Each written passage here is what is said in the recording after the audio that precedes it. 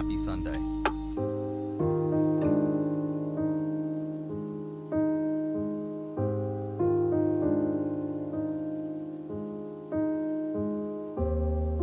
Arjan, Pogo.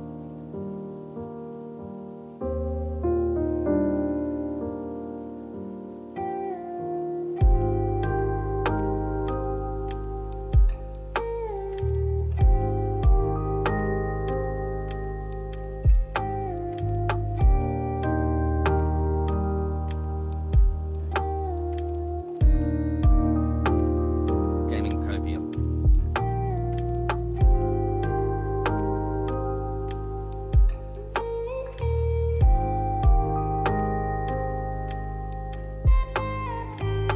Let's go.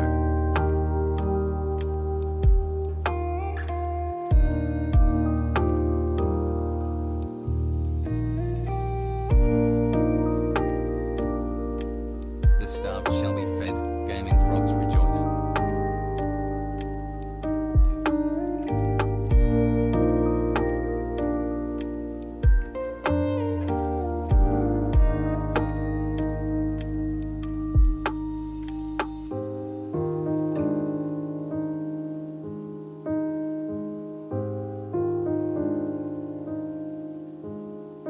Hassel has raid.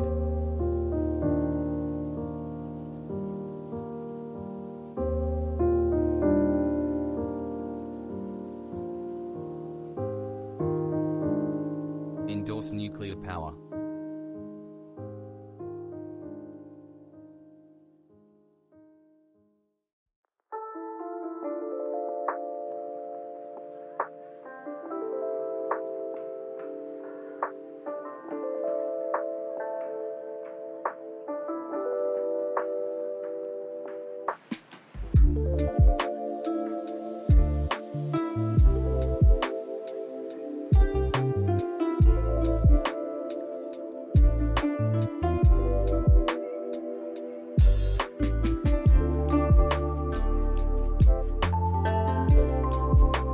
Has flags.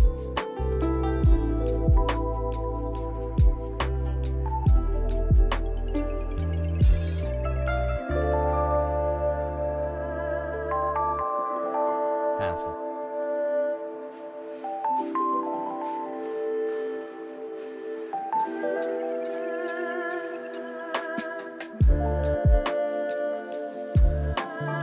XQCL.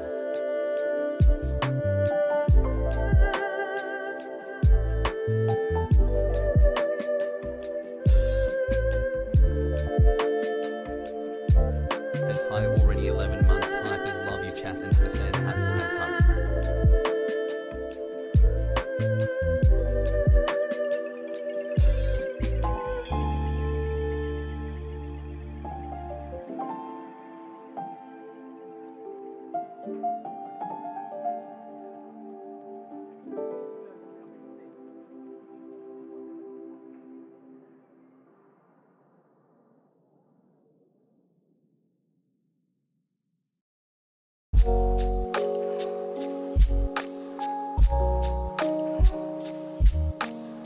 I smile.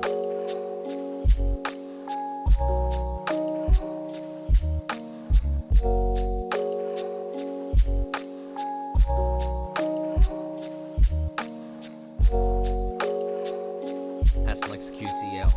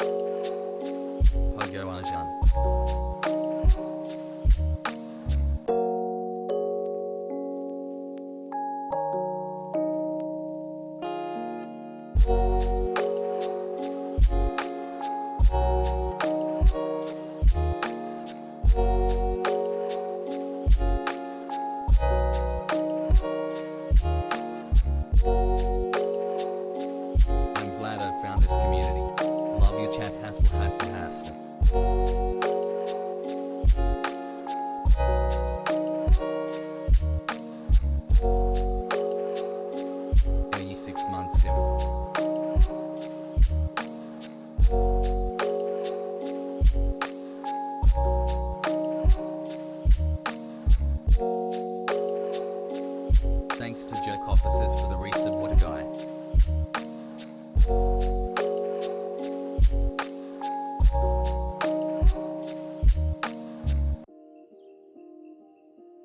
Three months hassle.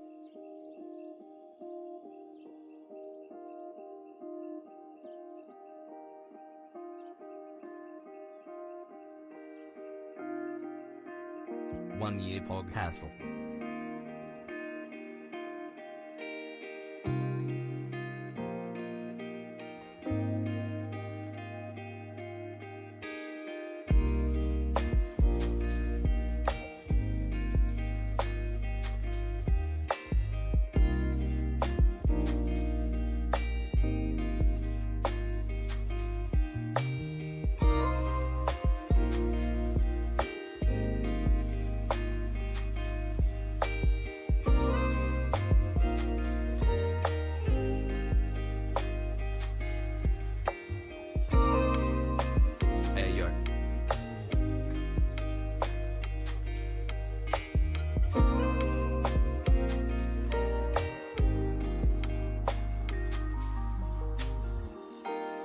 Morning everybody.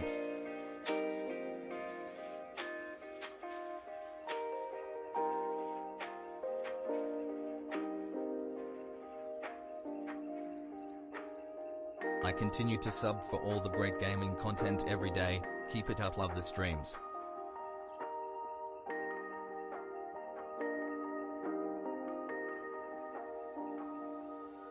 A big guy.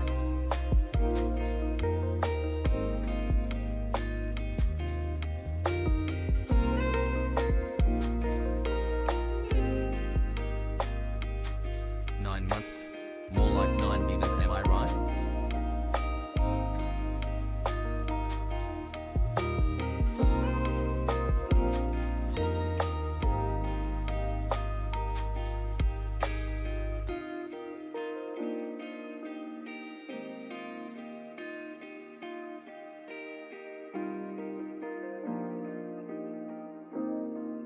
Kappa.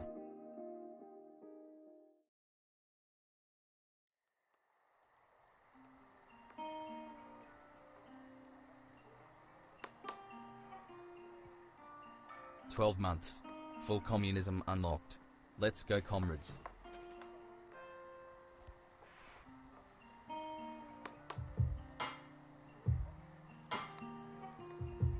One year has buff.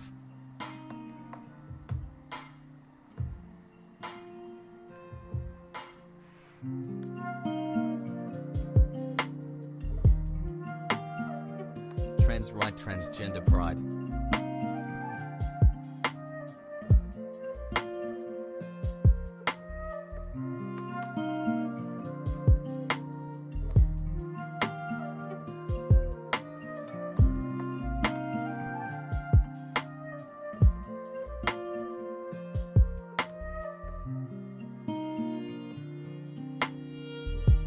Hi chat.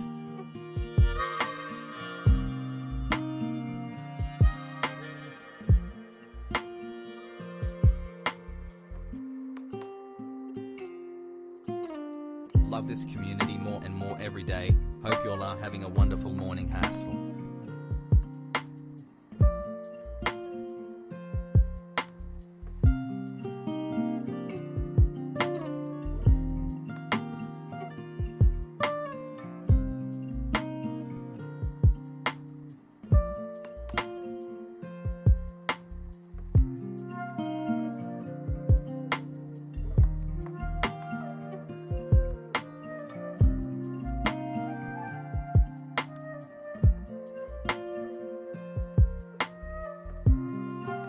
Alien PLS.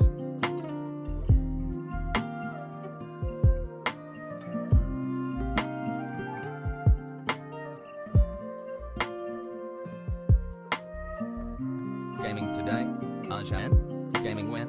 Arjan? What a fucking liar, dude. Arjan? What a fucking Weasley little liar, dude. What a fucking Weasley little liar, dude. Holy shit, dude. Fuck it, I'm saying it.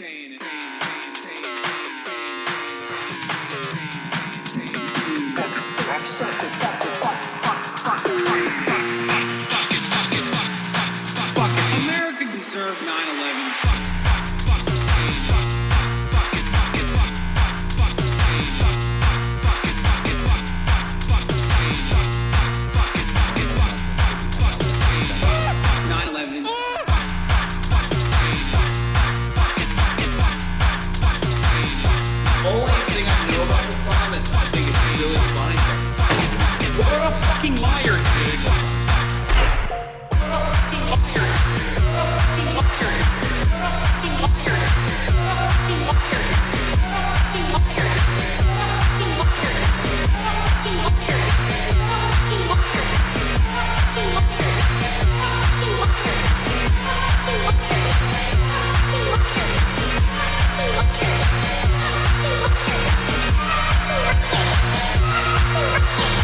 What a fucking liar, dude. What a fucking Weasley little liar, dude. What a fucking Weasley little liar, dude. Holy shit, dude. Holy fucking shit, dude. Literally lying. What a fucking liar, dude. What a fucking Weasley liar, dude. What a fucking... Holy fucking... What the fuck?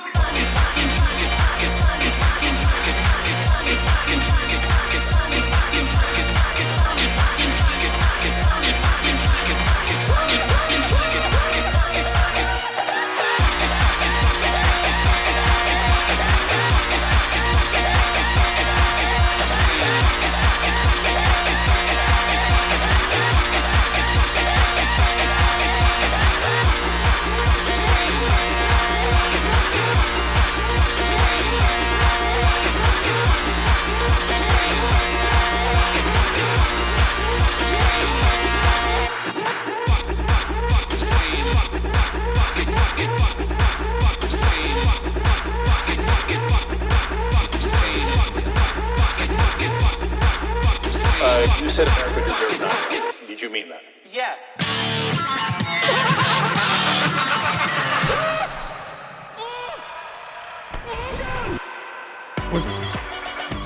What's going on, everybody? I hope everyone's having a fantastic evening, afternoon, pre-noon, no matter where you are in the world. I'm Hassan Piker, and this is the HasanAbi broadcast coming to you live from not sunny at all, actually very gray, California, Los Angeles. We are live and alive, folks, and I hope all the boys, all the girls, and all the MBs are having a fantastic one. It is Sunday, August 22nd, 2021, 11:37 a.m., and we have weathered the storm of Papela 820, Papela 821, all of that. We're past it. So brighter days are ahead, folks, I think.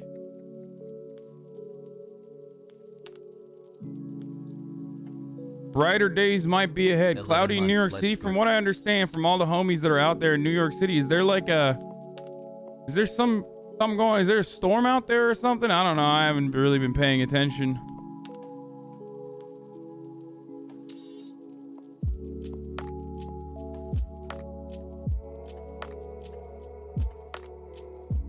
Hurricane Henry.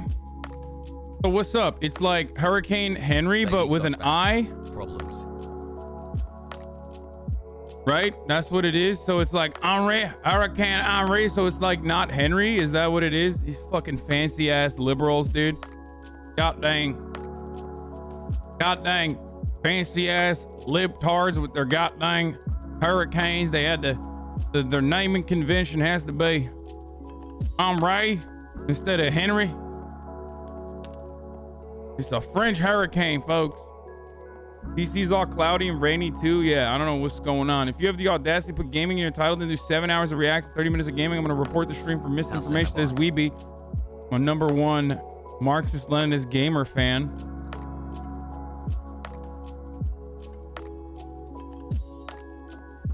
So, hope everyone's doing all right. I ended the broadcast last night, hung out with my family.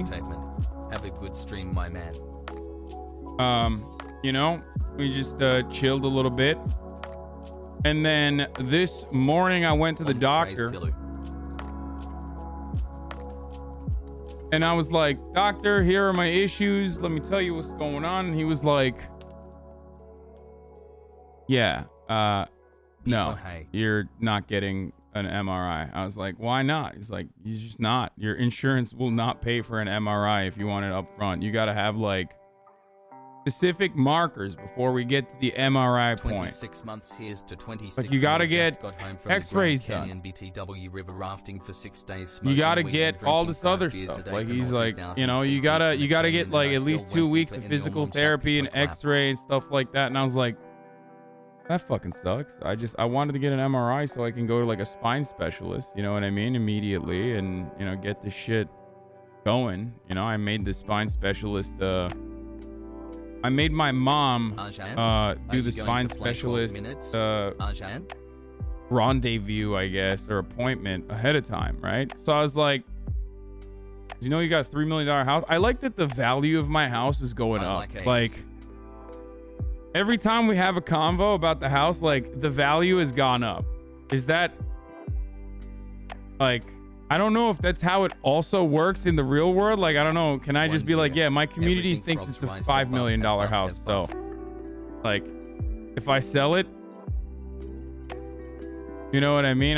That they'll be like, okay. Called inflation.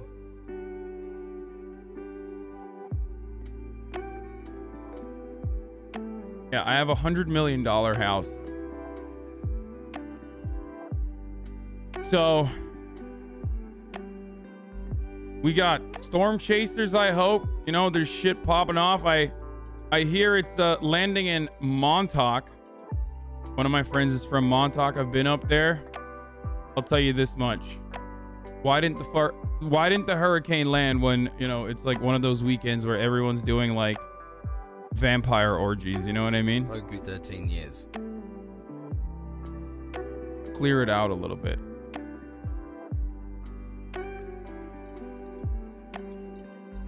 Me included, of course. Love the hat today. After all, I am one of the elites that run society. Why, you might ask? Because I purchased a home in one of the most expensive housing markets in the country, and if not the world. So that, of course, puts me right up there with all of the elites that run society. You know. At HasanAbi, even with my sweet Canadian healthcare, it took 6 years of chronic back pain to get an MRI Sag. Your gaming credential arrived?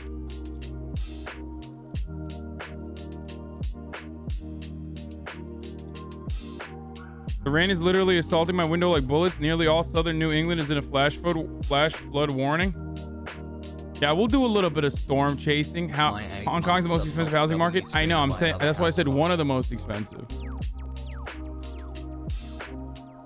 Not my proudest moment, but I have to confess I watched your Hades gameplay for tips and tricks. Are you serious? Gaming today. Hogu. Yes, I want to apologize ahead of time that I did see a doctor for my back pain. I know that, you know, millions of Americans do not have that same kind of pleasure or that same kind of amenity. Of course, I've stopped advocating for healthcare for Americans because, you know, I have access to it and I can get like the best medical treatment if I want to and even pay for it. So the chat misses Don Pecori. Clearly, I should probably not do that. I'm literally taking healthcare away from someone who would need it more. Not a take. This is a fact. A mother gave birth to you. Yeah. So I apologize for the horrible thing I did this morning. 8 months boggers.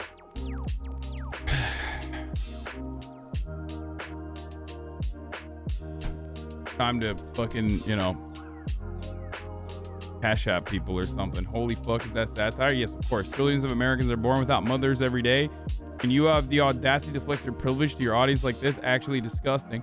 Thank you for bringing attention to this. We were all thinking it. Someone had to say it.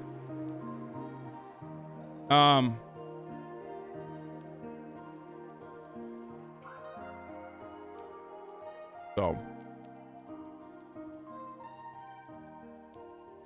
Is this your new house? 7 months, let's go. Nobody needs this much house? Yes, this is my new house. Folks, this is it. That's me. I'm actually pre-watching real life. I'm pre-reacting to the house I bought. The $500 million mansion. I went to the VA and they gave me a cortisone shot. A few days later I was fucking great. CM Punk, CM Punk. Anyway, I gotta say though, going to the doctor, for those of you who are adults, going to the doctor with your mom is an incredible experience. Like, if you don't like going to the doctor, and many people don't for obvious reasons, it's a fucking horrible experience overall. Going to the doctor with your parents actually like alleviates a bunch of the stress that you would normally experience when you're at the doctor, because like nobody likes going to the doctor. Baby is finally here, Pog. But it was to be honest, like it was a lot better going with her, and she sat in the room too. Like I don't know, I got a sense of comfort that that I had when I was like a kid, you know what I mean? How much was the bill? I don't know yet. I paid my $65 copay, and then I will be seeing the bill for the fucking radiology later. Kusa-san, thank you for the 5 get the subs. But it was good. It's like good to have a supportive mom. However, the exact opposite energy exists when you go and look at furniture. Like 9 months. After all this time, finally got my GM. When I went, streams couldn't be happier. When I went to the doctor, there was a sense of comfort having my mom around. But then we were like, let's go look at some furniture. And it was like, oh my God, it is literally the exact, it's chaos. The same person that was, you know, giving me a sense of comfort Hell yeah, had all of a sudden turned into this like demon, this chaotic demon person. Okay? Like literally just ripping the dude that works at the store away and like pointing him in like a million different directions, being like, you need to sit on this chair now. And I'm like, Mom, I can't even sit down and get up that easy. She's like, no, you have to come here now. You have to sit on this chair. Do you like this chair? We will buy this chair. It's like, Mom, I don't know. Tips out, baby. Thank you for the 50 tier 1 gift subs. What the fuck? Okay, tips out. Just like 50 bones, dude. So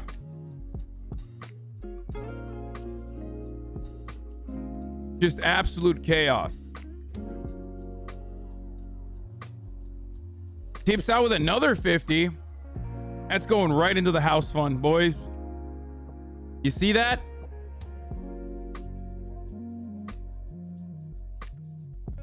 That's fucking Middle Eastern men supporting one another. It's fucked up. This is how we take over America, boys. Morning, Arjan. 4 months. That's it. To many more. Thank you, smiles. tips out. Time for a second house.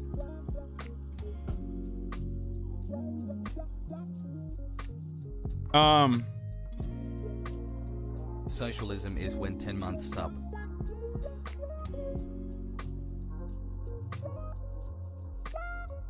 So, because it's nice to have an advocate when you're going to the devils. I mean, the doctors. Sorry, I love doctors. In general, I think doctors are great, but it's just like they can be a little annoying. The doctor straight up was like, "You don't have anything wrong. Like, it's just a muscle sprain." Which is good. I was really concerned that I had like an actual herniated disc.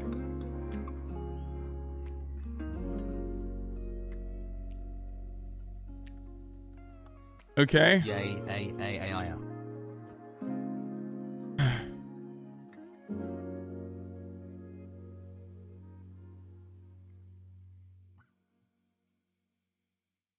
Almost a year with holy this cute shit. chat. I just saw the fucking status. What the fuck? Tips out says, people still talking about the Hassan house thing 3-4 days later. I, for one, am appalled. The house was only $3 million.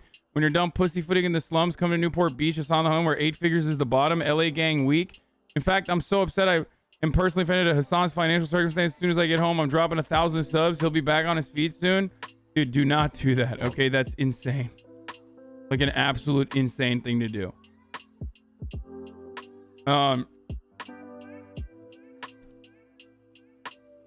Anyway.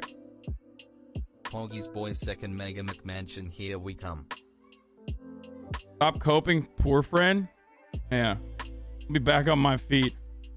So, anyway, as I was saying, the doctor basically was just like, yeah, you're fine. I'm just going to give you fucking hella ibuprofen, like a script ibuprofen. And also a muscle relaxer to take at night. You know, put down the inflammation. Have you seen the memes from this Taliban spokesman's person on Twitter? And it was kind of weird because like, no, it was 600s, not 800s. 600s ibuprofen and then some muscle relaxer. I forget what it is. Always a chill environment to hang out and stream with everyone. Thanks for having this great community, Hasan. But I will probably not be taking it.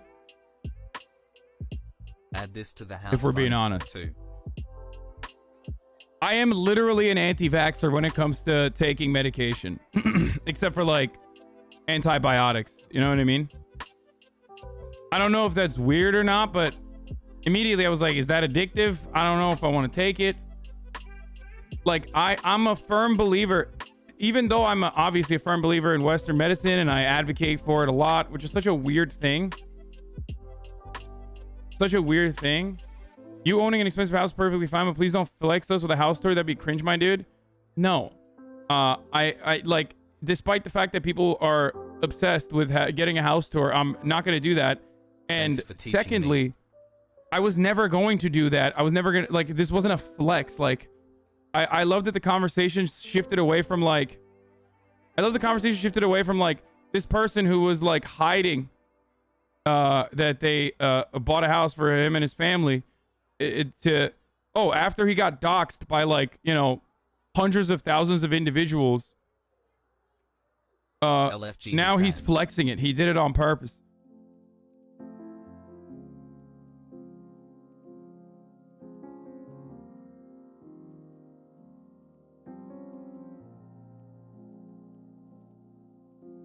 So,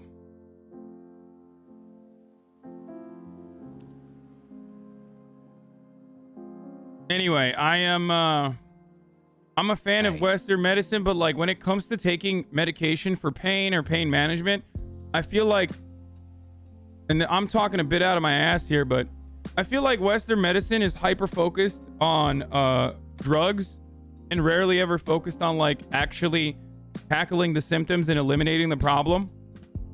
Maybe it's too much of a bro science take, but I do personally feel like it's significantly better to do like actual physical therapy, and you know, even if you have like a herniated disc, you know, do some fucking hangs where you let your fucking pelvis pelvic area drop to as low to the ground as possible, you know, open up that, like, elongate your spine. And then do some other stretches that also what is wrong with my voice today? Do some other stretches that also you know, stretch your core and your lower back.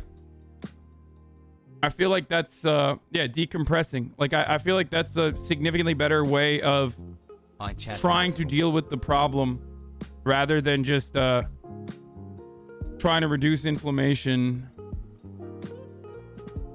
And like put you on muscle relaxers or painkillers, you know. And obviously there are types of pain that's like impossible to combat, so you have to fucking take medication for it. So don't immediately scream at me,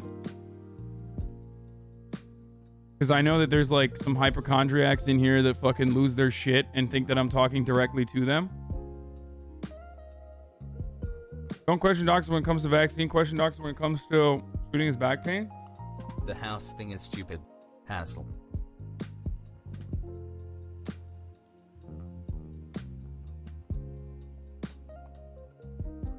So you're on crystal medicine mom shit? No, not at all. Gaming today. Pogo.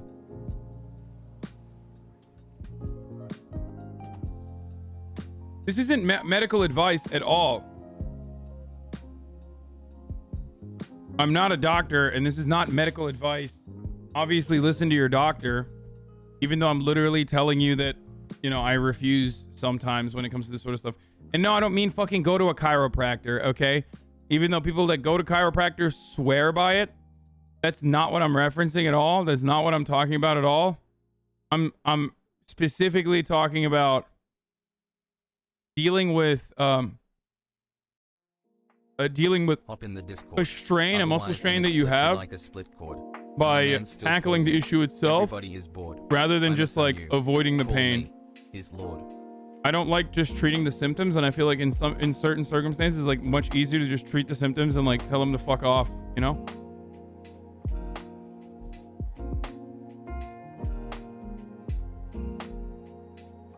It is a bit of a holistic take, I know. 5 months hassle. But depending on what kind of doctor you go to, doctors literally will tell you to get fucking PT. So most doctors tell you to get physical therapy. So it's not like all that crazy. Congrats on the house. Hope everyone Yoga is having a really good fucking day. good Hassle, too. Take care of yourselves. Anyway, let's get started. I'm not going to run an ad at the top of this hour because I started late. You know, it's only been 30 minutes. So there is no worry there. There's no fear. There's no top of the hour. Every hour is time for a 60-second ad break yet. I'm going to blast off. Let's do it. I was potentially thinking about maybe buying some of the furniture, letting chat decide what kind of furniture I should get, at least for the studio. I don't know if that's a good idea or not. I feel like that's a terrible idea. But should we do that?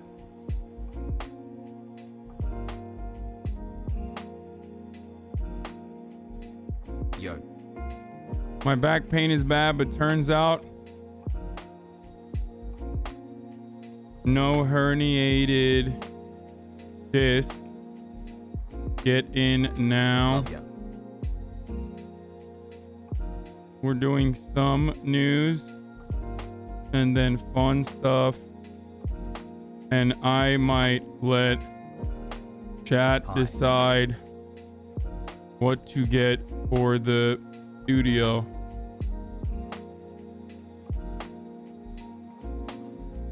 See the lavish life that I lead, chat.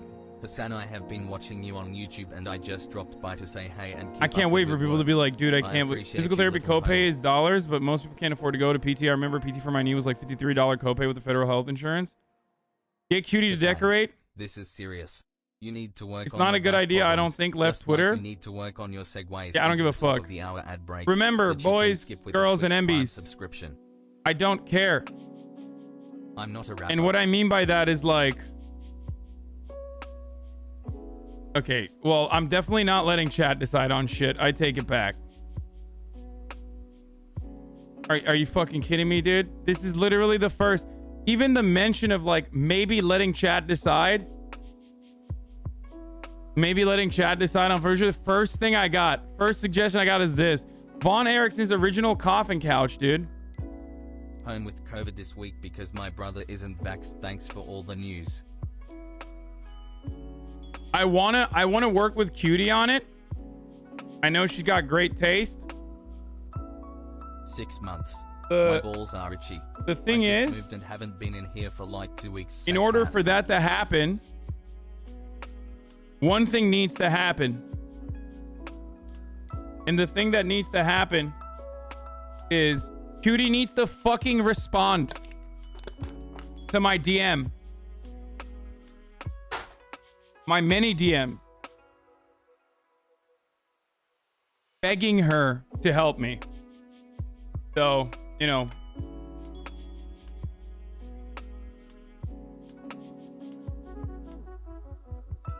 Hold on one second. I gotta put something. I'm gonna bring this chair down real quick.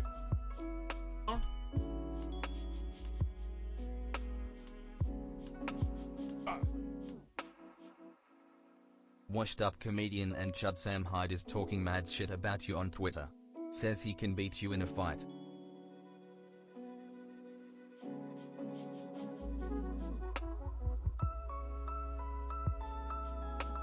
Started getting back pains when I started skating again. Doc only recommended drugs and I didn't take a single one.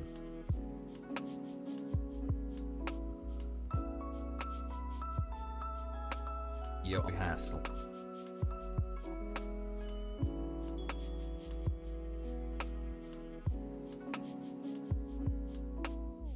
Anyway.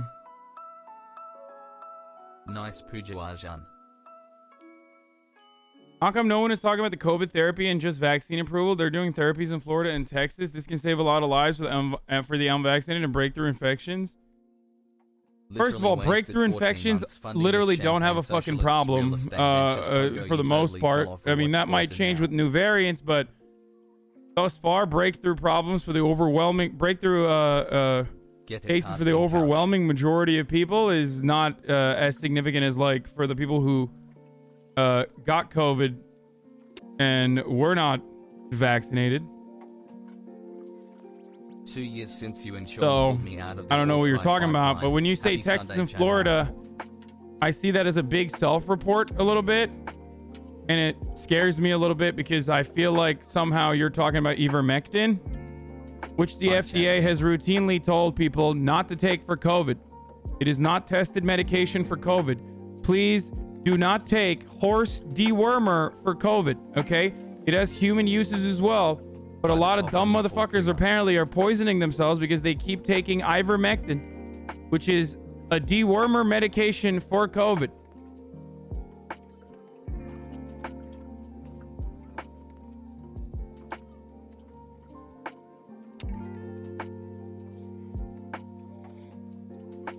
As a recovering addict, I avoid addictive meds like painkillers and muscle relaxers at all costs. I totally agree with you. Treat the cause, not the symptoms. I got a knee injury and spent years on oxys. Yeah, I don't want that shit at all. It's not just the FDA. The fucking manufacturer, Merck, the OG manufacturer, literally tells you not to take it. Okay? So keep up the good work. For the same, like, anti-vaxxers will literally be like, it's so weird. Anti-vaxxers will be like, oh, well, the fucking vaccine is not FDA approved, so I'm going to take ivermectin instead. Okay. But here's the problem. The FDA is about to approve the vaccine, like full-blown authorization for the vaccine.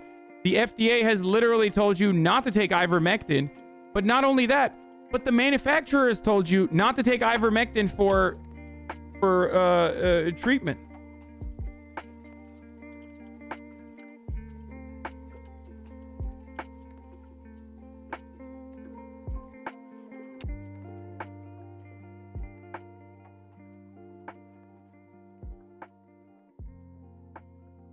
Let the hogs poison themselves? No, it's not good. Anyway.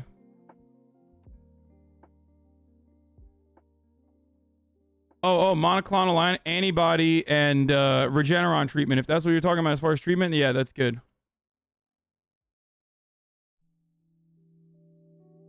Anyway, so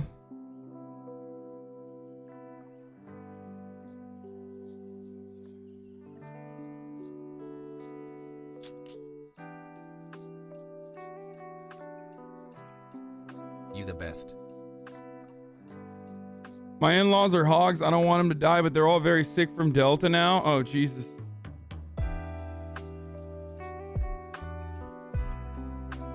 Women.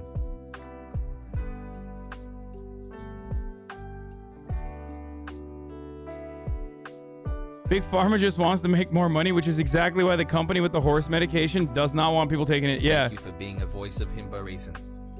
I love being Big Pharma and also telling you not to take and purchase my fucking medication for an unintended use that may end up having like drastic side effects and consequences.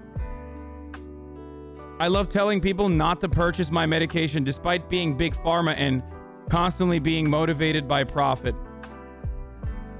These things make sense. These ideas make sense to me.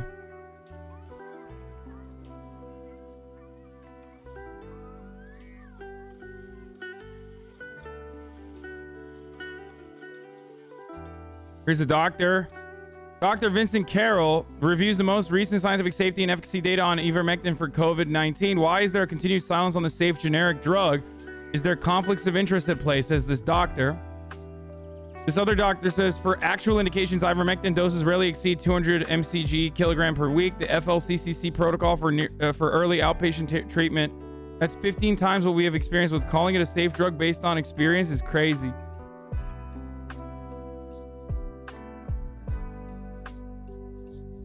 Why are these people, why are these like quack fucking doctors trying to shill ivermectin? Like, I don't understand.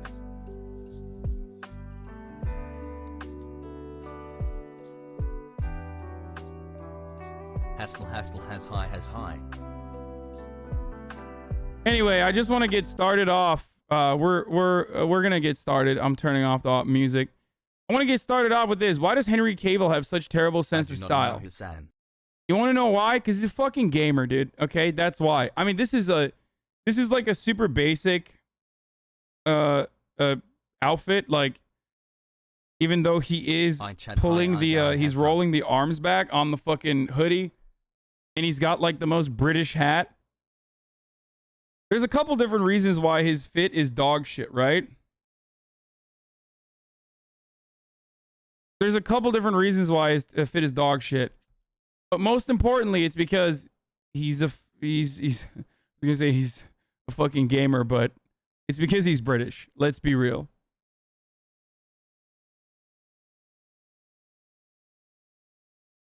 Look who's talking, Omega Law. I know, dude. I know. Hey, guess what? Here's the unfortunate reality that's going to hurt your feelings, and I'm saying it specifically. Okay, Supreme wearing LA nerd. I literally never wear Supreme. Okay, here's the unfortunate reality for everybody that, you know, constantly fucking tells me, dude, oh my god, your fits are dog shit, your fits are dog shit. And I addressed this earlier today because like meme accounts are making fun of me for wearing like my old shirts and stuff. So let me tell you something. Okay, it doesn't matter. He still looks good. Okay, he will still fuck your mom. He will fuck your sister. He will fuck your girlfriend. Like literally, if Henry Cavill was like, "Oi, bruv, you fancy a fucking meat shank, yeah?" to your fucking girlfriend in front of you, your girlfriend would be like, "Oh my god, let's do it right now. Let's make my boyfriend watch." Okay? And the same goes for me as well. So stop fucking talking shit. I urge you to stop talking shit so I do not fuck your girlfriends. Let's be real. Most of you don't have girlfriends. Most of you have just moms. I will fuck your moms too.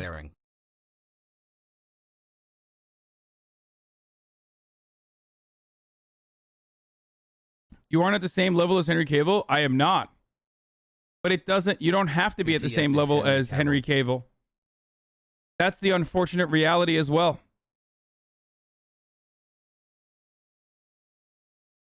Okay? Almost a year, Pog. And to the people who are saying, I have two dads, I'll fuck your dad too. Just to spite you, dude. Shut the fuck up. Don't give a shit. I have no girlfriend and no mom. Anyway.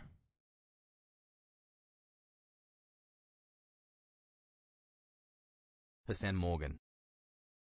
Girl boss, we got to New York City 2 days ago. Morning in beautiful NYC. I'm about to hop on the G train. The G stands for girl, but the train stands for woman. I'm headed to the local bodega girl to pick up a big gal and a cop she. In this town, I'm always walking down the street, or as I like to call it, the sheet. That's right, I'm a lady in the sheet and a she-girl lady in the sheets. It isn't easy to make it in beautiful NYC, but nevertheless, I girl-sisted. Hey, buddy! I can't believe that she's just ripping apart Justin Trudeau's latest campaign efforts like this. Wow, calling out Canadian liberals this aggressively, dude? That's fucked up. I'm girl boss in here. This city is all about big apples, big apples, big apples. But as I always say, a girl is just a boss you haven't met yet. I'm a CEO, meaning I'm only in charge of the female employees. Hey girly, Get back to work. Tax G, take me to Manhattan. It's time for me to learn how to read. On a typical morning and be Working for a year, subbed for 3 months. Justin Trudeau, Light gas didn't boss. he literally have like, he did this exact same thing the other day, didn't he? My dad actually wants to fuck you. Maybe we can set something up. Keck, wait. Okay, dude, no, I'm not gonna fuck your dad. I was just kidding. Yeah, we'll do the hog watch in a second. Hold on.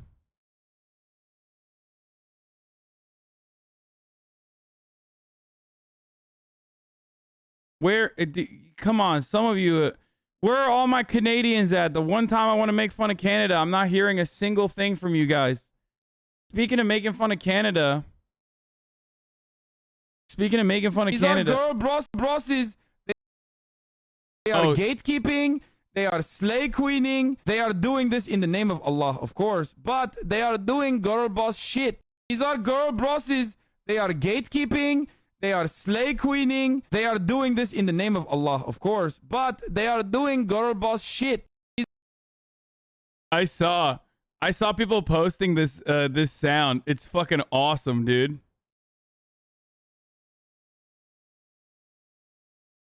It's so funny. These are girl brosses. They are gatekeeping. They are slay queening. They are doing this in the name of Allah, of course, but they are doing girl boss shit. These are girl brosses. My trucker Iranian dad.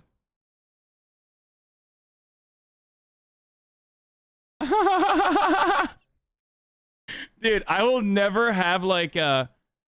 Has mods. You know what I've realized? I will never have like a viral TikTok sound that just features like my actual point of view. You know what I mean? When I pop off on some shit. I smile. Like, I'll never have like a viral TikTok sound for that because I don't have the TikTok cadence. You know what I mean? What I'm supposed to be doing for like a viral TikTok moment is just be like, actually, bucko. You know, and then say some fucking lib shit. That's what pops off on TikTok. It's always out of context stuff. You know what I mean? Wait, let's see. So speaking of girl boss shit, let's take a look at what Justin Trudeau was saying. It is exactly the example of the kinds of things you need to do to counter the she session and turn it into a she-covery. That's the type of shit I need to say, dude. You know what I mean? Actually, bucko, what we are experiencing is a she session, and we need a she covery.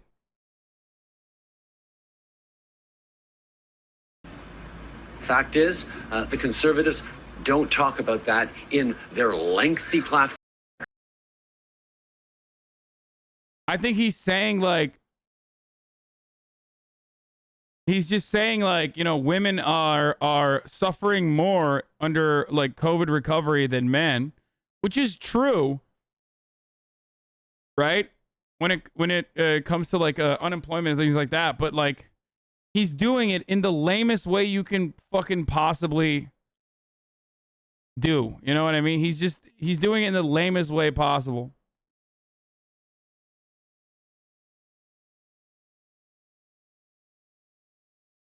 Which is, of course, the brand for liberals.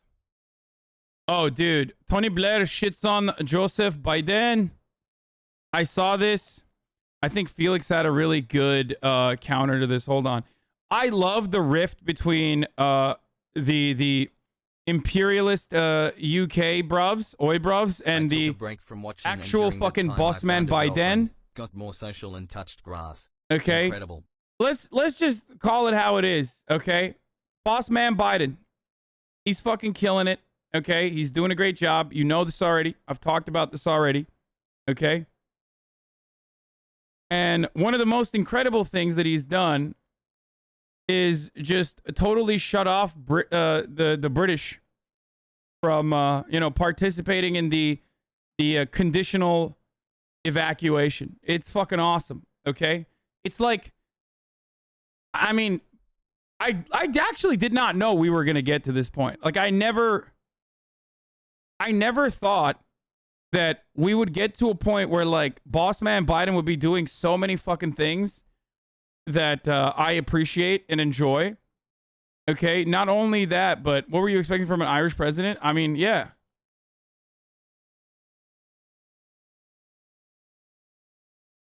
Yeah, it's because I thought you said boss man Biden. No, I said boss man Biden is a Chet Hanks take.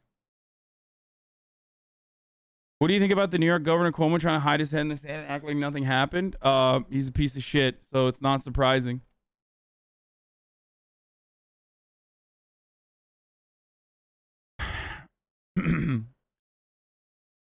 Ignoring Boris Johnson's calls for 36 hours was fucking awesome. Who could have predicted this? Wait, what? Dude, why do these guys fucking love the Taliban? It's so weird. I don't understand why so many like conservative and conservative adjacent people on the internet are just like pro-Taliban now. I mean, they've given us so many good memes, and for that I'm really thankful, right? But I really was not expecting conservatives to recognize that they are so similar, so incredibly similar to the Taliban in many different ways.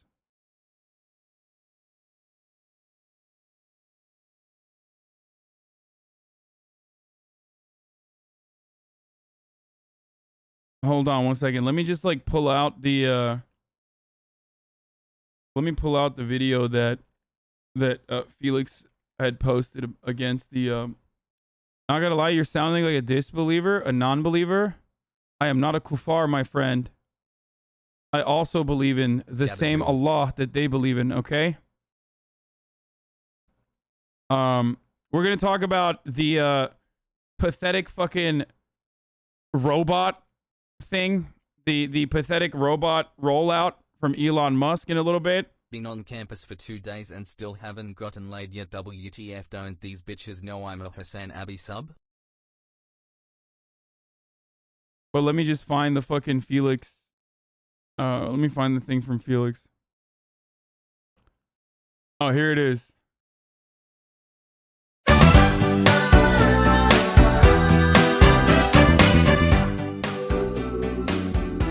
This era is my favorite era of content. And I know I'm not alone in this, like old school, like anti-war lefties that used to make like the corniest fucking shit. It's just so good. Always comparisons to Hitler. Living a lie. I've never seen a man so compromised. Evil and cold, a puppet doing what he's told. These people were cringe posting back then, and they are significantly more honorable and brave than every other fucking dumbass lefty that came after them, okay? These are our elders that we must respect. This is the energy that we have to bring back to the fucking table. Everyone constantly talks about like, If ever I could make one wish, I wouldn't wish for a Hollywood mansion. No fancy cars and no penthouse suites. No stash of cash on a private island. okay, this song is calling me out. They're saying that I wished for the wrong thing. I'm not even a real leftist. I should have been wishing for a trial for Tony Blair. But as long as I am breathing in air, I wish to see the trial of Tony Blair.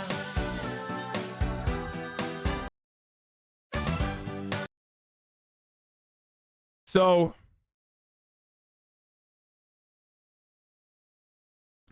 yeah, no, this was like earnest. That's why I talk about like how, that's why I always talk about how like,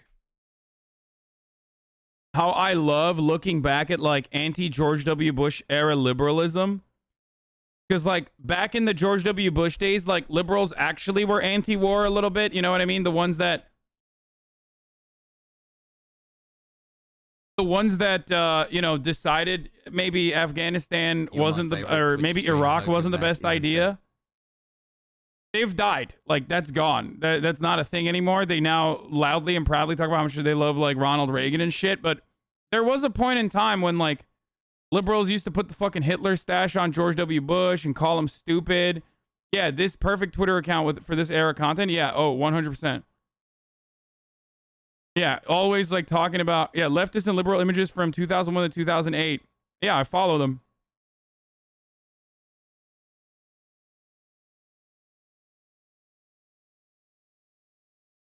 Need some wood because screwing an entire nation is hard work. Like,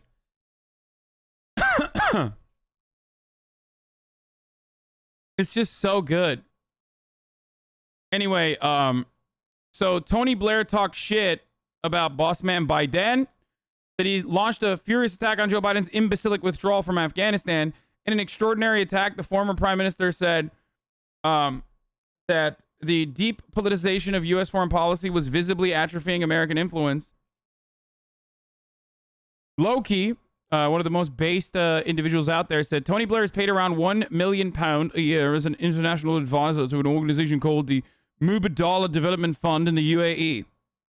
It has been reported that the Mubadala has been developing a plan to mine $1 trillion worth of resources in Afghanistan. Skin in the game, question mark, he says.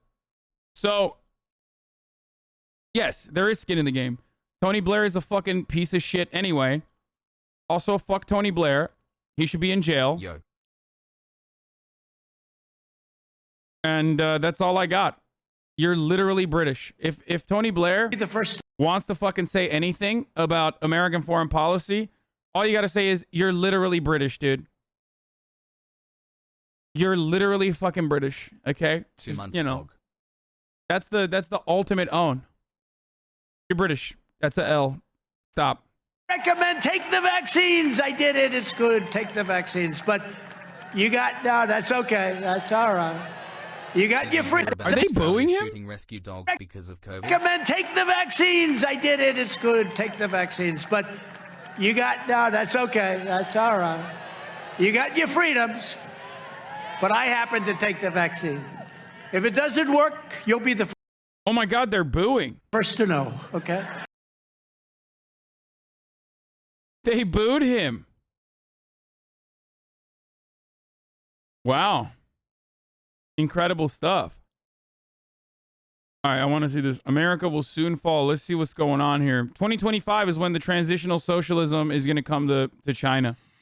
同志们，今天我们怀着十分崇敬的心情，在这里隆重集会，纪念马克思诞辰200周年，缅怀马克思的伟大人格和历史功绩，重温马克思的崇高精神和光辉思想。That's right. 马克思是全世界无产阶级和劳动人民的革命导师，是马克思主义的主要创始人。The West fear this, dude. My longest and They do. healthiest relationship has. The weak imperialist West fear this. Okay? That's right. That's fucking right. I'm sorry. The American embassy has been awfully fucking quiet since that meme was posted. Okay? 是马克思主义政党的缔造者和国际共产主义的开创者。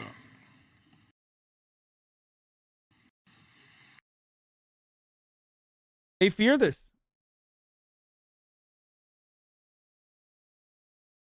Does that make him Sigma or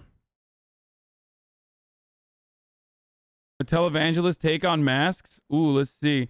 How can you go to church and pray when you're wearing a mask? Do you think God can hear your prayers through a mask? Says televangelist Jim Baker. Is this real? 10 months and I'm still not a reactionary. When is it supposed to happen? Get onto site. Go off and get onto site here and we'll actually drop through. Turret gonna spot out one. Chronicle finds two though. Turco will respond. One more left. Chronicle with four, Lauren. How? How do they keep getting away with this on retakes? I mean, call the man Hassan. He is getting away with it every single time, and he can't keep doing it, but he is. Oh, I'm a gamer. It's official. It's done. That's awesome, dude. That's actually awesome. Wow. That's so sick. Four, Lauren. How? How do they keep getting away with this on retakes? I mean, call the man Hassan. He is getting away with it every single time, and he can't keep doing it, but he is. I don't understand it. Gambit. Go off and get onto. Oh my god.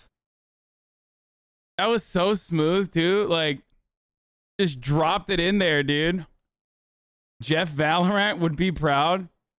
Yeah, it's kind of sad that what was the agent that I put out there on the like, I couldn't even name a single fucking Valorant agent. Mew. When I open your VOD from yesterday, I get the notification this premium content is not available in your region. Was there something special? Hashtag ad stream? No. Are you Shrooms? Are you German though? That could be the reason, because I get like, yeah, it's probably NetsDG. Motherfuckers are constantly blasting that always. I shouldn't have even mentioned it. Now people will do that. Yeah. It's a NetsDG problem. So it's another idiotic thing that like Twitch hasn't been able to fucking deal with appropriately, but yeah, you have to use a VPN to watch Twitch clips or VODs and stuff if you're in Germany, unfortunately, because people will use the German laws, like they'll abuse the German laws to like cut off access, basically. They report every big streamer, not just German streamers, but they report every big streamer. I get NetsDG notifications literally like 11 times a day. It's always like, we found nothing, but we need to tell you that yeah, you were pinged. It's yet another fucking annoying thing that people do. Every time there's like anything. No. NetsDG is not bad, but unfortunately, NetsDG is not a bad thing. Okay, it's created to combat misinformation. I don't have a problem with it overall. But unfortunately, the way that Nazis operate is like they'll take anything they can. They'll take anything they can to like stop you and you know, use the pre-existing laws against you. And that is the way that they do that. It's an operating tool in Germany to stop. It's an operating tool in Germany to stop people from, you know, seeing misinformation. It's a good concept, but yeah, it's used and abused a lot.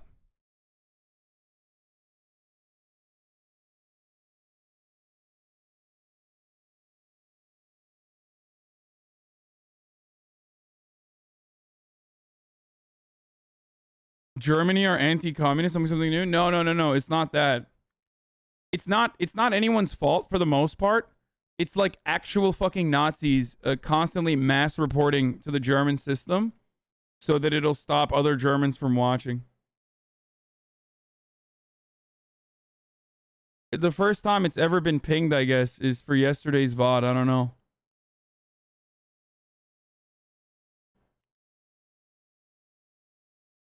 For another house.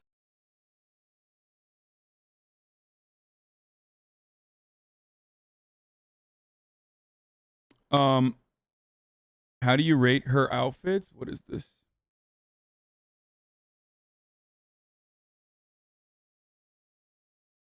It's a bit much. It's not for me, but you know, it's great. Okay.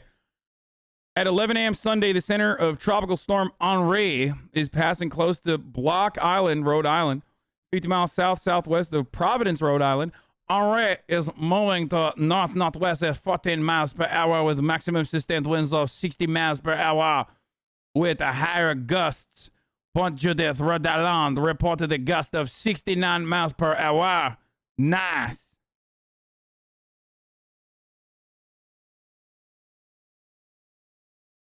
All right. Wait. Home. Anyway, Fox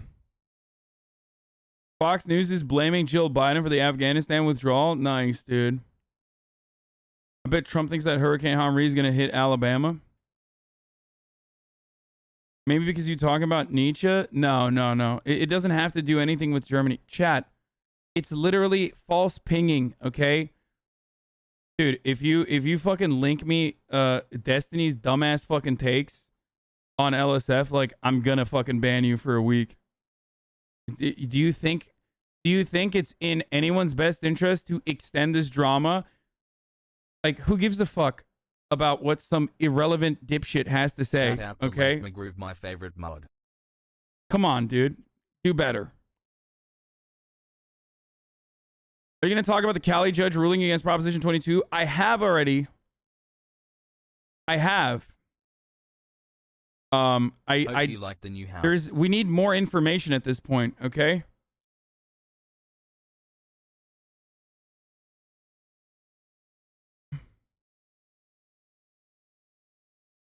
So, you know,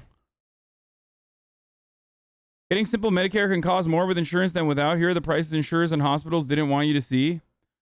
Hospitals and insurance used to keep prices secret, crafting contracts to bar either party from releasing the data. This year, new federal rule forced them to make those prices public. We built a database with 60 hospitals' newly released price files. With Cigna, it's $1,000 for the price of an MRI. With Aetna, it's $3,100. With Humana, it's $3,800. Nice. Hospitals are charging patients wildly different amounts for the same basic service like an X-ray or a pregnancy test. For the record,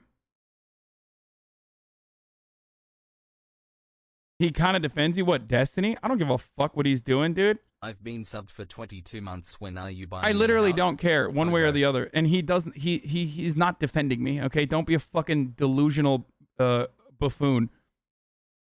He's like responsible for half of this shit. Stop talking about this irrelevant fucking douchebag. Seriously. He literally fucking had members of his community doxing me. So yeah, I think I'm good on that.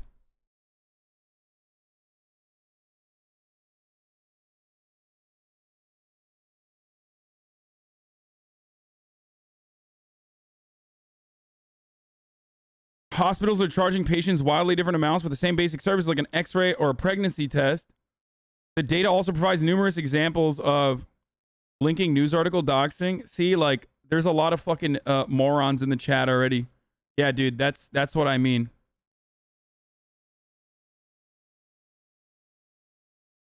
That's what I'm talking about.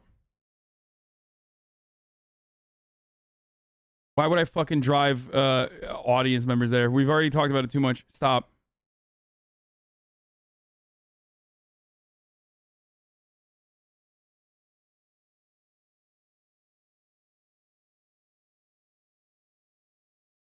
Evidence of doxing? Stop making shit up. Yeah, dude, let me link the docs, dude. Fucking dumbass, shut up. 5 months, Pogu.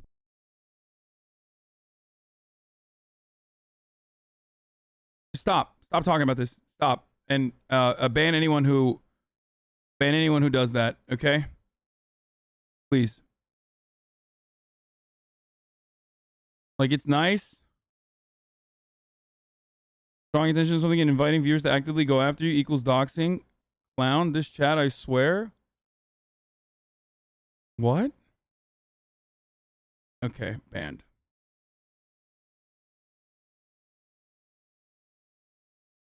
Hey. Imagine not even checking logs before banning. They're probably nice people. Yeah, I'm not doing that.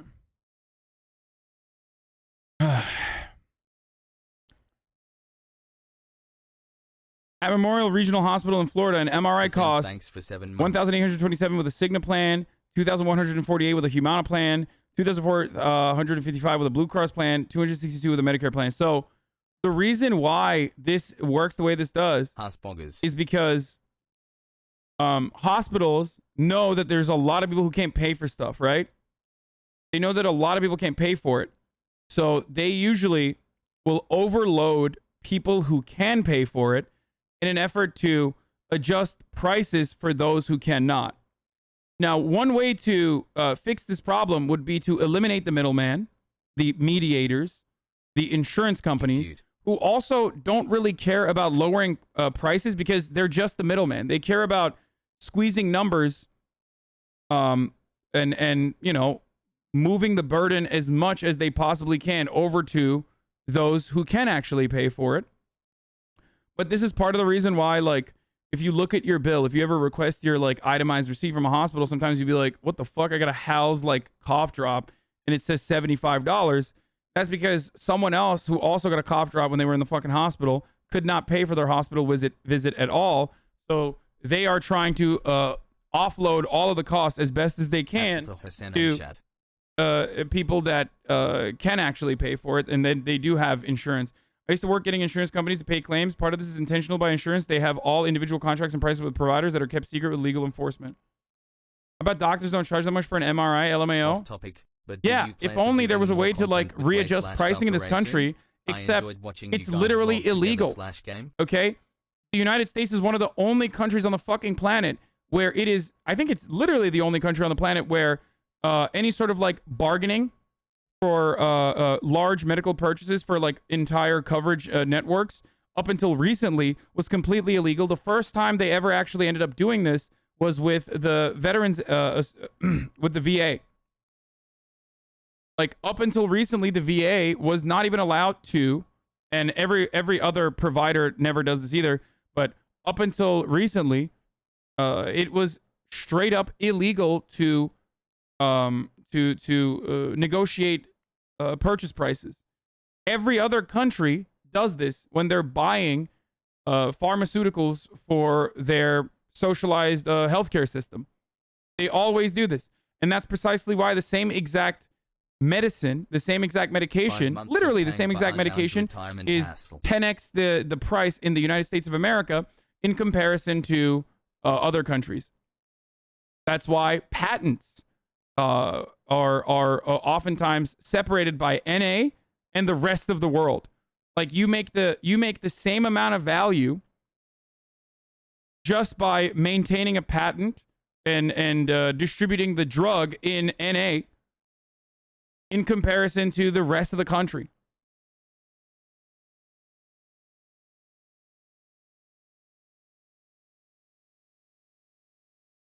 It's not doctors that are bad in this circumstance, even though hospital administration is pretty fucking demon-like. That's why I think that like it should be illegal to have an MBA and also an MD. I truly believe this. I think these are conflicting values. I think that being pro-capitalist, especially in healthcare, is unironically a conflicting value to the Hippocratic Oath that you take as a doctor. I believe that it is abhorrent to have profit in healthcare in any capacity. I truly believe this.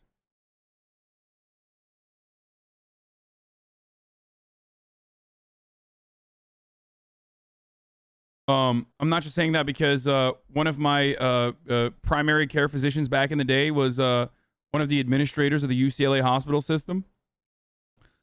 And he used to debate me all the fucking time. And one time he had to literally call me after a checkup to apologize because he was like, I think it was very unprofessional of me to debate you the way that I did before, doing a checkup for you. But, that's another reason. Yeah, he was in like the admin side as well. And he fucking would like literally debate me all the time. And the talking points that he would use, and this is a doctor, okay? The talking points that he would use were exactly, they were just like straight up drawn from an American Enterprise Institute think tank study. Like just verbatim.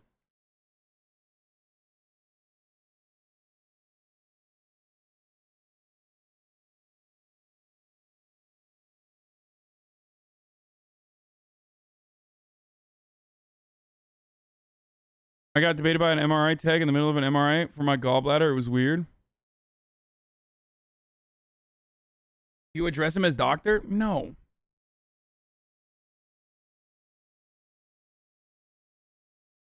Who the fuck says doctor when they're talking to someone like in person? You never respond to actual good takes you don't agree with? No.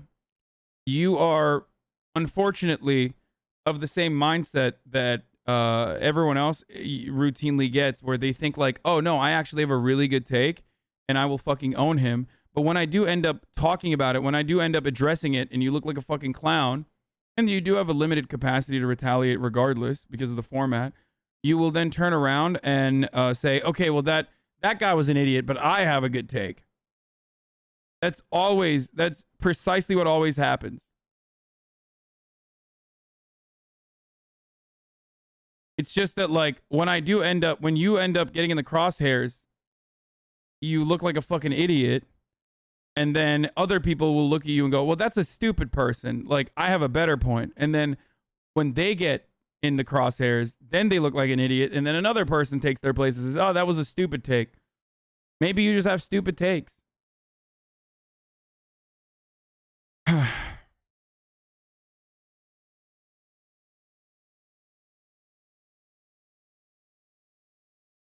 Most people respect the MD degree. No, I respect their degrees.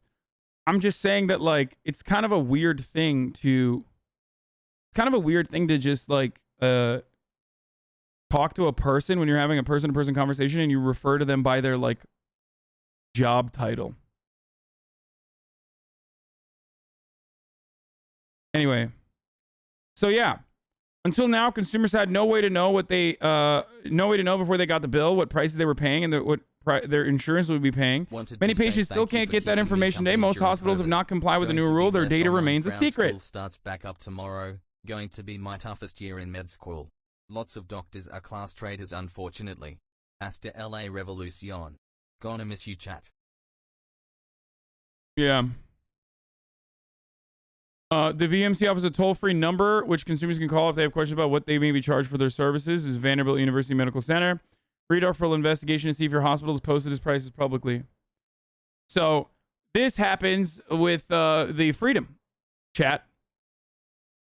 If you are, by the way, congratulations. Hasan will be on Bezos' next for going back to your toughest year in med school. I'm literally in med school now, and it's profoundly frustrating how expensive and opaque the medical system is. Yup. So it's terrible. I think profit should be taken out entirely from the medical system, from the pharmaceutical system, and that we should offer free education and free healthcare to everyone unconditionally, but especially even in the short term, certainly to people who do want to become doctors. I think it's silly that we don't do that. Free healthcare on its own is not manageable if you don't also have, because that will certainly lower the salaries of doctors. I'm not going to like lie about this. It will still be incredibly high. Don't get me wrong, but the reality is that one way to alleviate some of that cost is by making sure that your med school payments, that you don't have any sort of debt, that you're not saddled with debt for becoming a fucking doctor. One of the most psychotic things on this planet is that like we saddle people with debt, permanent debt, when they want to better themselves and become more valuable, more productive members of society.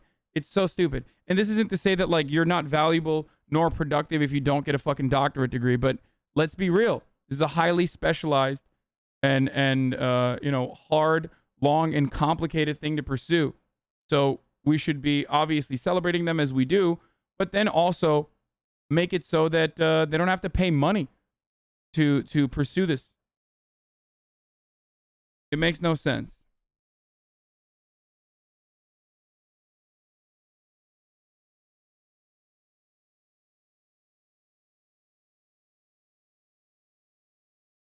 At HasanAbi.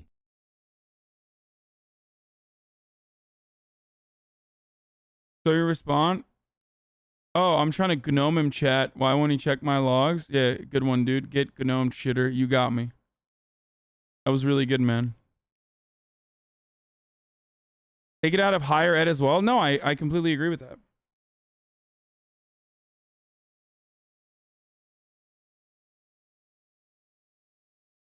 What will drive innovation in medicine if you remove profits completely? I don't know. What currently drives innovation in medicine? It's not profits.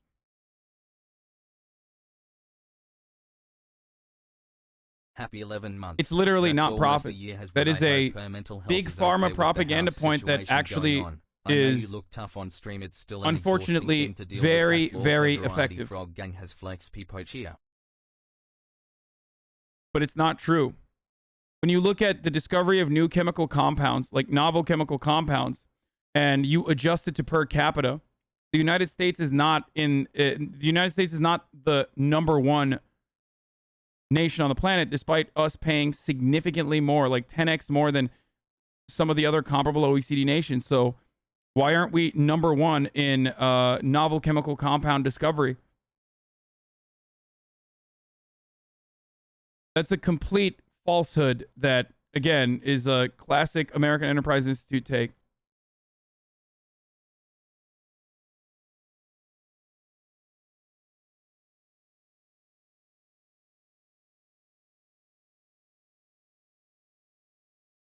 Yes, I know the guy who discovered insulin gave it away for $1, if we only knew. How is it not profits, e.g. tropical diseases are not being solved because of profit motive? What? Tropical diseases are not being solved because of profit motive? I'm so confused. Are you trying to say that like people don't care about poorer nations and that's why they're not solving the problems that poorer nations face? Is that what you're saying? No, people just don't give a fuck about poorer nations in general. It's not because like they're not motivated to make profits out of poorer nations. And even then, I'm pretty sure you're wrong about that. Poorer nations have less infrastructure, less public funding for research because they're poorer. They're oftentimes poorer as a consequence of colonialism, as a consequence of being enslaved for many, many generations, as a consequence of still continued Western imperialism. Into my college dorms and therefore, they do not have the same kind of opportunity and amenities to be able to solve these medical problems. Never forget that. Hassle. It's sometimes as simple as that. If the profit motive was the main motivator for people in getting good healthcare, then America would have the best fucking healthcare, and you wouldn't hear that same shit take from Ben Shapiro and every other goddamn neoliberal on the internet. They're like, oh my God, we're so good at curing brain cancer or whatever the fuck, right? Yeah, we're like, we have some of the world's best doctors when it comes to certain things, but overall, as far as our entire system goes, we're like ranking incredibly low on the OECD scale. With respect to like overall comprehensive treatment, we also have a lower life expectancy than a country like Cuba, which also has, despite the embargoes and despite the many different burdens that America has unfairly placed upon it, has been able to come up with a fucking lung cancer vaccine. So, you know.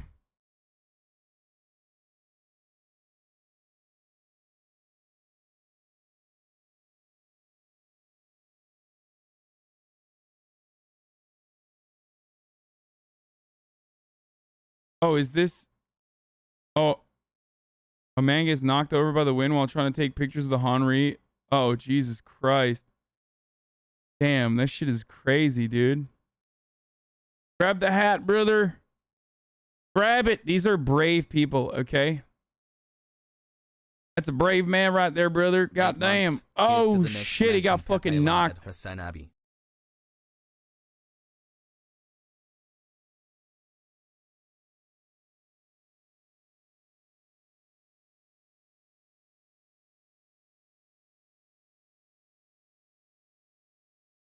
Bonk. A lung cancer vaccine? What? Lol? Okay. For those of you who don't know, Cuba has a lung cancer vaccine. It's called Simovax. It's existed for a while, too. Oops. Here it is. Cuba has a lung cancer By now, vaccine. Many U.S. baby patients can't chat get it made without me breaking the rage. law.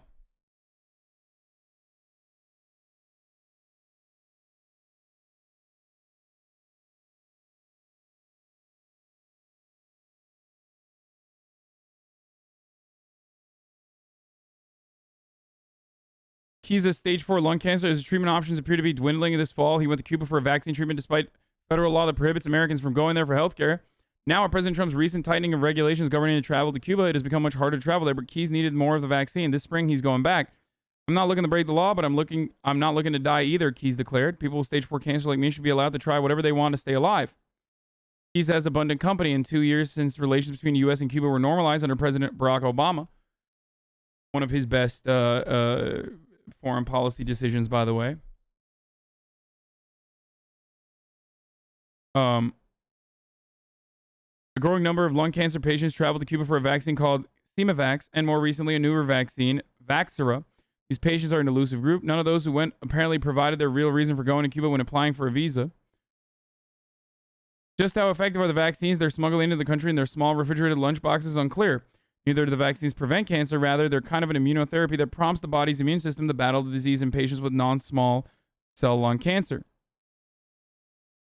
The unfortunate reality is because of our relationship with Cuba, we can't even do comprehensive testing, by the way. In January, the Roswell Park Comprehensive Cancer Center in Buffalo, New York, launched a clinical trial of Simovac with Cuba's Center of Molecular Immunology, which developed the vaccine. It's the first joint venture between the two countries since the Cuban Revolution. Roswell is now doing research to determine if they want to do a similar trial with Vaxera. It will take years for either of the drugs to receive any final approval. For many patients, including some who were not accepted into the Roswell trial, travel to Cuba has become a much talked about option.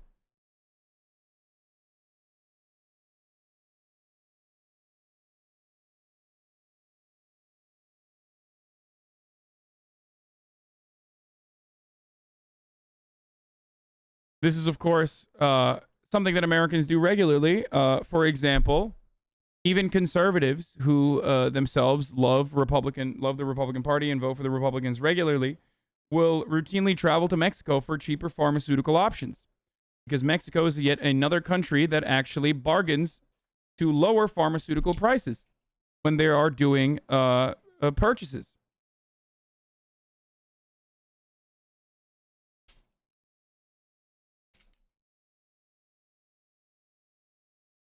Yeah, hella people do that and then turn around and vote for fucking Republicans.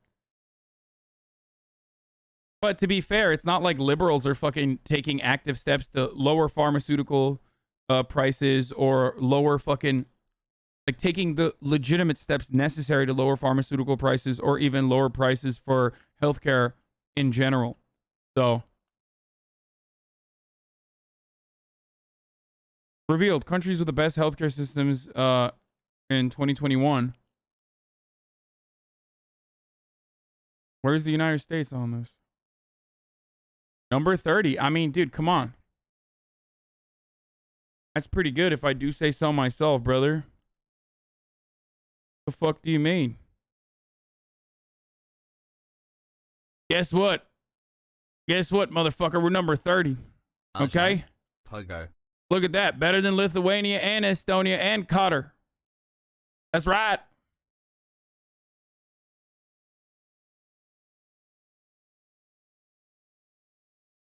God dang made up numbers.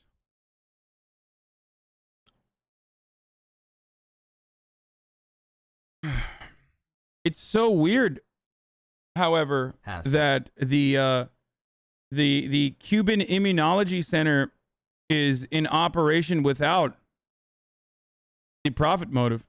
But I guess their motive there is to spread communism. You start taking that goddamn lung cancer vaccine, and all of a sudden you're like hasta la siempre. You keep saying, my daddy got that vaccine.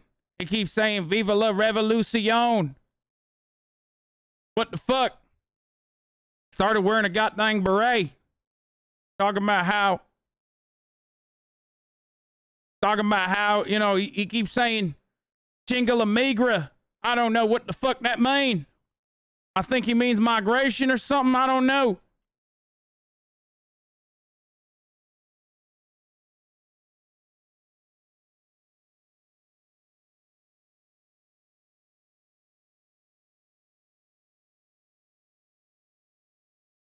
Anyway. I mean, many studies like this have been conducted, but this is like CEO World Magazine, so I don't know how fucking valid this is, but it tracks with the other studies that I have seen that are not from fucking CEO World Magazine. We've looked at like some of the more comprehensive ones in the past.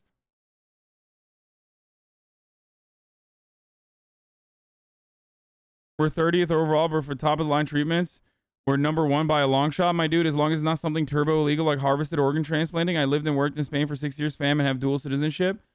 No, we're number 1 for like certain top of the line treatments, which of course, if you can pay for it. But certain top of the line treatments, like I think it's like brain cancer or some shit like that.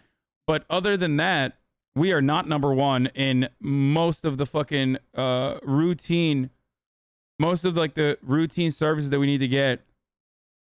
Like we're not number 1 at all. And that's precisely why people like Ben Shapiro, who are dishonest liars, will always hyper focus on like the one area that we're good at and then never actually talk about healthcare. Never actually talk about healthcare from an all-encompassing standpoint. It's like most people don't need fucking complicated brain transplants, okay? Or whatever the fuck he's talking about. They need like hip replacement surgery. And we are not number 1 at hip replacement surgery. The only thing we're number 1 at when it comes to hip replacement surgery is how expensive it is. Our cost is number 1.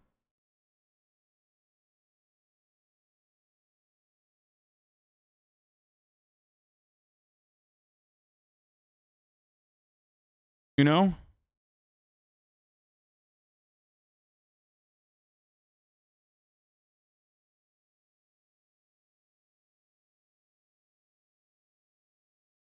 You feel me?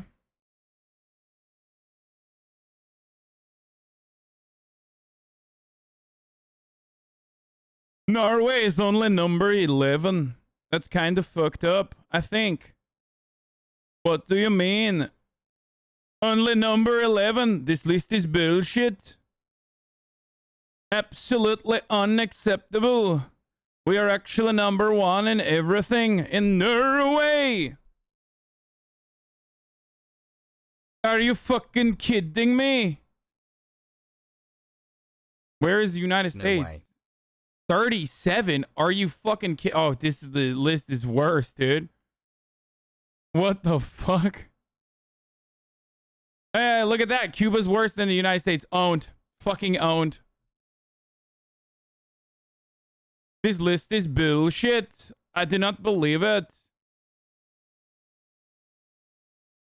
Turkey, look at Turkey, look at Turkey. Turkey is fucking low probably on the list. What the fuck? Is it not even on the list? Wait, what the fuck? For real? Number 70. Oh, no. Not good. Not good, dude. Fucking owned. Listen, you could knock this up. You could knock this up to like number 50 if Turks didn't beat up doctors, okay?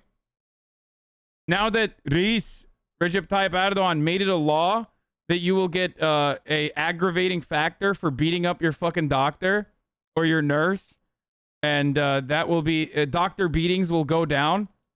Maybe we'll be able to finally crack the top 50 in Turkey. It's not even a joke. This is a literal fucking problem in Turkey. Beating up doctors, any more context, LMAO? Apparently, there's like a big problem with XQCL. Apparently, there's a big problem with fucking Turks beating up doctors. Yeah, I mean, it became an issue that they literally fucking put out a law for it. They added an aggravating factor in an effort to, you know, discourage people from beating their doctors up.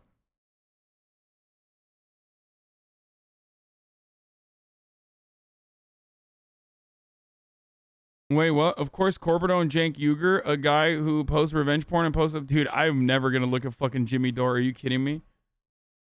10 months Fucking washed up incredibly poggers. clout goblin, dude. Get the fuck out of here.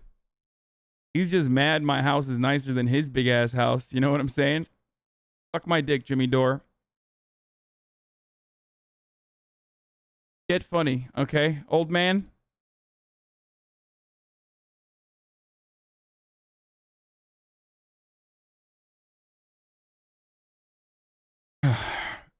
South Korean man went to jail to get health care. Nice.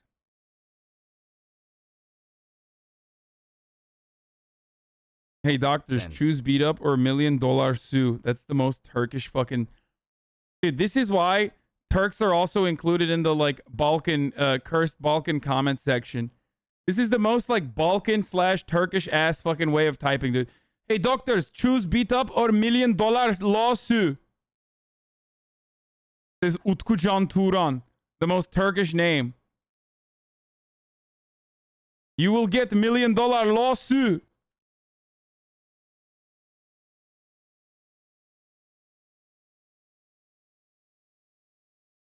%78% of ER doctors attacked by patients' relatives at Turkish hospitals.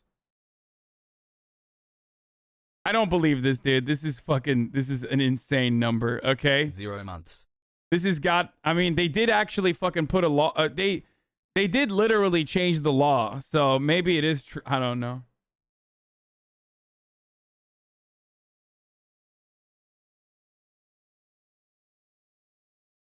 That's a little much. That's a bit much. No shot.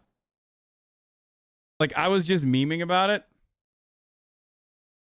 At least it's free, though.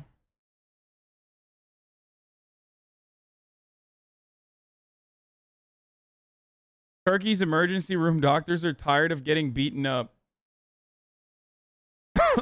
Yeah. 17 bajillion years pog. Why are you backtracking? This is so disingenuous. Yeah, I know. I am backtracking. Totally. When I'm the one who originally fucking told you that this was a thing because none of you knew. Anyway, new side talk.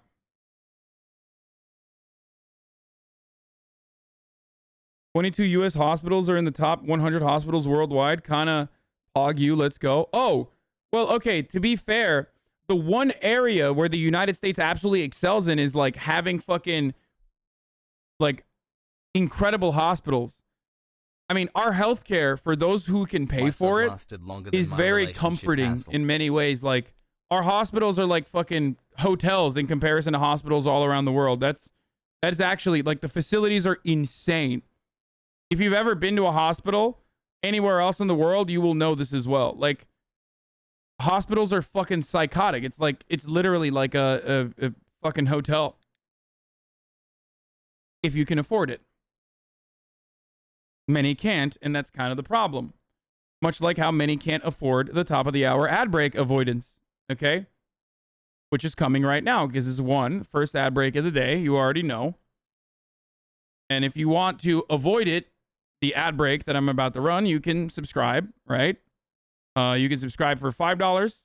If you don't have $5, you can subscribe for free if you have a Twitch Prime, because Twitch Prime is free.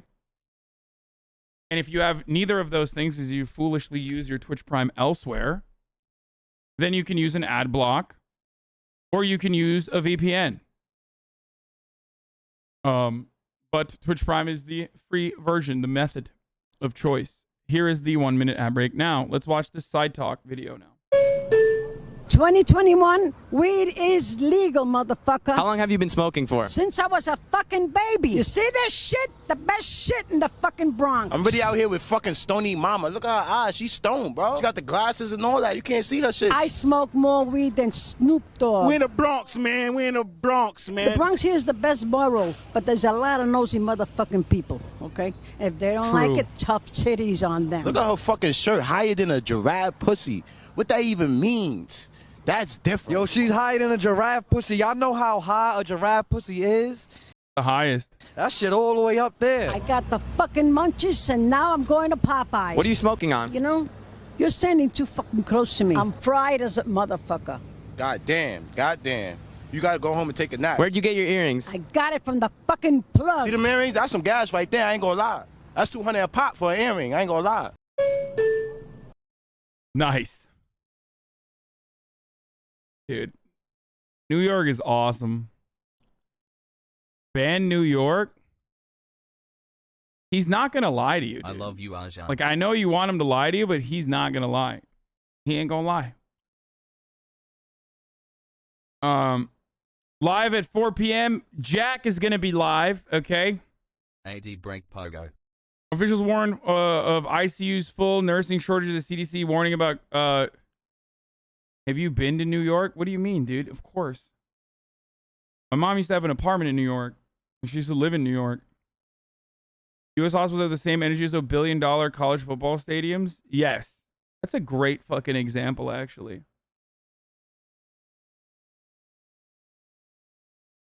I've been to luxury hospitals in India, which is where people go for medical tourism, and they're so fucking nice. Also, Socktims in chat seriously need to stop hyping up Canada so much. You literally would go broke here if you don't have insurance and get chronic dental injuries. Also, physiotherapy and mental therapy here is insanely unaffordable. Yeah.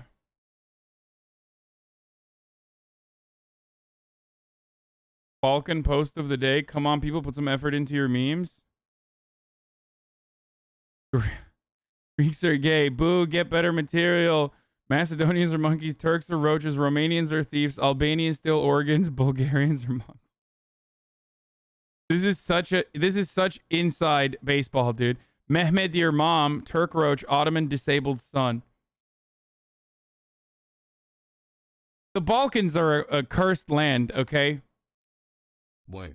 4 months. My sister Romania says that our forever, healthcare brother. isn't Fuck you. expensive We are because not they can't thieves. Send you to collections if you pay $1 to them a month.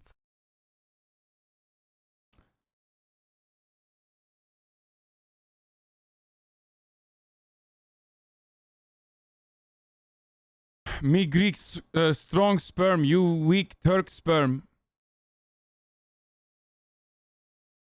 Love all of you, chat hassle. Wait, does that mean it's live now, Jack? He might be live soon, Jack. We're waiting on Jack to cut the malarkey. Pogo Ajan.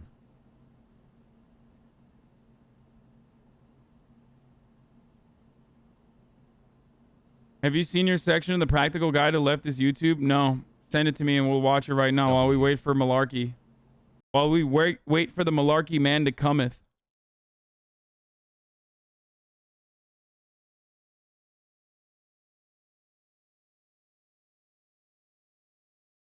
Okay. Let me just say something, okay? If there is a fucking title of a YouTube video that is like... If there's a title of a YouTube video and the title is, I can be way more racist than you, and it's related to Balkan posting, then don't link it. You might as well link porn at that point, because I'm going to get fucking banned. Okay? Just, you know, type out slurs in the chat at that point. You're just basically doing that. Okay? Because weak American ears are not... They're not ready for the horrifying things that people from the Balkans say to one another on a daily basis. Okay? It's just not happening. I will get banned. Every time I click on anything related to the Balkans, if we're being honest, that's a real reason why I might get clapped by NetsDG, okay? Here's the video on the timestamp. Subs, and he posts at least once a day on trending and relevant topics. I actually found Vosh when I was researching for a video on critical. Motherfucker was like, yo, dude, you should watch the practical fucking YouTubers what thing. I'm describing is and then literally just fucking showed I'm Vosh. describing the scientifically accepted position at the moment.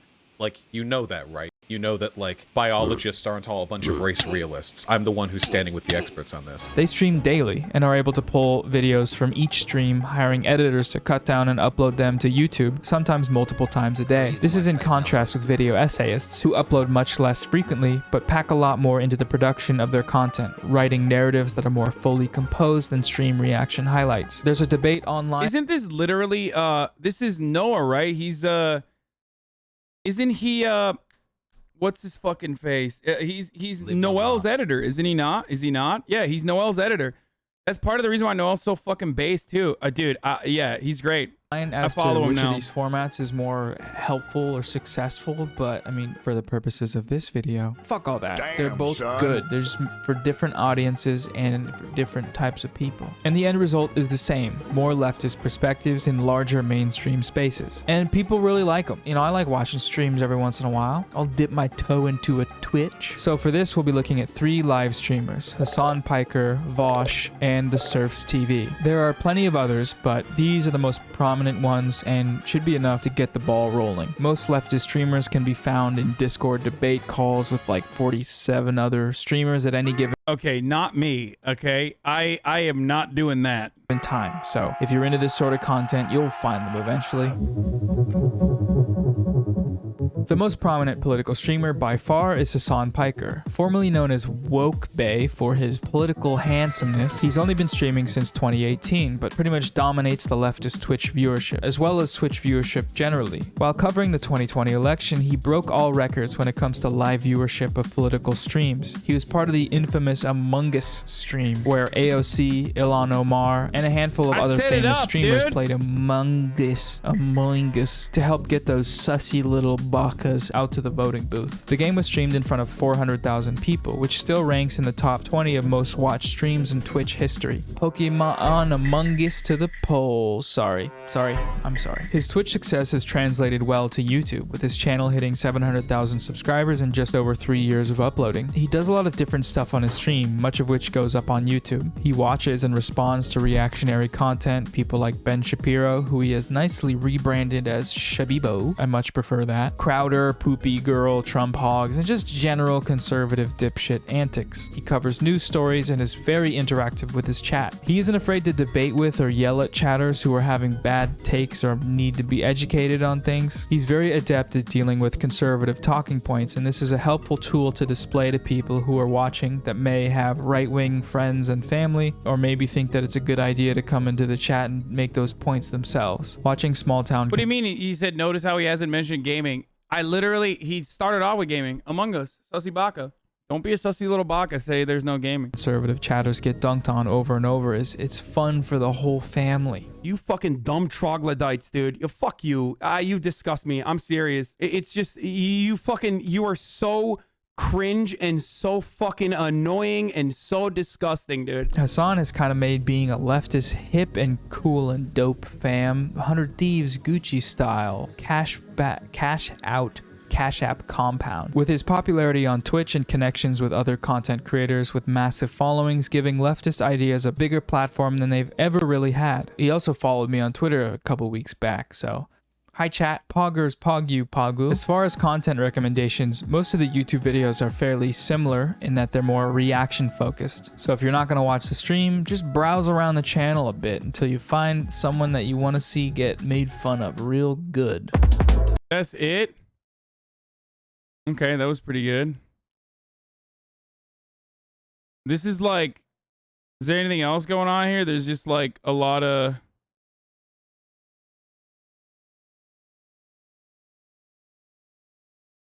Oh man, I wish there was more. This is pretty good. I mean, it's pretty accurate.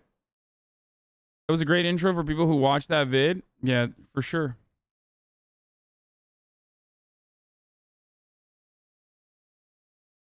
You had like the 4th longest segment? Yeah, dude, I'm a fucking narcissist. What do you mean? I want to see more of myself. You know what I mean? Didn't mention the industrial complex? Yeah, that's kind of crazy. Go to 5150.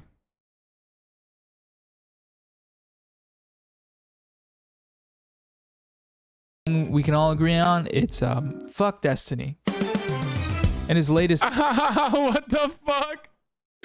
Upload, Making a Girl Boss, dives deep into girl boss feminism, and it's just really well done. Thorough, well written, well argued, well.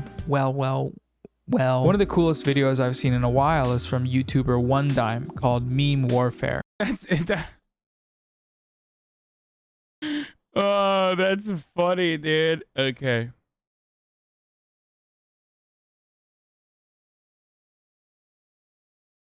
Liv has something to say about you last stream. She started beefing. Just watch to the end of the clip. This is my real sincere take All right, let's see what she had to say. on the Hassan House thing, because all the other stuff was a joke. This is it. If you are a leftist and you do not live in a shed in Montana, you are a fake leftist. She's right. Turned into a triumph. So again, what happens if you can do it directly, successfully? If this Clip me that and send it to him. Send him to him, Mitch. I said what I said. danger of failure. My only.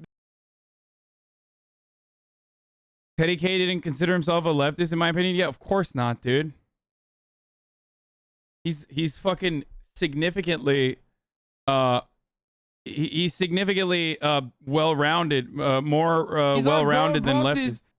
They are gatekeeping. They are slay queening. They are doing this in the name of Allah, of course, but they are doing girl boss shit. These are girl bosses. They are. My trucker Iranian dad trying to use all the slang I taught him with his Persian coworkers. 9/11. Okay, what the fuck? Thanks for the 12 months, man. My man just said 9/11. Okay. Oh shit! I see movement. Wait, what? I see movement. Is malarkey coming out or what, dude?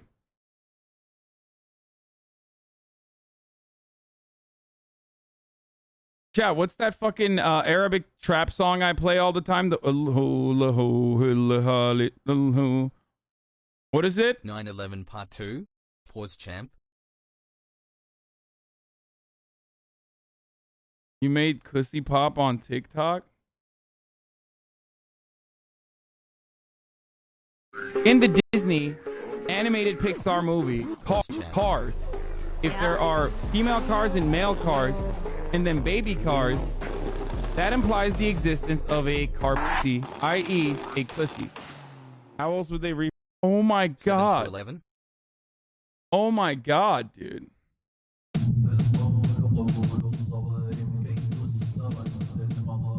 They're getting ready. Joe Biden's getting ready, chat. He's gonna come out and be like, all glory to jihad, international jihad, Jack. You gotta cut that malarkey. He's about to be like, hurry up, Jack. We gave Afghanistan to the Taliban because they were sick and tired of the malarkey. They're gonna cut it. I hate my life. I love that song so much. Anyway, let's finish this. Reproduce.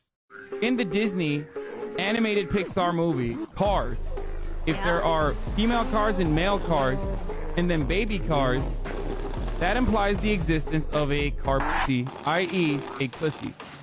How else would they reproduce? This is from the, yeah, that's the song from the epic Sky Bomb or whatever video where like the dude is jumping out of an airplane. All right, there's a couple different things I wanted to show. What was the other one, chat? There was another thing I wanted to look at. I brought it up.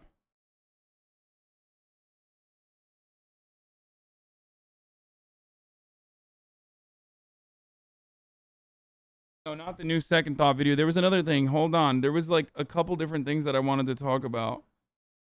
Oh, the Tesla bot. The Tesla bot. The Tesla bot. Does anyone have a video for it? I mean, I guess I could just like look at my retweets real quick. So let's just get started with this. Okay.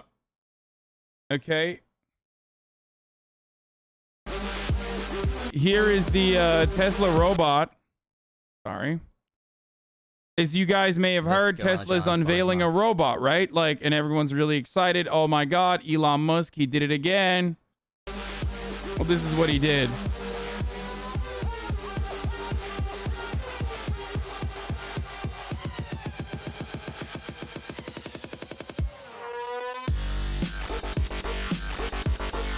Oh, never mind, dude. It's actually just a dude in a fucking robot suit. Because once again, this is literally what Elon Musk does all the fucking time. That's why one of my favorite podcast series of all time is Liz and Brace on TrueAnon doing the doing the Elon Musk thing. Hold on, we gotta talk about our efforts to prepare and respond to this storm. We have closely monitoring Henri's progress and making the necessary preparations. Fortunately, it's no longer a hurricane. It's been downgraded to a tropical storm. And we are taking it seriously, though, because the size and the storm surge and the rainfall is producing. It's also impacting an area of the country that has already experienced heavy rainfall over the past several days. And while New Englanders are used to dealing with some tough weather, this storm has the potential for widespread consequences across the region with significant flooding and power outages that could affect hundreds of thousands of people. And so we're doing everything we can now to help those states prepare, respond, and recover. I can't think of anyone better to lead this operation than Deanne Criswell of FEMA. Before she headed up FEMA, she led the emergency response in New York City, and she was one of the key federal officials leading our response to Superstorm Sandy. She knows this area very, very well and knows what's needed better than anyone. Yesterday, I talked with the administrator and each of the governors in the key states most likely to be affected. I urged them to take advantage of the assistance FEMA can offer in advance and committed to do everything we can to support their communities through the storm and afterwards. FEMA has already pre-positioned resources in the region to speed our ability to respond, including food, water, and life-saving communications equipment, as well as generators. In close cooperation with the electrical sector, preparations are in place to address significant power outages, and resources and supports is staged at the edge of this storm to be able to move quickly in to help. Thousands of additional line crews and vegetation clearing crews from other states and from Canada are already heading toward the impacted states, ready to serve and move in as soon as is feasible. They'll clean up fallen trees, help local utilities repair damaged lines, and restore electrical service as fast as possible. And I want to thank these crews for their commitment to helping their fellow citizens in time of need. I've already approved emergency declarations for Rhode Island, Connecticut, and New York, which activates funds and means we can get in there and help as soon as this extreme weather has moved through. We don't know the full extent of the storm's impact today, but we're acting to prepare for and prevent damage as much as possible and to speed help to affected communities so they can recover as quickly as possible. I also want to encourage everyone to do their part to prepare. Follow the guidance from their local authorities. Some places have already had heavy rains and winds and dangerous storm surges. Henri is going to continue to move across much of the Northeast, so it's important to monitor it closely and be prepared in your home, in your community.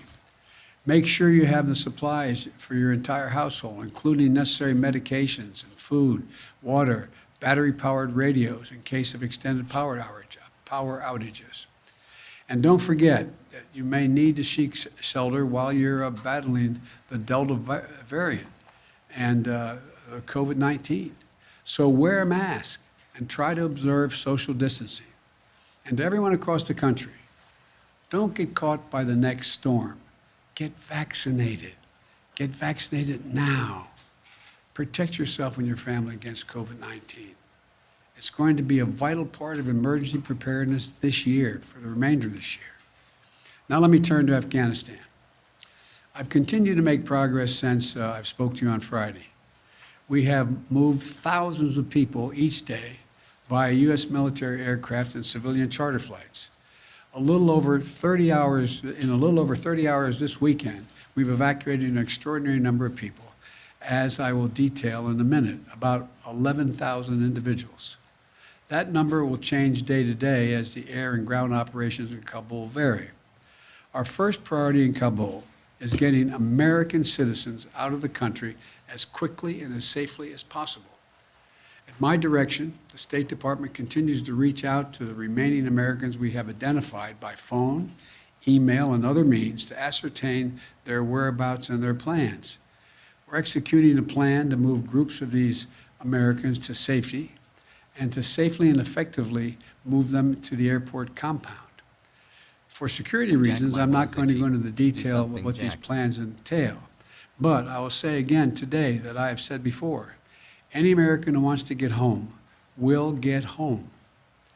We've also been evacuating the citizens of our NATO allies and our partners, including their diplomats, their embassy staff, who remain in Afghanistan, and to get them back to their homes as well.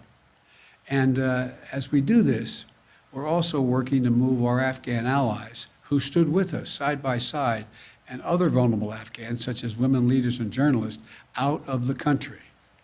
As of this morning, we have evacuated nearly 28,000 people since August the 14th on both U.S. and coalition aircraft, including civilian charters, bringing the total number of people we've evacuated since July to approximately 33,000 persons.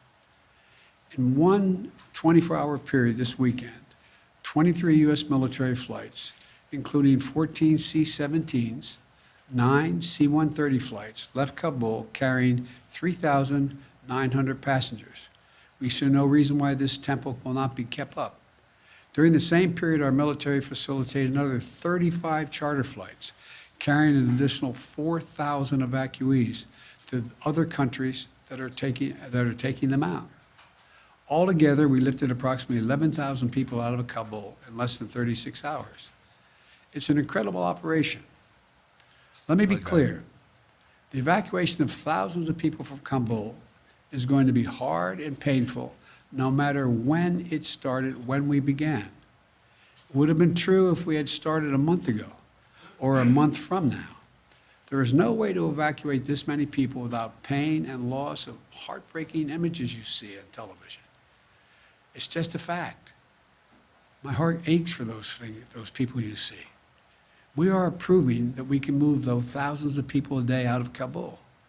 We're bringing our citizens, NATO allies, Afghanis who in fact has helped us in the war effort, but we have a long way to go, and a lot could still go wrong.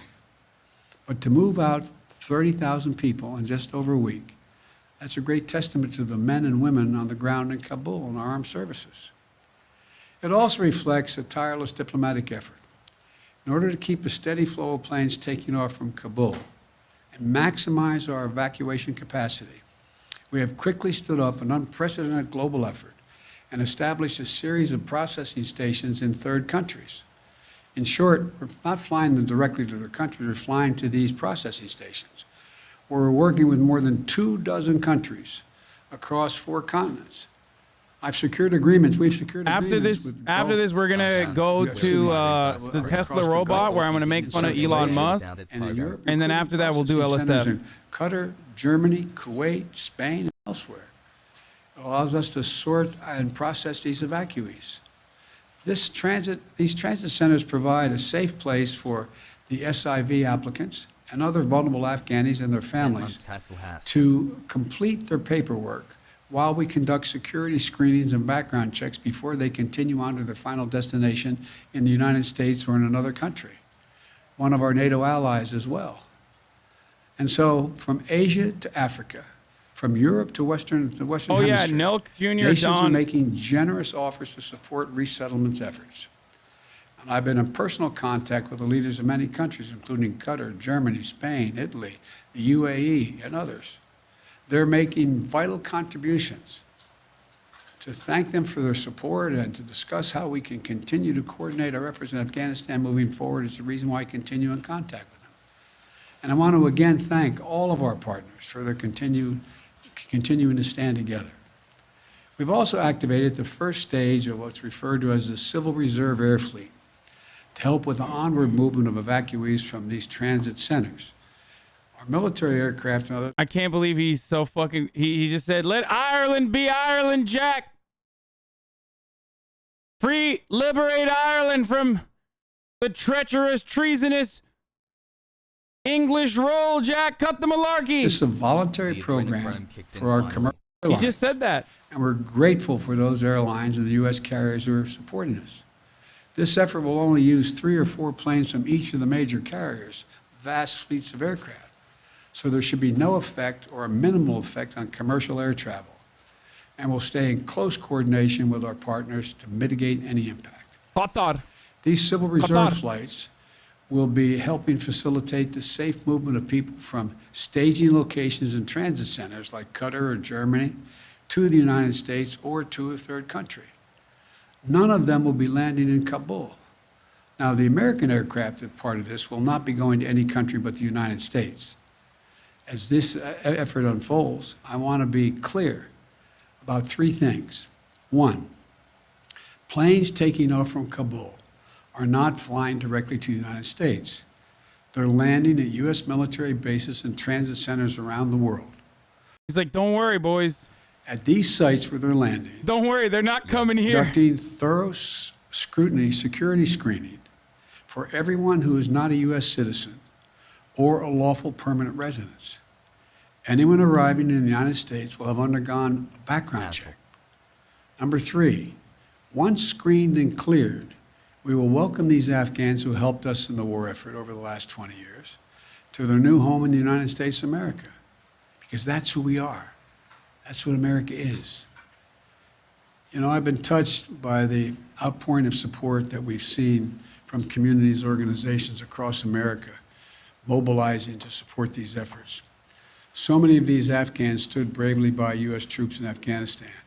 And now, the United States, including veterans groups, refugee settlement agencies, religious organizations, and so many others, Have a great Sunday. are standing with our Afghan allies. It exemplifies the best of America. And I want to say again just how difficult this mission is and how dangerous the dangers it poses to our troops on the ground. The security environment is changing rapidly. There are civilians crowded at the airport, although we've cleared thousands of them. We know that terrorists may seek to exploit the situation and target innocent Afghans or American troops. They're maintaining constant vigilance we're maintaining the constant vigilance to monitor and disrupt threats from any source, including the likely source being ISIS-K, the Afghan affiliate referred to as ISIS-K. But we're under no illusions about the threat. I said on Friday, ISIS-K is a sworn enemy of the Taliban, and they have a history of fighting one another. But every day we have troops on the ground. These troops and innocent civilians at the airport face the risk of attack from ISIS-K from a distance, even though we're moving back the perimeter significantly. We're working hard ISIS just as dropped. fast as we can to get people out. That's our mission. That's our goal. And our determination to get every American citizen home and to evacuate our Afghan allies is unwavering. We continue to see not only the enormous scope and scale of the effort, we will see the individual lives that are affected, the families that are desperate to get home to their loved ones in America, the communities of veterans who have mobilized to try to help their former interpreters get to safety, the frightened Afghans who aren't sure what to do. To state the obvious, it's Base heartbreaking. K joined ISIS. We're all seeing it. We see it. We feel it. You can't look at it and not feel it. Oh no, that's a joke. Nothing about this effort is easy. ICEs. But the women and men of the United States Armed Forces are acting bravely and with professionalism and with a basic human compassion. New ISIS dropped before I want to Donda. offer my profound thanks to our service members. Bro, Kanye literally could have stopped ISIS, but he's too busy posting about living in a society and shit. He could have prevented ISIS-K if he dropped Donda. To all the diplomats and civil servants who are working around the clock to rescue American citizens, the citizens of our allies, our Afghan partners, vulnerable Afghans such as women leaders and journalists, what we are doing is extraordinary. And you have to think of all they're doing. Thanks to the people from all over the world who are helping this effort. So I want to thank you, and I'll keep you informed every day as we move forward. May God protect our troops and our diplomats and who are serving in harm's way. Now I'll take a few questions. Darlene from the Associated Press. Mr. President, thank Yes. you. We're 9 days away from the August 31st deadline. Will you extend that deadline, or what is your thought process on extending the evacuation operation? There are discussions going on among us in the military about extending. Our hope is we will not have to extend, but there are going to be discussions, I suspect, on how far along we are in the process. Mr. President. Mr. President. Mario Parker, Bloomberg. Thank you, Mr. President.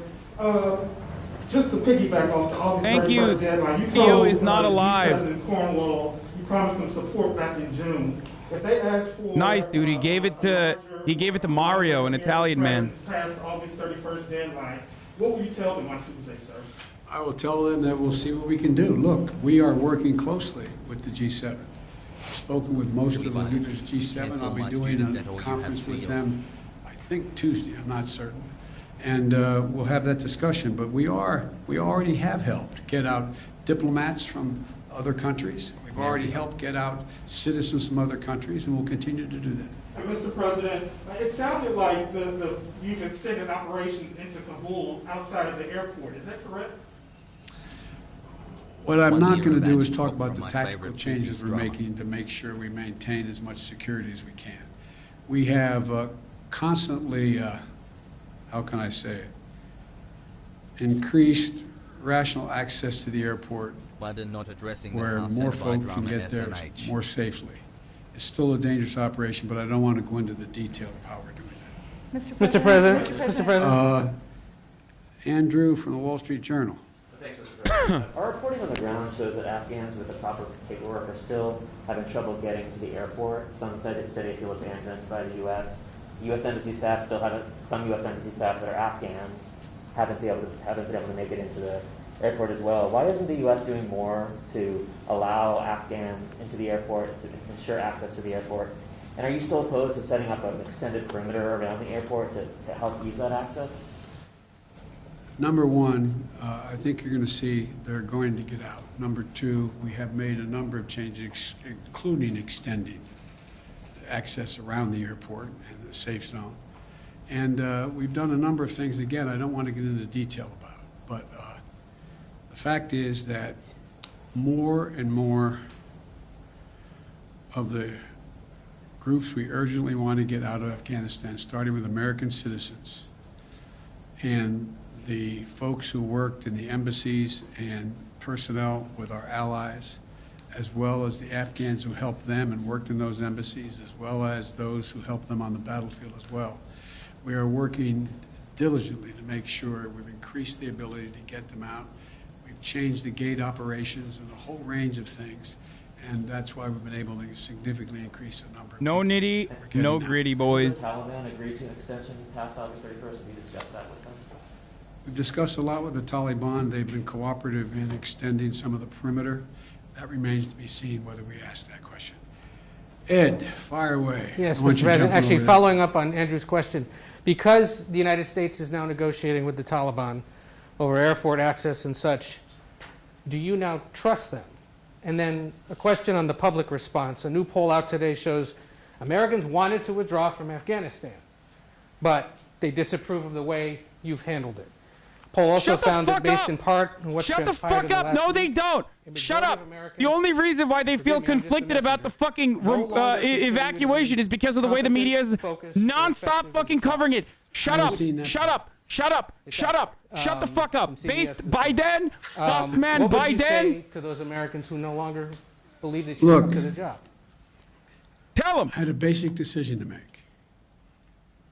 I either withdraw America from a 20-year war that, depending on whose analysis you accept, cost us $150 million a day for 20 years or $300 million a day for 20 years, who, and I carry this card every day, and who, in fact, where we lost 2,448 Americans dead and 20,722 wounded.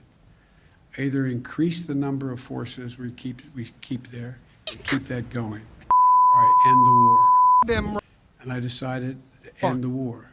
As I said the other day, You know, the only reason we're in Afghanistan is this is the place from which bin Laden attacked the United States of Fucking America. Daily Mail. Had this been in another Middle Eastern country where he could have easily have moved from, we would have never gone to Afghanistan. So the question is, when is the right time to leave? Where are our national interests? Where do they lie? And the idea that we are in a situation where we can not recognize that terrorism has metastasized around the world, and the need for us to focus on other parts of the world which create an even greater danger of an al-Qaeda-like operation beginning, can't be ignored. And we are, as you well know, because you follow this, we are a number of places where we're doing that without permanent basing American forces there. So I think when this is over, the American people have a clear understanding of what I did, why we did it, and but look, that's the job. My job is to make judgments. My job is to make judgments no one else can or will make. I made them. I'm convinced I'm absolutely correct in not deciding to send more young women and men to war for a war that, in fact, is no longer warranted. On the question of the Taliban, though, do you trust them now that you have to negotiate with them? I don't trust anybody, including you. I love you, but you know, there's not a lot of people I trust. Boss man Biden. The Taliban has a. That's right. Taliban has to make a fundamental decision. Is the Taliban going to attempt to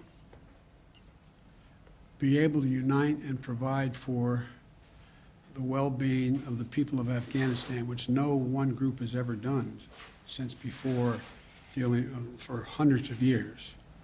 And if it does, it's going to need everything from additional help in terms of economic assistance, trade, and a whole range of things.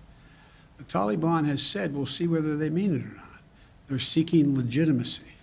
They're seeking legitimacy to determine whether or not they will be recognized by other countries. They have told other countries as well as us they don't want us to move our diplomatic presence completely. But so all this is all just talk now. All just talk now.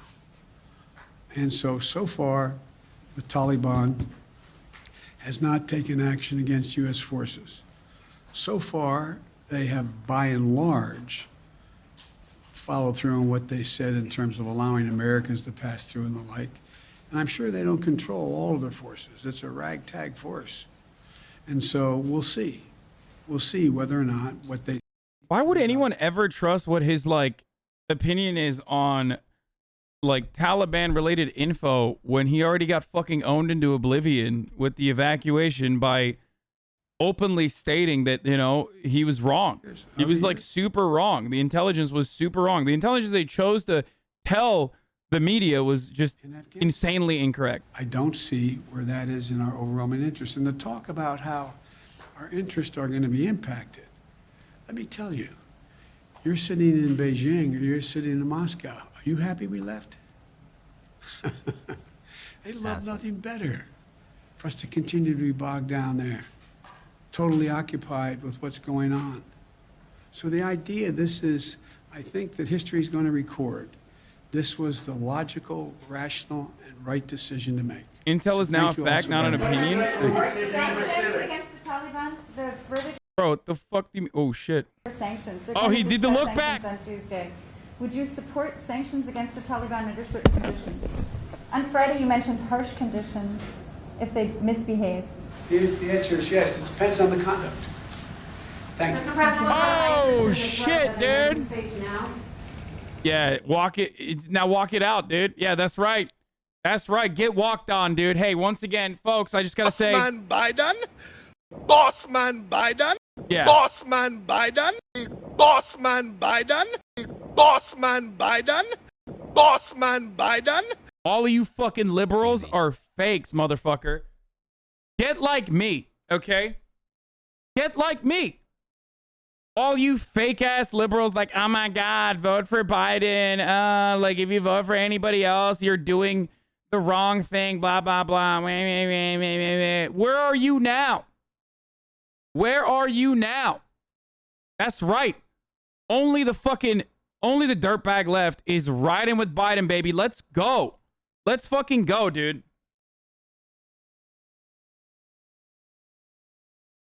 She turned HasanAbi religious. I think she got banned for that, so I can't do that. But yeah.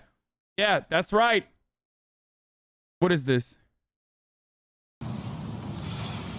Bruh. That's right, dude. That's right. Biden. Fuck man Biden. Boss man Biden. That's what I'm talking about, dude. Yeah. You guys got nothing, dude. This lib supports his decision. The biggest lib in your chat supports him leaving, but this ending has been completely fucked up in how it was planned. This lib supports his decision.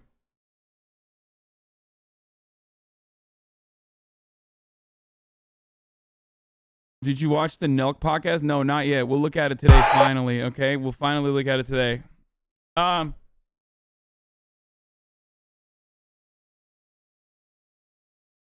Watch Fear and Malding, baby. Wait, is this a Fear and Malding TikTok? Oh my god, I'm so excited. Fantasy. You don't like eating pussy? Wait, that's wild. I love eating pussy. Right. To your fantasy. You don't like eating pussy? Wait, that's wild. I love eating pussy. Why does this have 123,000 fucking hearts and 0 comments?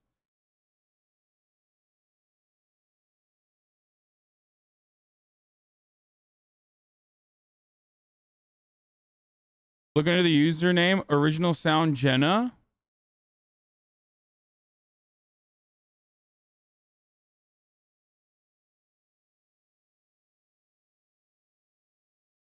Probably lots of fake accounts fucking with your content.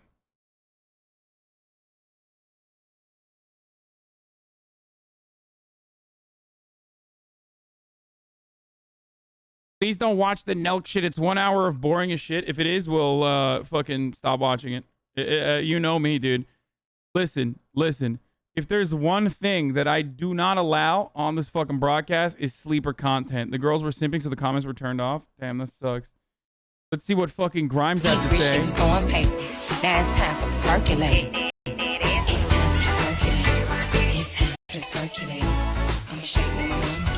Is he hot or is he giving $100 million prize for scalable ideas to remove CO2 from the Earth's atmosphere? Oh, God. Dude, she's such a fucking clown, dude. He's reaching storm paper. Now it's time for circulate. Is he hot or will we put the first human being on Mars? Is he hot or is he giving $100 million? Ugh. Is he hot or is he developing batteries that don't use cobalt, thereby eliminating unethical mining practices from the supply chains of our cars and phones? Yeah, dude. Everybody knows electricity just simply exists on its own, and it's like a fucking complete destruction of the fossil fuel industry. It's fucking great. Keep it real. Eating out is a job. There's nothing enjoyable about it unless you're a super simp. Dude, you are so fucking wrong. You are so wrong, or you just haven't, you are just wrong. I don't know what else to say. I was gonna actually say that like you haven't eaten good pussy before, but like it's actually the most wrong take. Is he hot or will he coo whoever he wants? Is he hot or is he just fucking she really didn't think this through. She's just literally calling him ugly. That's true. I mean, he is ugly. He's actually not attractive, so there's that too, but dude, there is no better representation that we still live in incredibly patriarchal constructs, or we live in a patriarchal society, than like getting praised for saying something as simple as, it's literally a fucking cheat code, saying something as simple as like, I like to eat pussy. It's so dumb. I'm sorry, ladies, hate fucking admitting that. And the reason for why I hate admitting that is because it gives me a significant edge over everyone else. Okay? It's something that I refuse to tell people, at least in public, normally, because I don't want other dudes out competing me.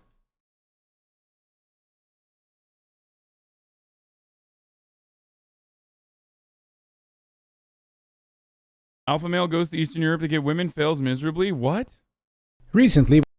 Oh my God. I love this. Dude, Adam something is like fucking slowly becoming one of my favorite channels now.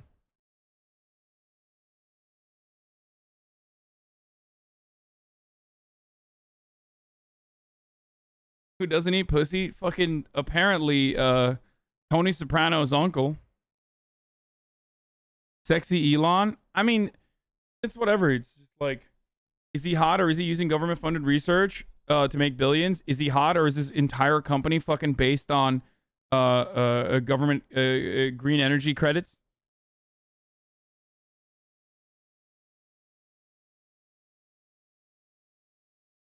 Smile.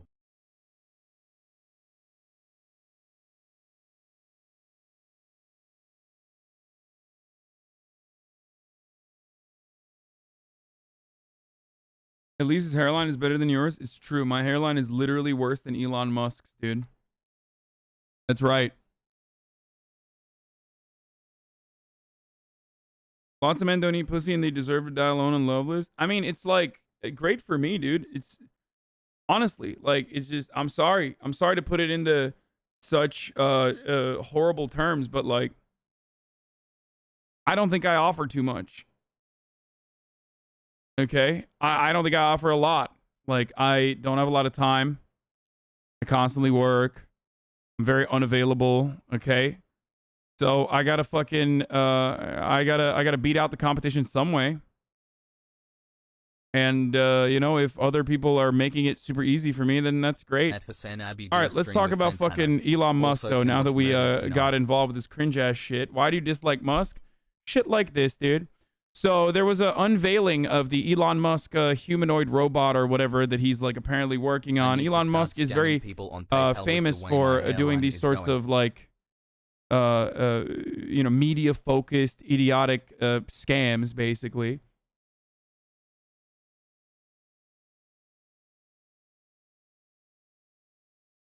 Okay. And this is simply to just drum up support for him. Jealous? You just mad he can buy an expensive house without being criticized? Well, technically, actually, according to a lot of neoliberals, Elon Musk is more communist than myself because he lives in a $50,000 like portable house. And you know, socialism is completely dependent on your housing situation, like your belief in socialism.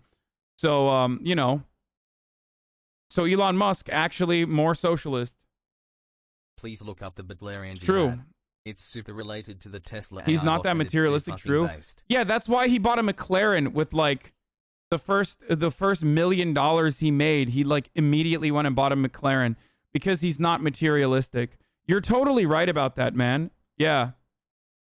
Yeah, that's what non-materialistic people do is like literally spend the first fucking $1 million they have on getting a McLaren and then totaling it too. But getting a McLaren specifically so that he could get coverage over it. And then actually, as a matter of fact, Elon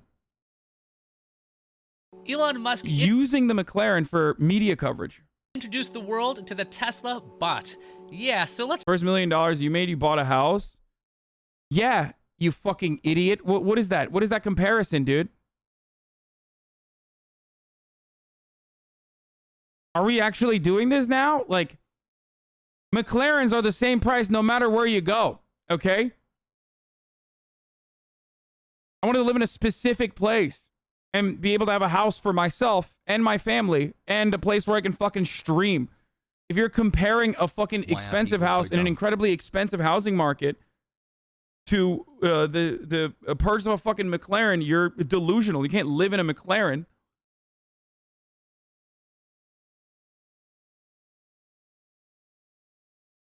It's like comparing buying food to heroin.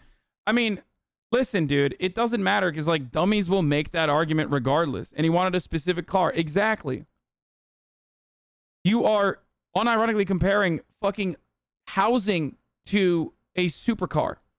A supercar that costs as much, well, significantly more than even the down payment that I put down on a fucking house. I would trade an expensive car. I don't know what to say to you if that's your POV on the matter. And ultimately, it doesn't even matter because it's the unethical way in which Elon Musk has even gotten his wealth. talk about it.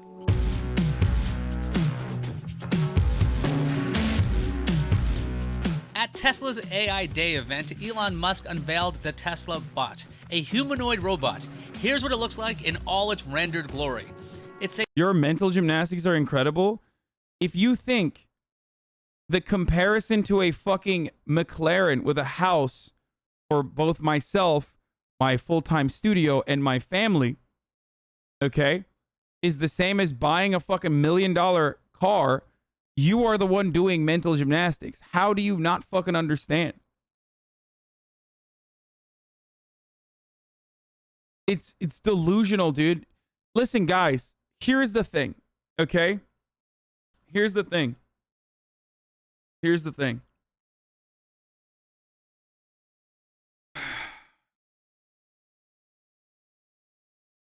You can fucking despise me. Okay? You can despise me. That's one thing. Many people do every day. It's probably not healthy for you, but you can if you want to. But if you're going to do that, don't let that hatred blind you into fucking unironically repeating arguments that you have seen on the internet from those who are making like delusional comparisons and delusional arguments. Because you only look like a fucking dumbass. A slim, human-like machine. The body is white with gray accents from its feet to where its collarbones would be. Then it's all black. What can it do? Take a look. But ultimately, it doesn't even matter because, again, it's how you make the money that fucking matters. And on top of that, I am materialistic. The argument was that Elon Musk is not materialistic.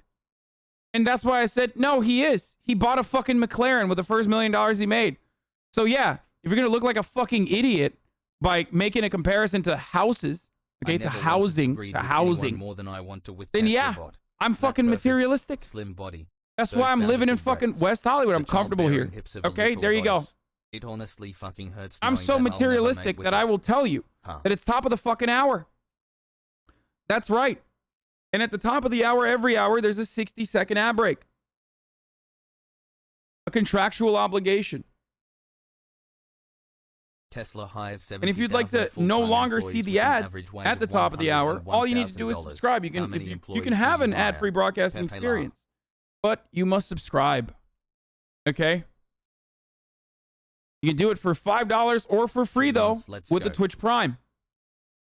Twitch Prime is free if you have an Amazon Prime account that you can use on your own or steal from someone else. One other thing you can do, or two other things you can do, is use an ad blocker or a VPN. These are the ways to avoid the ads. Here's the ad now.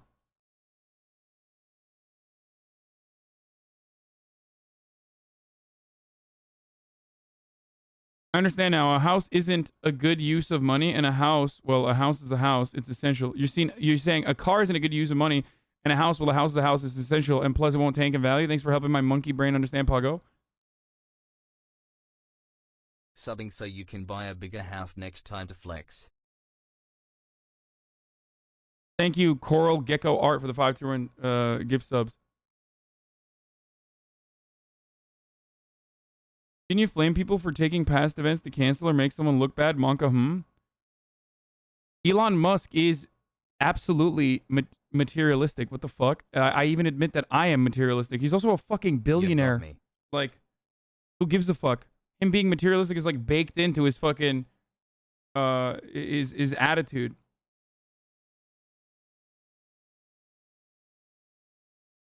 His worldview.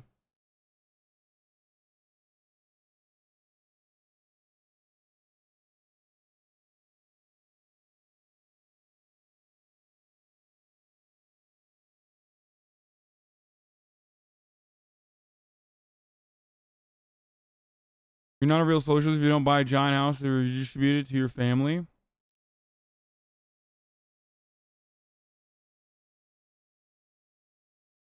Ad didn't run. It certainly did. You just didn't get it. You realize Elon's house is less than yours, right? Dude, how many fucking houses does he own, you dumb fuck? This is the point. God, human beings are so stupid, dude. I'm sorry. You guys are really fucking dumb. And he's doing that for you. And it's kind of making me realize that, like, all I need to do is good PR. And half of you dumbasses will just shut the fuck up. Like, literally, I just, maybe going forward, I will just fucking blast off on every goddamn charity I give to, so that all of you dummies will shut the fuck up and be like, oh, he's magically a good person now. Okay? That's it.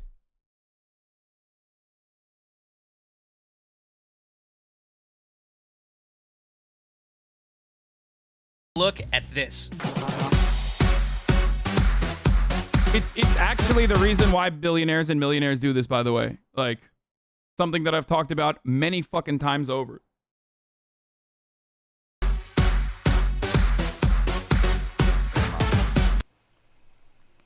Okay, Elon Musk said that what we just saw with the dancing was not real, but he did share a couple of slides showing what to expect from the Tesla bot.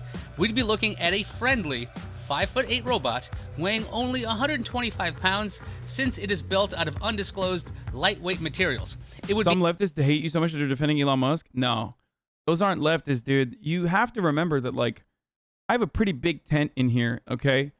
And there are a lot of people who are not fucking leftists in here that are, like, trying to make themselves seem like they're actually leftists and just, like, talking shit. Yes, it's me. I am back. That's all this is. There's so many fucking people in here who are otherwise, like, neoliberals and love Elon Musk and Jeff Bezos and shit like that, that turn around and they're like, oh my god, blah, blah, blah. Like, you fucking can't believe you did that. be It's able just- to it's just carry bad 45 faith. pounds and deadlift 150 pounds. Dude, imagine doing a fucking 5'8", Make it stop. 5'8" Already dead robot, Pepe hands, dude. Pepe You hands, fucking Pepe frail hands, ass Pepe soy hands. bot, dude. They should have. That's what they should have called it. The soy bot. The Tesla bot is not fast. It reaches speeds of up to 5 miles per hour.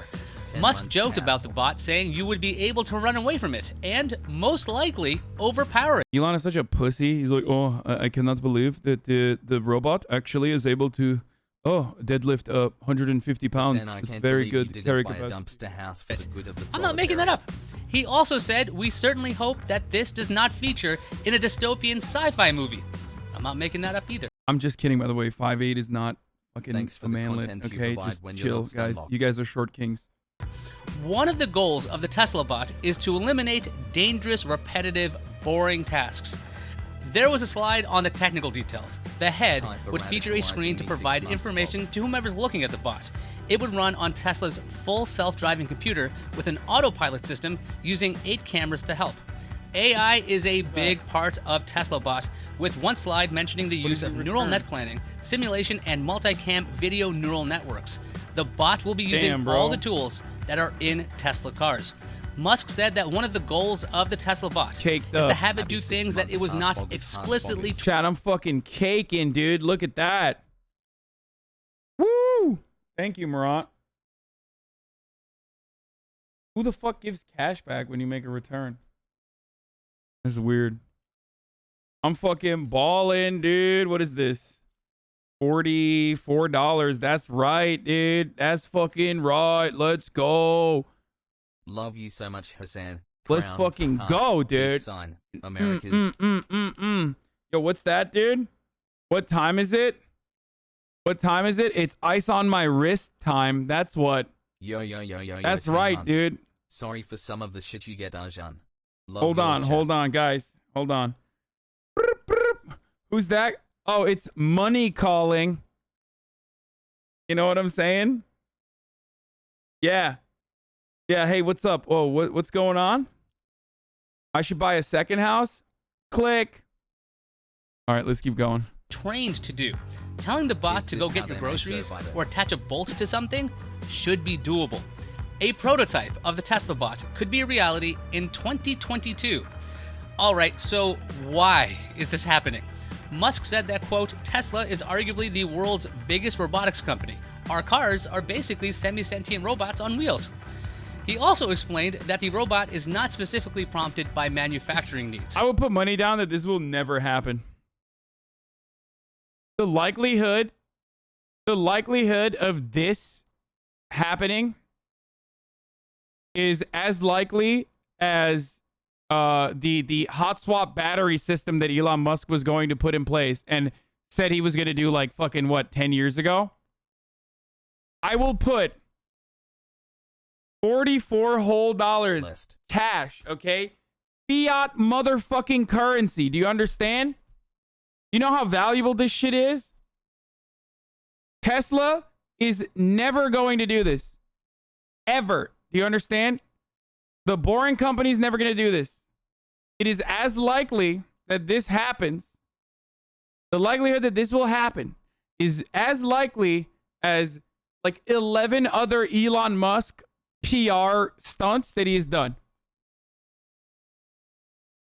I hope the Tesla bot follows the same scope reduction curve as the Hyperloop and ends up as a Roomba. That's pretty good. He also had this to say. Talking out of your ass right now? Yeah, dude. Where's that Hyperloop now, bitch? What happened to the Hyperloop, dude? Oh, man, it's working, bro. It's working. Oh, Roadster, bro. Oh, copium. It's gonna happen. The Roadster, it's gonna happen, bro. You don't understand it, bro. Come on, dude. Neuralink, dude. We're gonna do Neuralink, dude. Come on. Yeah, Hyperloop, more like Hyperpoop. Got him. Fucking got him, dude. We're just obviously making the pieces that are needed for a useful humanoid robot. Yeah, except you fucking didn't, and you're lying. I don't even believe that there is a single functional part of this. I do not believe it, okay? I'm telling you, $44 whole right here, motherfucker. I don't believe it. He is a perpetual fucking liar. He's literally a con man, okay? He's just a con man. So I guess we probably should make it. And if we don't, someone else will. And so I guess we should make when it. It comes to climate, how do you And stop make sure it's safe. In a Q&A session, the Tesla team was asked if emotion and companionship is on the roadmap for TeslaBot. Musk answered with, "I'm sure people will think of some very creative uses." The team was also asked about how important it is to maintain a humanoid form with hands that have 5 fingers. Musk explained that they'll start with 5 fingers for version 1 and see if it works. The bot needs to be able to do things like work with tools or carry a bag. There was also a question about the economics of the Tesla bot. If the bot is designed to take on boring, repetitive, and dangerous tasks, which can be low-paying for humans, how will Tesla build a robot to operate in that space? Musk's response was, "Well, I guess you'll just have to see." If you want to... He's done a lot for a con man. The difference between a con man like Elon Musk and a con man that goes to fucking jail is what kind of con that they're running. That's it. He literally paired up cult of personality and parasocial fucking parasocial relationships with his brand. Better be less than my personal salary. And that's part of the reason why he can fucking continue to thrive. No matter what happens, he has a cult that will literally defend him all the goddamn time. All the time. Help develop TeslaBot, check out tesla.com/AI. A job description reads, develop the next generation of automation, including a general-purpose bipedal humanoid robot capable of performing tasks that are unsafe, repetitive, or boring. So this is weird, right? Back in 2017, Musk was a part of a group. I hate Elon, but people say that about you. Like, in what respect? What have I fucking unveiled? Like, when have I unveiled like a brand new innovation, dude? Are you talking about gaming? Is that what your argument is? That like I say that I'm gonna fucking play video games and I don't? Or I shaved? Is that what it is? Is that what you're comparing me to Elon Musk for? Because I you know, isn't Boston Dynamics trying to do this and is still not that great? Yes. Who wrote a letter to the UN warning of the danger of lethal autonomous weapons.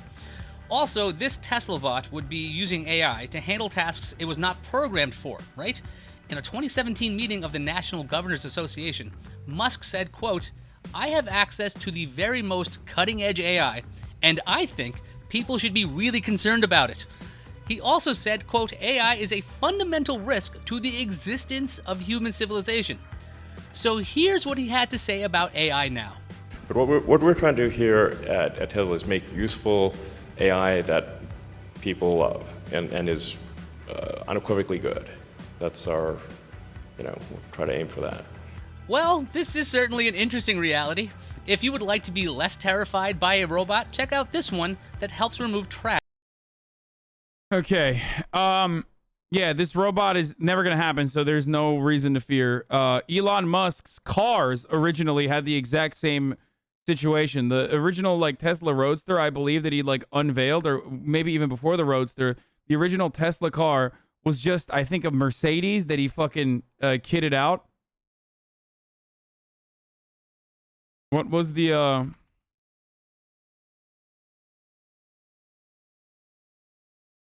or was it a Lotus?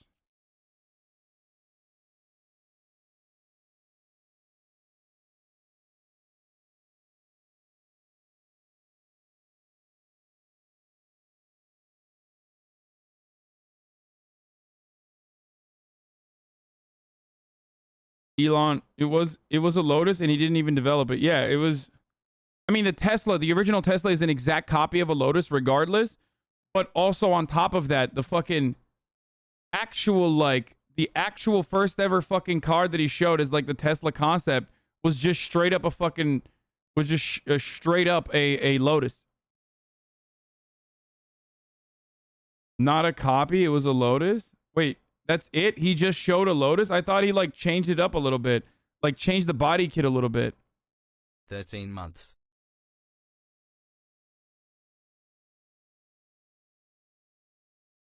I think there was another one though. No, you guys are wrong. I'm not talking about that. I'm talking about the original Elon Musk converting Lotus Elise to build the Tesla Roadster was a super dumb strategy. That's not what I'm talking about. That's not what I'm talking about. That's not what I'm talking about. It's not even that one. I think he like was originally showing the Tesla S. Yeah, the Model S was a Mercedes with panels magnetized to it or something. Like it was literally.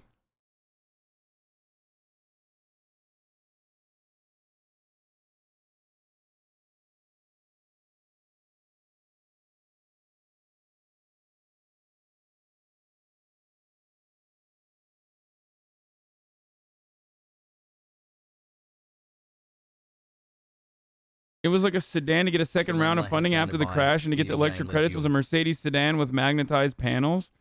Hold on. Yeah. I'm just going to show it to you. Hold on.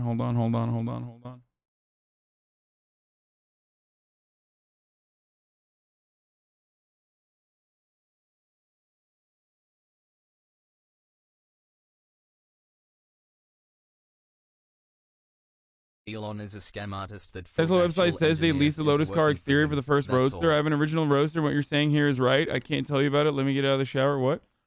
Still the only person that make a car that doesn't flip over? Yeah, because the fucking battery is so goddamn heavy that like that's it.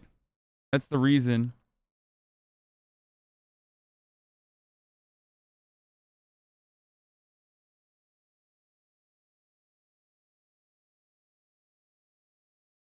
Anyway.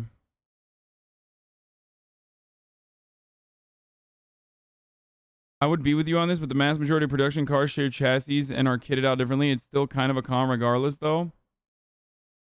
It was a Lotus with the subframe stuff, and the underbody panel was almost entirely custom in order to show how they built their chassis. But that was most likely not his idea or planning, but the project already existed. That's not what I'm talking about. There's two different instances where like Tesla literally just fucking oh, was it this? Yeah. We're hardly the first site to raise questions about Tesla Motors and the challenges it faces. But now another piece of the puzzle has fallen into place. Daimler AG has purchased nearly 10% of the Silicon Valley electric car startup. That gives Tesla the access to the Mercedes-Benz parts bin, which could help get the promised 2012 Tesla Model S electric sports sedan launched. I think this was it, right? The 2012 Tesla Model S was just straight up a fucking Mercedes-Benz car that they like added panels onto. It wasn't even electric.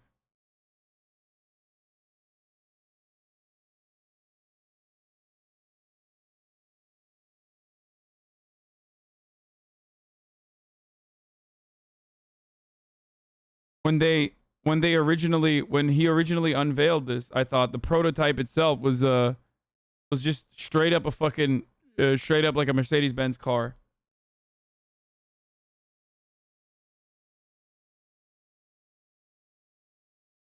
That's not true, has lol. Observers have been long skeptical of Tesla's complex liquid-cooled battery, which uses thousands of small commodity lithium-ion cells. Now look, the battery technology may flow. What Tesla unveiled his electric Roadster a couple years ago. The company drew more media for the time than other sports car maker.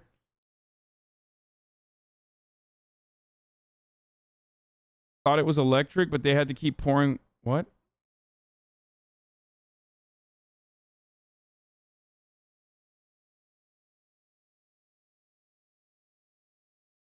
Always EV? No, that's not. This isn't it, dude. This is not what we're talking about. The first ever fucking prototype that he like showed people is a Model S, CLS underneath, but the prototype may not be quite as final as appeared. The Daimler partnership will likely let the 2012 Tesla Model S incorporate a lot more Mercedes-Benz than that company told us a few years ago. Tesla had offered fairly detailed specs for the new electric sedan at the preview, but the executives later noted that the prototype could change considerably in form and detail before it reached production. Before the launch, we asked Tesla about the story first suggested by Autoblog, suggesting that the running Model S prototype was built entirely on the understructure of a Mercedes-Benz CLS. A Tesla insider told us the drivable prototype will be a CLS chassis with a mule, jury-rigged powertrain, and a custom body and interior. Rumor had it the firm Metal Crafters was hired to depopulate the CLS sheet metal from the understructure. Whether or not the Model S and CLS under the surface is very likely that Tesla will draw on the Mercedes-Benz parts for bins.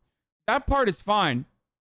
Like using a larger company, that is common. That's like a common thing. That's not the problem. The hilarious thing was just like literally souping up a fucking actual Mercedes car and then like changing the kit a little bit and then making it seem like he had actually full-blown like built a Model S prototype. Sheet of function. It had a lot of functionality, so it wasn't just a good-looking car, but it was also a car where you could get 5 full-size adults. You're trying way too hard to shit on him for nothing. Plenty of reasons to do that, but this ain't it, champ.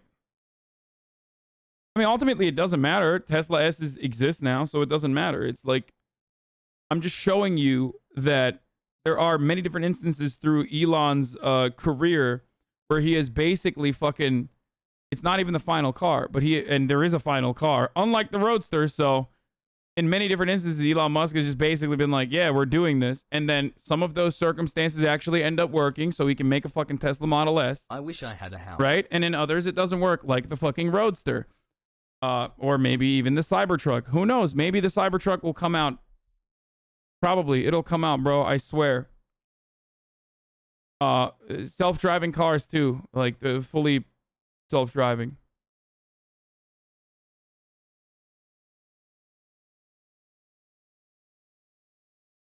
You know, the unbreakable Elon Musk Cybertruck, dude.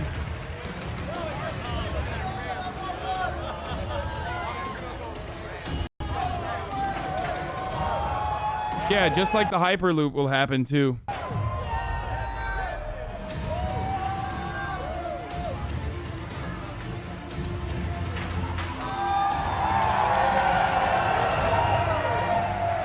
Welcome to the Cybertruck unveil.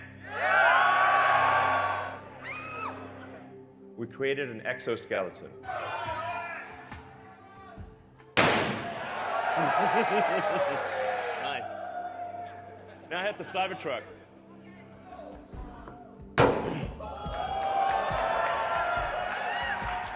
Let's show the glass demo. So first this is regular glass. This is like normal glass, car glass. We want to show you what happens with normal car glass. Move all the Elon Simps to Austin and build a wall around them. Now I'll show you Tesla Armor glass. Yeah. Yeah, so still doing it, I guess. Franz, could you try to break this glass, please?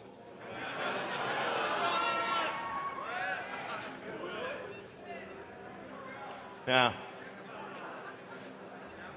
Sure? Yeah. Oh my fucking god. Well, maybe that was okay. Well, you just got fired. A little too hard. Should we try the beer? Sorry? Okay. It didn't go through. So that's a plus side. Let's try the right? Try that one, really? Okay. Yeah. Sure. Oh, man. It didn't go through. All right. Not bad. All right.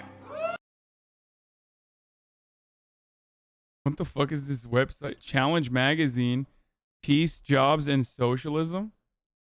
Cybertruck will never happen as it's currently designed. A sharp front end like that could never pass the requirements for pedestrian collision safety. It would literally cut a person in half. That's what I'm talking about, baby. What do you mean? Hey, at least it didn't go through.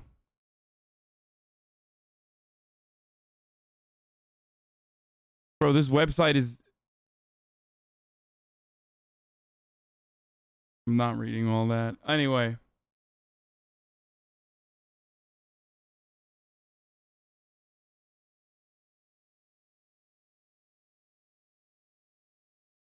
That Cyber Quad is just a Yamaha Raptor with an EV motor installed in it? No. Hassle.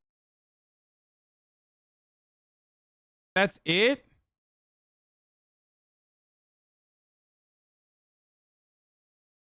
Mention how it's not even the founder of Tesla. Does your new house have that stupid extra faucet by the oven? No, dude. Unfortunately, it's not. It's a fucking peasant house, unfortunately. I don't even have a fucking... Yeah, people are like yelling at me. I don't even have a fucking... what do you call it? One of those little sinks. Hassle. Right on top to... Okay, we got a lot of good videos lined up. Anyway, fuck Elon Musk. If you like his shit, whatever, I don't give a fuck. But you deserve to be conned by him then. Pot filler. All right, let's do LSF. There's drama. Destiny's take on a Sounds House drama.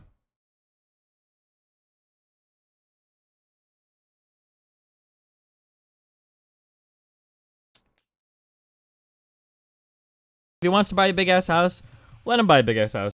Yeah, let me guess. I'm exactly like Jeff Bezos. If Jeff Bezos also lives in a society, what does that make That's it? fine. All the shit. But I think it's a little funny when a guy spends his whole life shitting on somebody like Bezos and then signs an exclusive contract with Bezos so that he can make millions of dollars to go and buy $1 million mansions. That's funny to me. Yeah, no, it's socialism is when poor. We've gone over this. Also, the thing is, there's a discussion to be had about it. Maybe. Who cares really that much? But there are so many bad arguments that are thrown out on all sides of it. Like, one is that, like, it's LA, dude. $3 million is an average house. Shut the fuck up, okay? His house isn't even that big. It was like 4,000 square feet. It's not. It's 3,800 square feet. And it is big. It's the biggest house I have, I guess, been inside of. Wait, didn't someone say he defended The lot me? is like 6,000. It's a decent sized house, okay? He has to have a place to put his mom. Bro, she has to live in West Hollywood. My mom literally said... This is what I find remarkably strange. Because it's like, no, my mom doesn't have to live in West Hollywood. I want to live in West Hollywood. And I personally don't understand why, like, this random fucking basement dwelling weirdo has any say on the matter. Any more than, like, dumbasses on the fucking internet. Like, yeah, I'm gonna live where I want to fucking live, dude. Like, I'm not gonna move to fucking Omaha, Nebraska, dude. Hey, jealousy's a disease, love. Okay, get well soon. Okay, that's all I'm gonna say. Honey, if we don't live in West Hollywood, I'm gonna fucking hate you. There's so many dog shit arguments being thrown out. I don't really care that much about it. Yeah, certainly. I'm sure he doesn't care that much about it. Let's take a look at something here, okay? Let's see. He doesn't care that much about it, right? I mean, I'm sure. How many of the fucking Destiny subreddit posts are just about me, dude? Let's take a look. Big oofs on LSF today. As flex. Top 10 things that did not age well. That's a post of me. Okay, I'm clicking on all of these. Okay. Let's look. Top 10 things that did not age well. Big oofs on LSF. Guys, you bought the cheapest. POV, you're moving to the poor parts of Beverly Hills. Shit post Pepe laugh. Okay, that's just Destiny on meth. No, bro, she has changed. While Destiny's on meth, Vosh has been taking roids. Melina, sorry. My face when I shit on rich people's houses all day and then buy one, so I need to reprogram my audience. Sweatstiny. HasanAbi reacts to envy. Destiny is wrong. Hasan has never exploited a worker in his life. John sees the light. Or the Twitter. You'll watch the pool. I'll watch the skies. It's getting crazy out here. Mike Veers, when Hasan's stream starts, he's like, literally all of the fucking posts. All of the pros. Yeah, I saw them. I clicked on them. I saw them. Where else can I get the dumbass fucking arguments, dude? That people fucking, you know, that people get. I mean, change it to Hasan fucking underscore Piker at this point, dude. There's more Hasan content in his own fucking subreddit than anything else. Chat, how do I delete history? I didn't realize, dude, even my own fucking subreddits don't talk about me that much. I do think it's kind of funny that yeah, he just thinks it's kind of funny. He certainly doesn't care about it. Because he has no content but shitting on you? God damn, dude. I just think I think all the cope. I just shouldn't have fucking bought a house. Me and my mom and my whole family could just live rent-free inside of Destiny's mind. Because apparently we have a lot of space in there, okay? That's free real estate.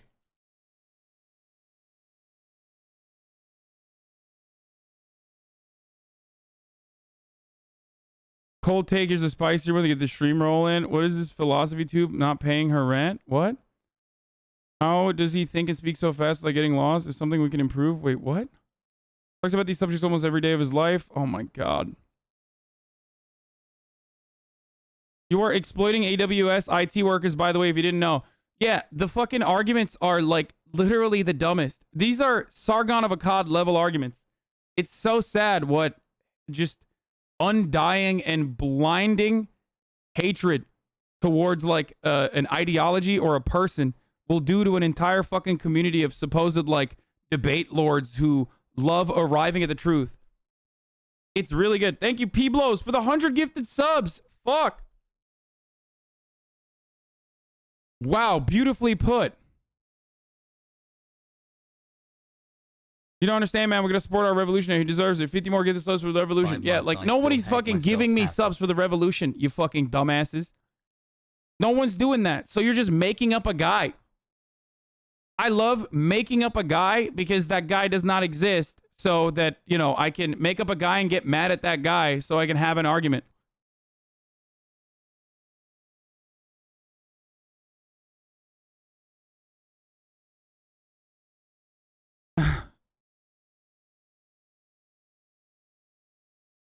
I love that. Some of the spicy fucking takes I've seen are like Hasan shouldn't fucking work with Amazon. Like, you know, it's fine if you are working at the Amazon distribution facility, okay? Because you need it to survive. But like Hasan shouldn't have contracts with Amazon. Hasan should not be getting into a contract with Amazon. Like that's the take. It's so fucking stupid that I don't know how to respond to it.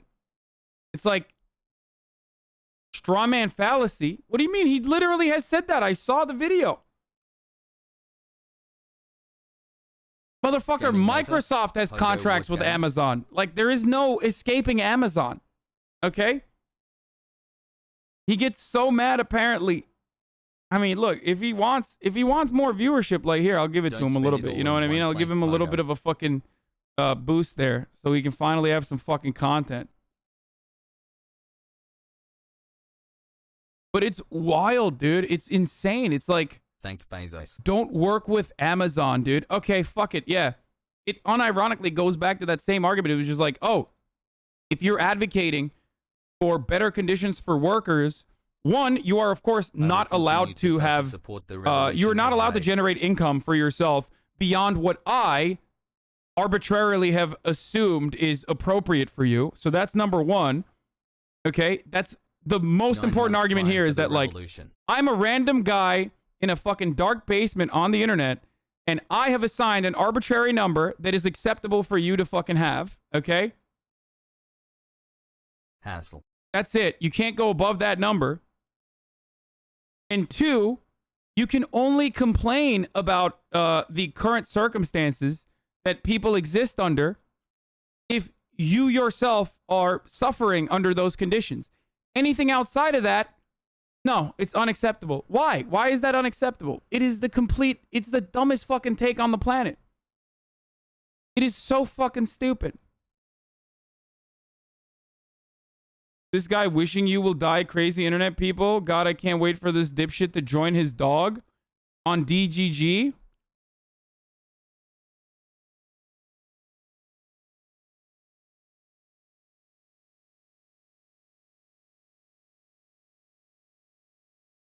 What did he say?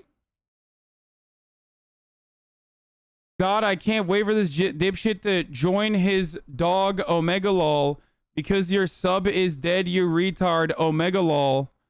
Does that mean Hasan reacted on stream already? Pepe laugh? Where's the clips of people reacting to Destiny's last stream, Abathur? Man, that's good stuff, dude. Nice fucking community, dude. Holy shit. Anyway. Good guy, I guess. Nice guy. Very normal to, you know, want someone to fucking die because, you know, they're doing all right. They're doing good.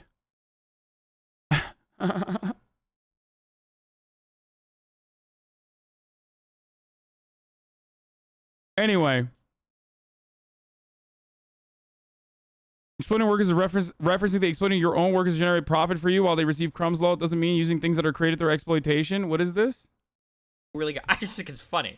But I see so many dog shit arguments. The argument that would be used is that Hasan doesn't exploit workers like Bezos does. Of course he exploits workers. What are you talking about? Who do you think runs the servers that he fucking advertises on? Who? Yeah. This is why people say there is no ethical consumption under capitalism. So the argument then completely fucking falls apart.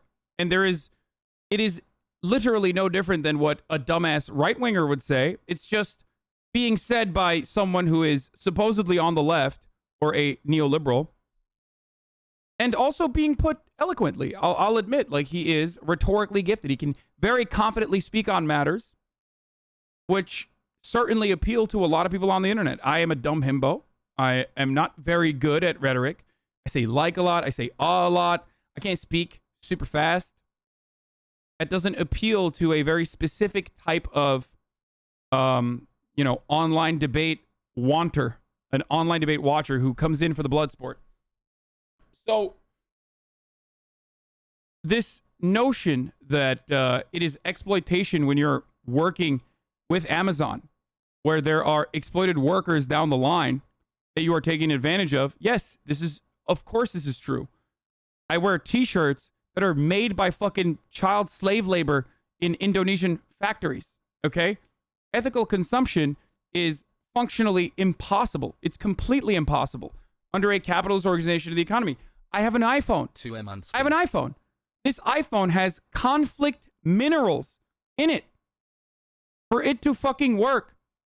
Minerals that have been extracted from the ground, that were extracted under horrifying conditions. Okay?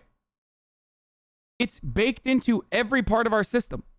So admitting that, talking about it, and trying to change it, and the first step of that change starts with awareness, does not mean you can't use it. Because why would I 25 months handicap myself on purpose this community grow for this insane, inescapable reality that exploitation is baked into every part of our fucking lives? This is no different than, lol, you say you're a socialist, and yet you have an iPhone. I'm sorry. I know it sounds like it's more intellectual, but it is in the very essence of pseudo-intellectual garbage. And it only works if you already have a preconceived bias towards the left, which you very well may have. It's kind of what I'm here for, so you can perhaps escape that. Who do you think is employed by Twitch to, like, make sure that all the shit is working at the company? Like, who do you, like, of course you are, unless you literally are fucking, like, if you go outside and you're literally growing fucking, like, crops on your own and then selling that shit, then maybe you're not exploiting workers. But you're using a massive infrastructure that's set up by a whole bunch of other people. Like, that idea of, like, well, I don't exploit workers, the funniest thing about that the funniest thing about that idea, and I'm sure he'll like fucking tie this back to editor shit that his community fucking completely fucking made up too. exploiting workers, is that is exactly the same argument libertarians make when they say they don't want to pay taxes. Oh, surprising that he didn't go there. Really, even though like one of my editors is a DGG Frog originally, and like literally they'll downvote him in the subreddit because they keep like lying about him, and he'd be like, "You guys are fucking assholes, stop lying," and they'll downvote him in the subreddit. Like I've seen him. So once again, a whole bunch of other people like that idea. He's not wrong. Of course, exploitation is baked into every part of the system. Recognizing that, talking about it, trying to change it is what you can do.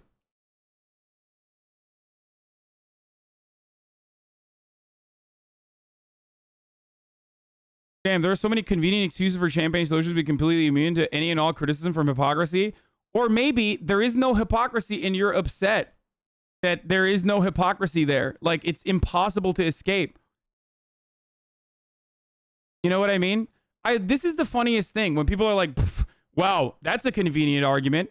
It's like, yeah, it is. Because it's the fucking truth. It's only inconvenient to you because you don't want it to be a legitimate argument. That's the point.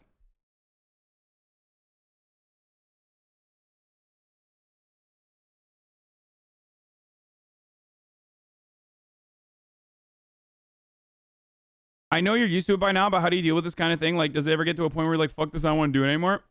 Sometimes.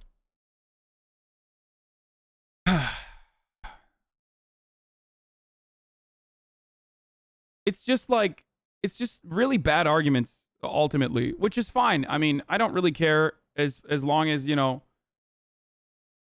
he's comfortable just like spreading the dumbest bottom of the barrel fucking arguments to his audience. Using Twitch involves using the functionality of the site. Streamers using Twitch is within the design of the site, the same way viewing Twitch is. This is a bizarre take. Your logic extends to anyone using Twitch being exploitative, even the viewers. 13-year-old XQ watchers are exploiting viewers. The horror. Dog shit take.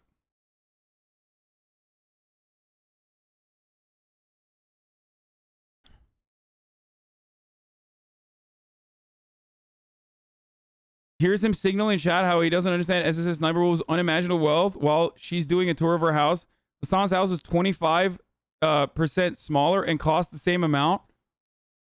Wait, this guy literally got the fucking square footage of SSS Sniper Wolf's unimaginable wealth. She's insanely wealthy. She's one of the biggest fucking YouTubers on the planet. I love that these people have literally zero concept of how to fucking purchase a house, what it takes to purchase a house, what location means for a house. She lives in the fucking middle of a goddamn desert in a massive compound. One of the biggest fucking YouTubers, and like that's the same. We make the same amount of money. Okay, you got me, dude. Thanks. She's literally the biggest fucking female YouTuber. And how is he not profiting of the labor? People who clearly don't know the first thing about socialism, trying to gotcha socials over some nonsensical misinterpretation of exploitation and bougie lifestyle is so pathetic. You're just making it obvious you have no idea what you're talking about. Socialism has fuck all to do with one individual person's lifestyle. It's not and never was about rich or poor, good or bad, nor living some kind of aesthetic lifestyle. It's a cold and dispassionate analysis of an economic organization of production that distributes resources unevenly. Holy shit, this dude is fucking great. He's right. Based on conflicts of interest between those who own and those who operate the means of production, among other things that also fall in the category of private property of the landlords. How the fuck does enjoying nice things negate that? No wonder socialism is so stigmatized. If you fucking idiots think it necessitates living like a college student or a caveman, that's exactly what socialists are trying to prevent, because that's how way too many people live now. That's great. Holy shit. He fucking popped off. For some reason, someone's signing an exclusive contract with Jeff Bezos, who then makes enough money on his own contract to buy a $3 million house and afford a $900 stakes, and then go and say kill the rich and complain. Kill the rich. Okay.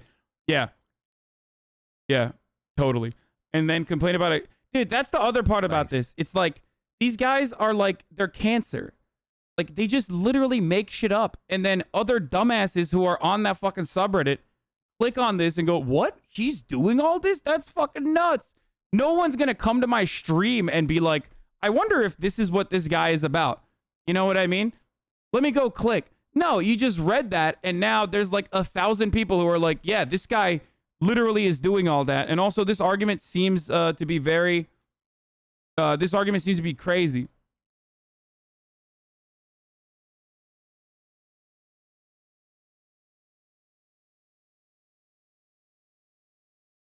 So, Reddit seems to be obsessed with that $900. The stake was a total of $900. Also, tuition police are paid very well. It doesn't matter if they're paid very well. Like, it doesn't matter. I mean, they're, you know, it's not, there's still exploitation baked into every fucking facet of our lives, okay? Every part of production, commodity production, has inherent exploitation built into it. So anyone who uploads videos, files to Stitcher Cloud are exploiting the IT guys. What do you call it when someone makes massive amounts of money using others' labor without others getting a proper cut of that profit? I don't even know how I just did this. Oh, here it is.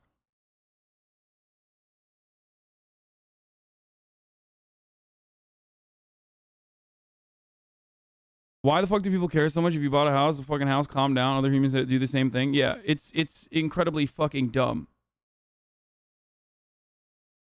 It is incredibly dumb. Someone just typed rhetorically weaker. And I think they're referencing when I played with Lud and Hassan.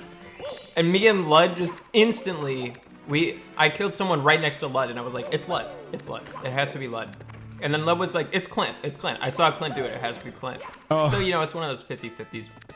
And then Hassan was like, well, Clint is a weaker player and stupider than Ludwig, so I think we should vote Lud out because I think Lud is trying to take advantage of Clint's inferior intellect. That's not what I said. And I'm just sitting here like...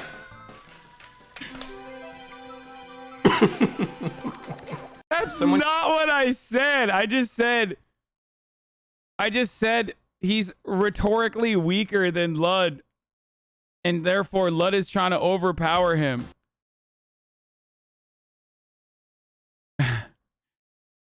Clint is one of those people who I think is dope that I have no I have no contact with. I would like to, it'd be cool, but I don't know him at all. We've never hung out. But I still think he's very cool.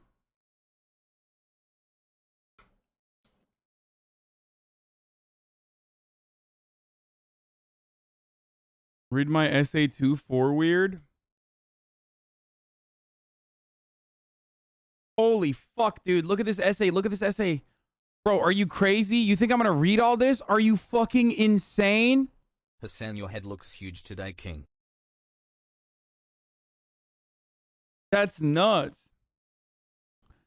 Anyway, ultimately these arguments are really fucking bad. Like, they're really, really bad, which is surprising because it's coming out of a community that is that, you know, revels in intellectual conquest, I thought. So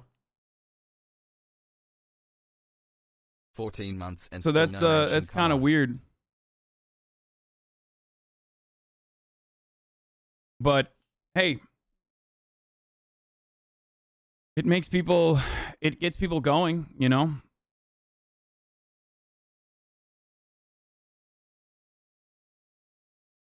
But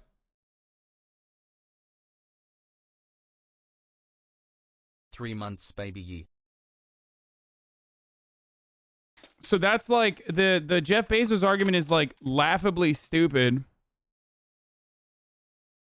And I talk about a bunch of different things, right? I talk about a bunch of different things that don't personally impact me, that I think are good to advocate for and champion for. 5 months and I'm still a champagne socialist. Homelessness is one of those, certainly. One of those problems, certainly. I have, and I again, I don't like fucking talking about this, but like this community has helped a lot of fundraising initiatives to combat homelessness. I have personally donated a bunch of money to those very same mutual aid organizations, specifically in Baltimore too. And outside of that, though, like me buying a house is not, you know, adding additional burdens to the homelessness crisis. And not only that, but I would only be a hypocrite if I were to advocate against the decommodification of housing. But I still advocate for the decommodification of housing. I do not care if the price of my house is lower as a consequence of having publicly funded housing down the neighborhood, down the fucking street. I don't care. I believe that shelter is a human right. Okay? Fake poor, but I'm not. But I have never faked being poor. Like I have my subscription count in the top for that very same reason, so that people know. Why not put your money in a co-op unironically is a really great question. And I don't understand it at all. Because like, what is this? Like socialism is when I fund other co-ops or something? Like I've seen this take swirling around in the DGG circles too, which is like, why don't you fucking, you know, start a co-op? Yeah, let me just stop streaming. Like it feels like all of the arguments revolve around just stop streaming and do something else. You know what I mean? Just like, please, because you streaming on the platform makes me feel bad. So I want you to stop streaming and do something else so I don't have to think about it. And I'm not going to do that. So, you know, I am an entertainer.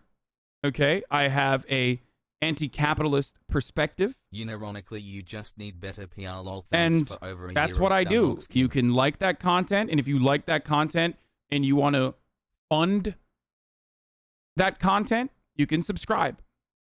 Hassan, You don't more have peace to. and- I like how Hasan is slowly moving away from socialism. You have to be completely fucking brain dead if you think anything I'm saying is different than any of the values that I have presented to you since I literally left TYT or even before TYT. There is no moving away from socialism. Socialism is not when you like fund other people's fucking co-ops or just stop doing what you're doing and then start a co-op instead. And it's really dumb. Yeah, dude. Let me just like, I don't know. Let me go invest in Ocean Spray.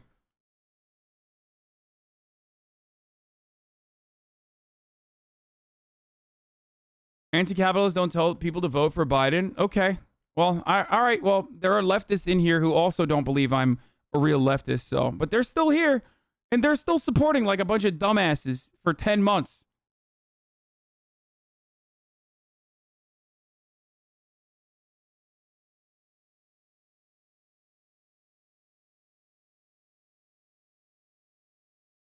Anyway. But Hasan's lack of PR also benefits him.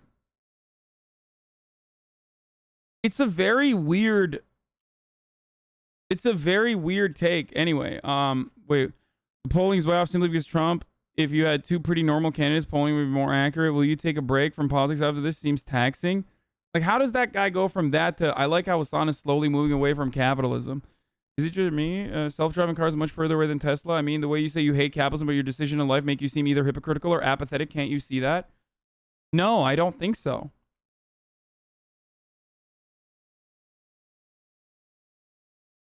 There's a fuck ton of housing co-ops in LA. You don't need to do anything but buy shares.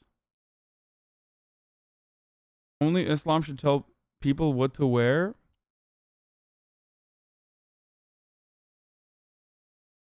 You're using right-wing talking points to defend your... Oh, he's baiting. Oh, come on, dude. Please stop. Absolute nerds, dude. Congrats on your new home.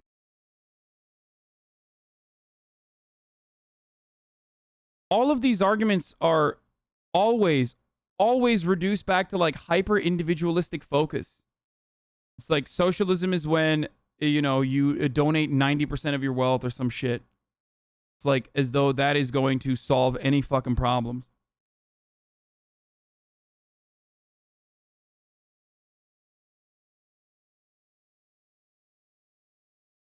You talk shit on $2K watches but spend $3 million on a house? Yes, you're right. I should instead buy a $2,000 watch which I can live in when I have a fucking phone that already has the time on it. You're certainly correct.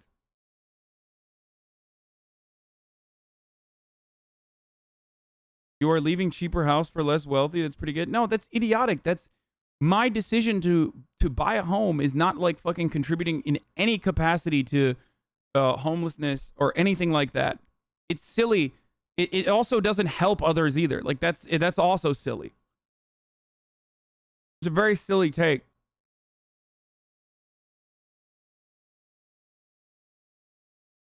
What's wrong with living in a co-op housing complex? I don't think there's anything wrong with that at all. What do you mean? I never said that there's anything wrong with living in a cooperatively owned housing complex. It seems like a great idea.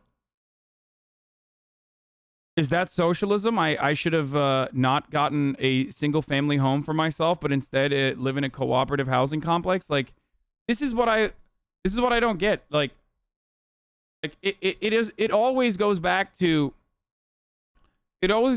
like silly ass arguments, which is like, you shouldn't have gotten this house, but instead that house. That would be socialism. Socialism is when I listen to random anonymous people on the internet on like purchasing decisions that I make for myself. You know what I mean?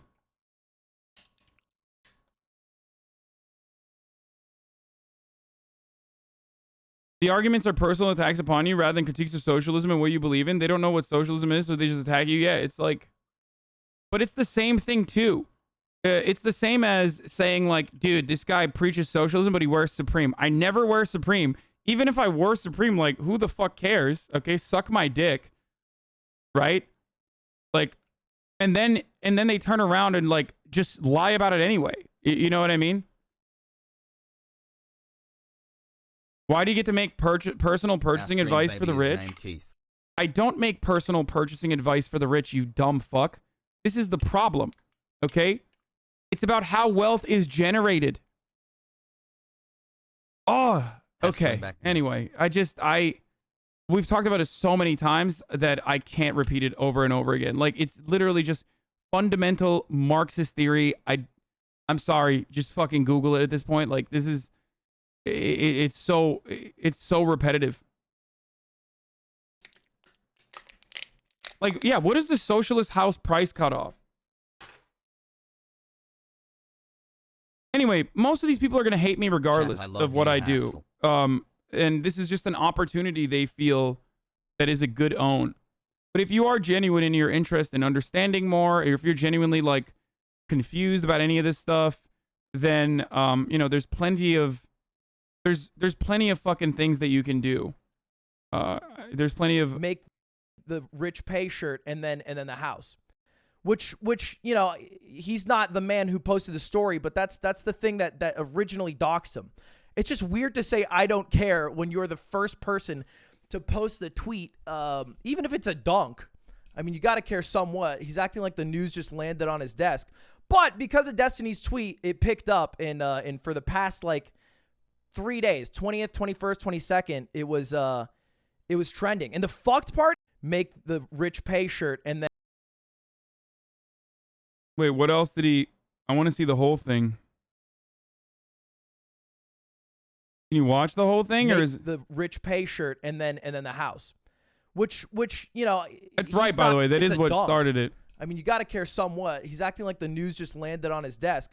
But because of Destiny's tweet, it picked up, and for the past like 3 days, 20th, 21st, 22nd, it was trending. And the fucked part is, in replies to Destiny's tweet, people were posting Hasan's address.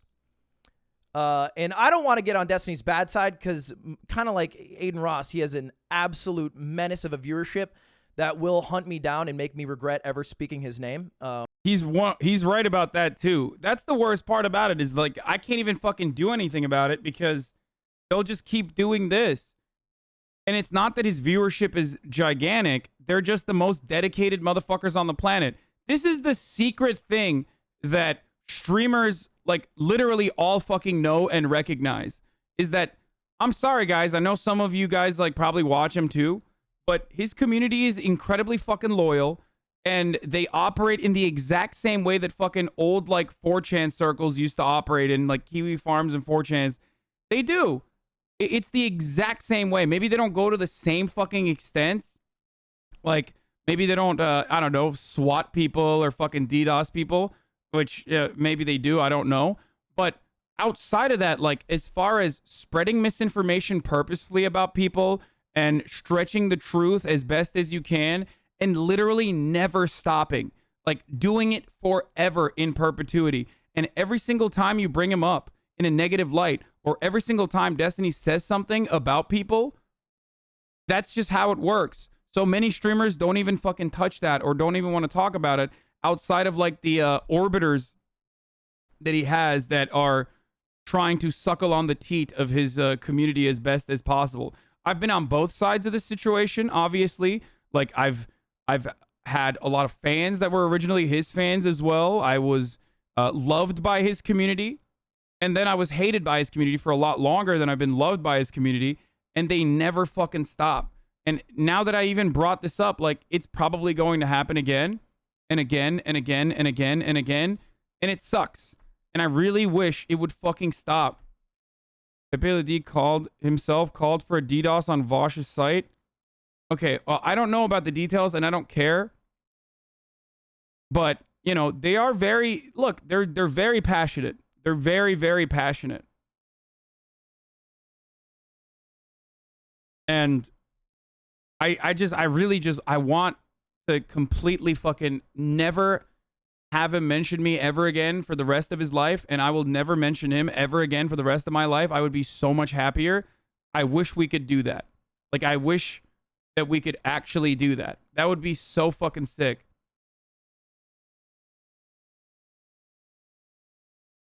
Seriously. And don't write anything in here. Don't say like ban him. No. Don't do that. They will use that as a you fucking shot the fucking first strike. They'll justify it. I've seen it. Like I've seen the justifications for why they act the way that they do. And they'll always be like, oh, it's because they started it first. Like they'll find a way to rationalize their ridiculous behavior every single time. So please, there's a reason why I normally choose not to fucking talk about it.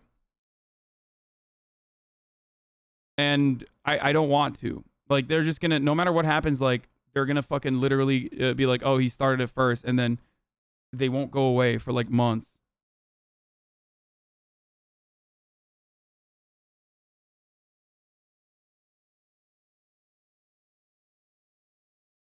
That kind of banning movement should be done in the background on the streamer level, talking to reps, not from brigading. That'll make shit worse. No, I'm not doing that. I'm not doing that either. I'm not like asking for him to be banned because I don't want, like, I don't want his community to fucking destroy my life, okay, and my family's life. They will never stop, and they never stop. And other streamers know this as well, by the way. Which is terrifying. But because this all happened, which just sucks, regardless of if you think it is dumb that Hasan is rich, people are like sending him death threats. I don't even think he's moved into his home yet. People already found his address and are already sending him death threats.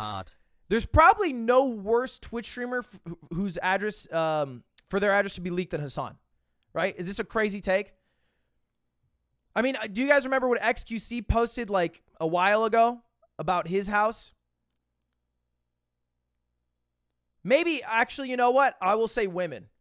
Women and then Hasan. Right. But for as far as men go, for another year, because he's just inherently more divisive because he's political. He's like very political. But, you know, like Amaranth, someone tried to burn her house down.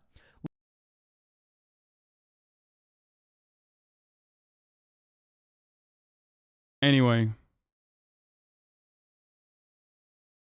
Some guy said being doxxed wasn't that bad, so I PM'd him his private info and he got scared. Yeah, being doxxed is fucking horrible. Don't do that to people, chatter. That's insane. Keep watching 30 more Literally, seconds. someone tried to show up to Amaranth's house and burn her house down. Arson. This is a real thing that happened. Yeah. She gets swatted all the time, and then someone went to her house and tried to burn it the fuck down because she basically had kind of worked out the swatting thing. So they took it to the next level. You know?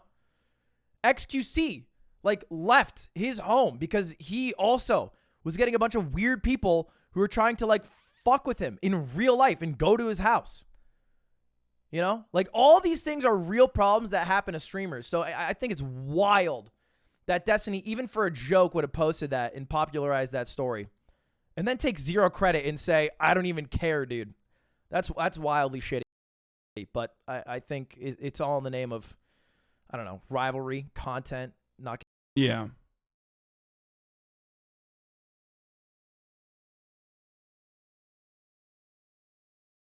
When the Gusano thing happened, an ex 18-month sub of you and a 60-month sub of D try to rile up Pac-Man against you by straight up lying to him. They're also petty. It's wild. Yeah, I know. I know. I know that. So let's be done with that aspect, the Destiny aspect at least. The really stupid argument is that, you know, I have a contract with Jeff Bezos, so I'm like, I don't have to have that contract. Like, it's basically just saying I don't have to work on Twitch. Actually, bathed and red pilled. What up, blood? Like that's a really stupid argument because, again, okay, then I have a contract with YouTube, which is still revolving around, like, still takes advantage of AWS servers. Like, it's impossible to stream on the internet and reach as large of a fucking audience as I do without being on a platform that is, of course, going to exploit people. So, yeah, on that note, it's top of the hour. A part of my fucking contract revolves around ads. And you guys already know that I run the least amount of ads out of all the top streamers that have renegotiated their contracts.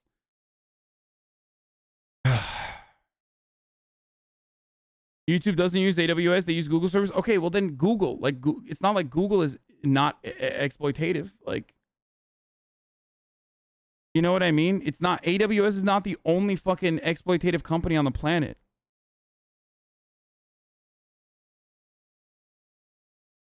Do you understand?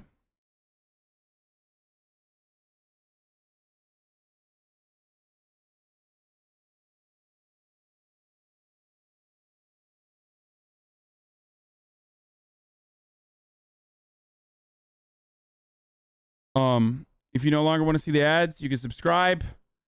You can use those exploitative Amazon Primes that you've turned into Twitch Primes.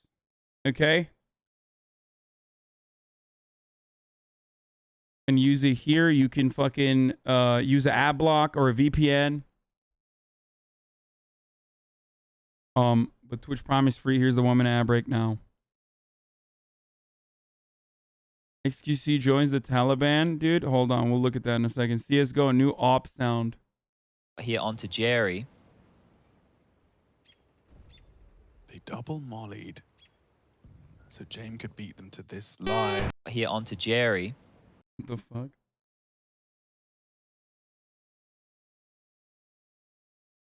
The argument that as a worker you have the responsibility for your boss's exploitation of you and other workers is actually one of the stupidest takes ever concocted. Honestly, that envy video from CrunchPoint seems to be playing out in real time with this house stuff. Yeah, it's... I've said this already a million times, and I'm just going to say it one last time. But it is an incredibly petty argument that is rooted within envy, jealousy, but because that's such a base feeling and everyone knows that that's like a silly, petty thing to feel, not a good feeling to have, you have to couch it in some like intellectual, moral argument. Okay? And that's all it is. Like, oh, I'm not actually like upset. I don't even care about it actually. But it is really interesting. It is really hypocritical that he bought a fucking house. It's like, no, you're just, you know, as Chatter pointed out, you're laundering your negative feelings and hiding it in this intellectual, ideological, moralistic positioning when it's, in fact, far from that. There is no believe I just had to ideological want to add on. counter there.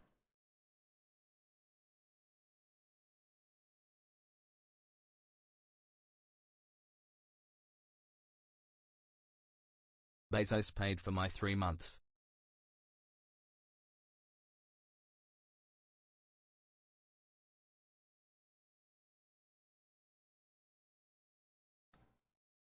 I would like to redeem my heated gamer moment.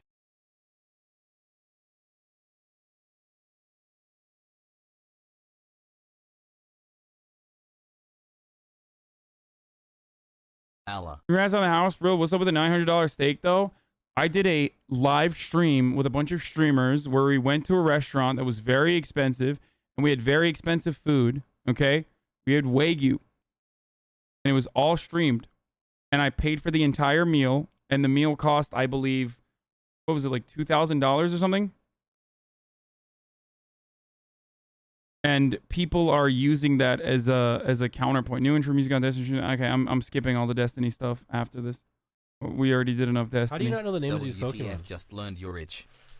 How do you not know where the clitoris is? It feels like you are being disingenuous since you are only revealing this to us since it was exposed. I wonder why I was trying to hide the purchase of a house. I wonder if there could be a reason for why I would try to hide the purchase of a house.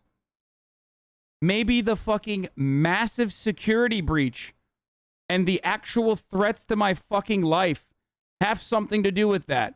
If you cannot comprehend that, I don't know what to tell you, but you can comprehend that because Coldinho, that's your 14th sock account on this fucking broadcast because all 13 of the other ones have been banned already.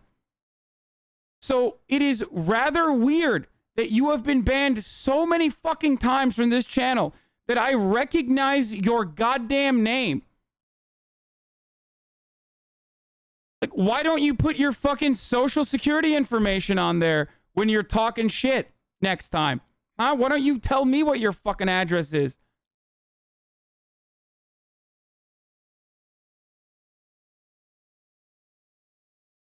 Just moved from the US to the Turkish capital of the world, Germany.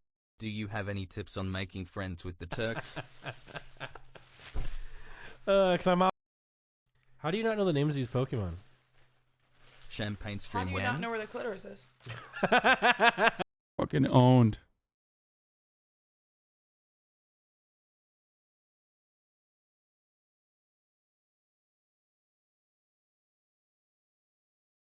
It's not even that I didn't even hide that I was looking at houses. Like the whole time while we were like, yeah, Milena, you fucking owned them. The whole time I was like, even when we were doing like house watching shit, I would literally make jokes about how I'm looking for houses too. So it's that people that are fucking criticizing me are not in this community and they didn't know. There's a reason why like my community does not feel fucking betrayed by any of this and are like frustrated. It's not because they're like fucking parasocial simps. It's because I'm as honest and as open about it as possible without like compromising my own fucking security. I literally joked about how because I was house hunting so much that when I now look at pornography, the first thing I notice is like how nice the fucking house is. Like I literally joked about that.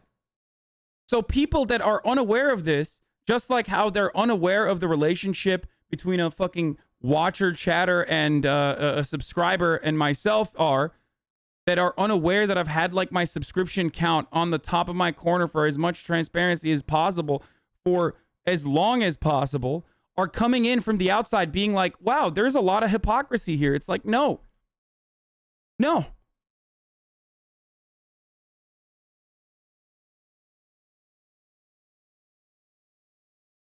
I forgot to fucking... Did I run the ad break? I did, right? At the top of the hour. I know I talked about it, but I don't know if I ran it. Or I might have like forgotten to run it. Hold on, let me check. Yeah, no, I ran it. We're good. I'm a parasocial simp, but I get I ran it.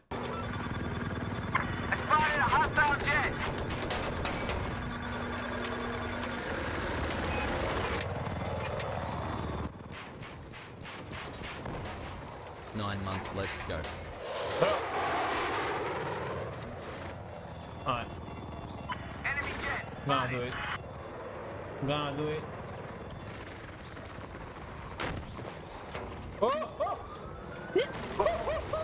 Oh my god.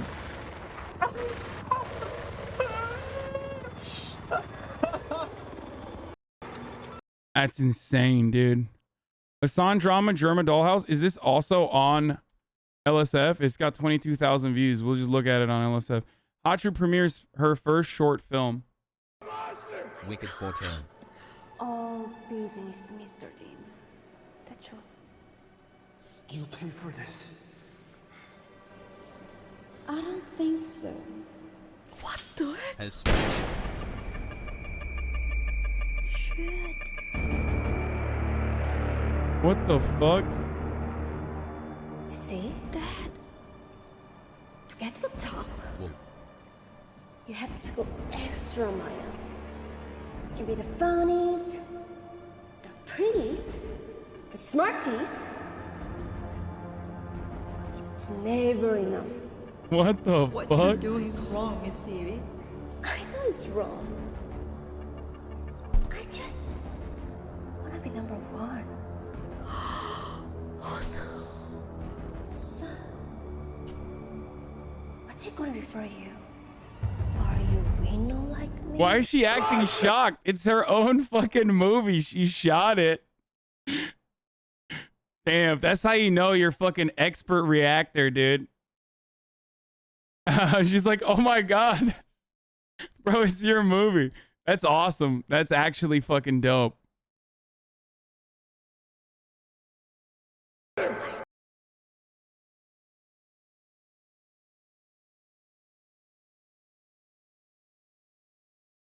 Destiny's take on Destiny's take. Yeah, I'm skipping that. Don't care. One spin, 40 seconds, a legendary throw. That's Clint Stevens. That's quality.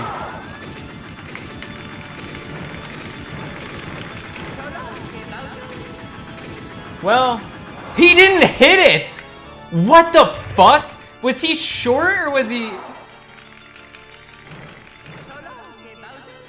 Did I overthrow it? How did that not hit? Seriously.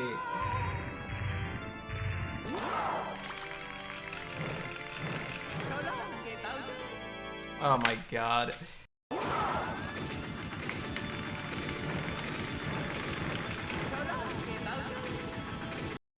It'd be like that sometimes. I don't know enough about this game to understand what happened there, but I guess he's like supposed to hit Bowser on that fucking island or something. After being laughed at for 1 hour, Canute finishes the IQ test. Yes. Resulted. He's got the 134 on the IQ test. That's actually pretty good. Yes. This is the dumbest man in Norway. Everybody knows that Norwegian men have 140 IQ. It's an entire country with super geniuses. Everyone always makes fun of him. They say, Knut, why is your IQ only 134? What are you, a dumb American? Your IQ is low, like you're from Finland or something. 5 months, Pog. Thanks for the content, King. Why don't you go live in Denmark?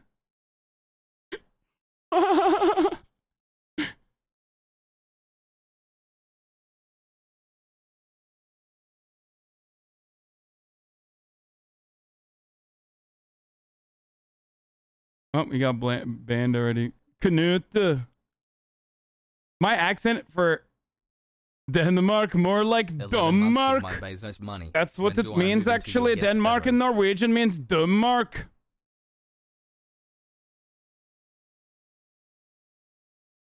You watch Norseman on Netflix? Yeah. That's why I have such a supreme command over the Norwegian accent. Vigor steals cutie pies. Kills just mean that you were KSing, dude. Don't KS. Can you watch this? Stop KSing me, bro. There's no way this motherfucker is actually doing. Wait, what? 12 kills. What game is this? Stop KSing me, bro. What game is this? Trick question. Another game I will not be playing. That's right. There's no way this motherfucker is actually doing this shit.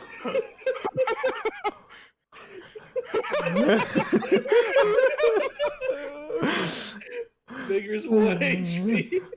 Bro, I was owning it. I was owning it. I'm 1 versus 2 wing. I'm literally 1 versus 2 wing, and you're over here. He didn't hit him once, man. Yo, I'm beaming. Really. Is it another BR?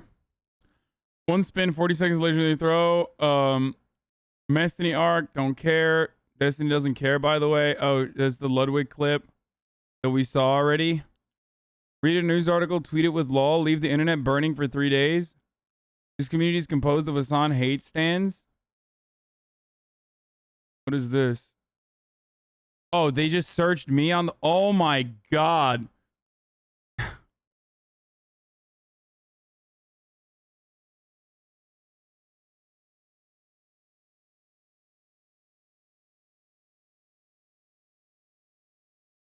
I mean, it's not, they don't just like put my name out there either. It's like, if you just look at the past month, these are just the ones that feature my name. What championing a political movement looks like? 139 comments. Hasan drama. Yeah, I really want to know like what championing a political movement looks like from dudes who are writing fucking Reddit essays, dude. Didn't they used to have a rule about Hasan pose? What happened to that? Yeah, holy fuck, dude.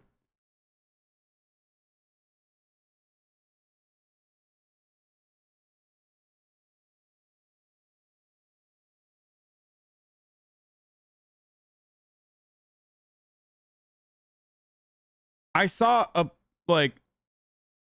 literal fucking post that was like dominoes, like Destiny posting LOL, the entirety of the left and right canceling Hasan, like small domino, big domino, like they were literally taking credit for it.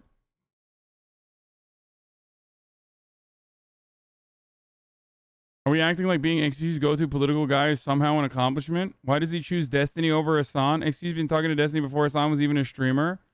What? I'm wondering why it matters. Because Destiny owns Hasan in every debate, lol. They're already working on brigading that thread. Yeah, they work super hard. They literally do. Like, I hope Ludwig doesn't get in fucking trouble now, too. Like, it's wild. Hater takes it too far on Hasan. Most stable Destiny fan, lol. Just like, okay, we're done. We're done. I'm sure Lud already has fucking hate threads lined up against them too. XQC went to D because you were too busy to talk to Mike Preisner. Yeah, I mean.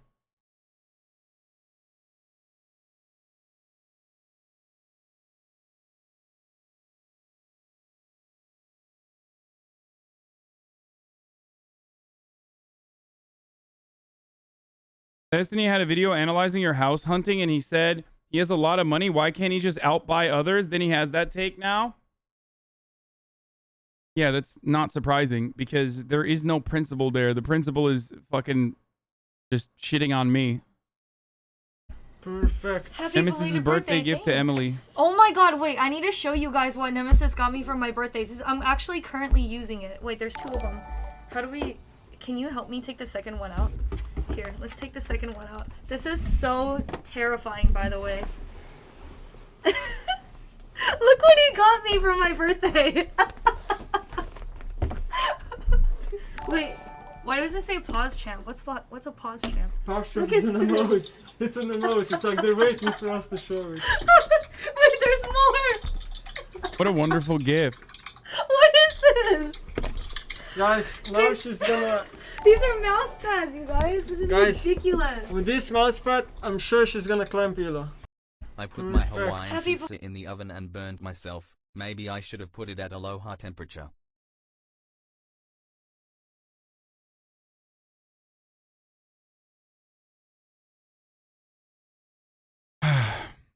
He's climbing low with the mouse pad. Ludwig on the dangerous some streamer space. This is we already saw this, right? But you know, like Amaranth, someone tried to burn her. Yeah, we already saw this one.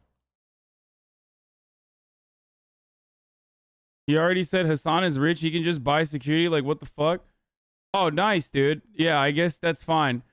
So that he can then turn around and be like, Hasan is so rich he bought security. Fucking some socialist he is, dude.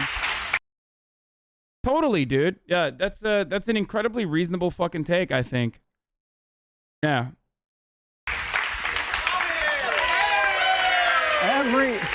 Every single person here had an incredibly important role, and without every single person here, it doesn't happen. Thank you to the sponsors, thank you to Twitch, thank you to Coinbase. We'll see you on the 30th. See you later.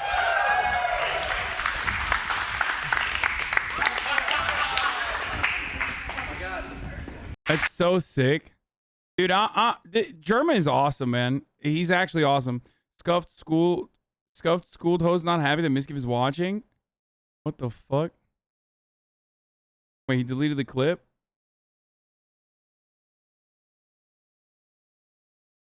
Can I watch this? Chat, can I watch this? We are now moving on to the final question of grade Oh my god, this is literally the same exact fucking 6. Oh my god, Miskiff is in chat. Everyone say hi to Miskiff. Hi, Miskiff. Oh my god, it's Miskiff. Fuck himself. Ooh. Go kill yourself. Whoa! What the fuck? I'm out.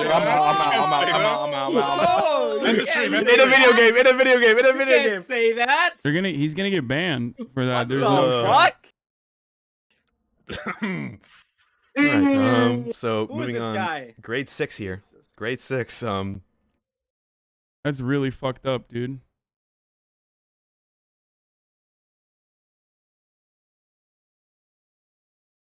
Except, as a chatter also pointed out, to be fair, stealing Miskiff's content is a perfect ode to Miskiff. That's fucking funny, dude. True. Holy shit. Miskiff finally sees what it's like when someone else steals his original content. S-Fan the Hype Man? Oh, what the fuck? What is up, everybody? Make some noise! Hey, make some noise if you're down with the clown! Make some noise if you're down with Danny Brown! Hey, my name's S-Fan. I'm here on Twitch. My first time out here, and let me tell y'all, this is one of the most amazing things I've ever seen. One of the most amazing things I've ever seen. Is this real? Did he actually go to a gathering of the Juggalos, dude? Or is this a gathering of the Juggalos? What the fuck? This is so sick. People here are having fun. They're loving life. It's beautiful. Absolutely beautiful. So we're going to get it going real quick. We got Skywalker, the producer, and Danny Brown coming right out.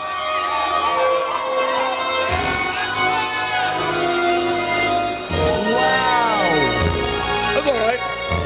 Was it good? Yeah, it's good. It's good? Bro, that's so sick, dude. You are son of capitalism. You are the 1%. You are not one of us. You are right, Death Shadow Alpha. I am son of capitalism. Please, Mr. Hasan, just a crumb of game. And he wants S-Fan to do the whole tour with him. Oh my god, that's so sick. That's so sick. Why were they booing, though? That's kind of weird that they did that. Fucking Juggalos, dude. Tom reacts to r/Destiny. Oh, Jesus. Let's look at the fucking thread already. I'm sure that these are normal comments. Destiny talking about Hasan for 5 minutes and Hasan raging about Destiny for an entire stream. Not I watch clips. Me and my wife love your sense of Don't forget, if you mention anything, if you're an obsessed DG freak show. Dude, had no self-awareness, dude. 55 minutes ago. Hottie dog, 12 months. Destiny's been on vacation, barely streaming for like 2 weeks now. Literally any drama or hot topic will fill up the entire page. It had to be a $3 million house in Hollywood. It had to be. She's not sending their best. Turns out Casey Johnson was a mirror the community she was obsessed with. Imagine being someone who watched the page. That doesn't even catch most of it because they're often deliberately leaving his name out. These are currently on the front page and not caught here. Big oofs on LSF today. Top 10 things that did not age well. You're moving into the poor parts of Beverly. I shit on rich people's houses all day when. John sees the light. Hossie, not enough people live their principles also. 93 results from the last week. Jesus fucking Christ, dude. Harbadeli Canley, are you missing? Bellini Corivalo. Sleep, bro, be careful and take care. Like, showing how little they care by immediately jumping on it. You said no more. Why do you hate the gaming frogs? Did none of them somehow sneak into your house and fuck your mom as a revenge because you fucked theirs? No. I never said no more LSF. Virtual patriarchy, let's go. Patriarchy!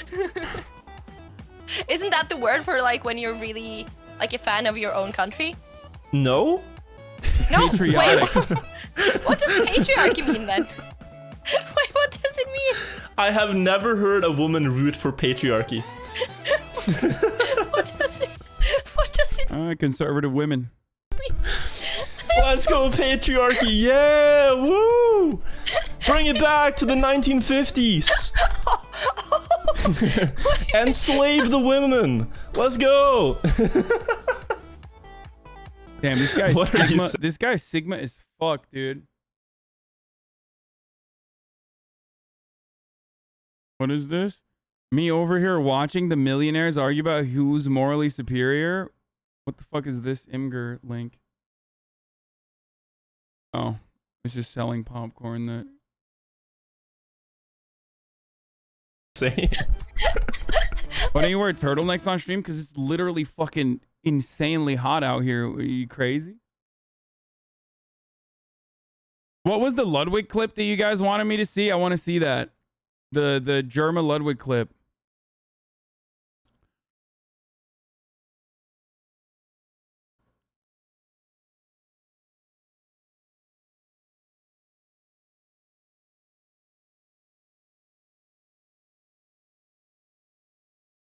The Taliban did? The Taliban did! What? The news did not reach everyone in a positive way. Many of his peers voiced both supporting and that's not because I'm like good What friends with the fucking fuck XQC, is- but literally because it's my fucking point of view, okay?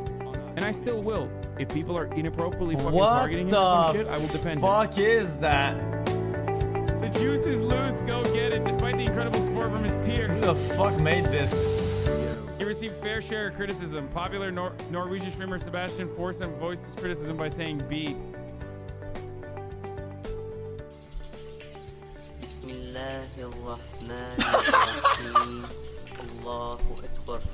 Stop staring. Photograph obtained by Bloomberg. The French Canadian can be seen enjoying the desert sun with his What esports the teammate. fuck? Popular Twitch streamer XQ Cow. What the fuck? Wish you all the best, man.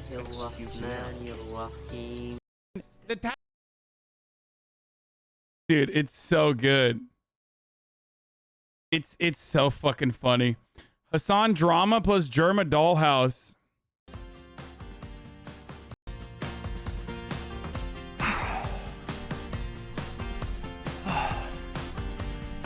I own 2 houses. It doesn't make a lot of sense to go to work. I could just rent out a house. Doesn't add a lot of value to society, but it's a good way to accumulate wealth.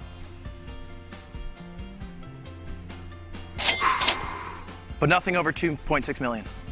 That'd be too much, frankly. Shut the fuck up, dude. Oh, God, Ludwig. I'm from LA, moved there in 2008. What? I know LA. I moved here over 2 years ago. What? Where is this coming from? What does that even mean?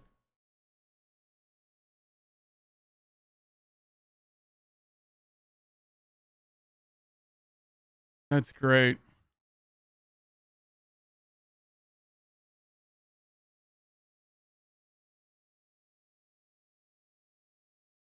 As a longtime viewer, I've never had a problem with you talking about your house search. For me, it's more started a conversation in my own life as someone who has had more money than the average American about how much I should spend on a house, have a 401k, send my kids to private school, and knowing there are so many people who don't have what I have, and knowing charities aren't going to fix systemic issues.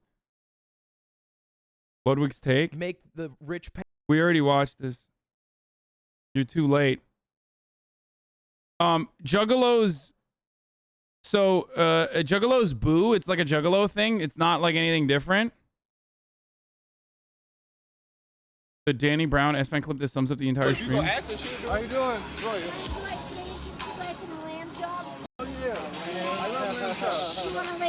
Okay, we should pull the camera away when they're doing that. Does S-Fan not know that Danny Brown literally once got sucked off in a crowd while he was rapping and did not stop rapping?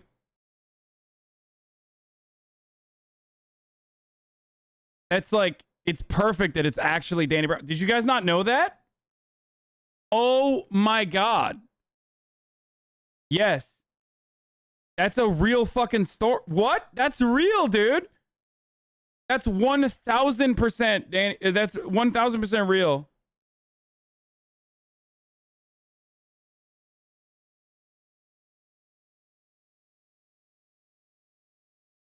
Yeah, I think there's a video of it. Yeah, there's literally footage. It's in 2015. Footage of Danny Brown getting head on stage. Not safe for work.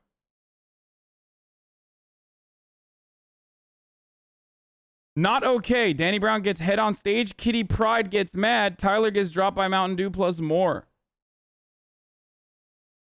How do you guys not know this? I love Danny Brown. Pay attention. A lamb job? You don't, because you can't keep the camera there. Even if it's a joke, you can't keep the camera there. No, I'm good. I'm good. Thank you, though. You just gotta pull the camera. Reminds me of your dog. I know. This is so awesome, dude. He literally said he felt assaulted after the fact. Wait, really? Bloom ate ass while he was performing his set. I know the ass he ate. Like, it was his girlfriend's ass. And, you know, I know her. He said he felt assaulted. I did not know that. I feel terrible now. My bad. So what? Sean Hannity gave Donald Trump head live on air last week? Yeah, but that's different. That's like political commentary. Danny is reformed now. He doesn't do hard drugs and streams Final Fantasy 14.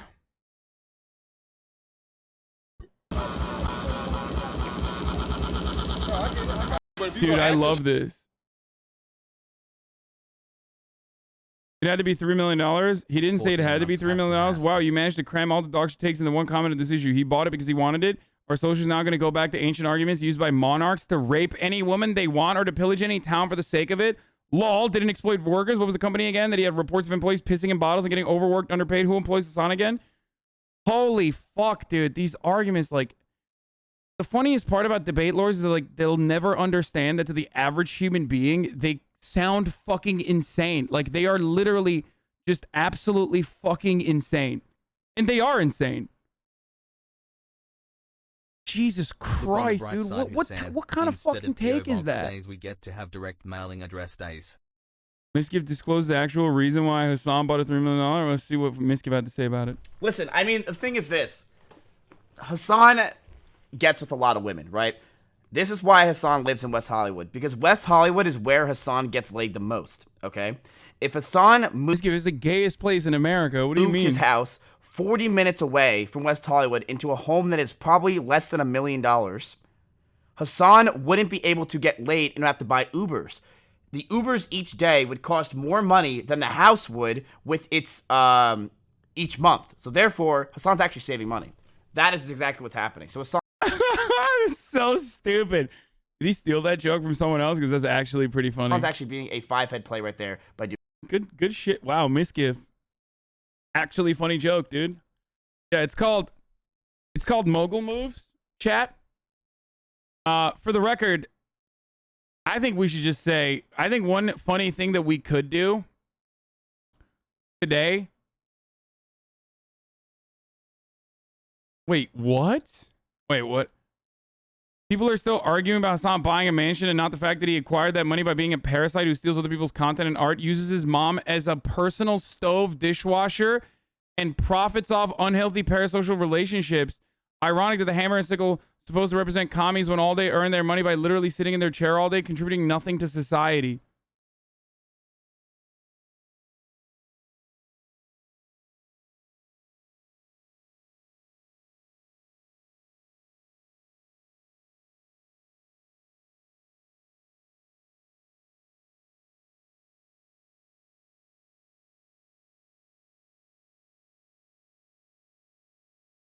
$2.5K likes.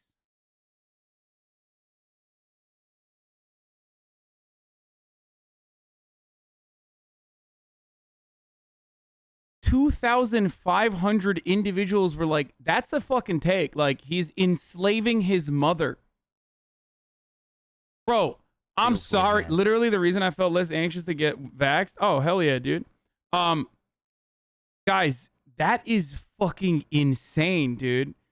I mean, there's no other motivating principle there beyond, like, I just fucking hate this dude. I despise him so much. I despise this dude so much that, like, I just fucking get an aneurysm when he's even brought up. And in that fucking fit of rage, I just immediately agree with, like, whatever people are saying about the person I dislike.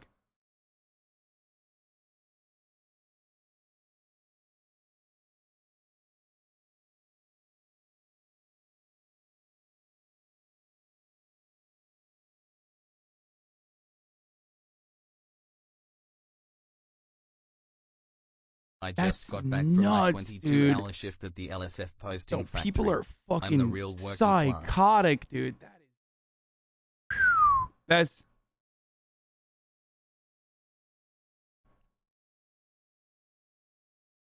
I saw someone say on 820 that you dress down and use your mom to convince people you are poor and sub to donate. People are insane. To be fair, I think, like, that actually reduces it perfectly. Like, that actually shows that I have not heard a single fucking person that, like, actually watches this stream or has actually ever watched, like, more than 10 minutes of this fucking stream make a take like that. It just goes to show that there's a lot of people who are like, yeah, fuck that guy. I fucking hate him.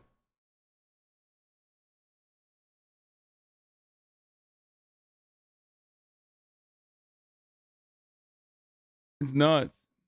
Charlie Keller, thank you for the 10 gifted subs.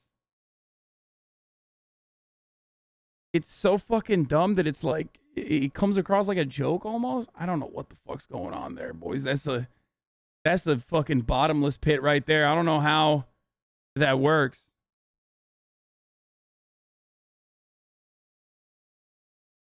You're sounding like Train Lol. Bro, the criticisms that are fucking launched against me are so psychotic that they kind of own themselves, unless you unironically think that, like, me defending myself against someone who says you've literally enslaved your mom is, or that I'm, like, making myself look poor. Of course, the irony is, like, I'm either dressed down to, like, look like I'm actually poorer than I am as I beg for subs. Okay. Or I put my mom in a fucking $3 billion mega mansion that encompasses the entirety of fucking Beverly Hills and West LA and West Hollywood, while I drip up in, like, fucking Supreme clothing.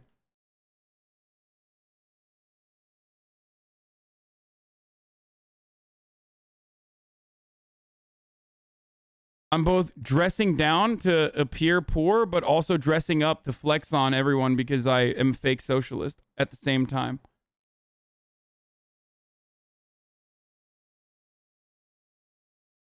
Your mom lives in a $3 million house and you're at the same time enslaving her and splurging money on frivolities. While I was Googling around, I came across this article about Hungary, or rather an American guy living in Hungary and his experiences. Being Hungarian and having grown up in Hungary naturally piqued my interest. 3 depressing realities about living. Wait, he responded to it?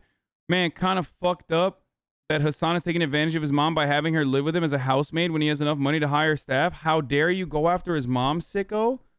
Who's liking this? Why are people liking this? Why is there like a human being that considers this to be an intelligent fucking retort? Oh my god, that's so fucking sad. Don't worry, my place is 6.8 million. Let the hate shift toward me. I guess he's momless. Like, I'm sorry for the offensive act of having a mom. That's wild, dude. They're an artist? Yeah, they're fucking... they're certainly a take artist, I'll tell you that. I haven't fucking seen the he enslaves his mom take before.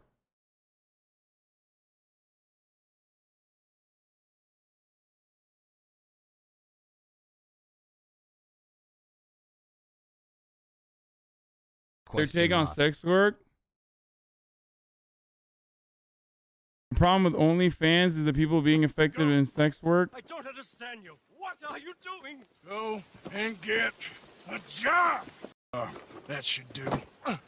Go.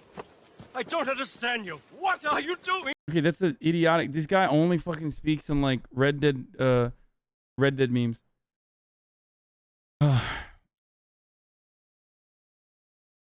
Your community are such pussies. They don't defend you enough and they're not aggressive. I don't think they're pussies. I think they're just like, I don't know, having fun. I think enough people defend me as is.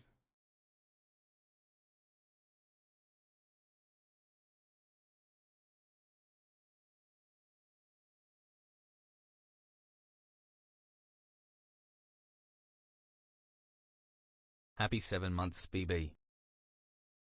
Yeah, my community are parasocial simps who like relentlessly defend me, or pussies that don't defend me hard enough, of course. All right, let's watch this fucking thing. None of these takes make sense. It's either you dress down to exploit your audience or you dress up to distance from your audience to exploit the parasocial relationships. It's such a black and white take in both scenarios, and with you exploiting your audience when you're just a content creator and do what content creators do, make content. Yeah, no, that's the point. That's literally the fucking point. It's that they just don't want me to fucking do content, or they don't like me. That's what the point's reduced to, unfortunately. Like, I just don't like him. I don't want him to do what he's doing. I don't appreciate it. Why is he doing that? He should stop doing that. That's all it is.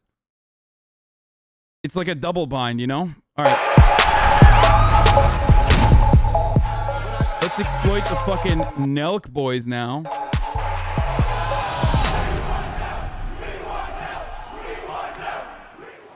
going on? Hello, guys. How are you, man? How's it going? Nice to meet you. Pleasure. Thanks Good for to meet coming you. through. Oh, it's my Ah, pleasure. Nice to meet you. Use the I know him. That's fucking John Shahidi.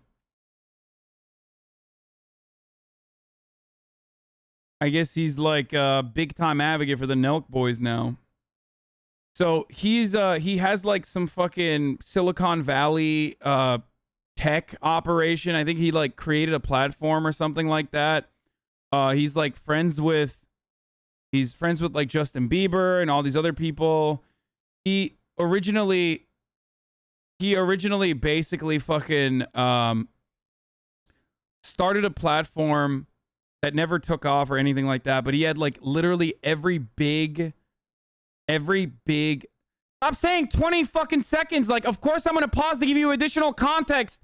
Are you fucking dumb? That's the entire reason why you're watching it here instead of watching it on your own. You fucking weirdos. Shut the fuck up about me pausing. That's literally the It looks point. nice. Congrats. I just bought a house too. Fuck!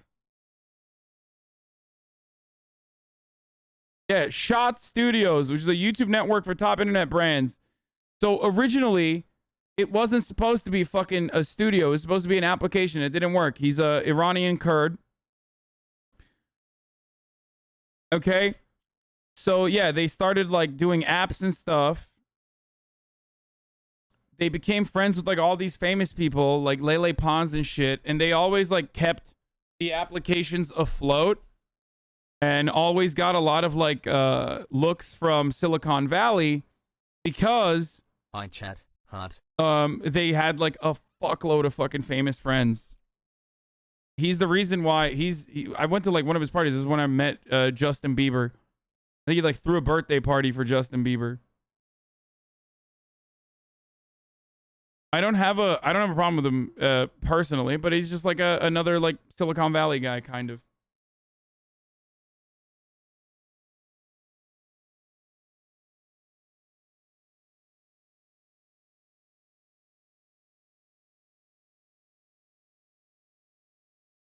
So I guess when the application didn't work, he grew a user base of 7 million users, but dropped to 2.5 immediately. At one point, Twitter was in talks to buy it for 150 million, and then they dropped it. They did another round of funding while the fucking number of Shots app users were dropping, so they pivoted it from software to content. Rock Live rebranded the Shot Studio as a talent agency production studio for social media personalities, predominantly on YouTube. You know, and got investments from Floyd Mayweather, Justin Bieber. He was a featured panelist alongside Rudy Mancuso, Hannah Stocking, King Batch. They were honored by Billboard as Latin Power Players for their success in developing the Latin American music careers of Brazilian singer Anitta and Venezuelan Italian artist Lele Pons.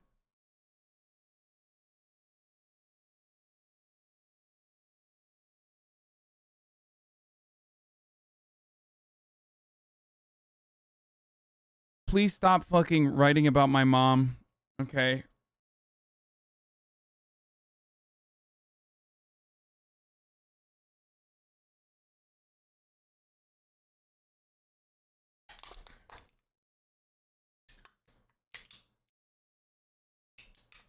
Anyway, yeah. It's disgusting how HasanAbi just steals content and puts in no effort. Also, I can't stand when he pauses to give his input. Just let the video play. Always. 11 months has. Shahidi executive produced the Vai Aneta, a Shaw Studio produced Netflix original docu-series that centered around the Brazilian superstar. And that's it. Like that's what he's doing. And then he partnered with YouTube creators in late 2020, Nelk Boys, to help their YouTube channels, and Shahidi became president of their brand Full Send.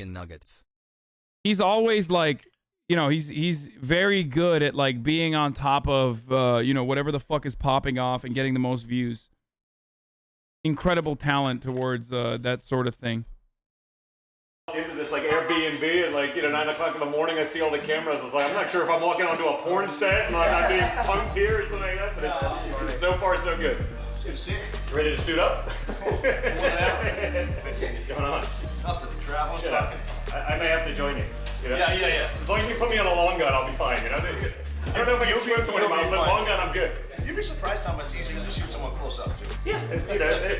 Don, have you tried the Happy Guy yet? You know what, dude? I'm not a drinker, and not because I don't love drinking, but because I don't do anything in moderation. And what is it? Which one? It's our new seltzer. Oh, that's a self-report on cocaine, motherfucker. That's right.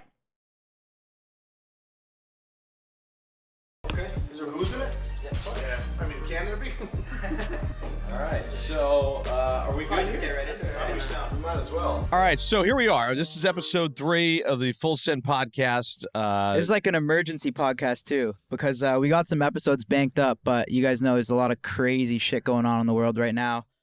Bob's kind of redeeming himself. He's almost getting fired from this podcast, if you guys don't know. That's pretty fast after 3 episodes. I mean, it's normally how it goes, Don. It's impressive. It's impressive. But overachiever. What did you start dating someone? That's about as long as it lasts.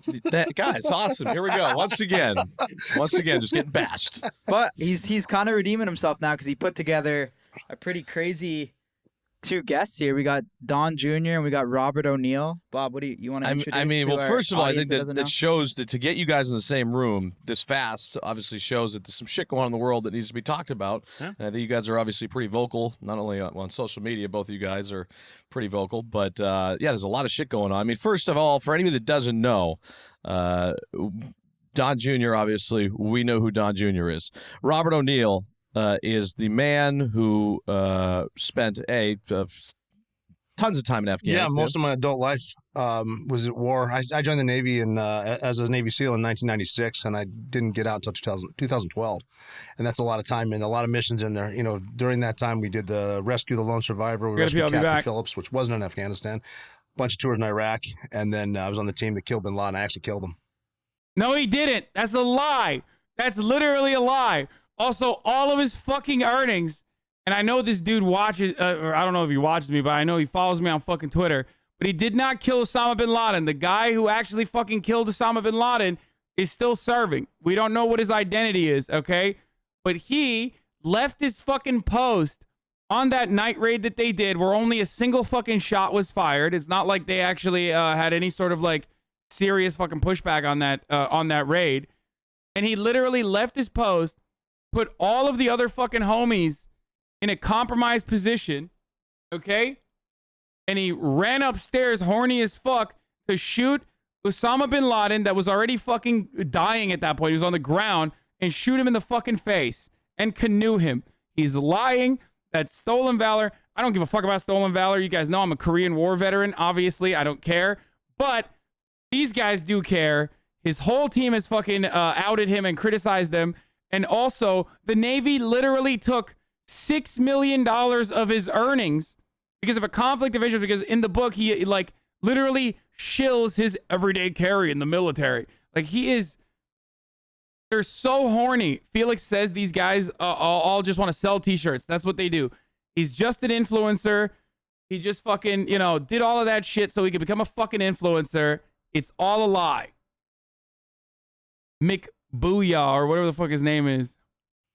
That's one thing I didn't know was the Captain Phillips. That was one thing, just to show of what we can do as a country. Because I wasn't at war. I was at my daughter's Easter tea party at her preschool on my birthday, Good Friday, April 10th.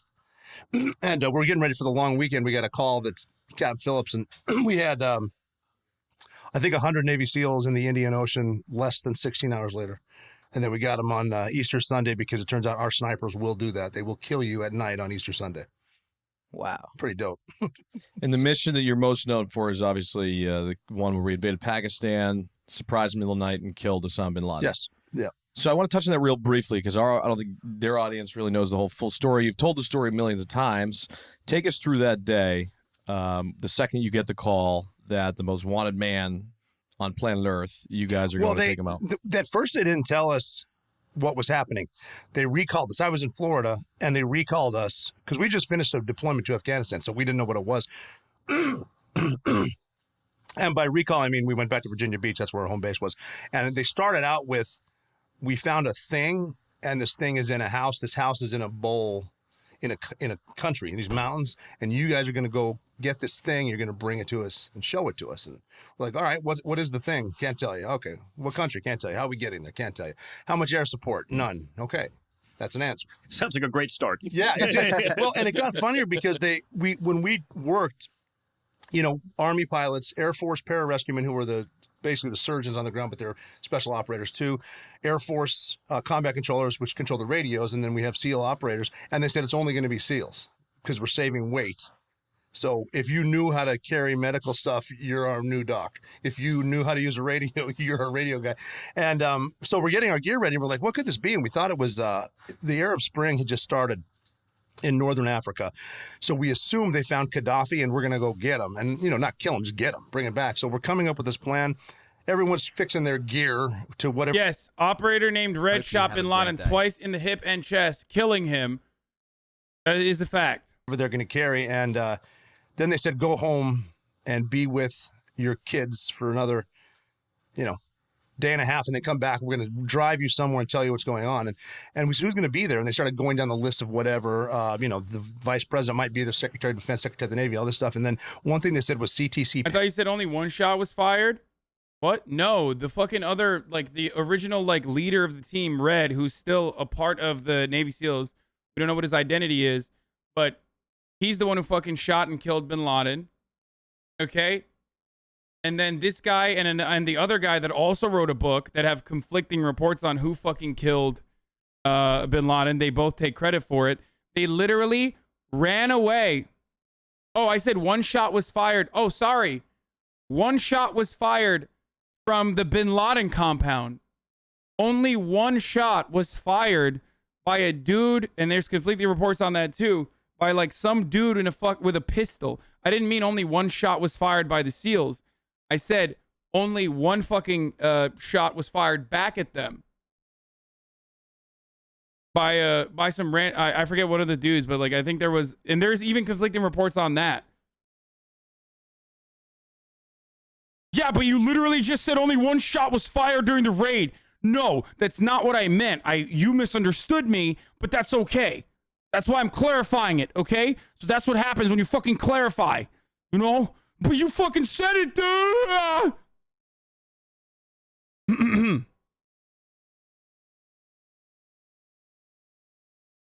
It doesn't matter that you're clarifying your position that I misunderstood. You once said it, so fuck you. Also, it's top of the fucking hour and you still haven't said anything about it, and I'm fucking getting pissed off, dude. Getting fucking pissed off, dude. Because that is true. It is top of the fucking hour, folks. Which means it's time for a 60-second ad break. That's right. And let this Korean War veteran tell you that you can avoid those ads. You can't avoid the Korean War, but you can avoid those ads by subscribing. Whether for $5 a month or for free with a Twitch Prime if you haven't used it anywhere else. Or you can use an ad block or a VPN, but Twitch Prime is free. Here's the ad break now. If you want to ad-free broadcasting, you already know what to do. Boom. PAD, which is CIA counterterror Pakistan, Afghanistan. And no one said anything. We went home and I was thinking to myself, if we're going to Libya, why would they be there? So then we came back, we got in vans. I'm getting to a funny story, I promise. We're driving the vans down to North Carolina. And I had 4 guys here, and I said to the guy next to me, who's my boss, I said, this isn't Gaddafi. They found bin Laden. And he looked at me and just said, yeah, that's exactly what I was thinking. And that's when the guy in the front seat said, man, if we kill Osama bin Laden, O'Neill, I'll suck your dick. So 3 weeks to the day. Yeah, no. I did ask him about it. It's been like 10 years. No, not yet. He's but yeah, that was, anyway. But then we got serious. They said this is as close as we've ever been to Osama bin Laden. Then we were serious. No high-fiving, none of that. Just, can we go now? And we met the teams that, the girl that found him and all that stuff. Trained for a few days and then went to... Wow, it's kind of problematic, Sweaty. He's queer baiting. Cancel him, Zoomers. Afghanistan and waited for the green light, which we got, and then we launched. Yeah, maybe the dude never sucked his cock because he didn't actually kill bin Laden. He just took credit for it. And we had come up with the perfect plan, rehearsed the perfect plan, 90-minute flight that we should die on. How we're going to take the house down. We've done this hundreds of times. So shouldn't be a big deal. What's the worst thing that could happen, though? Someone said helicopter could crash in the front yard. He killed bin Laden like I served in the Korean War. You know what I'm saying? So that happened. So we started off with a helicopter in the front yard. The pilot did it to save everyone. So you had 2 helicopters. How many guys flew in that mission? 23. 23 guys, so split evenly on each helicopter? Yeah, and then Cairo, the dog, was there too. And Cairo, the dog. Mm-hmm. And so our plan, we were going to put guys down right in front of bin Laden's house, fast rope, everybody out. My team was going to drop snipers and a dog outside, and then my team's going to the roof, and then we're going to get them that way. And that didn't happen. We were going to die as soon as the house blows up when we got on top. We were actually calling ourselves the Martyrs Brigade. Like, this is it. But the reason that we were... The Martyrs Brigade. Dude, all these fucking JSOC operations are like night raids that are already questionable with respect to the ethics of conducting night raids. It's literally fucking murdering people in their sleep, okay? Which is precisely what happened in this night raid as well. I'm obviously not saying like, oh my God, I can't believe they murdered bin Laden in his sleep. I don't give a fuck bin Laden. But having said that, come on, dude. Like, oh yeah, we're the Martyr Squad, bro. Fucking Martyr Brigade, dude. We're getting fucking fired on, you know? It's crazy. It's like literally one fucking counter shot was fired. That's what I was talking about when I said the one shot. No, the guy was there. He was there. He was one of the people on SEAL Team 6. That is true. He just did not kill bin Laden. But he lied about it and wrote a fucking whole book about it.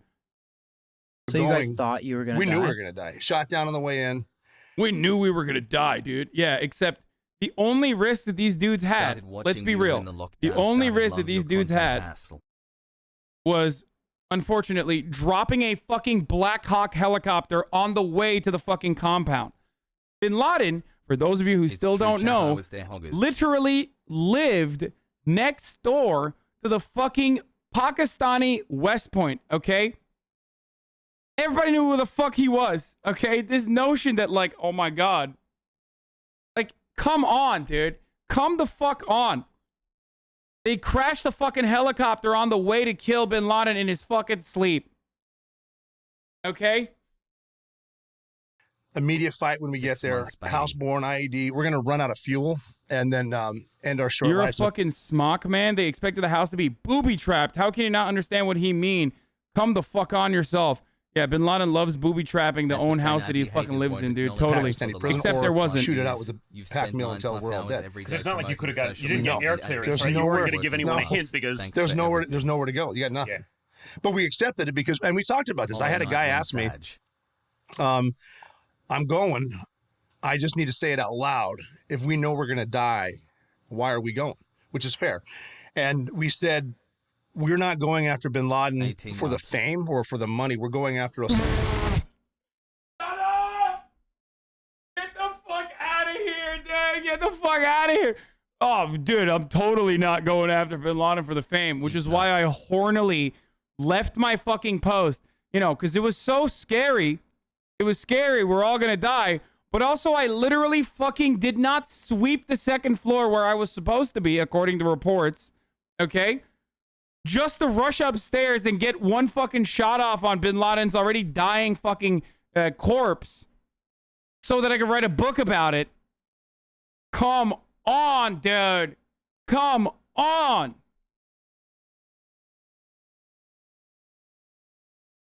He didn't do it for the fame. He did it so his homie would suck his dick. Osama bin Laden for the single mom who dropped her kids off at elementary school on a Tuesday, and then 45 minutes later she jumped to her death out of a skyscraper because that's a better alternative than whatever in the hell is going on inside at 2,500 degrees Fahrenheit. And her last gesture of human decency was to hold her skirt down, and she killed herself. She was never supposed to be in the fight. We're supposed to be in the fight. That's why we're going. When you guys got there, when you guys arrived there, though, did you know he was in the building? I was 100% sure he was in the building because of the woman that found him. She was certain. We'd get done with those training days, long days of training on the site. He literally left. He left the military 4 years before he could get a pension because he wanted to fucking pop off with his book, which ironically, the military took a bunch of the proceeds from because of the ethics concerns that were in his book about like the information that he revealed and shit. Okay? So for him talking about like how I wasn't doing it for the exploits, like, dude, you literally just sell t-shirts. You and I are doing the same shit, brother. The only difference is like, you know, I didn't fucking do a bunch of weird shit. Long hours yeah, at he night. illegally wrote a book without consulting the fucking military. Talking over a model, and right before, you know, we get a couple hours of sleep, she would say, all right, guys, great day of training. Osama bin Laden is in the third floor of this building right now. I don't know why we're not going. Good night.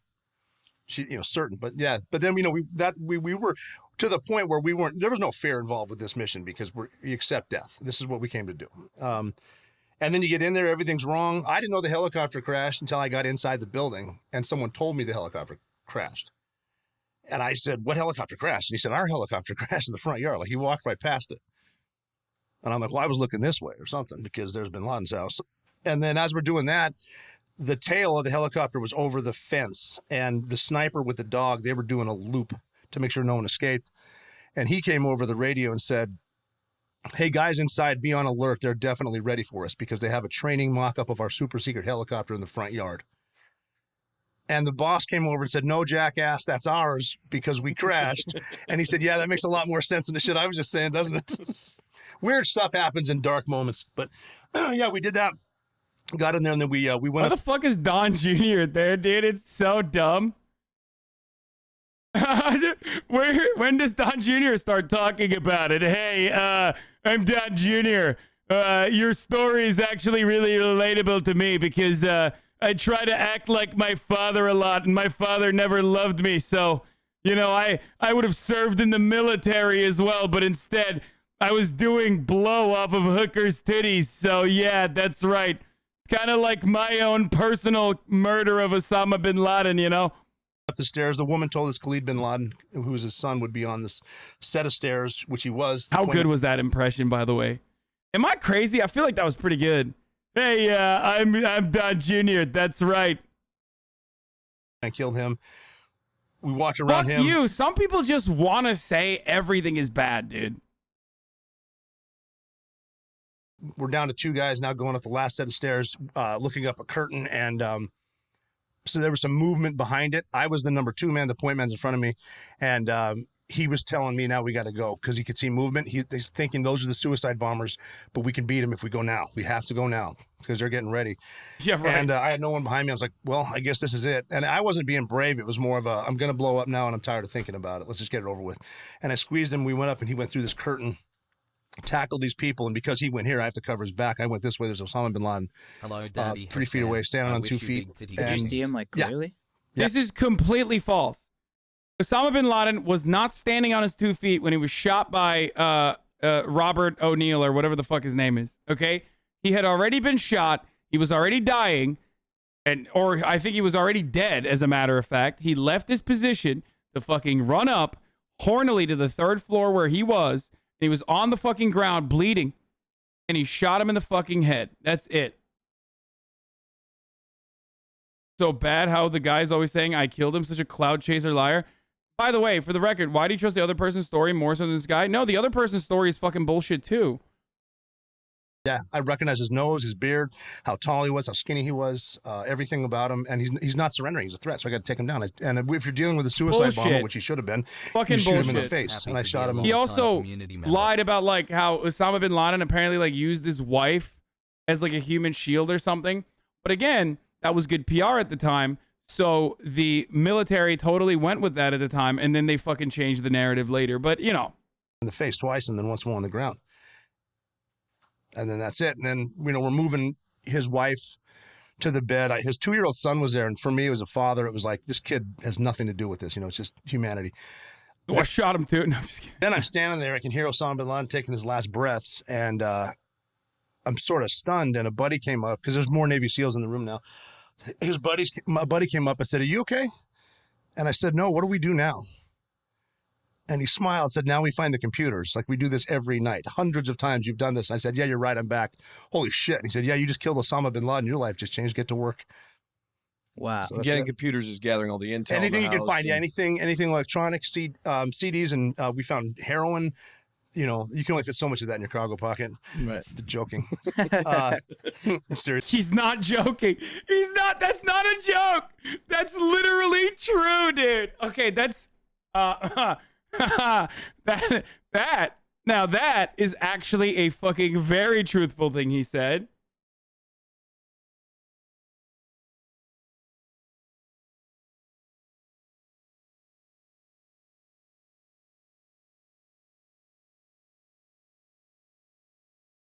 Oh, god damn it, I can't fucking...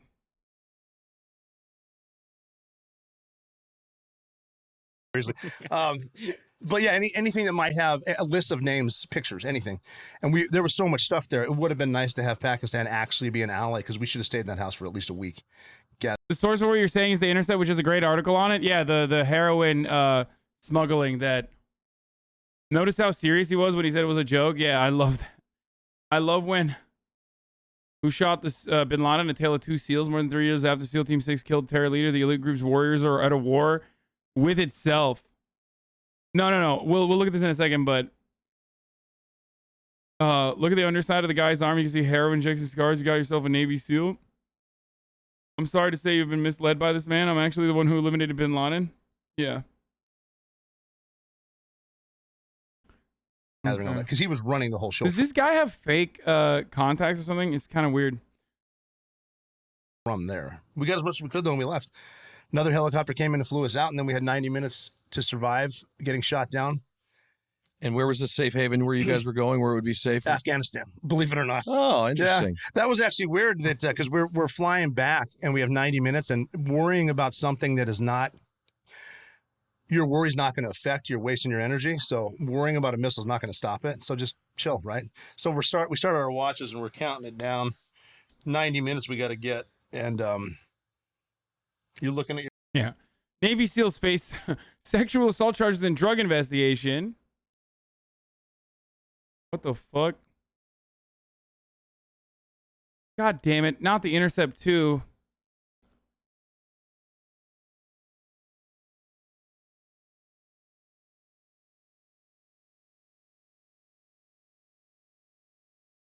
Anyway, fucking paywalls everywhere. friends. I got the sniper from rescuing Captain Phillips sitting next to me. He actually gave me a Copenhagen, looking at my guys, and then shit, it's been 10 minutes. It's been 20. It's been 30 minutes. Now it's been 40 minutes. It's been 50 minutes. We got to get to 90 minutes, and you start thinking about watching a no-hitter. Like, I'm not going to say anything. Motherfuckers pitching a no-hitter. 60 minutes, 70 minutes, 80 minutes. Then like the sports analogies with Lake Placid when the American hockey team beat the Russians. You can hear them counting down if you look it up on YouTube, like 10, 9, 8. And then the pilot came over the radio and said, for the first time in your life, gentlemen, you're going to be happy to hear this. Welcome to Afghanistan. And that's the end of the mission. And then we showed them, and which would no longer be the case today. No, it wouldn't be safe haven. I'd rather stay in Pakistan. So that's one of the reasons. Yeah, we wanted to bring you on. We're starting this new show and stuff. I think it's crazy. Why did they choose to have these two guys on as their like third ever guest? Aside from like the obvious clout and stuff. So they're just like full tilt branding as like a reactionary brand now. Is that what it is? Like that's what they're going to be doing going forward? Is that what's happening?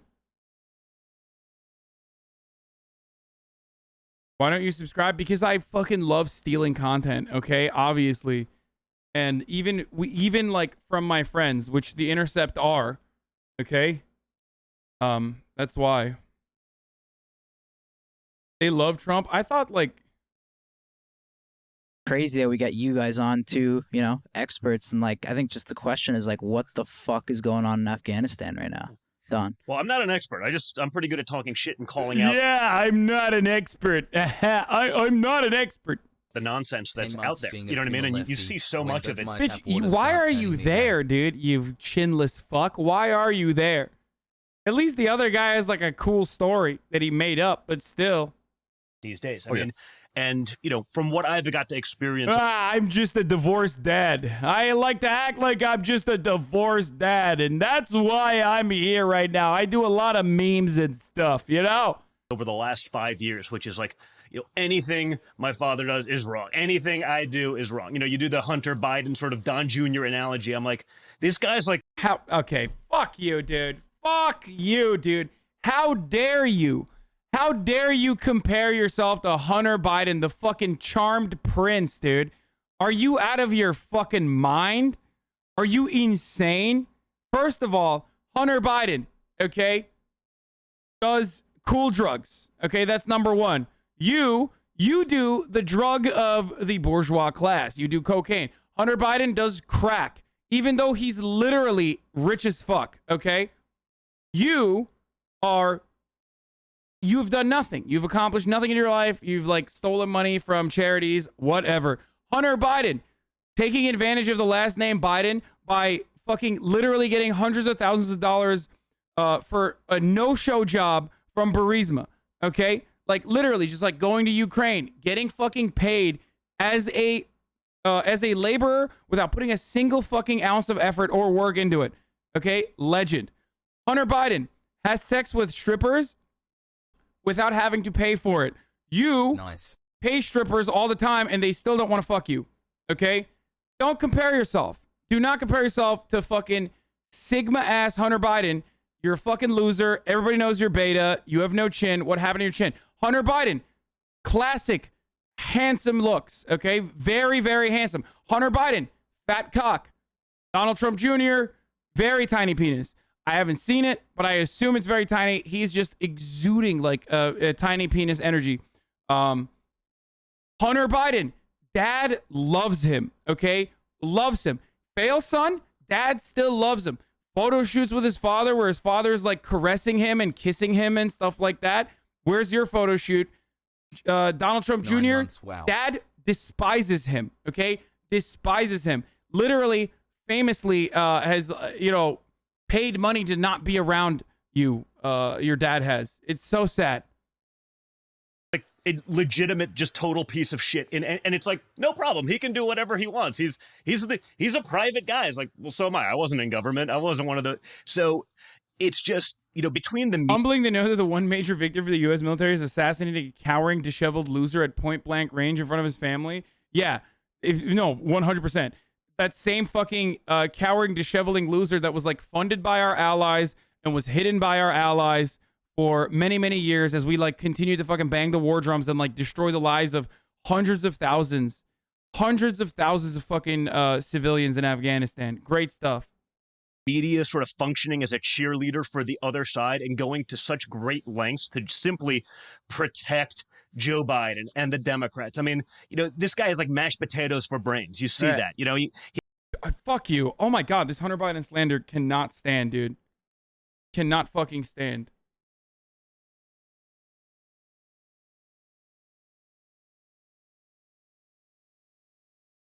Oh God. It's got to be so sad. It's got to be so fucking sad constantly being compared to Hunter Biden and just never, ever being half as fucking cool, dude. That's so sad. I mean this. Like, I genuinely mean this. No one likes Don Jr. No one. His dad doesn't like him. Hunter Biden, many people do. People lie and act like they fucking hate him, okay? People try so desperately. The same energy that, like, causes people to lie about how much they like Don Jr., which is conservatism, brain rot, obviously. I'm being a little ableist. I'm sorry about that.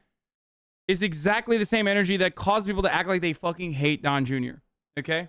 He comes out. He's on Hunter Biden. Oh, God, I can't believe I said that accidentally. vacation while the world's burning. Imagine Donald Trump as Afghanistan fell. By the way, as Afghanistan fell, while they pulled out our troops, but left between 10 and 40, and they don't even know, 1,000 Americans in Afghanistan. Now, Taliban control. I can watch the meltdown. It'd actually be nice because, like, they'd have such big aneurysms that there'd be none of this, like, ridiculous media left. Like, they would explode in their outrage. Joe Biden's on vacation. I love this because he's, like, saying, I wish my dad would do the exact same thing that Joe Biden did just so the media would get mad. That's a self-report. You're basically saying, like, yeah, I don't really give a fuck about the people of Afghanistan or the Americans stranded there, but it would be cool to, like, fucking watch, the whole world burn. Like, it would be fine. Pathetic. Also, who wears fucking Puma, dude? What the fuck? Jesus Christ. Like, I'm surprised he didn't do his speech from an ice cream shop the other day, because it seems all he's capable of. So, it's hard to believe that it doesn't exist, that someone's willing to call out the bullshit when it exists. And why do you think that is? I created a niche. Why do you think that is? I asked Dana when we did Dana, like, why is the media so against the right? Like, is it about money? Is it like, I why think are they're they just so against it? They're active. You see it in school, right? They're activists. If you're going into journalism, that's your mindset, and then you're in your bubble. If you go against the bubble, you get eaten alive. And listen, it's no different probably than the woke military. And I'd love to hear your thoughts on this, Rob, because and we do have to make the distinction between guys like this, the door kickers that are actually kicking ass, and like the generals that are saying, I really want to learn about white rage. It's like, give me a fucking break. You know, the difference too, having shooters on the ground fighting the enemy, Al-Qaeda, ISIS, Taliban, seeing the difference between them, and then, like, show me a 4-star general and I'll show you 14 people kissing his ass all around him. And just telling him exactly what he wants to hear so they can have his job eventually. Well, and he wants to get a board seat at, woke corporate America. Yep. And so they want to keep us in these wars indefinitely because, like, hey, listen, they're not making a lot of money now, and that's their retirement plan. But, like, they're also costing the American taxpayer trillions. They're costing guys like Rob their lives and limbs. So we can stay in a war to get a board seat at Raytheon in a couple of years. That's what they're doing. That's exactly what they're doing. So someone has to call it out. And, like, to your point, like, dude, like, I was always conservative, but I was never political. But the fact that there's such a vacuum of, people that are just not willing to speak up, that I have sort of created a name for myself within politics just to be like, hey, has anyone called bullshit on this yet? Like, how insane is that? That's what I mean. Like, what is the reason? Like, why? What motivation does Twitter have to, like, remove the president? I think it's got to be personal power somewhere. Like, is it about money somewhere? There are a lot of people on television and politics that are blatantly lying. And it's got to be for kickbacks. It has to be. I can't figure it out. I don't know why. I don't want to say someone specifically hates their country. They got to be getting money on the back end. Someone is. Well, and there's also virtue signaling. There's like a reward system, right? Yeah. If you're a liberal and you come out and you attack the conservatives, like, hey, like, it's the Colin Kaepernick shit, right? Like, you get a sneaker deal, or Megan Rapinoe, you hate your country, great, we're going to put you on you're the face of Subway sandwich now. Like, it's become cool to be woke, and there's a way to monetize it rather than talking common sense. Now, if you come out as a conservative, everyone out there is attacking you. So there's no upside. So I know there are people that are out there sort of selling some of this crap. They don't believe it because I know them. But it's like, well, it's the path to making a couple of bucks. Yep. And I'm not willing to risk taking the hits. That's the difference with me. I was like, screw it. Like, I'll take the hits. It's like, so what an do I anchor care? on like CNN is just gonna follow the narrative just because they don't want to lose their job. Is like what you're saying. Like everyone's doing it. But they got there through years of indoctrination. Yeah. You see it in our school systems. I mean, you see it in some of these like sort of liberals of TikTok videos where it's like they're doing whatever they can to push some of the crazy aspects of the left. And I'm not even talking about like the difference between conservative and liberals. I mean, like some pretty batshit stuff. And it's like they're proud that they're indoctrinating kids to make sure that they never see another side. And if you see another side or bring it up, it's over. And so, they've just sort of taken over and grabbed a hold of all of these sort of cultural institutions. I mean, I think conservative values are generally like, hey, live and let live. Turn the other cheek. That's been great, but like, look what it's gotten us. I mean, we've seeded every cultural institution, even sports.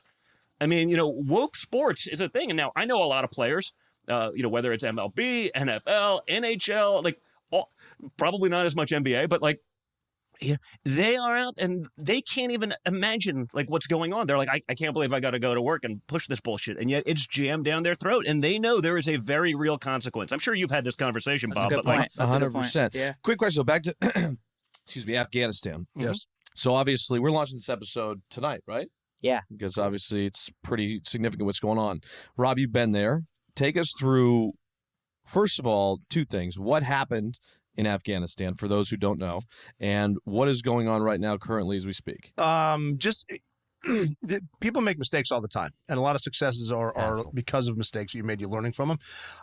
You can Monday morning quarterback anything. I personally think we should have pulled out mostly out of Afghanistan around 2004, 2005, because we kind of had it won. We hadn't heard of an improvised explosive device, roadside bombs yet, but bad decisions are made. They wanted to surge. They like people. There are guys on the ground like me were saying, we live in a house in Jalalabad, Afghanistan. We know our neighbors. We give the kids candy. We get kebabs at the stand in the middle of town, which is unheard of, especially today.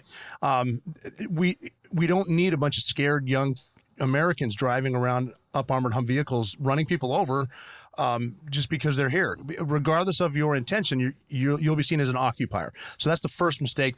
We do need to keep a base, especially Jalalabad Airfield, which is was really nice.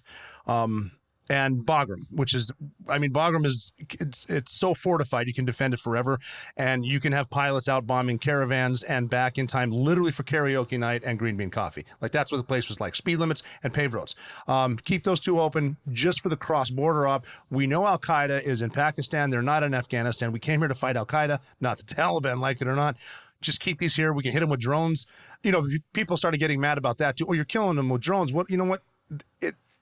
Yes. Sorry, we can't kill people nice enough for you. But, we stayed there. We did get bin Laden in 2011.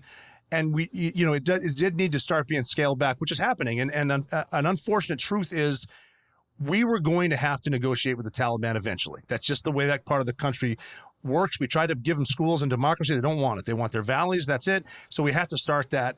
You certainly do not drop the keys and leave overnight. Yeah. That's the problem. Complete chaos because, it's almost to the point where, okay, are you stupid or are you incompetent? It's one or the other. And if you're the chairman of the Joint Chiefs of Staff, who's the highest ranking military officer, if you told him to pull out, you should be fired. If you told him not to pull out and he didn't listen, you should resign. Where we lived, and a lot of Americans, a lot of the coalition forces over there, if they screwed up this bad, they died or they got fired. You don't show up for the press brief because you're in the basement.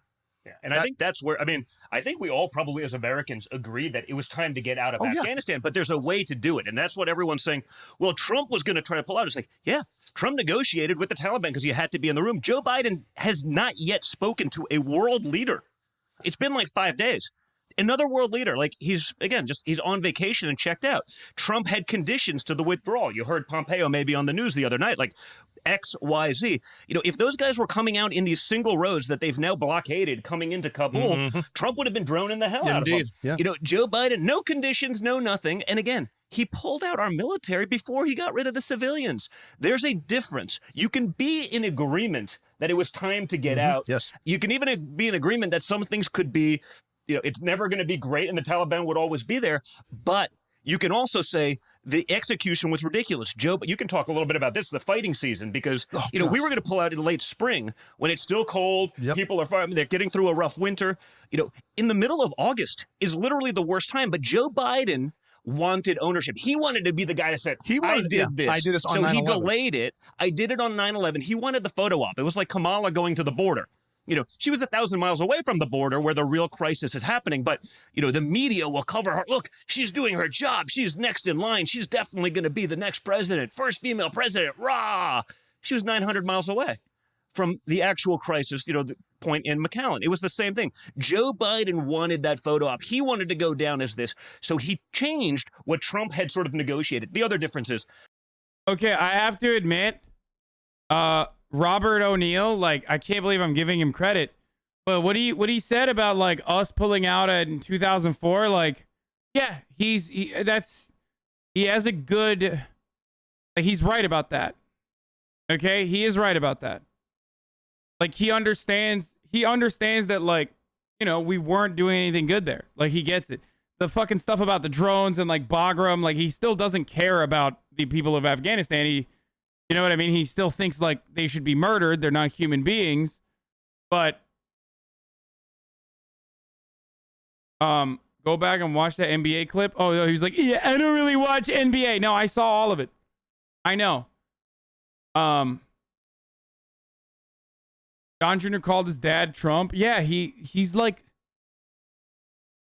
I love that, dude. There's so much I love about Don Jr. too. Don't get me wrong. It's just he's such a fucking pathetic dweeb lord that it's virtually impossible for him to look good. When he's talking about people really like me because I'm just just some guy who's I've always been conservative but not political, but people love me. It's dude, the only reason why people even give you any shred of fucking clout is because of your proximity to your dad, who fucking despises you.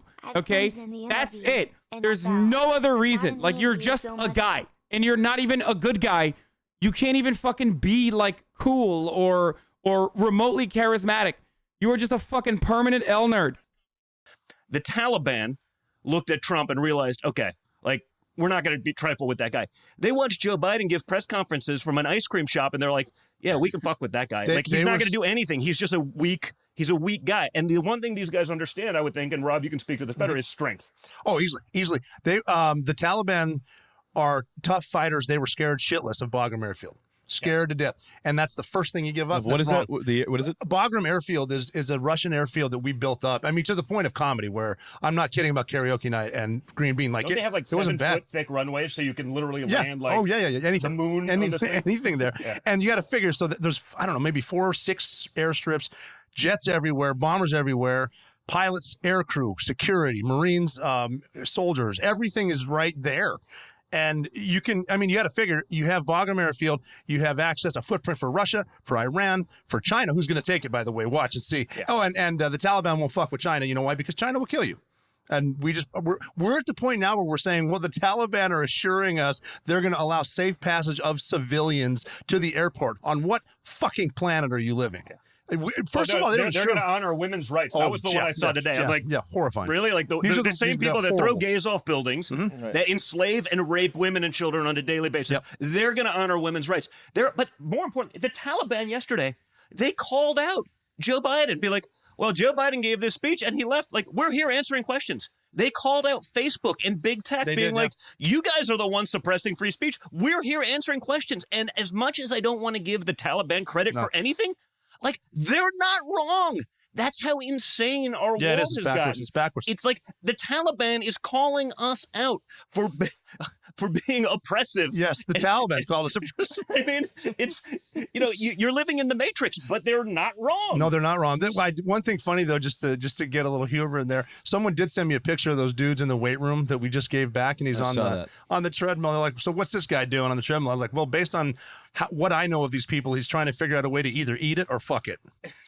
Got it. So what's why not? So 3.5 years. So there's 3.5 years left of Biden, right? Yeah. So what's the play? So think about that. I mean, if you look at our border, right? Humanitarian crisis. You have kids in cages. We didn't build the cages, but it was a really big deal that there were a couple of kids in cages. Now you have kids in cages that are 700, 1,000% overflowing, right? COVID positive up to 18, 19% statistic I read, and they're just releasing them into McAllen, Texas. Like, again, if it were Trump, what would they be saying? Just like They'd be all over, Obama yeah. built the cages, but that was not a problem. Trump using those cages, a huge problem. Joe Biden getting them and having them at overflow capacity in the middle of a pandemic, sick, and releasing them into society, not a problem. Just like if you're in New York right now, you need a vaccine passport to go to work, to go to dinner, to go out. But if you're COVID positive in McAllen, Texas, they'll just release you into society and you can go do whatever you want. It's an honor system. Just try not to go near anyone. Like, you think that's going to work? I mean, there's just a hypocrisy that is just so flagrant these days. It's so glaring. And yet, again, no one's calling it out. It's perhaps why, I've been able to create a decent presence on. Wait, what? Is he advocating for COVID passports in McAllen, Texas? Yeah, I think, they got COVID passports in New York, but not in Texas. I wonder why, jackass. Like, literally, I wonder why there is no COVID fucking passports in Texas. God, it's so awesome. It's so obvious that, like, they couldn't get Trump, so they had to get the fucking shitty version. Fuck, Trump would have been owning in this interview, dude.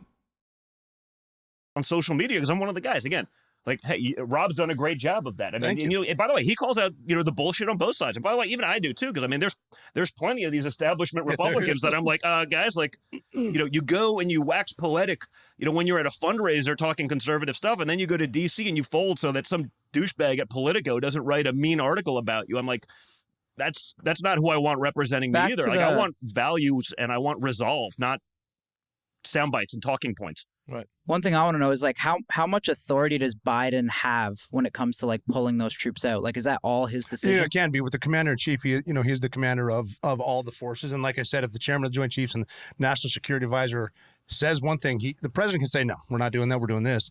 But there should have been. I hope there were people around him saying this is a horrible idea. Because it's not gonna end well, and if we can't get our 10,000 Americans out, we're jumping troops back in. Well, it seems like some of the stuff I've read is that people were advising him, like, don't change the existing plan. You know what I mean? Make sure there's conditions. But again, he wanted to change it to make it his own. He wanted to get the full credit for that. So now he owns that shit. He's gonna own it forever. It's worse than the fall of Saigon. So all he had to do was keep Wagner. What was the move then? Like, what? Because I know I don't think we were spending a lot of money there anymore, right? We didn't have a lot of people there. We didn't have a combat death in over 18 months. Right. And, safer than Chicago. Yeah, actually, that's what I say. My father said it last night on any. He goes, hey, when I left Afghanistan, when I left my thing, for 18 months prior to that, or whatever it was, there was not a single American casualty in Afghanistan, which is significantly safer than Chicago, New York, or any of our big cities. All so under what was Democrat this control. rush then? Like, it seems like there must have been something else politics. to it. He wants to own it. It's politics. I mean, if Joe Biden would have said, we're pulling out, this is my call, and we pulled out and everything was great, it's like, well, shit, awesome. But nobody thought that was going to happen. No one with it. I mean, of course, nowadays up is down, down is up. Like, if you tell the truth, you can get fired. And people just don't like the truth. They just want to say, yeah, I'm sure we'll be fine. The Taliban won't take it. And they said, no, and even the bullshit about, we have some tough Afghan fighters that we train. Look, you train them for 20 years. They're twice the size of the Taliban. They lost in 3 days. Someone's not fucking fighting. Well, did you see the video I put up on my Instagram? Like, I mean, it was literally, we spent $88 billion just on training. And you're watching these guys try to do jumping jacks. Like, check it out on my Instagram. It's literally laughable. Jacks. Like, it's you know what I'm talking about, right? I know. It's absolutely ludicrous that you spent $88 billion. And again, it's just being cycled back into the pockets of the guys that are part of the military-industrial complex and all of that stuff. They're getting rich off of it. And again, they're maybe a politician then, but then once they leave politics, they become a lobbyist. And they're lobbying for that. And that's how the money cycles. And it keeps those guys rich. It's why D.C. is the richest zip code in the country, or one of the top 3. But they don't actually produce anything other than they peddle influence. So what right now, back to Afghanistan, what is going on right now as we speak? So are they, we have soldiers there that are trying to evacuate Americans and Afghans? Yeah, the Taliban had been planning this in mostly Canada, Pakistan for the past 15 years, what they're going to do. And the plan, well, they didn't assume Bagram would fall, but that worked out well for them. So then they can surround, well, it's called Hamid Karzai International Airport. That'll, maybe not anymore at this point, because they're going to rename it. But they're going to surround it, and now they have everyone trapped in the cities. They can't get into the airport to leave. So there's Taliban checkpoints everywhere. And, you know, I just on the front cover of I think the New York Post today, there's someone getting hacked to death with a machete outside of an ATM. Well, they actually put out, you know, they said yesterday, I did a little, like, you know, sort of like Rumble Facebook video on it. They literally put out a press release saying, get to Hamid Karzai Airport, though the embassy says we cannot guarantee your safety. Like, so they want you to travel there. Now, the embassy, don't forget, the embassy now is in Taliban control. Right, it's Taliban. Joe Biden on July 8th said, under no circumstances will there be photographs, you know, of the Chinooks, I guess, or whatever it was that they were, like, you know, of Saigon in 75. It's literally the same photo. Like, it almost looks like you can't tell the difference in the photo unless you look at just the building. I posted a video, you know, on my Twitter and Facebook that shows literally the photographs of them evacuating the embassy. This is 6 weeks ago. Joe Biden said under no circumstances was that going to happen. They have the same helicopter evacuating people out of the embassy. The difference between this and Saigon is this is significantly worse because they forgot about the 10 to 40,000 Americans that were still there. They got some of those embassy personnel out. Oh, yeah. The embassy fell. It's worse because there's 10 to 40,000 people that are stranded in Afghanistan. And they're telling and they're saying we can't guarantee your safety. The Afghans have worked with us, and they find out you worked certain areas with the Americans. They're not just going to skin you alive. They're going to watch them. You get to watch them skin your kids alive. Then they'll get to you. So what we're saying to them, so the Department of State, for people who don't know, they sort of take care of the civilian sector and how to, you know, travel advisors, blah, blah, blah. So they're telling these Afghans, the State Department is just saying, just contact your representative of the State Department. They had all evacuated. Yeah. They got nothing. They got nothing. Yeah, contact the embassy. What embassy? Right. The embassy is in Taliban control. So some bureaucrat in D.C. I mean, I saw the media. Tom Cotton put out this thing on social media, the senator. He goes, listen, contact my office at this number. We will figure out a way to make it happen. The media starts going, oh, what are you going to do, Tom Cotton? It's like, well, the embassy fell. No one else is doing jack shit. Like, he's actually trying to help. Like, he's actually trying to proactively be part of a solution. You know, it's not ideal, but he served and he understands how these things work, and he sits on the Senate Armed Services Committee or whatever it may be. Yeah. He may be able to help get something done and effectuate, like, change. But the media jumps on him. Oh, what are you going to do? Like, well, what are you guys doing? Right. You know, you're running cover for Joe Biden while he's on vacation. How many people are over there right now that we want to get? We sent more people in, didn't we now? They said 6,000. But how many people are in there right now that we want to get out? We don't even know. That's the point. Like, they put out a thing between 10 and 40,000, according to, I guess it was Americans. Which is a little latitude. Right. And, well, they said they resumed flights, and in the last 24 hours, they had gotten something like 600 to 700 people out. So play it out. If they're getting 600 to 700 people out in a 24-hour cycle, and there could be up to 40,000 people, you're going to spend 2 months evacuating Americans? What do you think is going to happen? Like, the Taliban, I understand the press is giving them a lot of attention. They're giving the Taliban a bigger platform than my father, the former president of the United States, who's not allowed to be on social media. Yeah. What happens when the beheadings start? Because you know they're going to start. Oh, they've already started. All right, so what happens when the raping starts? When they do, though, and that's something that we see on our end, and we see those happenings, what's the play? Well, they're going to control their media and you know, they will. Do we go in and get it'll happen and we won't see it. Yeah, the Taliban's it's happening. Who do have a verified Twitter account, by the way. They won't put it on their Twitter account. They have a verified Twitter account? Yeah, of course. Why wouldn't they? No, the Taliban spokesman. I mean, it's a designated terrorist organization, and like they have it, but Donald Trump's not allowed to be on Twitter because he sent a couple mean tweets. And I always say, you know what?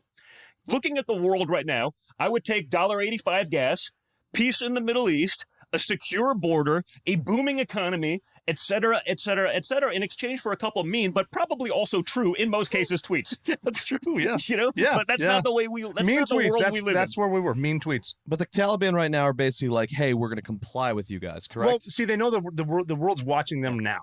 Yeah. And you know, who knows? They might let Americans out, but once they have control, I mean, they have it now in spots that we can't see. And these are not good people. These are as brutal as they get. These guys are as bad as ISIS. They'll burn you alive. They'll, you know, depending on the age of your daughters, these ones get their heads cut off. These ones are sex slaves. You know, this one gets hung at the Coliseum. You know, that's what they do. And these are just bad people. And but they've been gearing up for this. They've been seething at this, and they're there. Well, and they know how our media works, right? So they know how to give them exactly what they want to get the cover. You know, it's like when Putin says, like, well, what happened to Ashley Babbitt? Putin could care less about what happened to Ashley Babbitt in the Capitol, but it's a way of calling out the hypocrisy, and he knows the media is going to jump. It's like when China starts saying, well, that's not really woke. I mean, you got to, like, China doesn't give a shit. Like, they literally are committing genocide against the Uyghur Muslims in China. They're enslaving people. They have death camps. They don't care, but they know how to manipulate our media, and they're just acting like a puppet master so that our media goes after ourselves, and we end up eating our own. Oh, yeah. We eat our own, and that's how they gain leverage on a world stage. What do you think your father would have done differently? Because these guys kind of surprised them, right? Well, listen, like I said, Pompeo's talked about it the other night in terms of the details. Like, you know, there were conditions to this thing. They weren't going to do it at a time, you know, during the summertime when, you know, the Taliban, they're literally bored. They got nothing to do but fight. You know, you can speak to this. We've been calling it the fighting season. We've known it every year since 2001. They fight in the summer, and then the winter sucks. Yeah, the winter sucks. They go high. You know, things are calmer, so you can do it. So you don't have this massive surge. Yeah. He would have been droning the shit out of the, you know, the highways coming in. Convoys, I mean, there were just caravans and convoys. It'd be like the original Iraq War, right? You'd get a, you know, get an A-10 and just run down the line, you know, shooting depleted uranium at these things, and you could take out, you know, tens of thousands. There would have been real conditions. There would have been fear in the back of the mind of these guys saying, like, hey, you know, I'm going to get nuked on this road going in there. Oh, yeah. They wouldn't do it the same way. It would have given the Afghan fighting forces, if they wanted to actually fight, you know, a chance, because it wouldn't just be this deluge, this onslaught at once. But again, Joe Biden changed that plan because he wanted credit on the world stage. He's so not there that he figured, hey, if I do this, it'll go great, and I can take credit for this. And now he owns it. So what consequences is this going to have now in the West? Look, what do you think, if you're sitting in Taiwan right now, what do you think's happening? What do you think happened in the last week to sort of, you know, the notion of being an... I love this. Oh, the Taiwan rhetoric is so fucking funny, dude. It's like you don't give a fuck about Taiwan. Donald Trump never gave a fuck about Taiwan. Also, I love that he, like, basically was talking about the warthogs. That's a war crime. He's talking about the highway of death in the first fucking Iraq war, where the U.S. military literally fucking opened up on retreating refugees and also disarmed Iraqi soldiers. So he is currently referencing, not Taiwan, but what he's talking about is literally the highway of death. Really cool stuff from you know, why couldn't we just do the highway of death? You know, that's an American ally. Some war crimes. We're an American ally. We just abandoned, you know, 40,000 Americans up to possibly, you know, in Afghanistan. What do you think Taiwan's thinking? Whatever China's timeline, and there is a timeline for taking over Taiwan, it just accelerated 1,000 times because they're going around saying, see, you can't rely on America. Like, we just made ourselves so weak on a world stage that I don't think the average person. Did we just have like I didn't realize we had like a massive military presence in Taiwan in a similar capacity to fucking China. The thing I wanted to mention that I find really funny is when he's talking about like how other world leaders know how to manipulate the American media. And he's like, oh, you know how like Vladimir Putin talked about Ashley Babbitt. What happened to Ashley Babbitt? You know, he knows how to get them going. You literally just did the Taliban Facebook censorship thing. You fucking idiot. You literally just did exactly what you're talking about with respect to like liberal media, but for the Taliban. Like, I can't believe I gotta hand it to the Taliban, but they're right about censorship on Facebook. I mean, they're right. Free socialism will win. Like, anyway. person can fathom it. I mean, if you're an ally of the U.S., we just told all of them, like, 10 months. we're there with you, but we're not really there with you. Like, when the shit hits the fan, we are leaving and tucking tail. Well, we've our strength has been a triage of forward defense, deterrence, and alliance solidarity, and that's how you can win. You can win without firing a shot. But once we lose our allies like this, I mean, it's like they don't trust us. I wouldn't trust us. I would not be an interpreter anywhere for the United States right now. Yeah, and if you're in Taiwan and you're talking about that, like, you know what? China, come on in. You know, if you're in any one of the places that China's essentially trying to colonize around the world, it'd be like, this is pretty funny. You know, coming from the country that has Puerto Rico, Hawaii, the American Samoa. There's Alaska. I guess Alaska's a little different, but like Guam. Guam. I find it strange that he's like, one, talking about Taiwan this way, but also, secondly, like, does he think that like we were holding off like China from, you know, taking Taiwan or something? Like, what is that? This is like a new conservative take that I haven't heard. It's new to me. And I don't know what the argument is about Taiwan. Like, what is their argument? Are they saying that like America is stopping China from like taking Taiwan or something? Also, America doesn't even fucking recognize Taiwan. So what is he saying? Like, Trump was president. It's not like, you know, it's not like he made any fucking efforts to do like Taiwan independence or anything like that.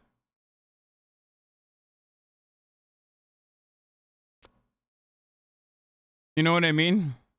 Like, I know. You know what? We'll take their money. We'll take the briefcase of cash they're giving us under the table. The Americans, you know, they got to play by different rules. They're not going to, like, China's going to take over the world. So, it's what Don, they've is done that... with rare earth minerals. It's what they've done with everything. And that's their plan. And that was going to happen probably one way or the other because they're actually, you know, they're smart and they don't play by rules, meaning, you know, they don't care about political niceties. You know, they're not trying to please anyone. They could care less. They have one mission and one mission alone, and they're able to think beyond 2 weeks from now when we have our next elections to say, this is where we want to be in 100 years, and this is how we get there, and everything else doesn't matter. We don't think that way. We're so short-sighted. We make stupid decisions so we can have a win for next week so that we can get reelected, continue to keep power, get that board seat in the future. Yeah. You know, America's future be damned. I mean, we've leveraged the shit out of our country. You know, our children's futures are screwed because we just, hey, what's another couple $1 trillion? Joe Biden, you know, a couple $1 trillion to teach critical race theory, you know, and woke bullshit to our children. Who cares? It's infrastructure because everything's infrastructure. You know, your sneakers are now infrastructure, Bob. Like, that's where we've gotten. And they don't care because it's not their money. But it allows them to keep power and it allows them to then later make money again. And that's why my dad got involved in this in the first place. He was like, listen, I'm a business guy. Like, he's been watching this shit pissed off for decades. And now. Smooch. Also, Donald Trump Jr. has done nothing ever in his fucking life. And it's so transparent because it's like, that's all he talks about is literally just like, you know, I mentioned this in my Twitter post. Check my Twitter out. I mentioned this on an Instagram post. Check my Instagram post. I was like, dude, are you just there to plug your Instagram, you fucking loser? You're not, like, your dad's never going to love you, okay? I'm going to be honest with you. If you reach 1 million followers, your dad is not going to magically love you. Now you're seeing, because you said it right? We're only 7 months in. Like, we've got 2 humanitarian crises, right? The border, unquestionably. Again, you don't have the coverage because the media is one way, but it's a crisis. Afghanistan, serious crisis. Inflation, serious crisis. I mean, we're gonna destroy the middle class of this country. And then, you know, by the way, the next crisis is going to be the refugee crisis. And, you know, there are definitely some great people probably in Afghanistan, and there are people that we have no idea what their intentions are. You know, he's so mad. He's like, why am I not talking about Afghanistan? Like, I literally was there. Why is this fucking chinless dipshit talking about Afghanistan? I would much rather hear the fucking weirdo Navy SEAL talk about it than him, to be honest. I have friends in the Border Patrol. I mean, for the last few months, he's like, hey, like a good percentage. And I don't mean like 1 or 2. I mean like significant double-digit percentage are like, yeah, they're guys from the Middle East coming in. Mm-hmm. Like, They just see it. It's a porous border. Now, if you're a Cuban refugee who's being shot at by your government, you stay put. You're not allowed in the country. We don't want you because the Democrats in power don't want someone who's maybe against communism and socialism, which is where they're ultimately trying to push something. So if you're a Cuban refugee seeking asylum and actually like deserving asylum, not like I just want to come to America for the free shit, which is what you see a lot, at the southern border, but people who are actually getting shot at by an oppressive regime that's jailing them for simply wanting freedom and for speaking out against the government, they're not allowed in because they've experienced what socialism and communism does. And, so this is one of the things I talk about a lot, and media goes crazy because, like, what do you know about it? Well, I know about it because my mother escaped it. My mother was from communist Czechoslovakia. She escaped because she was a good athlete. She was an Olympic skier, and so she got to Canada and then came into the U.S. legally and, like, was never going back. And I remember as a kid, I saw my parents, like, with their wedding picture. I was like, well, why is my grandfather there but not my grandmother? Mm-hmm. And they basically explained it was like, well, like, they wouldn't let them both out of the country because they knew if they both got out of the country, no one was ever coming back. So I'm like, sounds like a wonderful system. Let's bring it here. Yeah. And my grandparents sort of made sure that I experienced that. It's sort of probably indirectly, meaning I didn't know it at the time, but it was probably how I sort of became a conservative because as a kid, when they got to come to America and saw what we had here and the freedoms that we have and all the shit that, like, these Bernie Sanders supporters and these, like, 12-year-old kids regurgitating what their high school professors are indoctrinating them with, like, high school professors?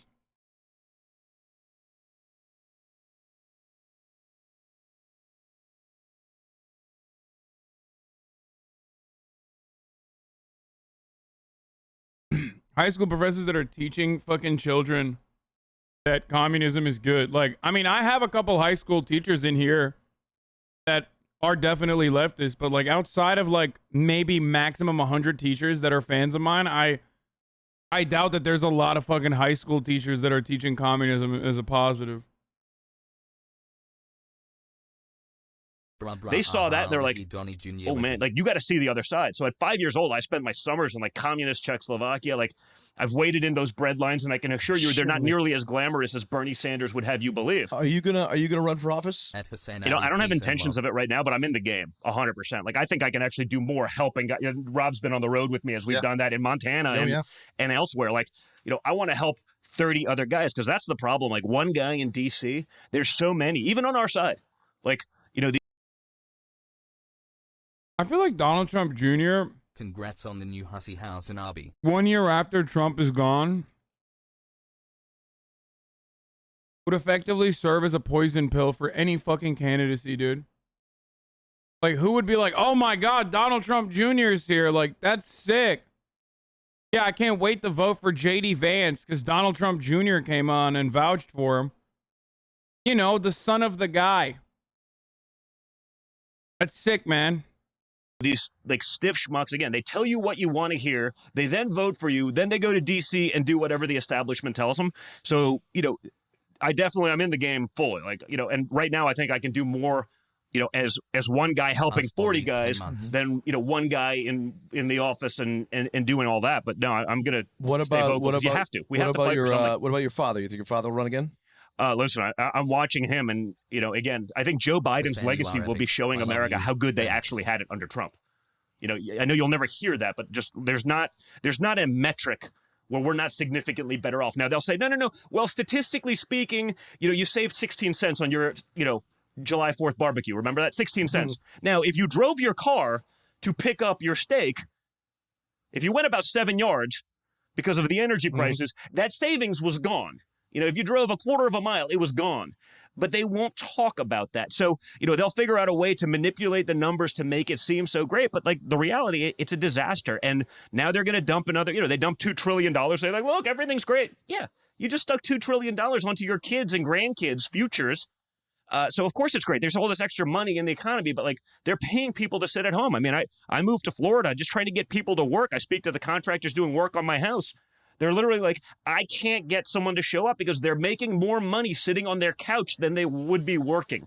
So or they'll work 2 days a week for cash, take the government money as well, and they're net ahead doing nothing. So if you're a betting man, you think your dad will?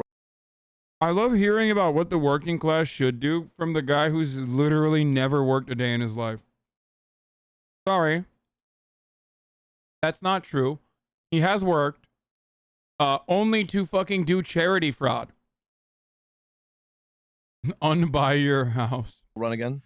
Listen, I Seems like it. It seems like he's into it. I mean, and honestly, I'd like to see it because the problem that we have is it doesn't seem like there's a bench on our side. There's a natural bench on the Democrat side because, they have their sort of fluffers in the media, that'll make everyone a hero, right? AOC, she's the greatest thing in the world. Rashida Tlaib, she's wonderful. She's a, brilliant politician. Like, none of the hypocrisy, none of the lies. That it's harder on our side, and I don't know that we have enough people yet that will fight.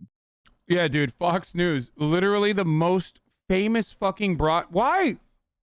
Conservatives always act like Fox News does not exist. It's so funny. They're like, they have single-handedly the most successful media company out there, and then they just act like Fox News is not there. Oh, they got fluffers in the media. We don't have anything. It's like, dude, what about Fox News? Back the way my father will, where he just doesn't care. He just takes the arrows. He just keeps fighting. He doesn't give a shit. Like, we don't have that yet. Our guys are still, our bench isn't deep enough that we have enough people that aren't afraid of the slings and arrows that come at you when you're a politician and you're a conservative. Yeah, we have a bunch of pussies. Yeah. And look at the Republicans that voted for the infrastructure bill just because they got pork in there. They'll get reelected. Dude, this guy, fuck you, dude. The one thing that, like, Republicans actually did that was good, and you're gonna fucking use that against them? Like, are you psychotic? You fucking piece of shit, dude. What a garbage person. I love when these fucking dickheads talk about how, like, they love the working class. We love the working class. And then he's, like, fucking complaining about an infrastructure bill, dude. Ugly-ass tattooed bitch. Get the fuck out of here, dude.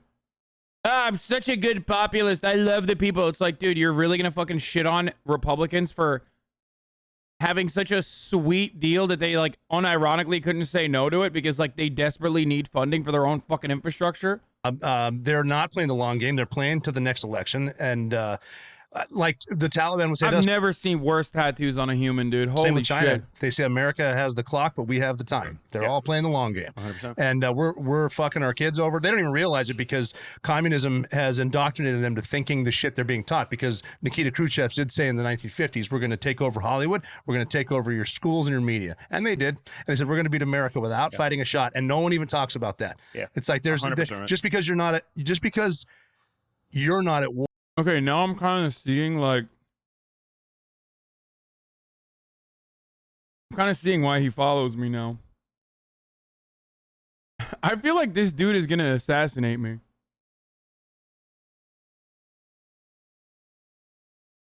Old Tifu has bad tattoos. Old Tifu.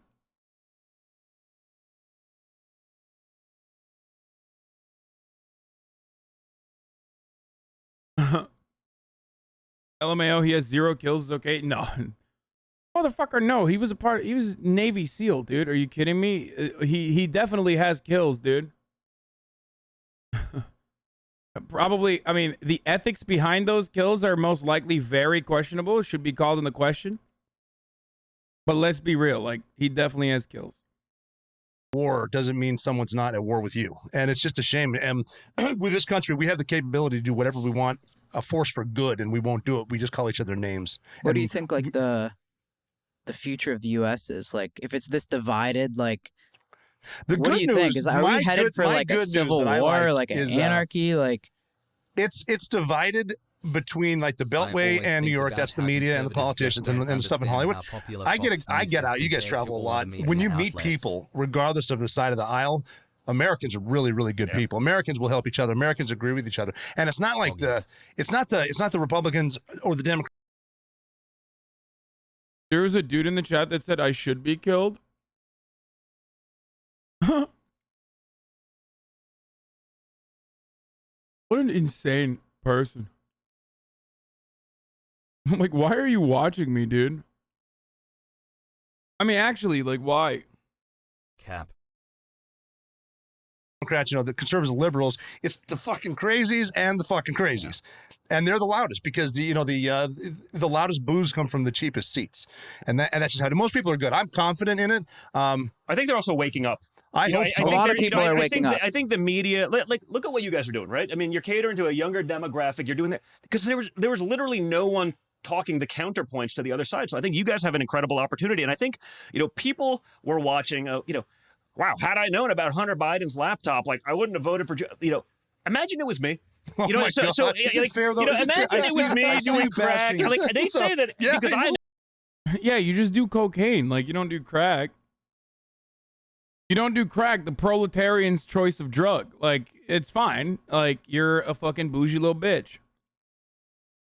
It's okay. I have a fucking $3 billion mega mansion. You know what I mean? It's like we're just Bill Dipperly. Hunter Biden, on the other hand, just literally housing houseless people. Okay, actually doing that. That was what he was doing. It's true. Look it up. I'm animated and I am aggressive and loud as fuck. Like, they say that Don Jr.'s on cocaine. I'm like, you have pictures of that dude, like in 50 situations, smoking crack. So what does he do? Does he just rail a bunch of blow and just like, I guess, fuck like, who hookers in knows? Russia? But like, if I was selling art to undisclosed buyers for $500,000, having like a Picasso sold last week, for like 150 grand. Hunter Biden selling art for $500,000. You think they'd have a problem if it was me? Like, he's not even an artist, but he became one. If I took $1 billion from China, it would be a problem. If I was in dealing... Again, Hunter Biden, artist. Donald Trump Jr. doesn't understand art. With Russian oligarchs with ties to Putin, like that would actually be Russia collusion. Instead of is Hunter even doing anything when it comes to? But does it matter? Like, you know what I mean? Like 10% for the big guy. Like, I wasn't in government. Right. I didn't have an office in the White House. Now I'm vocal because we were up against literally everyone. So it's like, in my way, like that's how I fought. Like, it was like, fuck it, someone's got to say this stuff. So I think America, to sort of the bigger point that you were bringing up, is like, I think they're onto it. I think media has lost all credibility. I think they realize that media has really become sort of like political entertainment. Like, how can we take an outrageous stance and be outraged for clicks and clickbait? I think they're getting it. And I see that. And, again, I get it, dude. I'm an unlikely source to be, tied in with sort of middle America, but, what I call the dark zone everywhere between New York and Malibu. But like my hobbies, whether it's shooting and hunting and like, I'm there. That's where I actually spend my free time. And like, that's where my friends are. You've seen it. Like, The moment that you use like being in middle America as a flex, you have already betrayed the idea that you were trying to present yourself as like a regular American, okay? Oh, I love being in middle America. Those places are dog shit. I grew up in Florida and also, of course, grew up in an incredibly lavish lifestyle with a very wealthy family. But I love hunting in Nebraska sometimes. But those pathetic peasants,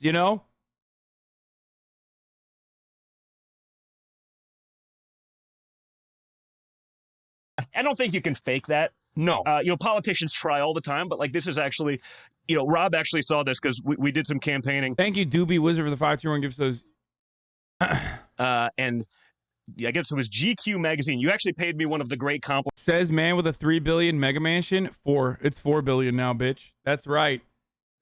My mega mansion, $4 billion. I had in my life. I'm not bullshitting. And GQ followed us. We were campaigning in Montana, and someone asked me about shooting and hunting, and I sort of started rambling because that's what I do, and I was a competitive long-range shooter. And so they go to Rob, and they're like, okay, like they wanted to try to sort of get me, like, so, Don's talking about shooting and long-range and competitively, but like he's really full of shit, right? And Rob was actually like, dude, like I was a SEAL sniper, and like Don's forgotten more about this shit than I'll ever know. I'm like, not even bullshitting. Yeah, so it was one of the great compliments of my life. I don't know if I've ever told you that, but like, well, I appreciate 8 months.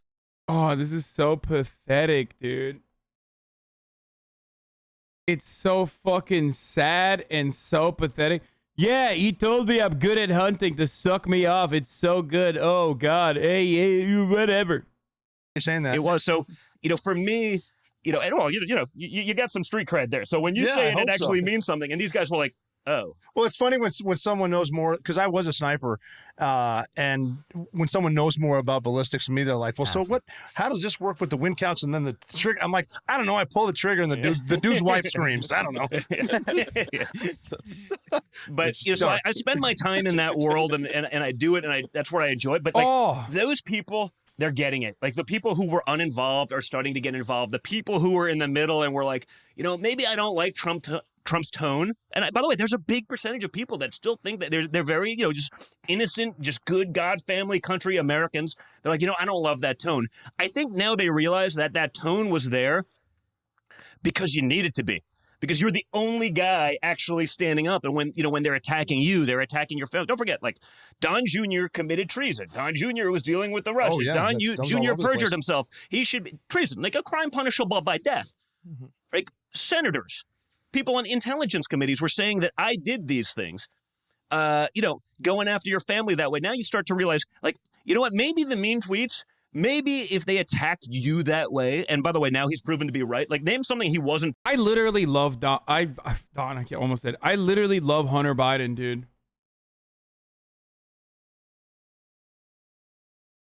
I do. I would love to have him on the show. Oh my God, I should try to get him on the show. That's one person I would give such a positive interview to. Like, I know the White House has like cucked me with having fucking, Fauci on and stuff, but I wonder if there's a way I could ever have him on. I would do a double booking. Chet Hanks and keep saying Don Jr. Chet Hanks and Hunter Biden, my two favorite fail sons.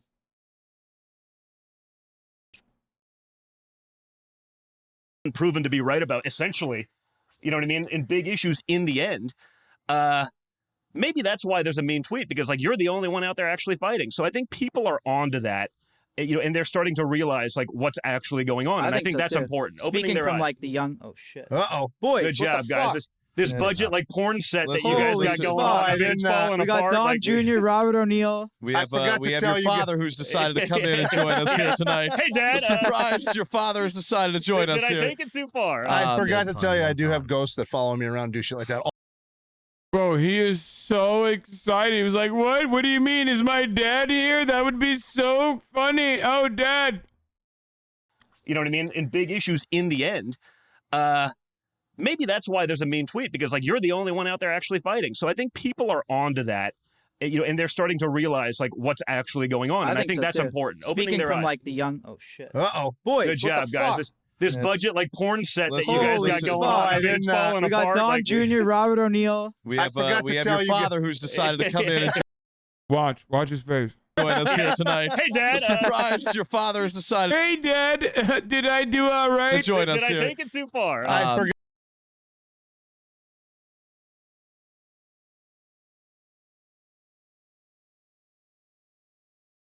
No one knows what it's like. Look at his face.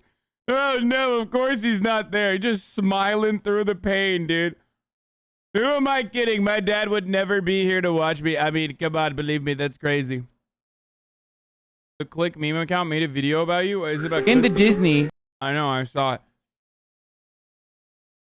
Are we bored of this? Should we fucking drop this and go to alpha male, goes to Eastern European country, doesn't get any pussy, gets mad instead? And then gaming? Horse rider keck. Yeah, I'm dropping in it. Eastern Europe by Matt Ford. Once I'm done eating, we'll fucking I'll download that 12 days game or whatever. Dated 30th of November 2017. In January of this year, I packed my things and got on a one-way flight to Budapest, Hungary to start my life anew after nearly 2 years of living in Chicago. Do I like it here? Mostly. Don't get me wrong, Hungary and everywhere else in Eastern Europe is a massive upgrade over the US in everything that matters. The streets are clean and safe. What? The women are cute and loose. And the cost of living can't be beat. Well, as long as you have an American salary, I guess. But after nearly a year in Pussy Paradise, the bloom is off the rose. What? Pussy Paradise? What?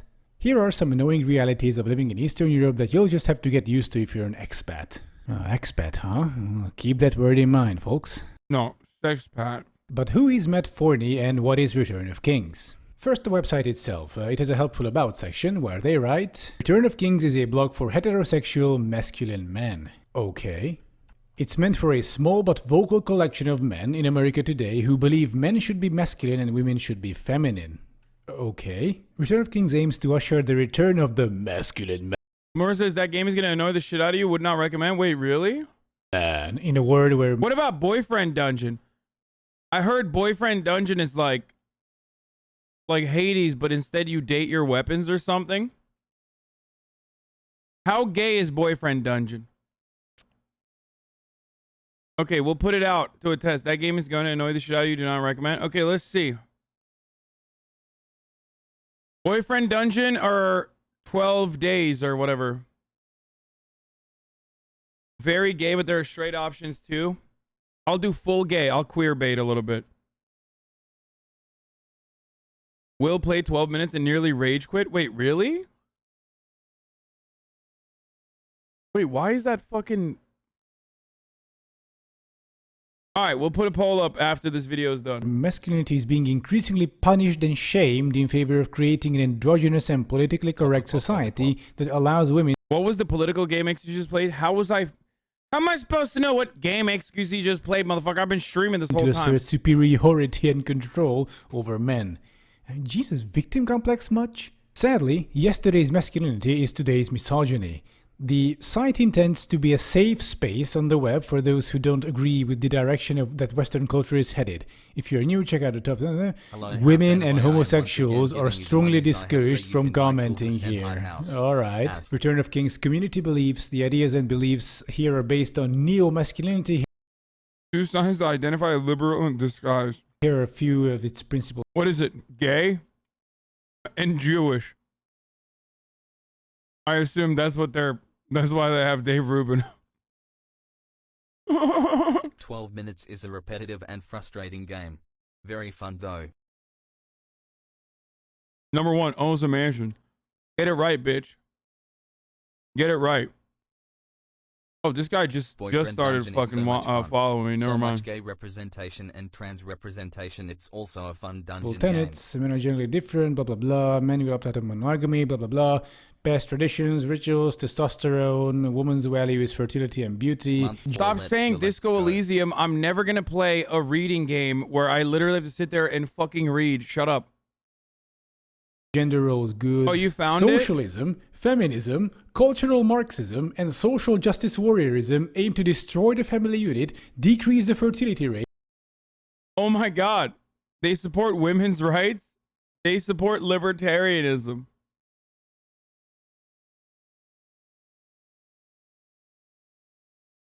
That's how you know someone's a liberal. And impoverish the state through large welfare entitlements. Yeah, so this is Return of Kings, kinda yikesy, traditional conservative, but with a pickup artist veneer on it. Founded by Rouge V, a particularly notorious and toxic pickup artist, I should say. So what articles does this website has to offer? 2 Signs to Identify a Liberal in Disguise, by Edgar True, September 30th, 2018. 1. They support women's rights. Oh, he put it up already. Oh, never mind. Hold the claim that allowing females to vote was a rotten call of judgment by men, and to this day there are conservatives, in quotation marks, who support this decision. Personally, I find it anti-conservative and pro-liberal to allow women to vote. That doesn't equate to hating them, but rather recognizing they lack logic, which, by their very nature, means they cannot vote in accordance with law and order, safety and security. It isn't complex, unless of course you're a female, in which you may not possess the intellect to grasp. I love this.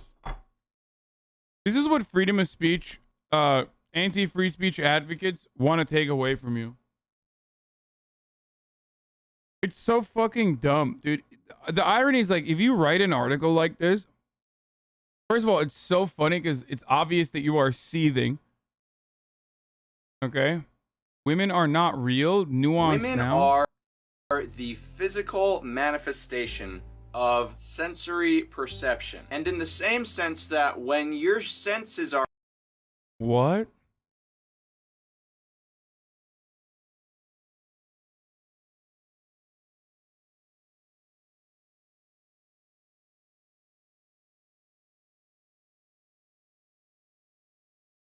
Yeah, Rouge V can't even fucking go to Australia. Okay. The overall societal implications of such a manner. Conservatism has a foundation. It does not stray from tradition. In the ancient world, men dominated and women submitted or were put in their place if they were too disobedient. I mean, far be it from me to kink shame, but Edgar, my boy, you're making it real difficult for me right now. Any man or woman who supports women's rights to vote in terms of political power is liberal-minded. Beware of those prancing around right-wing circles who still hold this delusional libertarian-esque mentality. They are not conservative in their hearts of hearts. And here I gotta say, English isn't complex, unless of course you're Edgar, in which case you may not possess the intellect to grasp the... Isn't going after these dementia people just other poll of how anti-SJW channels will talk about the silliest examples? They don't represent a significant portion of the population of what people believe. Wait. You mean this guy? The women are not real guy? Or do you mean like Return of Kings? Because that's a very... The Return of Kings is like pretty popular PUA broadcast. Not all conservatives think this way. Obviously, but... the overall grammatical implications of such a language. Moving on, let's look at what our friend Matt Forney has been up to.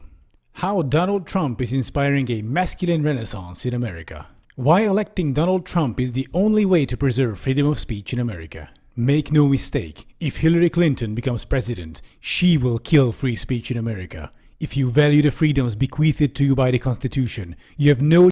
The damaging effects of Jewish intellectualism and activism on Western culture. Oh, these guys are like... Oh, just straight anti-Semitism.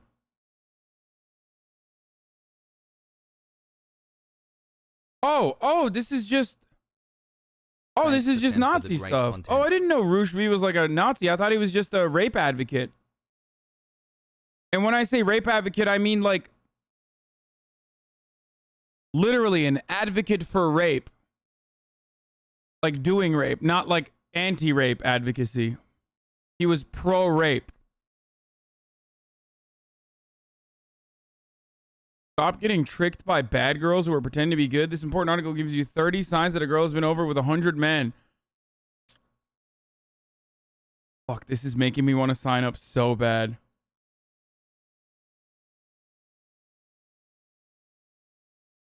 What up, Racy?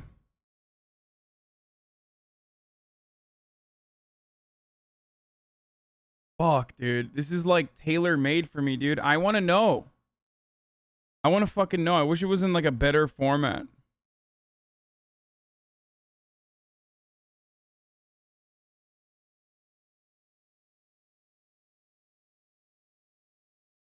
Congrats on the new house, less than 3, well deserved, you legend.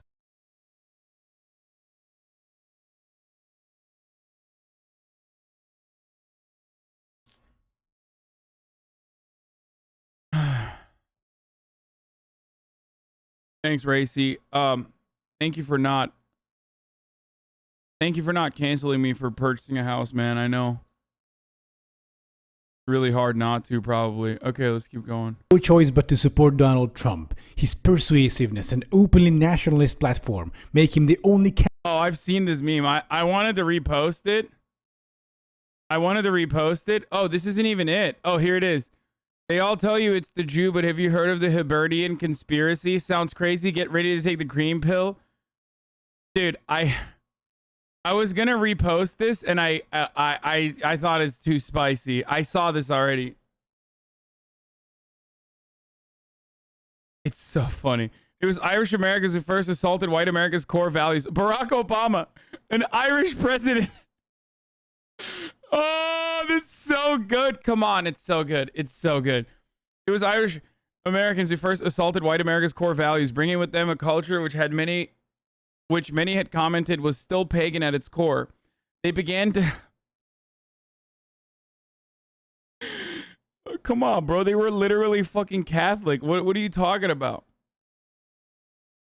Like, if anything, they have the right to say the Protestants are fucking pagans. They began to dismantle the Anglo-Saxon purity of the United States.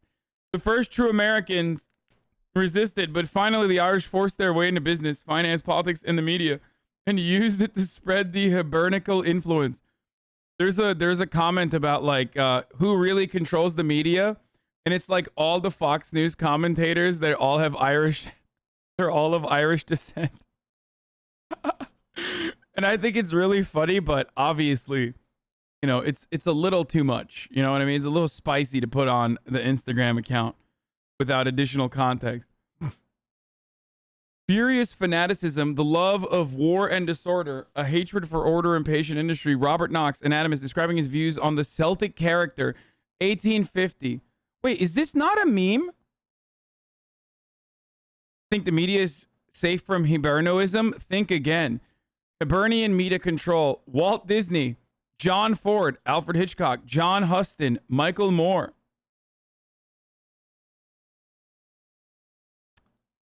This is satire, right? There's no shot. Hibernophobia is real. Oh, when you Broken watch heart. TV, you're actually watching Hiberno disinfo.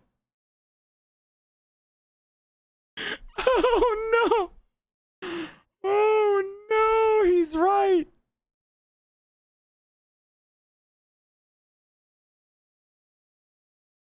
Bro, he is both sides, dude. Look, Hardball and Sean Hannity.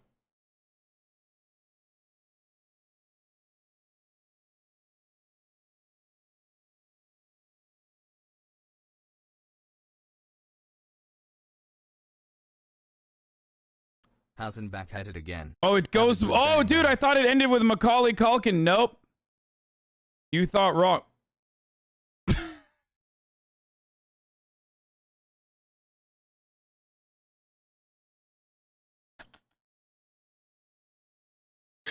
Oh no. I can't look at this. This is too much. I'm done. I'm done. The Golden Country, Hibernian control of the Federal Reserve. Joseph W. McIntosh was comptroller of the currency from 1924 to 1928. He introduced the so-called McFadden Act designed to bring banks under Irish control. The insidious Hibernian worked his way into American finance to control the direction of the nation. Oh, Jesus Christ. James Francis Thaddeus O'Connor was a United States federal judge. O'Connor was appointed comptroller of the currency by President Franklin D. Roosevelt in 1933, during the worst financial crisis in U.S. history. Harry Truman had expected McChesney to bring the Fed into line and the national policy, but instead he guarded the Fed's power, not just through Truman's administration, but also through the four administrations that would follow. Baby is coming. Over nearly 2 decades, Martin would achieve global recognition as a central banker. It also made him and his family obscenely rich. William McChesney, longest serving chairman of the United States Federal Reserve Bank, serving from April 2nd, 1951 to January 31, 1970, under 5 presidents. Not 1, not 2, not 3, not 3, not 4, but 5 presidents. You understand me? The IRA leaked your home purchase. You know what Hate Watcher just started agreeing with this? Worst accent yet, you yank. To be sure, you can trust me with your money, you dirty. What does Sassenach mean? Oh my God. That's why the Leprechaun movie is never shown anywhere else other than BET. They've never allowed the Leprechaun movie to leak. That's right. Sassenach means English? Oh, that's awesome. Edward W. Kelly Jr. was governor of the Federal Reserve Board. He was instrumental in preparing the Federal Reserve System for Y2K and to make sure the federal computer systems would keep running as the year 1999 turned over to 2000. Suspiciously, these preparations proved very useful in keeping the same systems running after the 2001 terrorist attacks. The whole Celtic race is addicted to religious ritual. Consequently, those suffering from serious maladies are subject to the perils of battle, sacrifice human victims. Okay, I'm getting tired. Colonel Richard Kemp just said on Fox News that Biden should be court-martialed. Nice.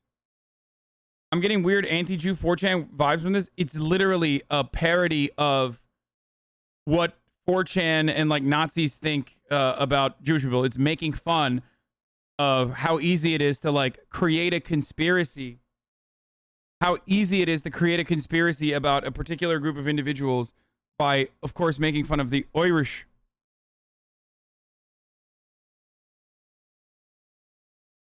And it's definitely a leftist meme, yes. With how much reading there is, this is a leftist meme, let's be real. It's called satire. That is, of course, you're dirty Sassenach. If you're actually an Irishman in this community, you know, like myself, then you already know that this is the truth. We've already done fifth column in here. That's right. We've taken over all your broadcasts, including and not limited to Twitch.tv. That's right. My name is not Hassan Piker. What did you think Piker meant? I was hiding in plain sight this entire time. That's right, I'm a pikey. 1 month to sub baby smile. None of you know. Not even for a moment. Not even for a fucking moment. That's right. Why did you think that Donny O'Sullivan openly stated that I had such a good Irish accent? That's right. Yeah. My name is not Hassan, it's Sean Piker.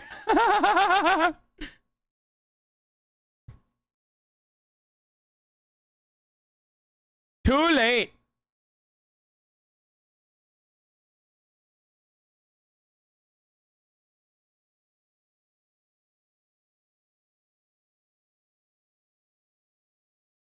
Anyway, let's keep going. These are slur heads up. Dude, I know. It's literally my last name, and Facebook wouldn't let me have it for the longest time.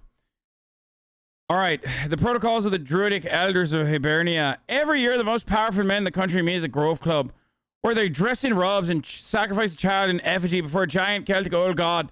This sounds like the activity of a small, insignificant sect. Think again.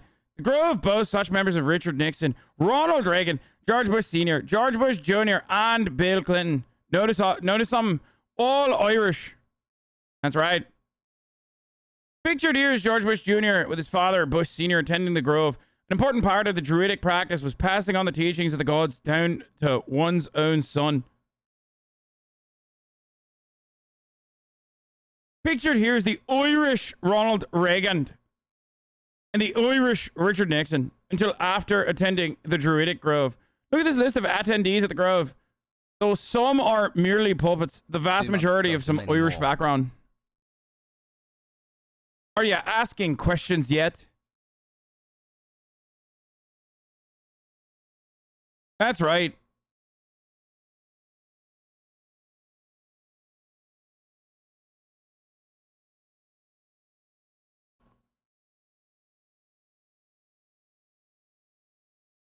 I was Irish this entire time. I simply learned the inferior language of Turkish to throw you off the song, to throw you off the fucking scent.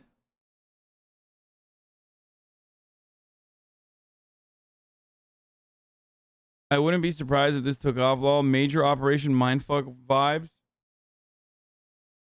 Adam Runes, everything guy's a fan, by the way. Do I follow HasanAbi? Yeah, I really like him. I like his work. Happy to collab anytime. That's right. You want to know why? You want to know why Adam wants to ruin everything? It's because he's too close to the fucking hibernophobia conspiracy. That's why he wants to ruin it for us. Ladies and gentlemen, that was 10 months ago. 10 months ago. What made you think this is the right opportunity to send me? Holy shit, I haven't stopped doing the accent for like the past 10 minutes, dude. Fog. Love ya. Yeah, the green pill. Now we know where we got the mega mansion money. He's clearly an IRA op. He's so Turkish.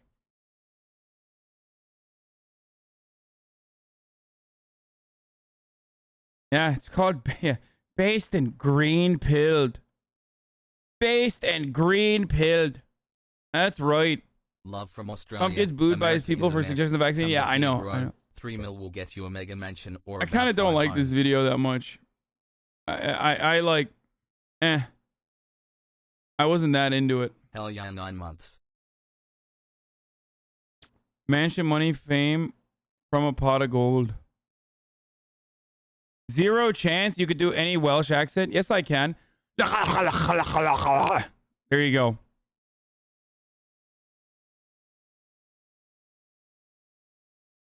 I'm sorry. Free the Welsh, okay? I apologize. Poggies. That's just the words, not the accent. I'm Welsh. That was actually good. You need to be canceled.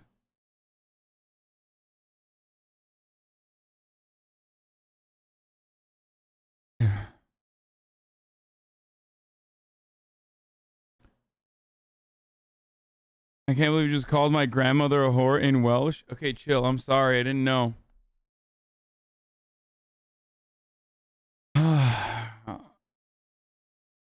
There was a bunch of stuff that I wanted to watch, and I can't remember it now, which kind of sucks. Oh, where was that fucking house video that I was going to watch? Chat, there was like a big-ass house video. I can't believe he coded a video on Fuckboy Island, which I love, by the way. Welsh are just funny sounding Englishmen. Don't say that.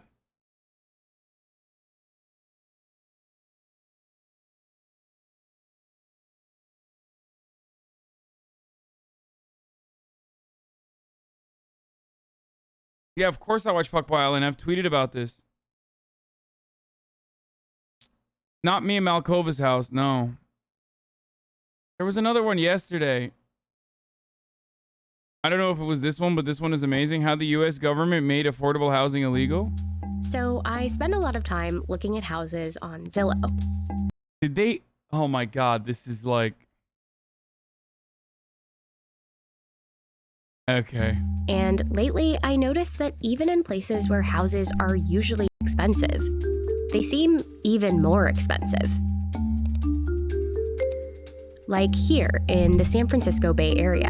Oh my God. What has the last year been like? It's shocking. Buyers are paying 15 to 20% above asking price now. I had a listing in South San Francisco, 32 offers, 31 very unhappy buyers. For years, the Bay Area has been an extreme example of how difficult it is to find affordable housing in the US. It's where Silicon Valley bus drivers sleep in their cars at night because they can't afford housing near work, and where school teachers can't afford to live in the counties they teach. But it's not just the Bay Area. The lack of affordable housing is a national problem, and right now it's worse than ever. We've seen over the last year housing prices reach a level that they've never reached before in American history. They kind of just look like a rocket ship, going to the moon. Housing prices reaching a median of $350,000 for the median American home. Those prices have made rents more expensive and have made homeownership less attainable for millions of Americans. Okay, let's do it.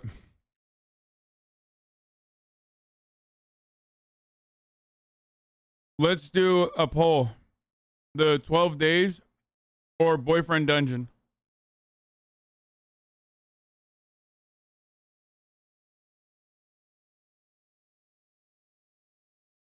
Let's run a poll. I'll run it. Hold on. Isn't boyfriend dungeon mostly reading? Wait, it is?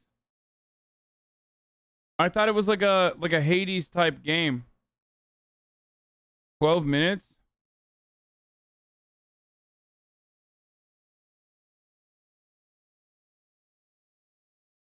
Oh, dude, fuck that. We're doing 12 minutes then.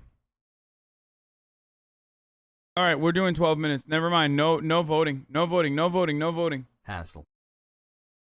Oh, never mind. People are voting already, but it doesn't matter because not a lot of people are going to vote anyway, and I'm going to fucking end up doing 12 days anyway. I don't want to do a visual novel game, you know? Americans. So, why is... I like that I said no voting. Like, as though motherfuckers are gonna go vote. Are you kidding me? 30,000 people in here. 3,000 votes overall. 30 fucking thousand people in here. 3,000 votes overall. Is this happening? And how do we bring that rocket ship closer to Earth? We can think of today's housing prices in terms of a supply and demand problem. On the demand side, there are a few things happening. The first is a generational shift in who's buying homes. Millennials are the biggest generation in American history, and they're aging into their prime home buying years. On top of that, mortgage rates are at an all-time low, which means it's very cheap to borrow the money needed to buy a house. That's enticed more people to buy if they can, making demand for houses even higher. The problem is that supply isn't matching that demand. From 2010 to 2019, there were fewer homes built in the US than in any decade since the 1960s. In particular, the construction of smaller, entry-level housing, the kind made for first-time homebuyers, has dropped dramatically. In the 1980s, those starter homes made up around 40% of all homes built. Today, it's closer to 7%. In 2018, one estimate said the U.S. housing market was 2.5 million homes short of meeting demand. By the end of 2020, it was 3.8 million. And that's driving a big part of the problem, both for renters and for people who want to be homeowners. The shortage is worst in the places where demand is high. Road 96 is a political game XQ was playing yesterday. What is it? What is it about? We'll look at that too. Near good jobs, transit, and schools. And one pretty straightforward solution to that is to just build more homes in those places. But for years, there's been one big obstacle to that. We aren't allowed to. Take a look at this map of the Bay Area. Bro, this is a Yimby trash fire video. There is truth to additional housing, okay? There is truth to additional creating additional housing. The problem is most of that ends up being luxury fucking high rises. No one wants to make affordable housing, and no one will ever make government, like public housing made by the government, okay? That's the issue. And the video is not even addressing the fucking problem with like vacant homes. So many rental properties, so many vacant homes, so many people just like sitting on all of this empty property that could be better used. It's showing something called zoning, or local regulations that decide what can be built where. This much of the region is zoned for residential housing. In blue are areas zoned to allow multifamily housing, while the areas shaded in pink are zoned for single-family housing only. That's 82% of all residential land in the Bay Area. What it means is that you've banned the ability for anyone to build anything other than a single unit of housing on that lot of land. And in many towns, like Atherton, they've excluded all multifamily housing from their neighborhoods. And that doesn't just mean a giant apartment building. It means things like duplexes, things like, fourplexes, things like that are illegal in the majority of the country. This is an example of something called exclusionary zoning. It's a big part of the reason for the housing supply shortage. I always feel like motherfuckers are constantly talking about like upzoning and dismantling regulations exclusively so that like everything can be luxury high-rise condominiums that are ugly as shit that are not going to end up fucking fixing the housing problem at all. And it's going to turn it into like New York. You know what I mean? Yeah, there's more space now for, more rich people to come in, but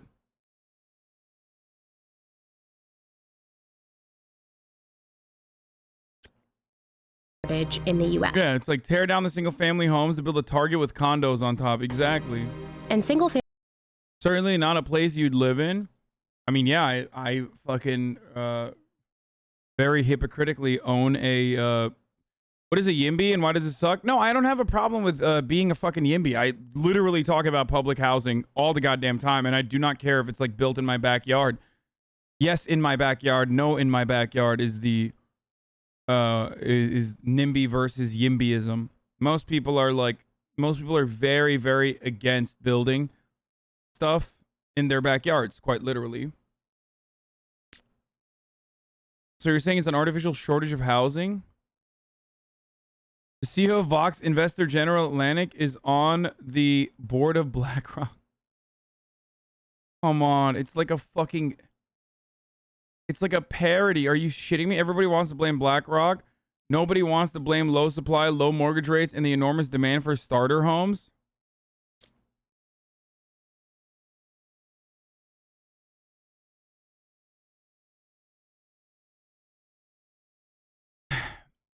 YIMBYs are in favor of deregulation. NIMBYs are in favor of making sure that no additional buildings are being constructed.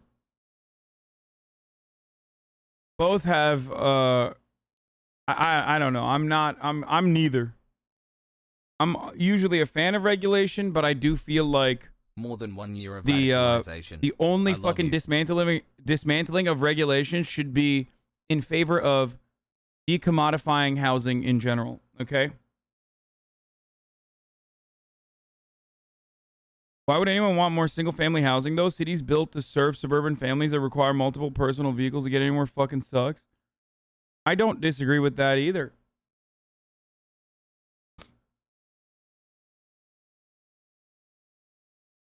I really saw the disappointment on your face. Yeah.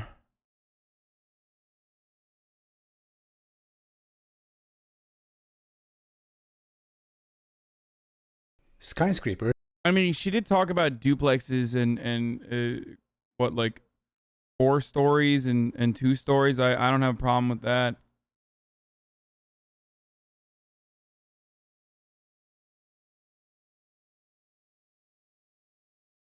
Family-only zoning is just one way local laws limit how much housing we can build. Many places also employ height restrictions.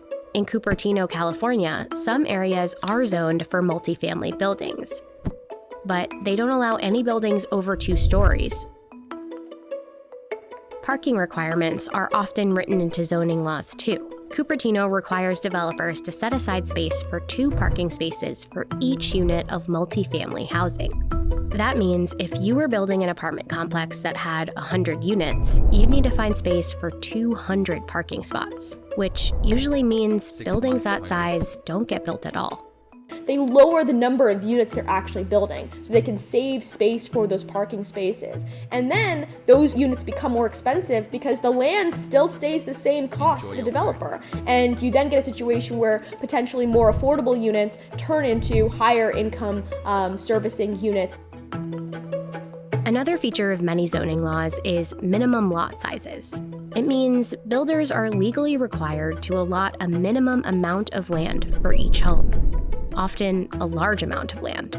In Cupertino, most single-family lots must be at least 5,000 square feet each. Starter homes are usually around... I think it's 6,000 in West Hollywood.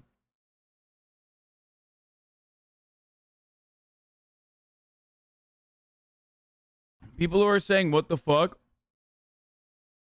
I mean, if you live anywhere else, I promise you, it's not that big. If you live in like fucking New Jersey or anywhere else, you're imagining something like massive. It's big. It's much better to build an apartment. It's a much better use of space to build an apartment or a multiple family home. But for people who are saying like 5,000 square feet, holy shit. Like, there are people fucking literally live in houses that are the size of that lot in like most parts of the country.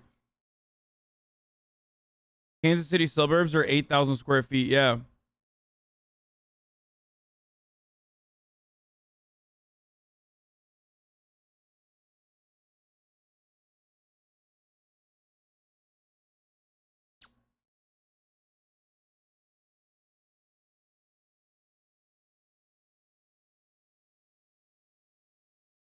$1,400 to $1,500 square feet. And so you've basically banned all that type of housing. In Atherton, the minimum lot size for homes is 1 acre. Yeah. More than 43,000 square feet. See, motherfucker, like, most parts of the country, people are like, what? 5,000 square feet? That's crazy. It's like, dude, are you kidding me? People live on fucking, like, multiple acres, dude. Which makes it virtually impossible to build any kind of affordable home there. Together, exclusionary zoning laws like this push builders across the country to focus on bigger, luxury homes instead of smaller starter homes or multifamily housing. Essentially creating gated communities in public spaces. What you are saying is that you are only allowing people who have already been able to partake in the wealth of this country and to grow their income and have access to high opportunity jobs and education to live in our neighborhoods. Historically, some of the first zoning laws in the US were engineered for that exactly, to block people of color, and in particular Black Americans, from living in predominantly white neighborhoods. Today, the laws don't explicitly mention race, but they continue to worsen segregation. In the Bay Area, the more single-family zoning in a neighborhood, the wider it is. But all this has another effect as well. By shrinking the pot of new housing getting built, while demand keeps rising, it drives up the cost of housing. People get so mad at me, especially in this community, about this take, where it was like, why don't you deregulate zoning laws? Why don't you fucking advocate for zoning laws? And I personally feel like it is literally a consequence of my advocacy. It's fine. There's like definitely deregulation if you want to fucking build. If you want to build public housing, I'm perfectly fine with that. But why don't you deregulate zoning laws is always so fucking dumb when there's already vacant homes. Like, we need to implement price control. We do need to build more housing. But that needs to be the type of housing that, like, actually fucking is affordable or free that people want to live in.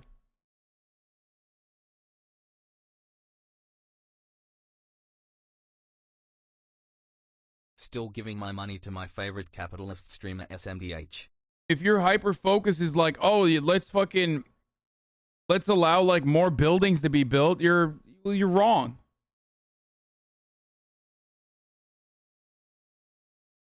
You aren't as well informed as you portray yourself, but I like you. What? But we agree on the 5K square feet.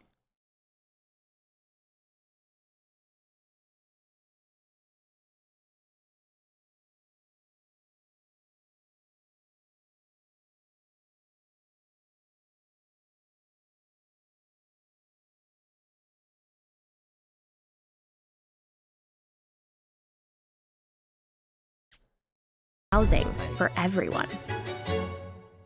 Changing zoning laws can be difficult, and often the biggest obstacles are the wealthiest residents. The process is usually defined by who shows up to these public meetings, and what you have is often a much whiter, wealthier crowd, the ones who come and say, I don't want this in my community, I'm concerned about what will happen to my property values, and then there's this kind of code word, neighborhood character.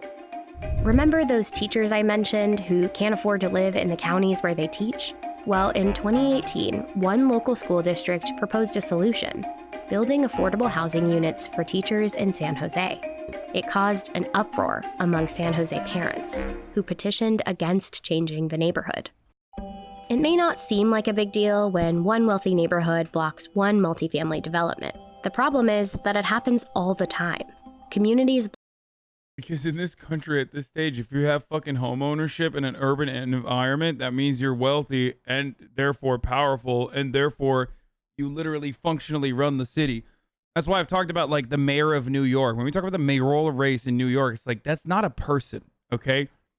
That's not an individual with their own personal ideology. That's not a person that actually is like, yeah, I'm a leftist or I'm a right winger and I'm going to do this. Like, no, that's a person who is managing the interests of the commanding economies and their power brokers, okay? That's all you're doing there is just like doing a balancing act between the police, in New York it's police, Wall Street, and real estate developers. That's literally all you're doing, as you try to most ethically fucking purge homeless people away from the areas in Manhattan that are expensive, okay? And that's it. That's literally your job as the mayor of New York. Same with California too. Same with Los Angeles. Block new housing everywhere. People are, when they hear this kind of rhetoric, very confused because they're like, why I don't want to live in a place with 10,000 apartment buildings. It doesn't even make sense to do that. And they're right. No one is saying that there should be every neighborhood in every city should be, 10,000 foot apartment buildings or anything like that. But even small, gradual changes to zoning laws can have an impact. For example, allowing smaller homes on smaller lots, or simply allowing duplexes, would double capacity for housing in some areas. In recent years, some cities like Berkeley, Minneapolis, and Portland have taken the huge step of ending single-family zoning. But the problem is nationwide. The real fix is going to happen when these decisions start being made and start being regulated at the statewide level or at the federal level in some capacity. Today, the Biden administration is attempting to tackle exclusionary zoning through a $5 billion program that would give money to localities that remove exclusionary zoning policies. But even that may not be enough. This is more than any presidential administration has done on this topic, either Democrat or Republican. It is also very small in the face of this problem. They want to take action, they recognize how big of a deal it is, but they are not actually willing to create the kind of political blowback from often very high-value voters living in suburban environments. Ending America's housing shortage will require real political willpower. And it'll require people across the country to take a look at their own neighborhoods. What gets built, who gets excluded, and how to make homeownership achievable for the millions who are shut out.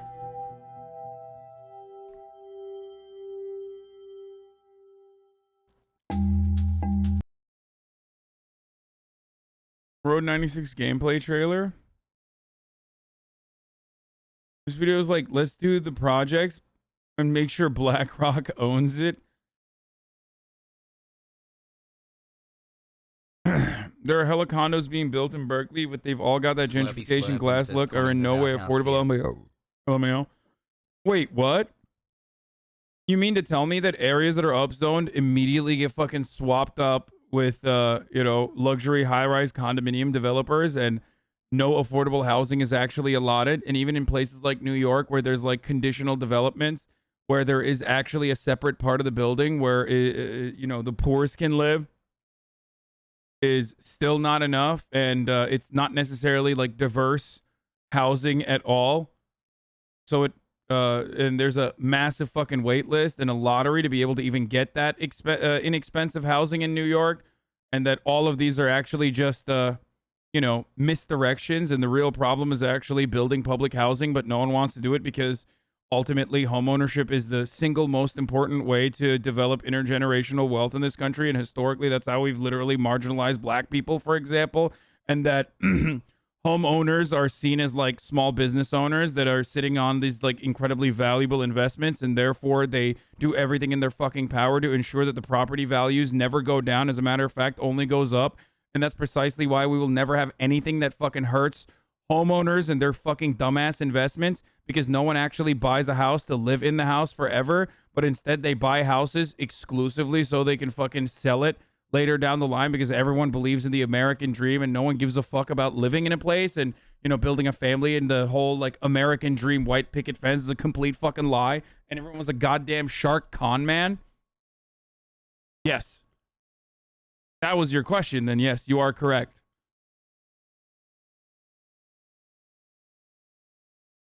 Anyway, let's watch this. Says the homeowner. Yes, you are a fucking baboon. You are an absolute idiot. You are a pathetic parasite if you don't comprehend what I'm saying. I'm saying that as a homeowner, as a new homeowner, first-time homeowner, I do not care if the price of my, the value of my home goes down, because I do not rely on that as an investment vehicle. I make money off of my labor, okay? And as do many Americans. So I do not give a fuck if the price of the value of my home goes down ultimately, okay? Especially if the counter to that is that we have public housing and permanent shelter for homeless people living on the fucking streets and eating trash, okay?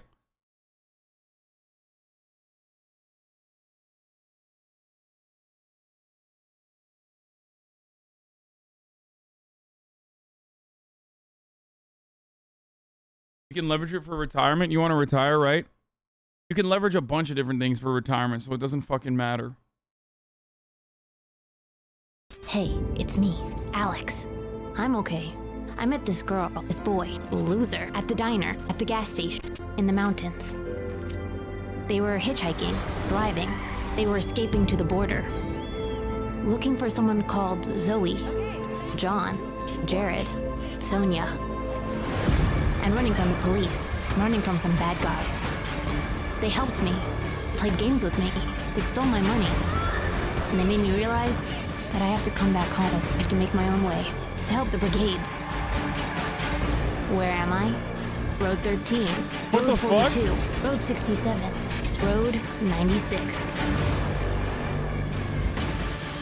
Every day, you exploit your viewers' labor by sitting behind a computer screen and reading off their messages, and it's top of the hour every hour. Time for a 60-second ad break. God damn it, you're right.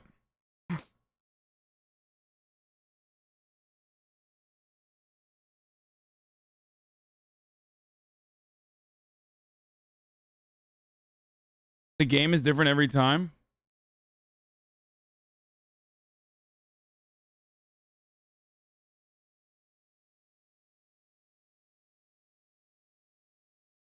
What's up?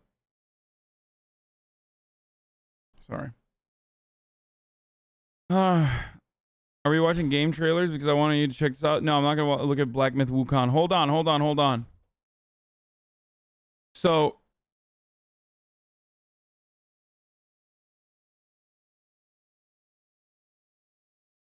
hey, I'm the one who posted the Vox video. I thought it was pretty good, but I'm not incredibly informed on housing. Thanks for your insight, though. Vast majority of what you're saying rings true. When it comes to zoning specifically, is there anything you do want done? Yes, I'm in favor of deregulation only if it's to allow public housing or affordable housing to be built. Okay? That's it. Ghost of Tsushima DLC. With Vicky Island, absolutely, Pokemon like with HasanAbi. price restrictions set ahead of time, so that people can't like take the new housing and try to 11 sell it months. to, I'm or now try more to rent leftist it than out you to and will like start a wealthy splinter people. Discord where me and my 3 friends relentlessly shit on you. Hassle. Anyway, it's top of the fucking hour. It's time for a 6-second ad break. You already know what the deal is, okay? So, you know, I'm gonna run an ad.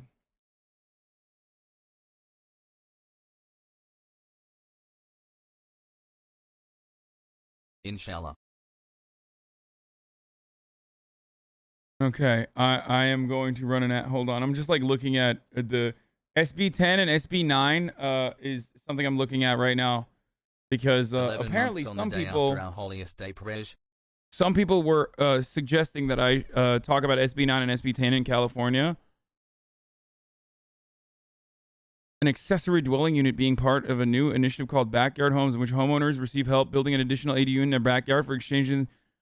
Dude, this is gonna be fucking abused, bro. That's crazy. Nice. They're like gonna build mini homes so that homeowners can become mini landlords, dude. Oh God, this is the worst fucking we are living the worst country ever. Okay, this literally allows homeowners to be able to convert their garages into a living space so they can have their fucking like mini slave. An ADU is what every single fucking Los Angeles house that I looked at has. It's called an auxiliary dwelling unit or an accessory dwelling unit. Okay, it's basically a garage that is converted into more house. Okay. Dude, this is your solution? Jesus fucking Christ. I swear to God, dude. Like, neoliberals are so fucking psychotic. Oh no, houses are being built. How awful. We can't just give them away.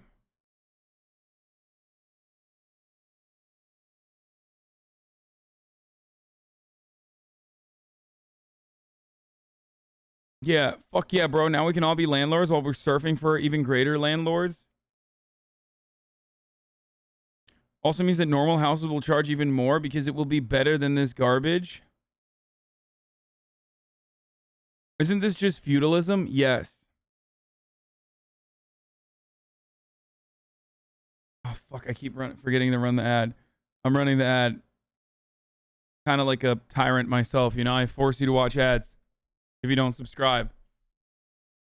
I'd get one and not rent it out. 2 homes for one. You probably have to.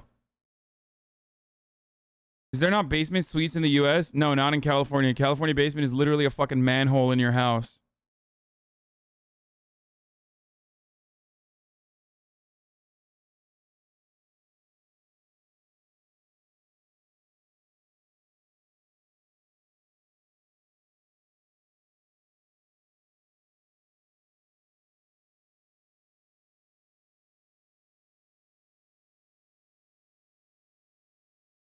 This does help us move back with our parents, or our parents can move in with us. Yeah, dude. So that new homeowner HasanAbi can fucking build a fucking auxiliary dwelling unit in his backyard and say he's charging rent to his mom and dad, and take advantage of a nice little home reconstruction project. Boost the fucking property value, okay, tremendously, because now you have a fucking ADU, and that's like an investment vehicle on top of the original house that you have, okay? All of a sudden, you got the fucking government to pay for like a massive greenlit reconstruction project in your fucking backyard. Bam, you've literally fucking quintupled your value, okay? Great. What is this? XQZ finds a HasanAbi viewer?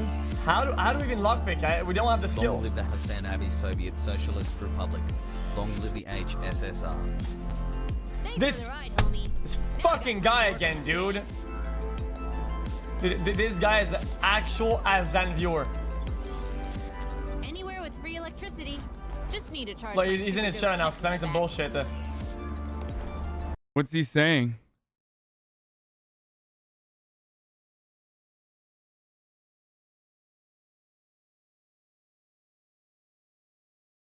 Listen to what the dono said. This fucking guy again, dude. How do we even lockpick? We don't have the skill.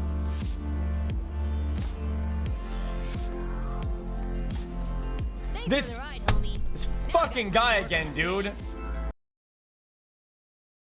Oh, he's saying the character and the kid. I thought it was the dono or something. This guy is actual. ADUs are also used at permanent Airbnb places. Others are holding on to their houses to list as on Airbnb as supplementary income. Both drive housing prices up. Yep. I will play this game. As an viewer. Anywhere with free. I will play this game. Anyway, where was I? So yeah, this sounds like fucking dog shit. I'm gonna be honest. Sorry.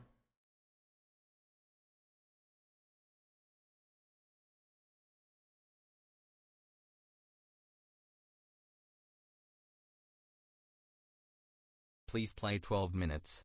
Pogo Arjan.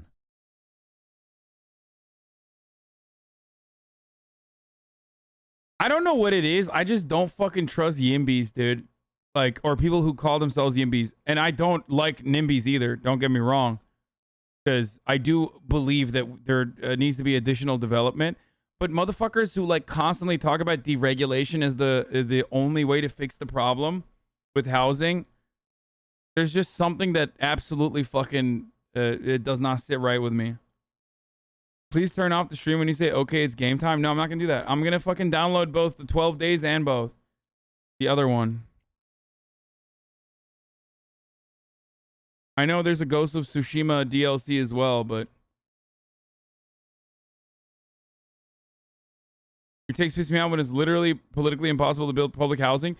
Okay, then build Section 8 housing. What the fuck? Build affordable housing. Love you all. Like, Arjan plays a game now. Hassle. Arsenal sucks. tell everyone you're making your parents and Marat pay rent. The internet will explode.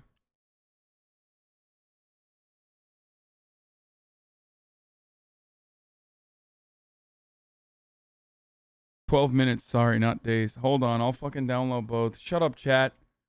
I'm downloading both, okay? I haven't opened Steam in so long.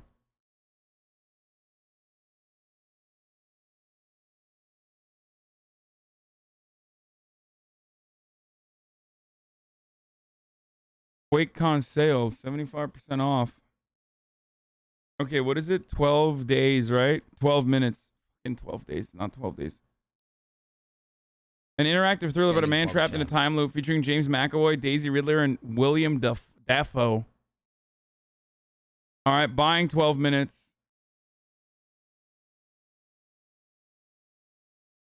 Hey, Arjan has high. Dafoe, like Puggo. But Daff with doo-doo Daff.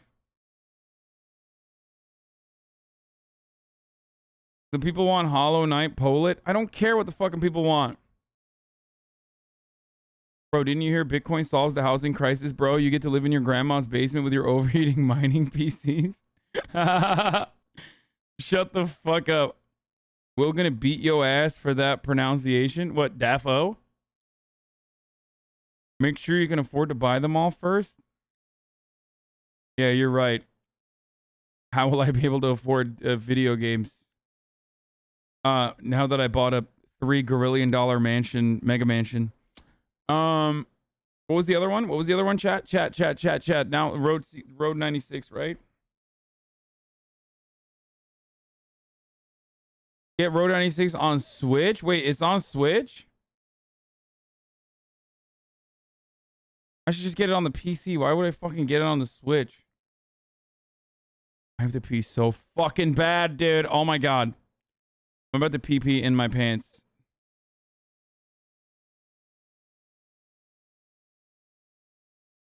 I'm downloading all these games before, you know, all this before I go pee. And then we're going to watch another housing video because that's what we're going to do. Would you guys be interested if I did an IRL stream with Cutie Cinderella where we went and bought furniture?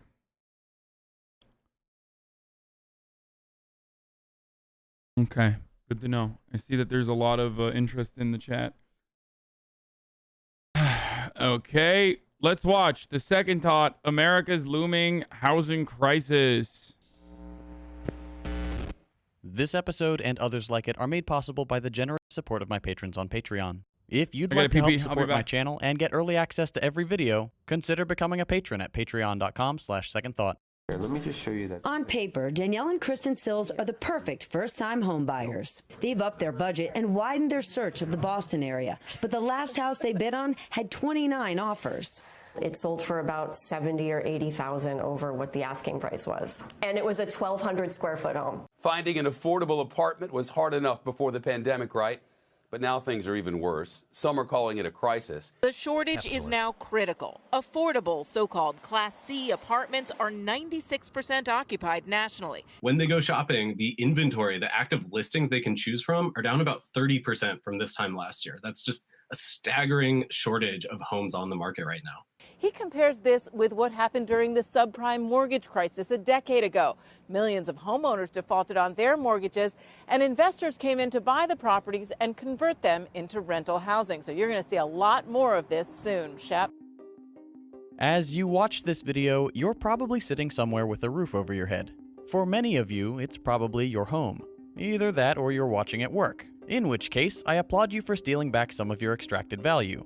Shelter is one of the most critical needs of almost every species on Earth, including humans. It's integral to the American dream. A modest home with a white picket fence, 2.5 kids, and so on. Homelessness is rightly seen as something society needs to address, as most decent people feel that no one should go without shelter in our modern era.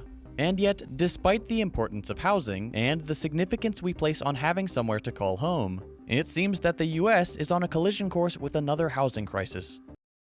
It may not take exactly the same form as the housing crash of the Great Recession, but it is coming, and it's not looking good. In this episode, we'll explore the state of housing in the US and consider what factors are feeding this growing problem. Before we get into the causes of this looming housing crisis, let's take a look at a few statistics.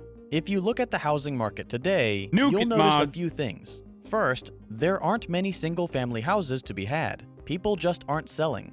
The houses that do go up for sale are snapped up incredibly quickly, typically within a week or even a couple of days. Having to offer tens of thousands of dollars over the listing price has become the norm if you want to actually have a chance of having the winning bid. If you owned a home and you put it up for sale today, odds are you'd have at least a handful of offers by the end of the day, and many of them would be well over the asking price. Month-over-month price increases are now exceeding even the absurd levels we saw in 2006. And we all know what happened shortly after that. What's going on here? A big part of the problem is that the housing market is incredibly short on supply. Pace of housing production has slowed dramatically, contributing to an already serious lack of housing. This is partly due to a shortage of construction materials, and partly just a continuation of the trend of producing fewer and fewer homes per year. As of 2021, the US faces a shortage of roughly 7 million homes. That's a lot of demand. But a housing shortage isn't the only problem here. The big picture is this. Young people are trying to buy affordable homes, but the prices for even the most modest, quote, starter homes are out of reach. These prices have been driven up by institutional money pouring into the housing market to snatch up homes as investment properties, including the homes of those recently evicted during the pandemic. To make matters worse, some large investment firms are lobbying to end eviction protections so that they can acquire even more houses, adding to the housing demand and homelessness problems at the same time. With single-family homes out of reach for the average working American, the media has begun trying to frame perpetual renting as a good thing, something that benefits young people. The problem there is that even renting is becoming prohibitively expensive. There are now officially 0 counties in the entire country where a worker earning the federal minimum wage can afford a 1-bedroom apartment. Even for those making significantly more than minimum wage, things are looking pretty grim. There's a common joke that goes something like, "The bank said I couldn't afford an 18." I thought you said there was a housing surplus and that's why regulation stuff was ancillary. No, there are more empty, vacant homes that are still owned by people, like, than there are homeless people. Like, significantly more vacant homes than there are homeless people. Part of the problem, one of the immediate problems, is that people just sit on fucking properties because they see it as an investment. Land is not going anywhere, chat.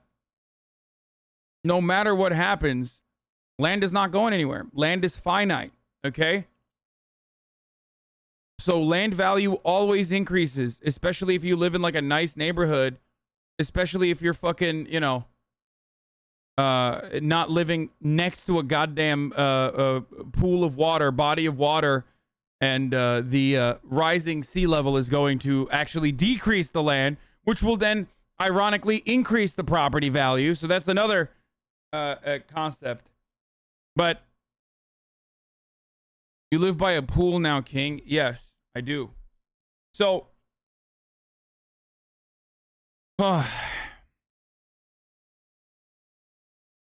sure, but most of the homes are fuck nowhere, not in the middle of this big city. Bad take, by the way. Pepega. No, even in big cities, there's a fuckload of vacant properties, dude. And the issue is, deregulation only opens up the market for luxury high-rise condominiums. Okay?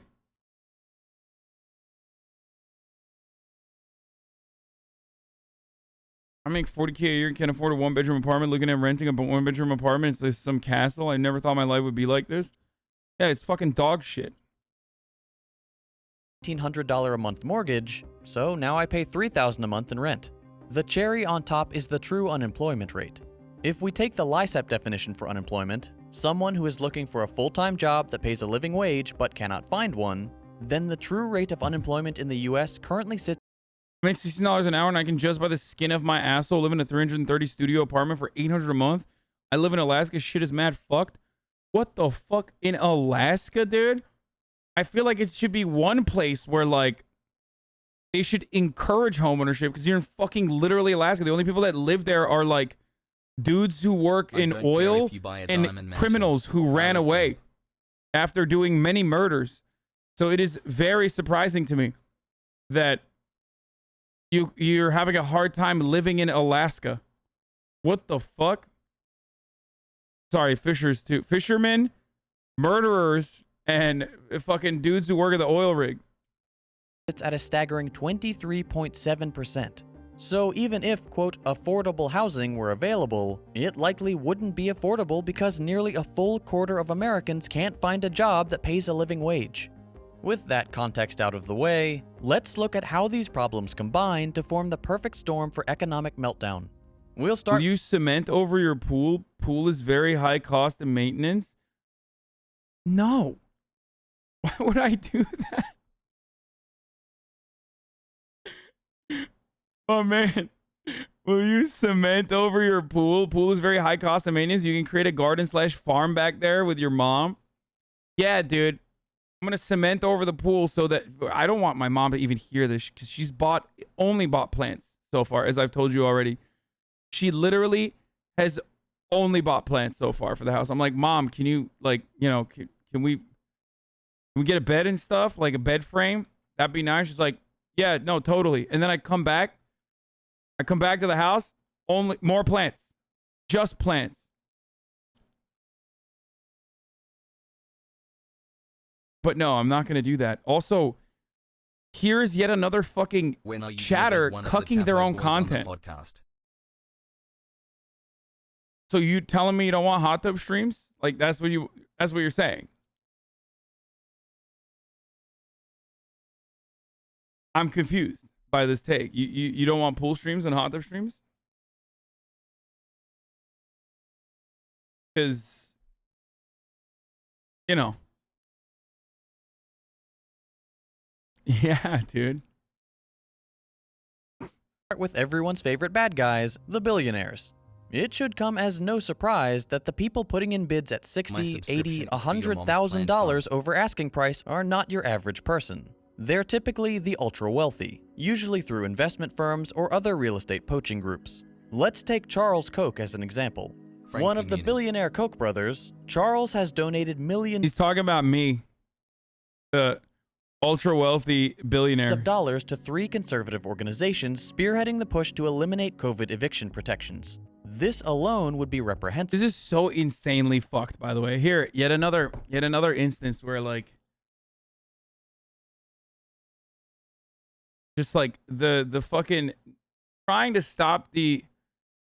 to not extend the eviction moratorium is, you're a demon. Like, you are literally a fucking demon. You are not just like any regular bad person. You are the worst person, okay? Especially at a time when these rich fucks also constantly talk about how homelessness is such a problem. Oh my God, I'm going to move to another place where there's no homeless. It's like, okay, well, wherever you move, you're going to move to a place where there's other homeless people because you're probably going to move to a fucking urban environment.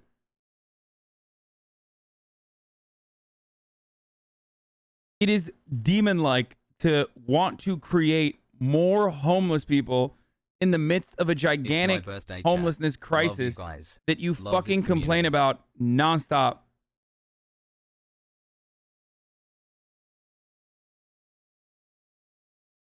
I tried to buy a house here outside of LA and 1-bedroom starter home is $950K paying. Yeah, no, don't tell that to fucking anyone else though.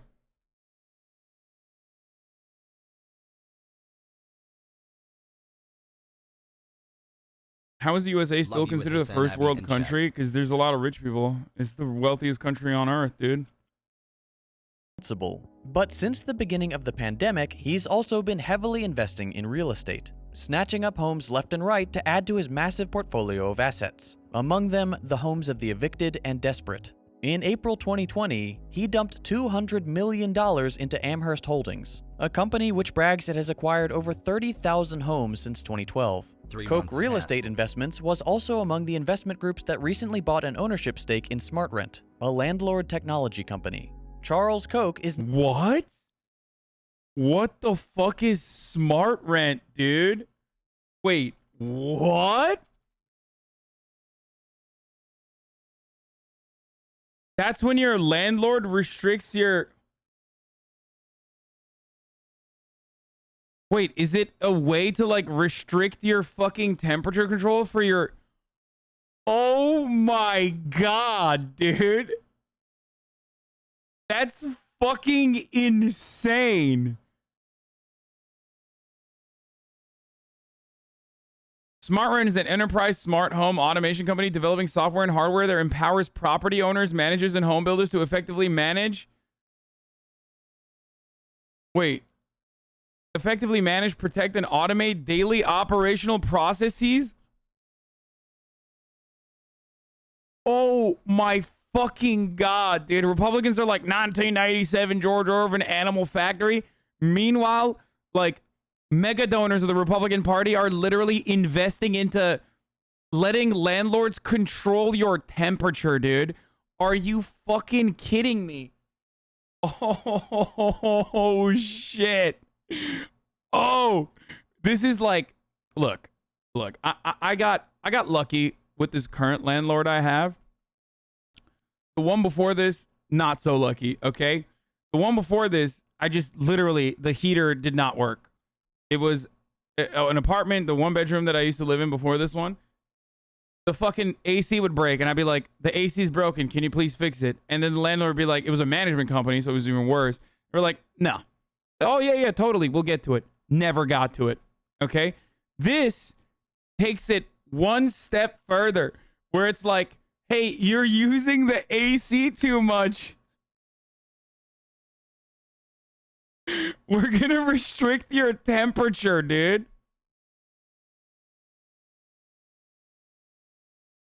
Sorry, you signed a lease. So, yeah, guess what? I'm not letting you go below 70 when it's 150 degrees outside. We got hardware too. From self-guided tours to park management and access control, SmartRent's integrations, partnerships with purpose-built solutions provide endless options for owners and developers. Create a customized automation platform that works for them. Flexible and scalable to suit any property type, so they can do self-guided tours, contactless touring solution, ID checks. Wait. SmartRent will verify that prospect identity matches what is submitted on the ID cards and selfie upload. Occupants not mentioned once. Yeah, this is not for occupants, bro. This is literally to, like, make landlording more efficient. SmartRent will verify that prospect identity matches what is submitted on the ID cards and selfie upload.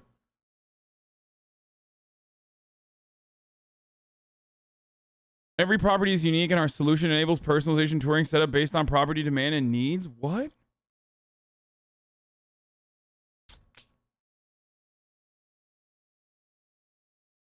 Texans claim their home thermostats were raised remotely during energy shortage. No.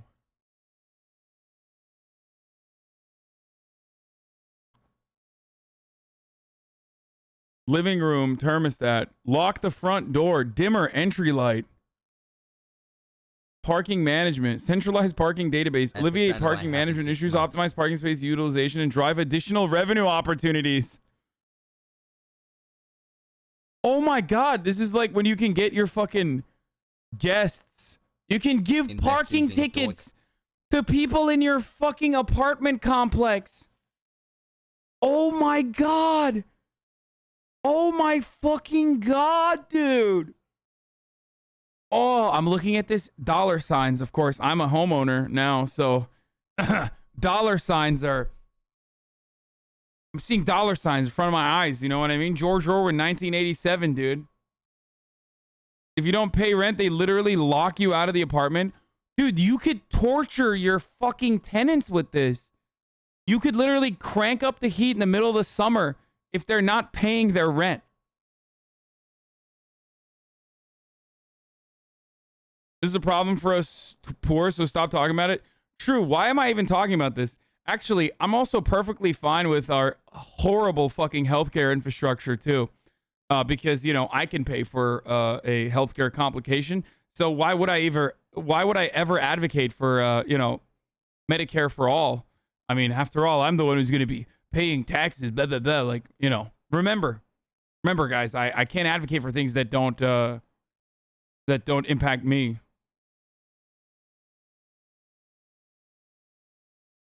Lord HasanAbi, please turn on the AC. It's 100 degrees. My apartment complex works with a predatory towing company. Once I left my parking pass on my seat instead of my dash, and they towed it, and I had to pay $300 to get it back. What the fuck? See. I could hack a smart rent device within a day. Okay, meow cakes. Not everyone has your fucking technological proficiency, okay? Bro, this is nuts, dude. This shit is so fucking dehumanizing. Like, you can't even... Like, rent should at least give you, like, a protection from... Like, it's shelter, right? It should at least have, like, a little bit of privacy. Now they can just, like, fucking install... smart rental programs and fuck you over. Real-time space availability. Guest parking check-in. And you pay for it. Yeah, now when your guests come, you have to fucking pay for the parking for your guest.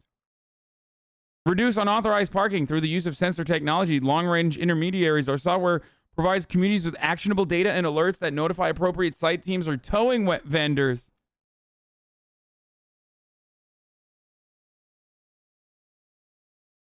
Let's go 1 year subbed. At HasanAbi, thanks for all you do.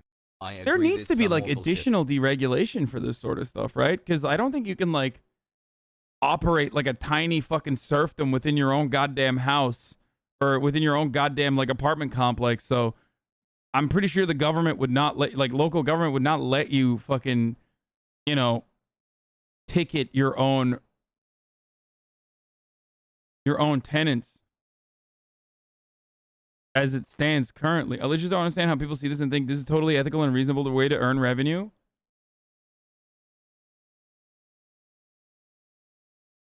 How much is it currently being used, you think? I think that this is a new opportunity to make money.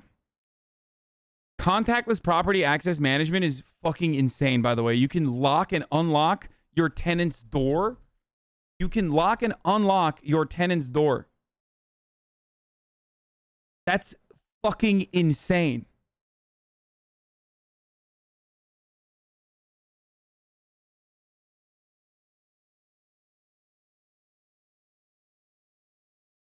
Capitalism does foster a lot of innovation, you know what I'm saying? Access types and credentials. We offer a wide variety of access types and credentials like fobs, PIN codes. Maximize efficiencies with the power to remotely control door locks, thermostats, lights, and more. Smart apartment technology is transforming the resident experience and property management. Streamline the move-in, move-out process. One platform can manage vacant unit devices, access points, and more while providing an app for residents to remotely control their home. Elevated resident experience. You can just fucking, you know, spy on your residents, dude. Connect your personal Ring devices. Residents can easily pair Ring devices like cameras, doorbells, and peephole cameras for the seamless smart home experience using just one app that your landlord will have access to. Oh my fucking God.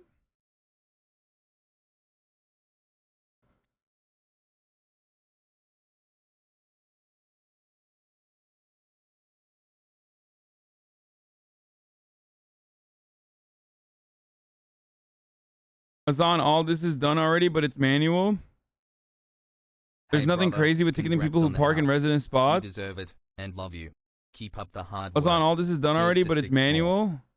Damn, dude. Of course, Ollie U. Myron, tier 3 for 17 months. Fucking giving us the real estate developer's point of view here. Thank you. I didn't realize that like there was a way to streamline the fucking ring light process and also be able to fucking turn you know, your lock your fucking residents out if you want to.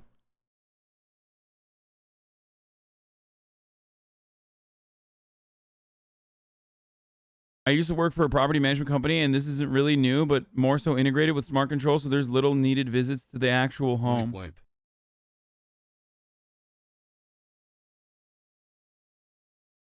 As a property manager, as you know, the landlord can't just lock a tenant out of the rental, even if they're behind on payment or anything.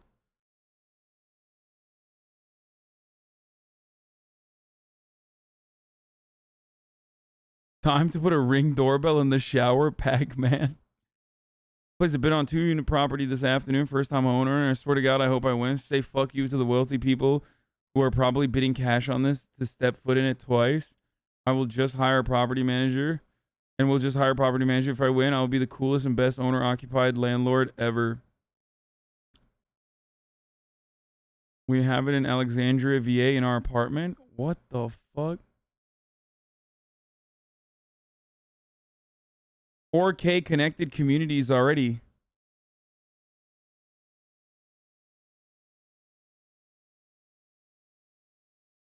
Asset protection. Sensors play a key role in protecting properties. Our platform can identify a variety of routine issues and immediately alert the appropriate people to help prevent catastrophes. Let's see that. Our software is set up to notify you at the first sign of an issue, allowing you to act quickly and avoid damages and costly repairs. Smart thermostats and high-precision sensors monitor units in real time. Okay, that stuff makes sense. This does make sense. Integrate temperature, humidity, flood sensors in one device. Reduce problems such as damp, mold, and condensation. Because, like, this is legitimately a problem. Because, like, most landlords won't even fucking... You're like, I'm real foggy. We had that problem in one of the places that I used to live in. I lived in a 3-bedroom apartment. Some of you may remember, like super old heads remember this. The first time supposed to get my when I first started dog's DNA streaming. tested because they apparently DNA test dog poop at the apartment complex so they can find people. I just didn't go do it, and when they emailed me about it, I said no, and that was it. LOL. That's hilarious. So my old apartment when I used to live with 2 other fucking adults. We had mold. And like one of my roommates was like, I'm feeling really foggy all the time. Like, I don't know what it is. And then we realized there was like fucking black mold in the bathroom. Hassle. So like that shit happens a lot. So this kind of stuff could be helpful. Yeah, he was like fucking sucking in mold fumes, dude.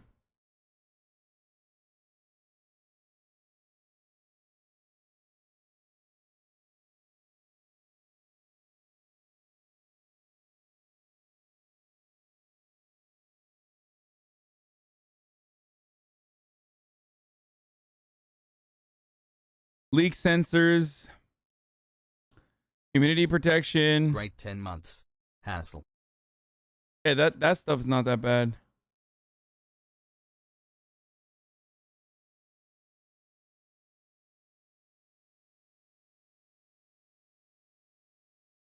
We have that in our apartment. It sent us batteries twice automatically when our lock was low on the poggers. Yeah, asset protection is not that bad from what I see.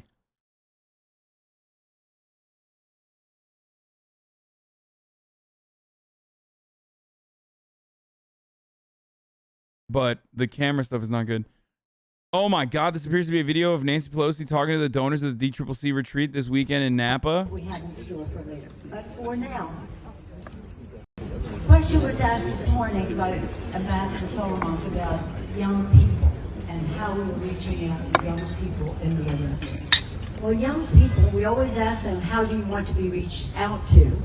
And one of the main responses we have in store for later. But for now, question was asked this morning by Ambassador Solomon about young people and how we were reaching out to young people in the Olympics.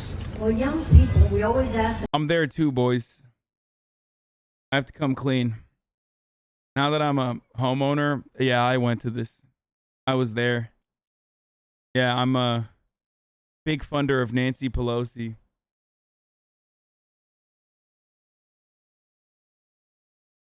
How do you want to be reached out to? And one of the main responses we have in store for later. But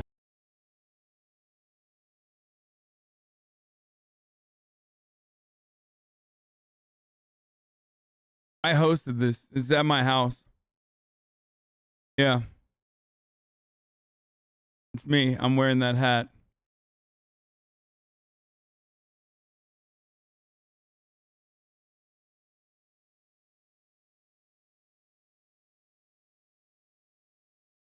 I've also worked to organize tenant advocacy groups here in Alexandria. I'm so fucked.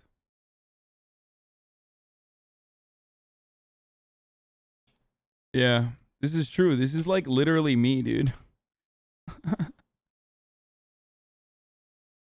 Okay, let's finish this. Recently bought an ownership I'm stake gaming in afterwards. SmartRent, a landlord technology company. Charles Koch is not alone in this scheme. Billionaires, investment firms, and giant... This shit is all cool for homeowners. The issue is the infantilization of renters. First of all, I'm still a renter at this moment, okay? I am now a homeowner as well. But, like, my point of view is not going to change because I fucking own a house now. You realize that, right? Just like my point of view has not changed about healthcare and free education and student loan debt relief just because I pay my fucking student loans. Because you know why? I'm not a fucking asshole, okay? Giant corporations are buying up as many homes as they possibly can, which is driving prices way beyond the reach of the average American. And they're also betting big on the lucrative future of the rental market. It should be clear that very few normal people are going to be able to afford to make offers on homes that exceed the asking price by tens or even hundreds of thousands of dollars. But some media outlets would have you believe that giant real estate firms aren't the bad guys here. For example, Vox put out an article saying things like, everybody wants to blame BlackRock, and Wall Street isn't to blame for the chaotic housing market. Yeah, it turns out fucking they, you know, they got a little conflict of interest there. I wonder if they mentioned To give them the benefit of the doubt, yes, obviously everything has multiple variables which influence material reality. But it's a little on the nose to say BlackRock is good actually, when the CEO of Vox investor General Atlantic is on the board of directors at BlackRock. And even if that weren't the case, the Vox article makes some strange assertions, claiming, for example, that institutional investors just aren't that interested in single-family homes. This is demonstrably false, as firms like BlackRock have bought up hundreds of thousands of single-family homes since the Great Recession, and they continue to hold them hostage on the rental market. Then there's Airbnb. If you go on vacation, odds are you'll find dozens of cute, freshly renovated 2-bedroom units to choose from. Entire neighborhoods empty except for out-of-state license plates. There's no such thing as an affordable home anymore. They've all been bought up, whether by institutional investors or wannabe real estate moguls, and turned into Airbnbs or rentals, and very few new ones are being built. In fact, there's a new trend of building suburban neighborhoods not with the intention of selling the homes, but of selling the entire development to investment firms who then rent out the houses. Vox isn't the only instance of media trying to manufacture consent for endless renting. The Wall Street Journal says it's generation. Yes. They want to fucking change the, they want to fuck over first-time home buyers and turn them into generational renters. Preferences that are pushing young people to rent instead of buying a home. But it's not preference at all. Most young people would love to have the stability of owning a home, especially when mortgages are now typically much lower than rent prices in the... Unless they're fucking socialist, of course, in which case that's not allowed. But, you know, for everybody else, yeah. To the dude that keeps saying you haven't run an ad, I checked, I did run an ad. But thank you. Thank you for being on the lookout for me for getting to run ads. I did run one, but thank you. Congrats on the house. In the same area. But they've been priced out of homeownership. And now, it's looking like they're going to be priced out of renting too. Companies that have a stake in people renting are pushing for an end to homeownership. Bloomberg says things like, rising real estate prices are stoking fears that homeownership, long considered a core... You get a good interest rate. They're pretty good right now. Managed to lock mine at 2.875. No, in comparison to that interest rate, no, I did not get a good one, okay? I don't have a very good credit, but I got decent interest rate. I got 3.75. It's pretty good. I mean, is that bad? That's not bad. I thought 3.75 was good.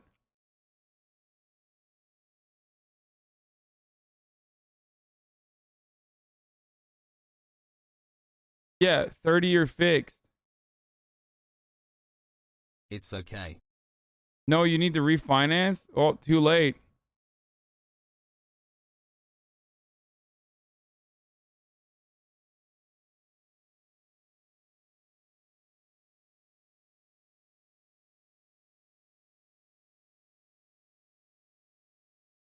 Anything over 3 is like a rip. Wait, what?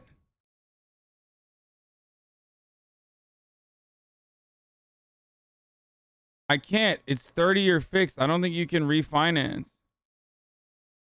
Yours a jumbo loan, 375 is fine. Yeah. I don't know.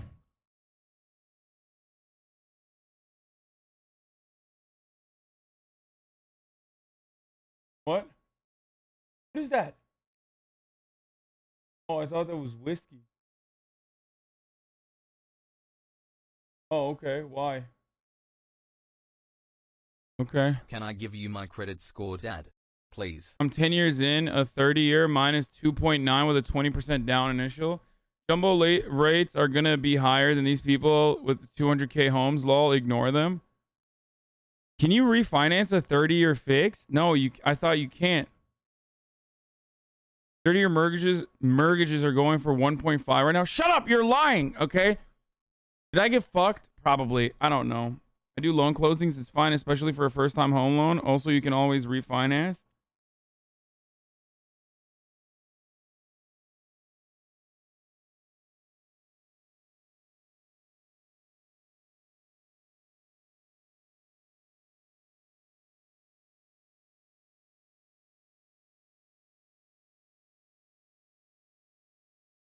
I mean, my credit is dog shit, boys. That's just the reality, so.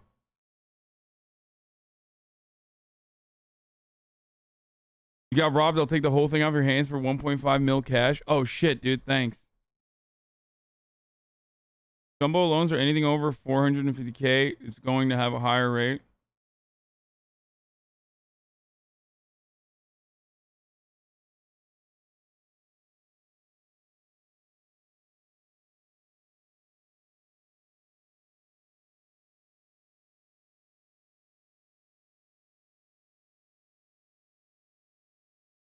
Component of the American dream. Look at all these lefties revealing they bought homes. Got them. Look at all. Yeah, exactly. Hey, take them away. Take them away, boys. They're in here. Yep. All the chatters that said that they know how to they know refinancing. All the ones that admitted they have homes. Get them. Arrest them now. Yeah. This was a long and complicated multi-week process where I fake bought a house so I could get a lot of you to also admit that you had bought a house and refinanced and all this other stuff, just so we could arrest all homeowners, because everybody knows one of the fundamental tenets of Marxist-Leninism is no house. That's right. Why do you think I never left this house? Hassle. You fools. Admitted Flunky, thank you for the 10 tier 1 gift subs.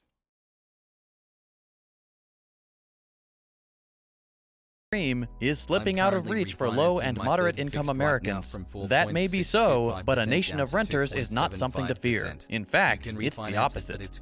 They end their article with, "This country was always more about new frontiers than comfortable settlements anyway," which translates as, "You will suffer and never be able to afford a home, and that's good, because it's the American way." So, we have entire generations of Americans no longer being able to afford single-family homes. We have rapidly increasing rent prices to the point where an eviction crisis is very likely. Large corporations are buying up all the available housing and actively trying to get more people evicted so they can snatch up their homes too. New communities are being developed not to be used for affordable housing, but explicitly for the purpose of making a new suburban renter class that is held hostage by landlords and faceless investment firms. And the media is telling us that actually this is what we want, and that stability and building equity is bad. This all adds up to one serious economic crisis looming on the horizon. It's always hard to predict exactly what form the fallout will take, but it's usually a safe assumption that the brunt of the suffering will fall upon those who have little say in the matter. Lower income people who are just trying to get by. The major players who are manipulating the market and causing these problems will suffer no consequences. And if the Great Recession is anything to go by, they will actually dramatically increase their wealth at the expense of the rest of the population. Well, this all sounds pretty bad. What's the solution here? How can we avoid another massive economic collapse? I know. Yelling at leftist figures on the internet that bought houses in an expensive housing market. I think that would be a really good way to do this. No? I think yelling at me is probably the best way to solve this this housing crisis. Stimsy the Republican, you're a grifter. You love capitalism and you love your multi-million-dollar home. Guys, money changes people. Aren't you a Republican? It's in your name, dude.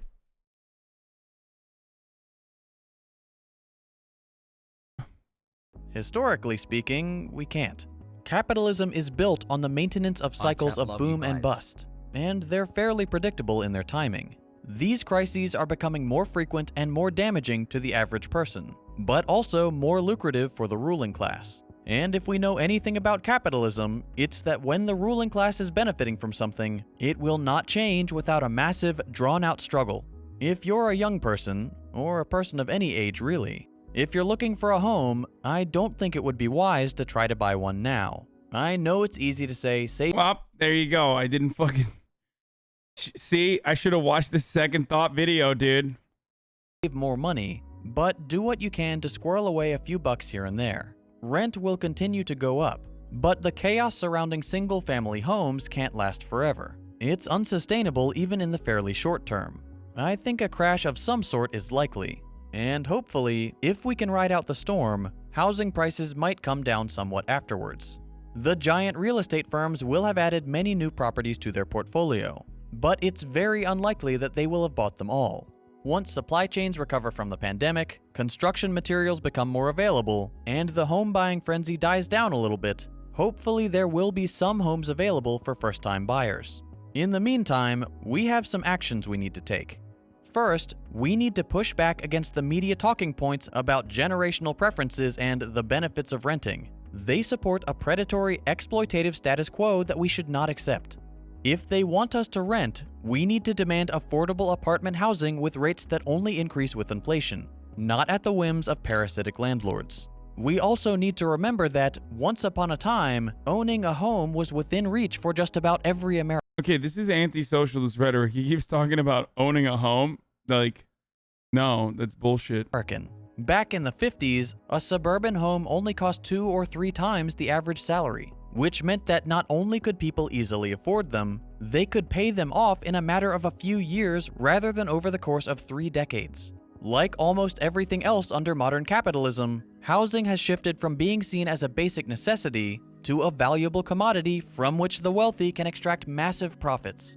The best thing we can do right now is continue to fight evictions, organize tenants' unions to build bargaining power against the landlords, fight for higher wages across the country, and support our neighbors however we can. You are an individual, but you're also a member of one of 2 classes, either the working class or the capitalist class. If you do not own the means by which capital is produced, a factory, an office building, a block of apartments, a large company, you are a member of the working class. Wait, hold on. This doesn't track.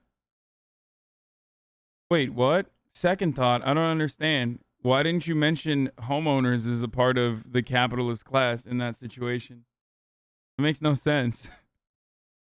Left Twitter kept saying it's, you know, expensive house. Oh, okay. Maybe not like just any regular home, but like an expensive home. If you own an expensive home, that means like you're a capital owner, right? That's how that works, I think. And that means your fight is the same as the people at risk of eviction, or who make $7.25 an hour, or who can't afford their medical bills. Only by acting in solidarity with your class can you make a significant impact. If you do own the means of production, if you have wealth at your disposal, we need you too. We wouldn't have had Marx without Engels. Donate to mutual aid funds. Buy and distribute copies of socialist books. Use your free time to help in whatever ways you can. Everyone has a role to play. And in the housing crisis or any other fight, organizing is key to victory. I mentioned we already lease our entire lives, monthly entertainment, clothing, toothbrushes, food deliveries. Everything has been commoditized. Okay.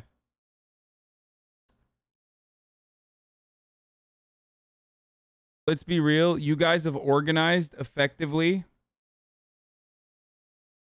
for at least one thing, and that is getting me to play a fucking video game. This dude heard just get a house. And so the first one I'm going to try is 12 minutes. Okay? That's right. I'm gonna fucking play a video game, dude.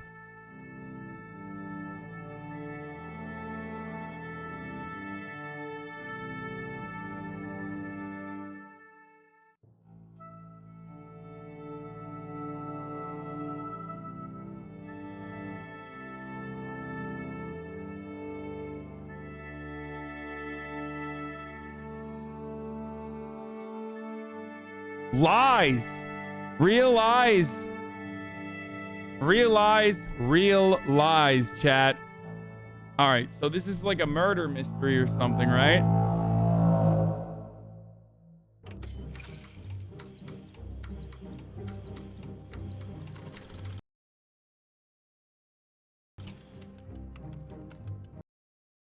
Oh, if I click away from it, it pauses the game. That's very nice. I love that.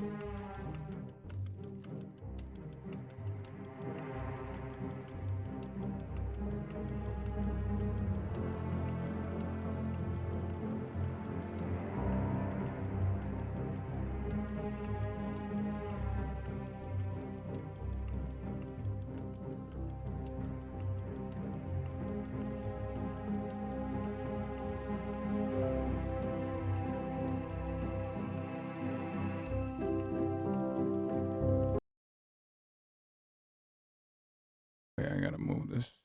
Yeah. Emote only for spoilers? No, it's fine, I think. Poggers. No helping. Okay, come on. Pick it up, pick it up, pick it up, pick it up, pick it up. Okay. I get it. It's very artistic. Come on. Is there any way to fucking skip this part?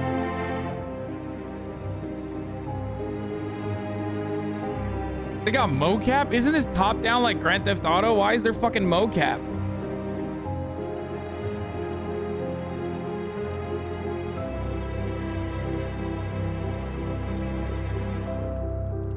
Come on, come on, come on, come on, come on. Okay, I got it, I got it, I got it, I got it, I got it, I got it, I got it. It's a clock, it's a clock, it's ticking. It's gonna strike midnight soon.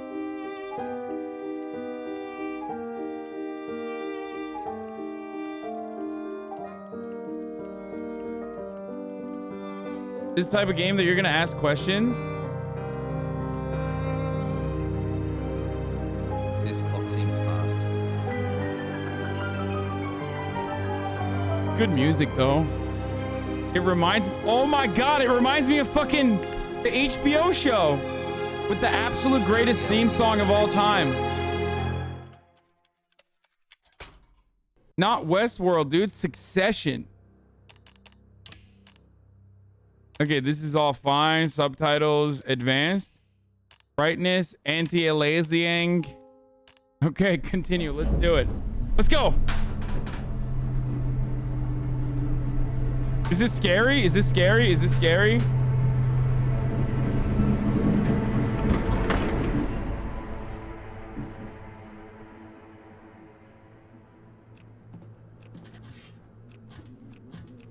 What the fuck?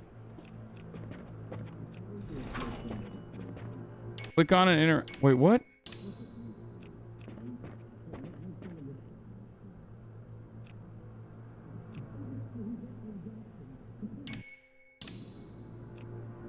Nice painting. Wait, this thing is the same. The ground is the same from that fucking Kubrick movie. Set it to 1080p if that's an option.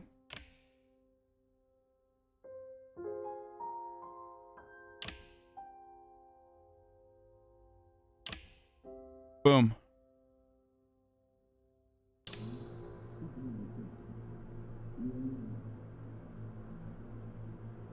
I think your OBS might break. It's not used to capturing games.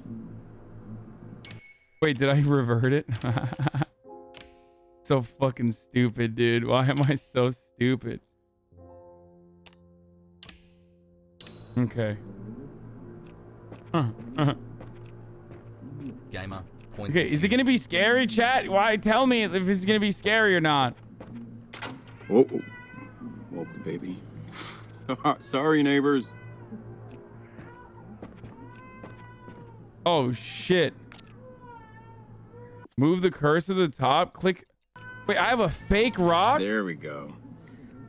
Click outside the selected item to exit. Okay. As flex. Wonder if anyone's ever gonna rent this unit. Damn, dude. Vacant properties. Homelessness crisis, like we talked about. Oh, the fake rock has the key in it. Got it. Click and drag inventory items to combine them with other items.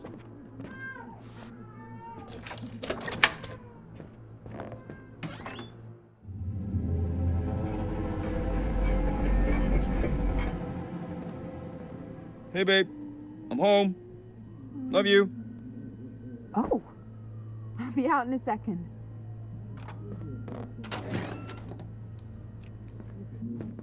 What the? Whoa! What the fuck? I didn't hear you come in. Best night ever. Guess who made dessert? Let me know when you're in the mood.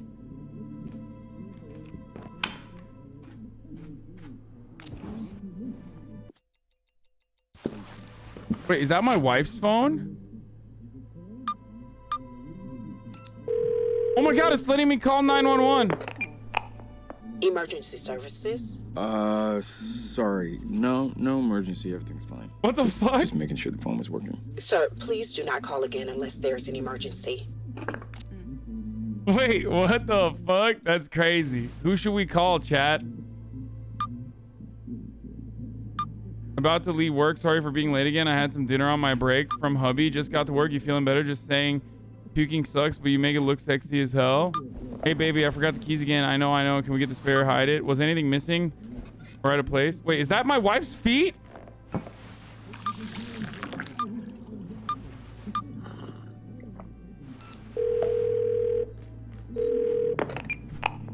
Hey, I can't come to the phone right now. Please leave a message. Wait, why does it get like red when you do that? Okay, whatever. Close. Let's look.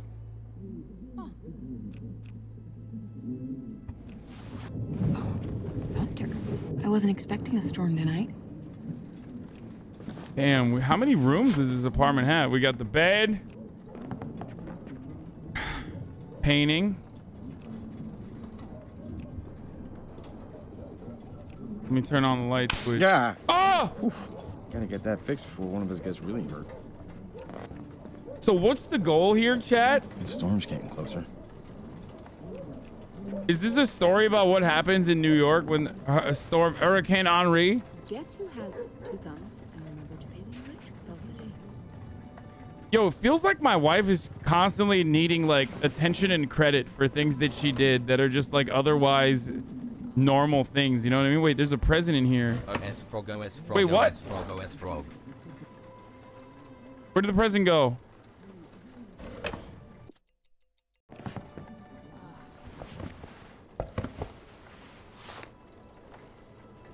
Wait, baby clothes? Oh my god, I have a baby. With my mother's name? It's a onesie. Dude, I'm being so nosy right now. Oh, I forgot to call the landlord about the light switch. Am I doing that tomorrow? God damn it.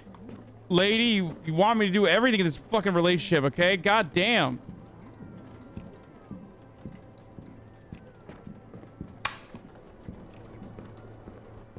I just ruined the surprise. Let's see what's in the pooper.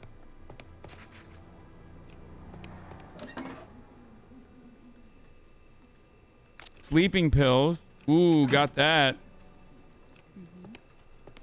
Wait, does he just take it out? I'm just gonna whip it out, chat. Hey, only remember to put the spare key outside.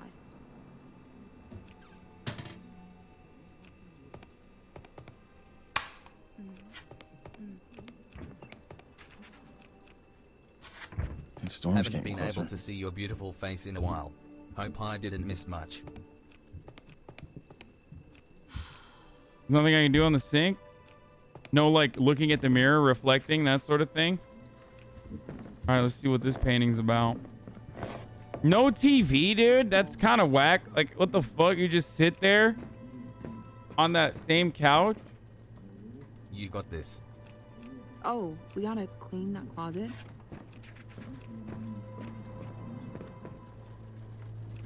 No PC, no TV. The storm's getting closer. Open up. I'll get it. What?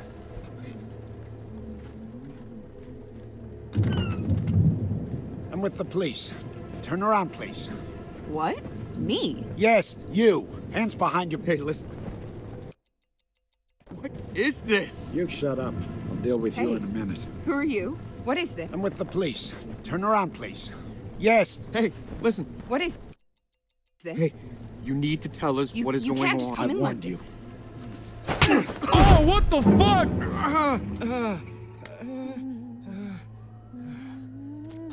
Jesus Christ. What?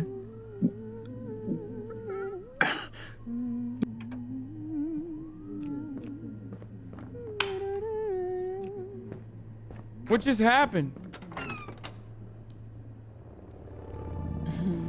I didn't hear you come in. Best night ever. Guess who made dessert? Let me know when you're in the mood. Didn't you already say that? What? I don't know. What? But, no. I was just... How is this possible? Okay. That dude had he was exhibiting a lot of cop behavior. But also at the same time, I feel like in movies, cops don't operate like that. You know what I mean? So I'm going to go ahead and assume that that guy was not a real cop. You know what I mean? This time I'm going to fucking shank him. I'll fucking shank ya. Guess who has 2 thumbs and remember to pay the electric bill today? No ads. Smiley face.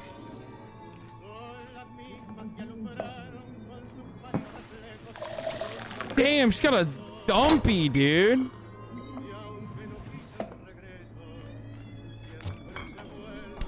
Bro, you guys see that New Year's dumpy? Eve, What the 8 years ago. Oh my god, I'm sorry, chat, but Thunder. I wasn't expecting a storm tonight.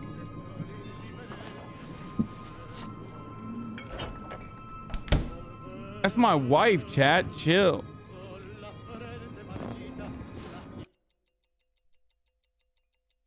In the next few minutes, a cop is gonna knock on her door. What are you talking about? Please don't open that door. Come on. It could be anyone. This is... No, I'm serious. Please, don't open that door. It's important. This isn't funny, babe.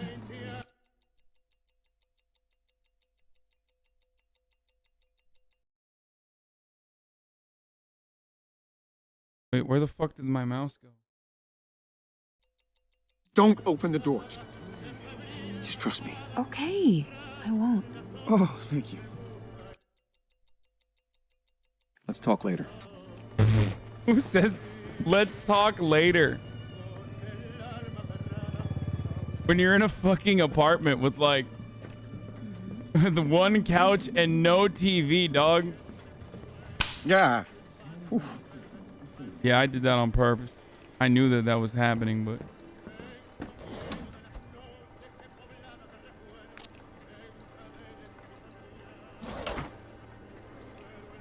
Okay.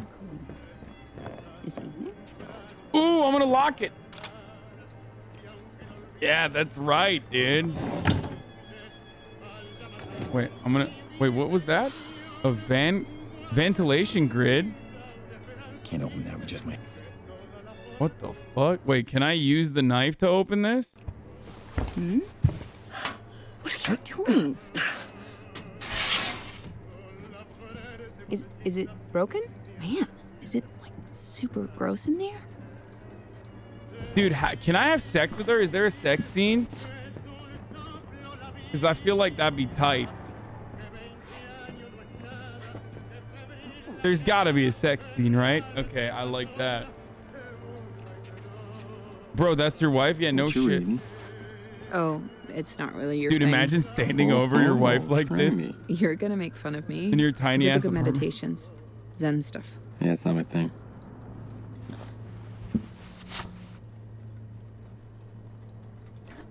Fake candle. Oh. It's our song. They had to play it.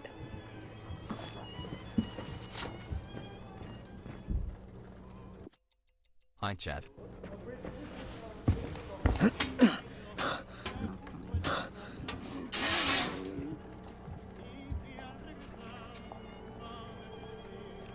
the cop coming?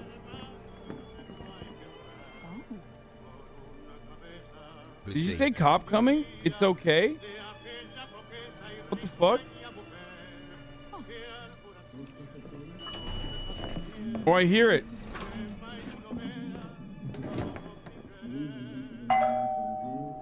Police, open up. Is that him?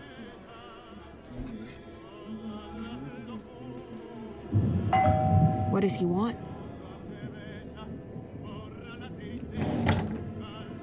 Do you know something about this? Come on, I know you're home. I'm stuck in a time loop.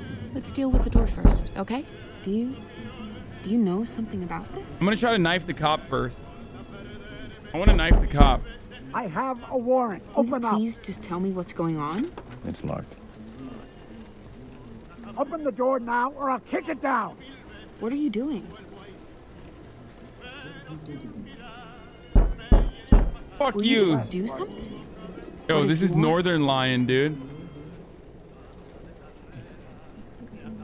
Do you know something about? Police. Who are you? I have a What is warrant this? for your arrest. What's going on? You can't On the just come ground. in like this. Now, don't move. Get out. Wait, I can't. No, come on, don't. Wait, why am I being arrested now? Hey, what are you doing? What is going on? I can't stab him. Who are you? Unspot. You can't just do this. Hold still. Can't open that. Can't open that with just my hands. Ow! Hey! What the fuck? Get your hands off! Ow!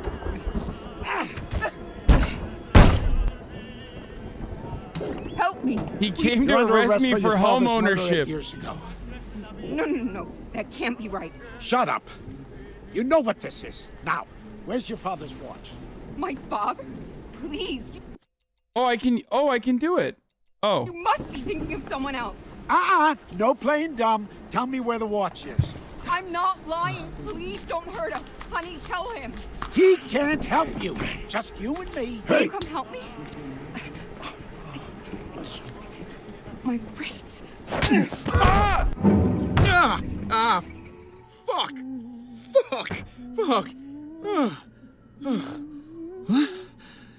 Okay. He just one taps me, dude. It's fucked up. Okay, how do I fast track the process to getting... Hey there.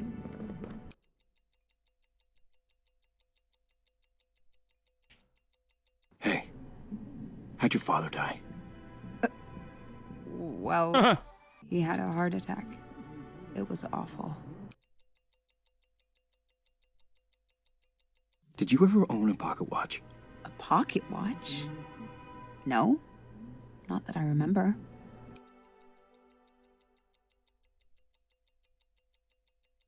You sure? A pocket watch, very valuable. Babe, I have no idea what you're talking about.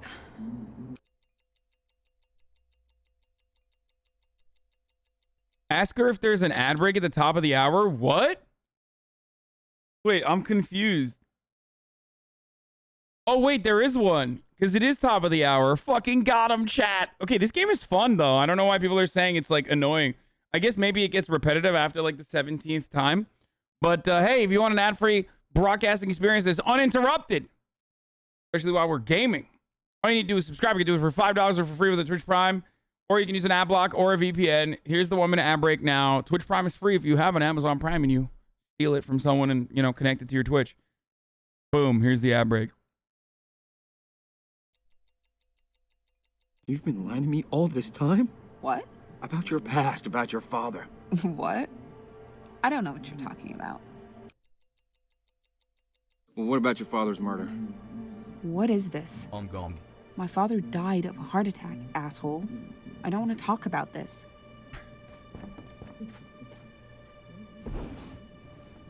Okay, real fucking Sigma grind set. Broke her frame, you know what I mean? Oh. Broke her fucking frame, made her cry about her fucking dad. That's how you do it. That's the Sigma grind set, boys. Accuse your wife of father murder. I love these fake plastic candles. Let's see, like, can you use it? Enough space to drop that.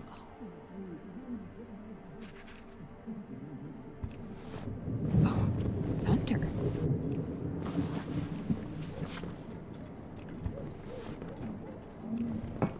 Is there anything else here? Like, come on, do this. Yeah. Wait, what? What is that noise? What are you drinking?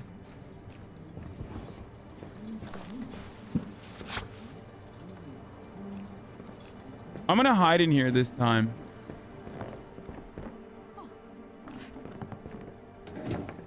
I feel like it's the right thing to do. I'm gonna hide in the closet and watch the cop fuck my wife. What are you doing in there? No, you're acting really strange today. Yeah, that's what we're supposed to do, right? And then you jerk off in the corner as the cop fucks your wife. Police, open up. He's a big bull. I'm with the police. Turn around, please. What? Me? Yes, you. Hands behind your back. Let's go.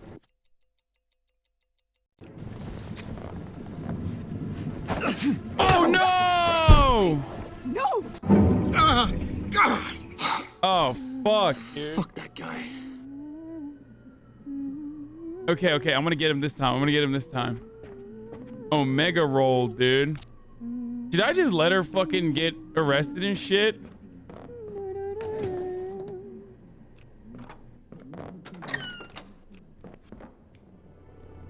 Hey there. That's Madge. Why don't I have my own phone? What the fuck? I didn't hear you come in. Best night ever.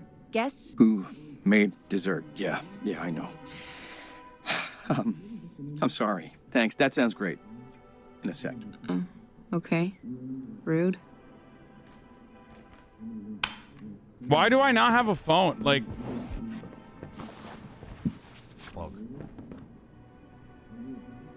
I don't know why I keep grabbing the fake candles. I just like feel like I should just grab them.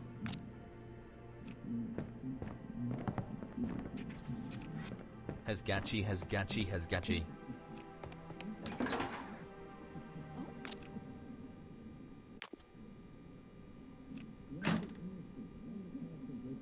Real socialist? Yeah, I mean, he's not a real socialist. Guess who has 2 thumbs and remember to pay the electric? Bro, why do you want... What do you want? To fucking celebrate me? Like... You want to celebrate fucking paying the electricity bill? Like, it's not that big of a deal, okay? Manco.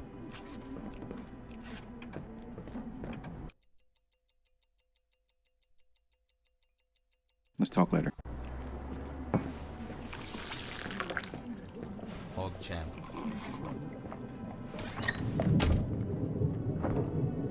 I wasn't expecting a storm tonight. I'm gonna call it 911 from when the cop comes from the bedroom.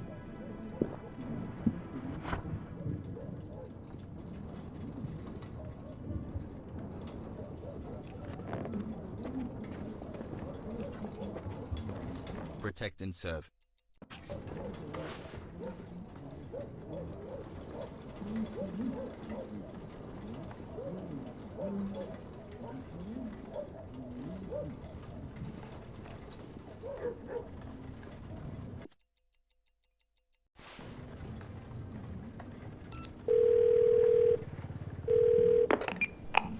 Emergency services.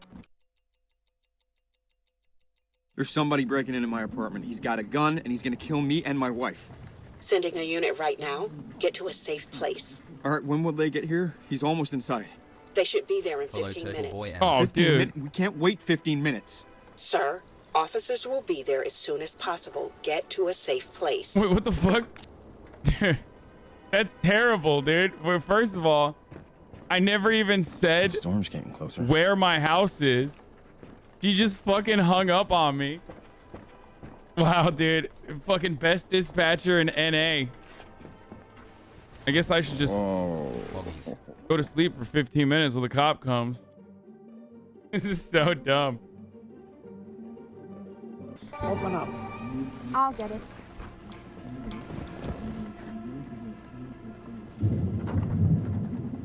I'm with the police. Turn around, please. What? Me? Yes, you. Hands behind your back. Let's go. Hold still. You're hurting me. Ow. What is going on? Don't fucking move. Help me. Will you come help me? Now you. Hands behind your back, please. Don't move. No! All right, easy. I don't know. This is a mistake. Babe, who do you tell him? This is a misunderstanding. Can't open that with just my hands. Look, You're under arrest for your father's murder 8 years ago. No. That can't be right. Shut up. You know what this is. Now, where's your father's watch? My father? Please, you must be thinking of something. Look, I don't know. Don't have to handcuff me. We can talk this out. My nose. I did that already. I'm sorry. Okay. Motherfucker. I know I did that already. I just thought...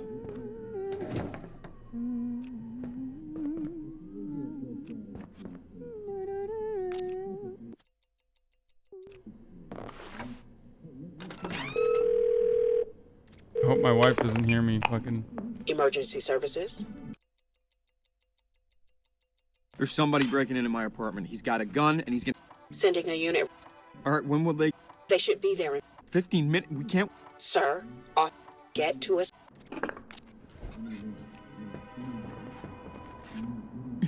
She didn't hear me say that? I didn't hear you come in. Best night ever. Guess who made dessert? Great. I'll let you know when I'm hungry. Okay. So I guess the longest you can survive is fucking 12 minutes if the game is called 12 minutes, right?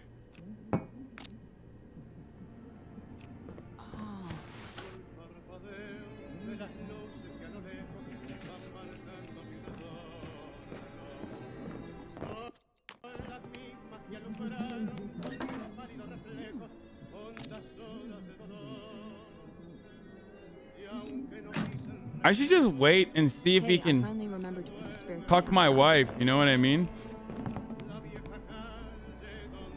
I kind of want to see what happens if he like cucks my wife. Or if he fucks my wife, rather. I wasn't expecting a storm to... I'm gonna fuck around with the vents a little bit. What are you doing? Well, I hopefully have time. Is it broken? Man, is it like super gross in there? Shut up, lady. I'm working over here. I'm working here. Emote mode kind of sucks because then I feel like, you know, I'm all alone in here.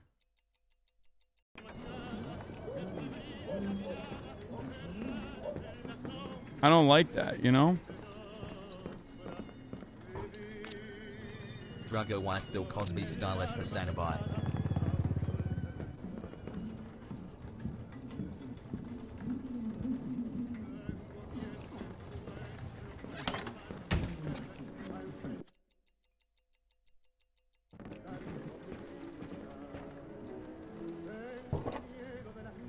My entire extended family on my mom's side got COVID and are not vaccinated.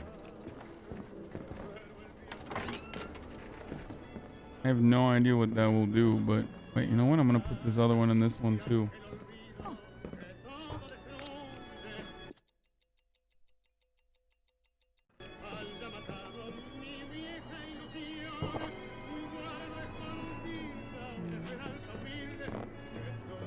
And I'm gonna hide in the closet.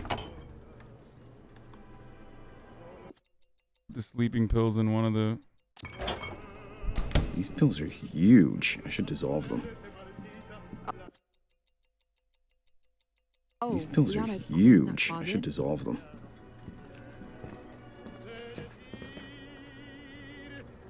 I can't tell if I should hide in the closet or if I should hide in the bedroom. I want to hide in the closet first, like, because I want to hide in the closet first. Why because are you in the closet? No, wait. Because I want to see what happens. You know what I mean? I feel like I'll only hear what happens. I'll get it. Don't know what the fuck's about to happen, lady. My wife, I'm with the police. Turn around, please. What? Me? Yes, you. Hands behind your back. Let's go. Hold still. Ow! Ow! Hey, you're hurting me.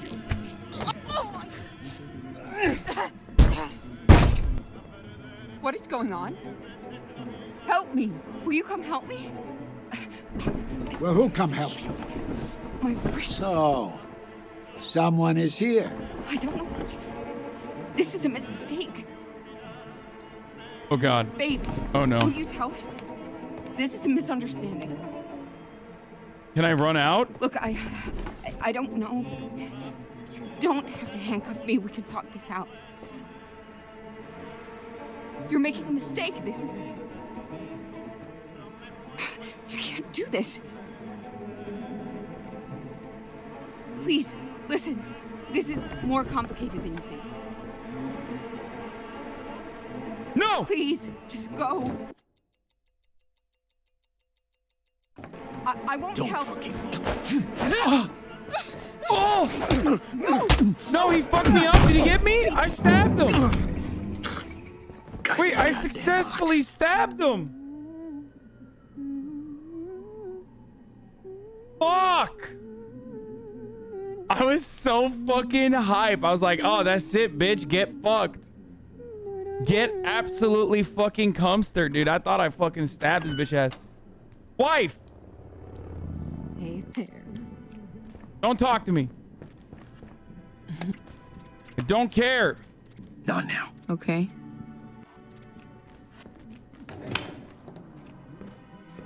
That's right. Sigma behavior all day, every day, dude. What happens if I just murder her? I wonder. Arjan and Mafia Jinx relationship simulator. Let's see. No coming back from this. If I do this, I'm a killer forever. Good luck with this, pal. What? Hey, honey, come here. Okay, this feels weird. Yes? I probably shouldn't have done that. I'm sorry. Oh, fuck, I'm so sorry. Oh, God, I'm so sorry. I am so sorry, baby. Please help. Yo, that's so fucked up.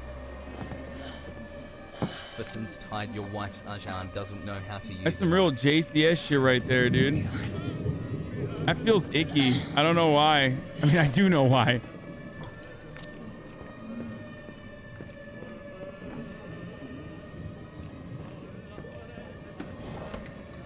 Keep forgetting the present.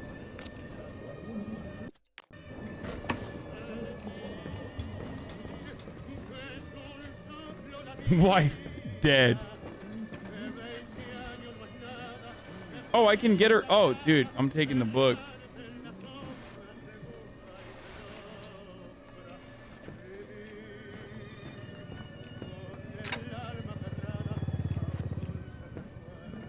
Okay. Killed the wife.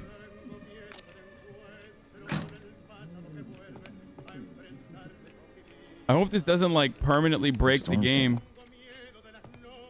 Like murdering my wife, I mean. Storm's coming. So casual, dude. Oh yeah, just a storm is coming. Not a big deal, probably.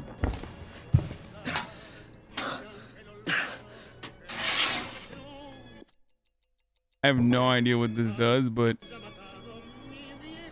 I'm just gonna keep doing it. I'm doing a bunch of weird shit here.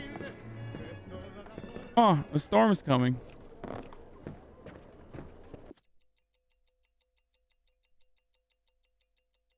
Wait, can you kill yourself?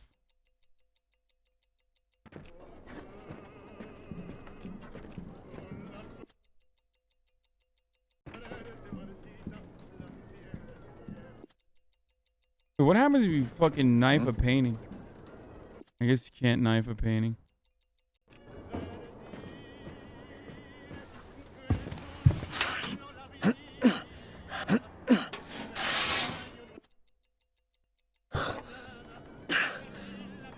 I have no idea what this does, but... Ooh, what happens if I knife the switch?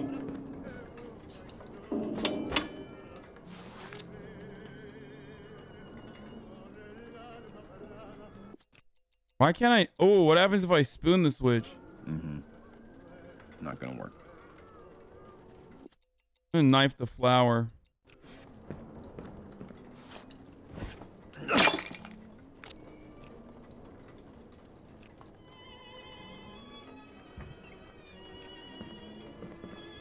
Yeah.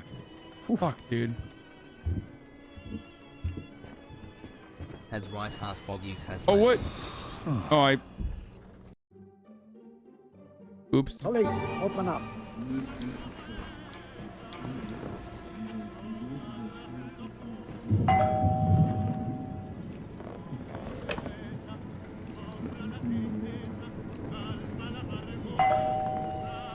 Come on, I know you're home. Open the door.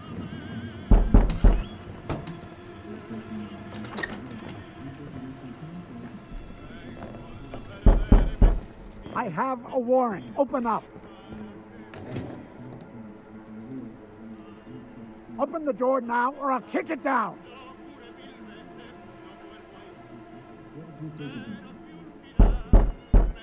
You asked for it.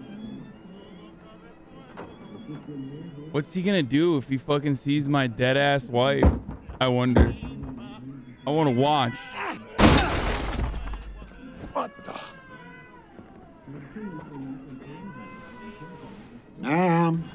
Ma'am? Bro, she's dead as fuck, homie. What do you mean? Like, I had to kill her because she keeps giving away my position. You know what I'm saying?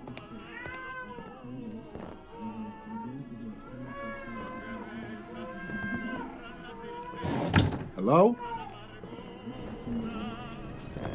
Don't. What? What? Hey. What the fuck? Hey, babe. What the fuck? What? Are you kidding me? Door locked. It's locked from the other side. I'll be out in a second. Hiding in the closet never worked out for me. As pause. Hey there. Bro, I can't believe how bootylicious my wife is, and I just straight up murdered her. Not now. Okay. How do I unlock the sex scene, chat? You guys gotta fucking... you gotta tell me how the sex scene is unlocked, right? There's like... Oh, I forgot to call the landlord about the light switch. Mind doing that tomorrow?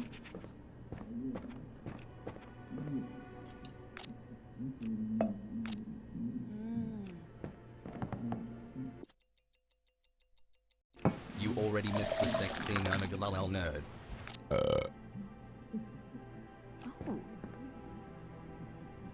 There's something over here that I... Okay, never mind. Hosso, hosso, hosso, hosso.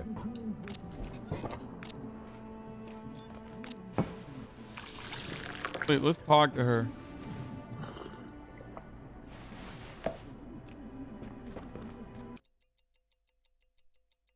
Look, I know this sounds weird, but the day's repeating itself. Uh-huh. Prove the day's restarting? How am I gonna Great prove to it? see it. Wow me. Let's see. Technically, is this time travel? What? Wait. What is it? Choose what to prove with. Let's see. The dessert. I know you made my favorite. I told you this morning I had something special planned.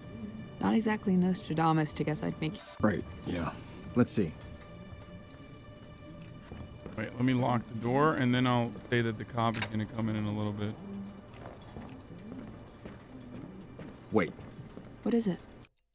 Let's see.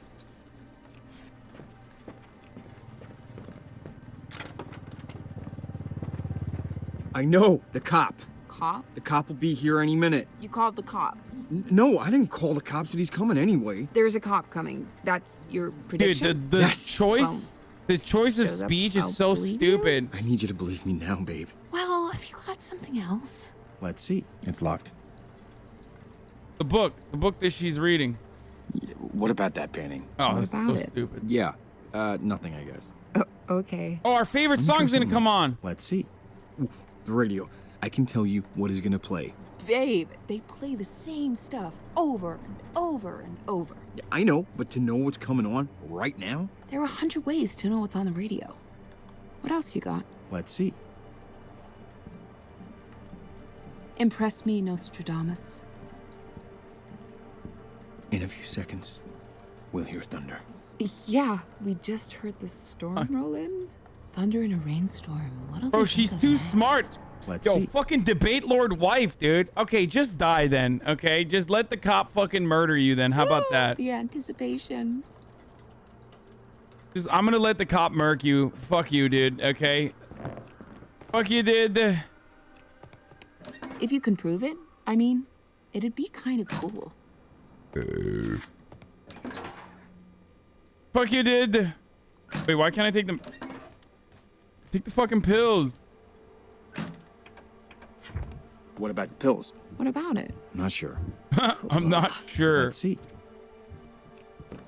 Oh, I know what it is. Oh, come on. Surprise gift. Surprise gift. Surprise gift.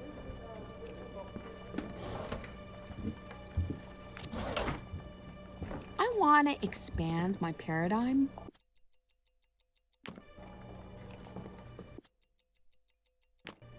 This present. Look, it's clearly unopened. But I know there were baby clothes inside. I just bought them today. How could you know? You're kind of freaking me out. But do you believe me now? I mean, I'm getting there, I guess. All right, let me try and prove something else. I mean, that's it. Cop. I already... Cop is here already. Ding, ding. Like, we're fucked. I guess I should have done more stuff in the house so that I could... figure some other shit. Wait. Let's see. The light switch. In the Police, Wait. open up. Is that him?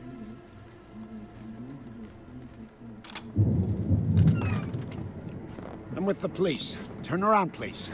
What? Me? Yes, you. Hands behind your back. Let's go. Hold still. Wait, can I hide under here? Under the bed or some shit?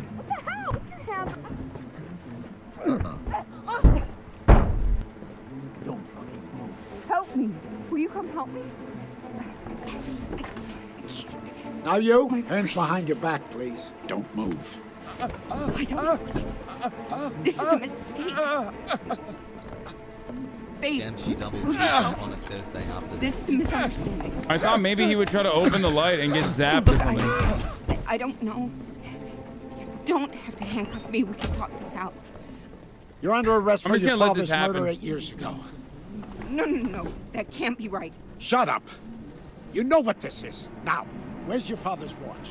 My father? Please, you must be thinking of someone else. No playing dumb. Tell me where the watch is. I'm not lying. Please don't hurt us. No Honey, tell playing him. dumb. He can't help you. Just you and me. Tell me where the watch is, and we all go our separate ways. I'm telling you, I don't know about any watch. Okay, let's just see.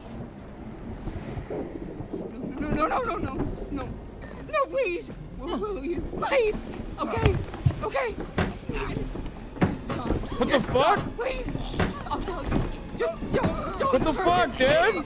Please, the watch is in.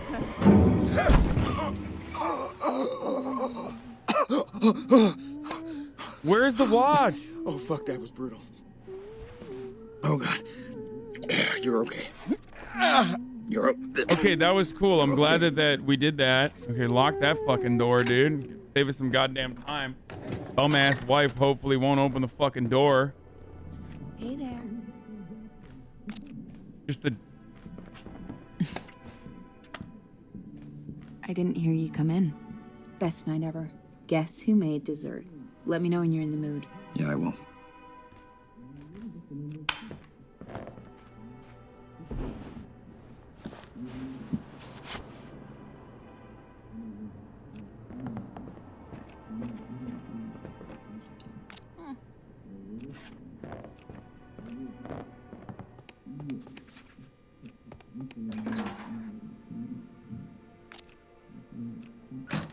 Oh. I forgot to call the landlord. I bet it's in here, dude. Like, that's... I'm doing that tomorrow. That looks sussy little baka right now, but I guess I can't open that.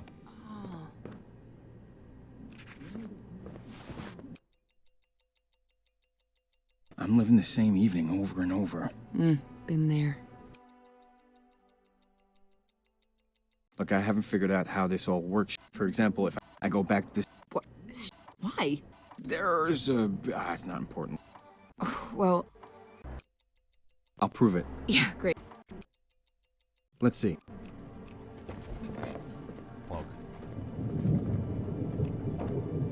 If you can prove it, I mean, it'd be kind of cool. It would be kind of cool if you could prove the day is restarting. Like, no shit, dude. This present. Look. But... I just thought, how could you know? I mean, okay, I'm impressed. It's all right. I know you need more. Wait, really? That's it? Wait, what the fuck? That was... That's dumb as fuck. That was enough for her before. Let's see. And if you say... Yeah, we just heard the storm roll in. Thunder and... Let's see. Okay, the fucking light. You didn't fix it. You did not fix the light switch. The light switch. In the bedroom. One of us could get really hurt. Yeah, no kidding. Any other? Let's see. Wait, what the fuck? Oh, come on, dude. The fucking stupid book that she's reading. What is it? Let's see. PP. Technically, is this time travel? Okay. The radio. I can tell you. They play... Doesn't really prove... Let's see. Oh, no. I bet I gotta... You're thirsty. For you? You bet I am. But that doesn't mean you... It just means you're... Babe, try stay focused. Let's see. Ah!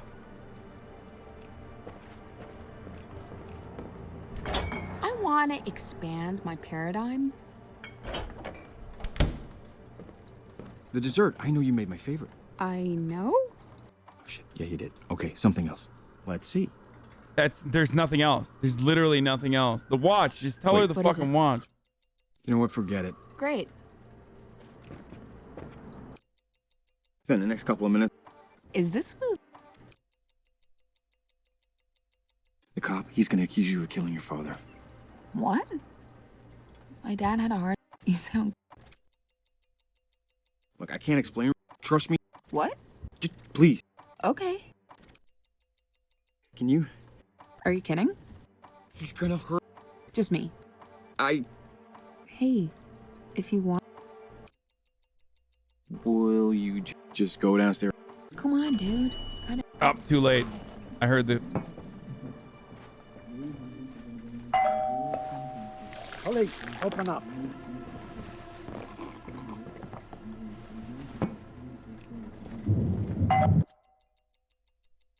Is that him? Oh, is that... Oh, that's him, isn't it? Come on, I know you're home. Open the door. Just...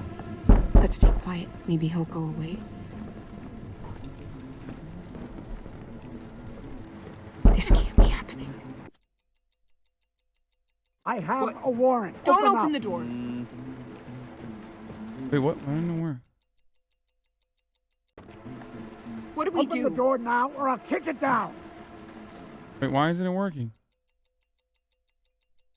Oof. This can't be happening. You asked for it. What are you doing? Can you make him leave? I'm with the police. Turn around, please. What? Don't give away my position. Yes, you. Hands behind your back. Let's go. Don't give away my position.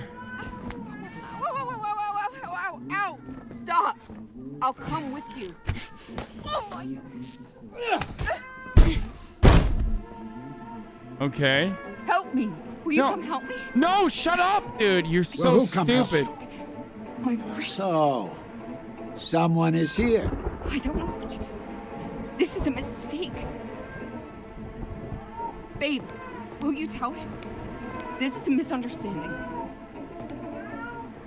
Look, I don't know. Cassie. You don't have to handcuff me. We can talk this out. You're making a mistake. This is... You can't do this. Please, listen. This is more complicated than you think. Metroid win. Fucking Christ. Please, just go. I won't tell anyone. Now you, hands behind your back, please. Don't move.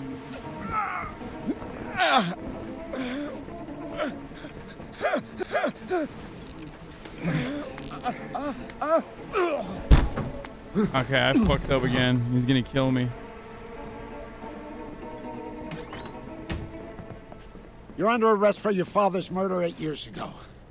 No. That can't be right. Shut up. You know what this is. Now, where's your father's watch? My father? Don't fucking Please, move. you must be thinking of someone else. Wait, what? Jesus. All right, I'm good. I'm good.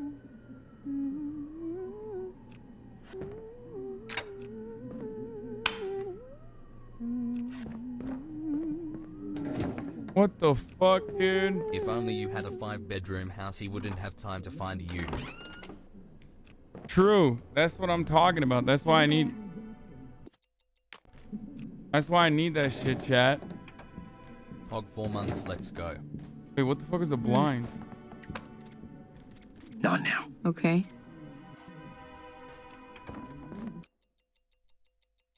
In the next few... What are you... Wow, we 16 months. He's gonna... Okay. The cop... What? Why does... Babe, I just need you to tell me... A watch? Resubbing so you can get a 20 mil house. Stop. Where's the watch? You want to watch your tone? Tell me, please, where you hid it. Oh, fuck off. Hey! We're done here. Wait, what do you mean we're done here? You've been lying to me What? about your... What? I don't know what you're talking. Almost a year, Dios mio. Well, what about your... What? My father died. I don't want to talk. She said, watch your tone, dude. What a pun. How's the book? The book? Not now. Fuck, she doesn't want to talk about the book. I'm stuck in a time loop. So... Yes. Jeez. I'll prove it. Yeah, Only great. 2 more months until 12-month brain Let's rot see. sets in. Remember me, chat. Technically, is this time travel? Hasan, grant me mercy. Wait. Call the cops. What is it? Lock the door. Then talk to You know your what, wife forget and it. get her Great. talking.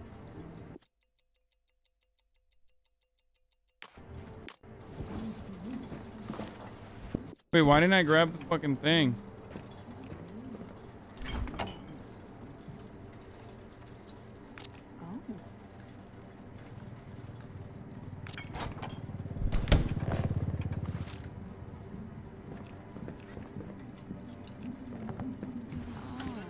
Wait, why can't I prove it to her? Come on, The dude. definition of insanity is doing the same thing over and over again and I expecting can prove it. different results. Take your time. Sounds like Asshole. you've got all night. Let's see. The radio. I can tell you what's gonna play. They play the same 15 stuff months of watching over you try and and big brain over. something you need to Doesn't just really play improve normally. much. Let's go. See.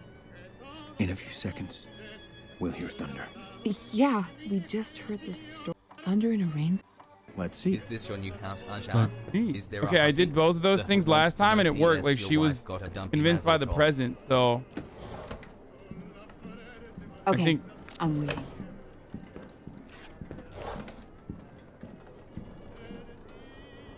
wait, where the fuck's the present? I want to expand my paradigm. Where's the present? Wait, what the fuck? Did I? Oh, I have it. Oh my god, I'm so fucking stupid. Come on. I want to see a miracle.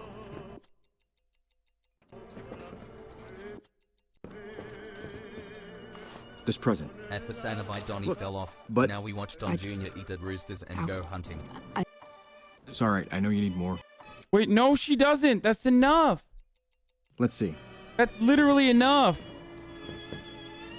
The dessert, I know what it is. I told you this morning, and it's a. I mean, let's see. I'm fucked.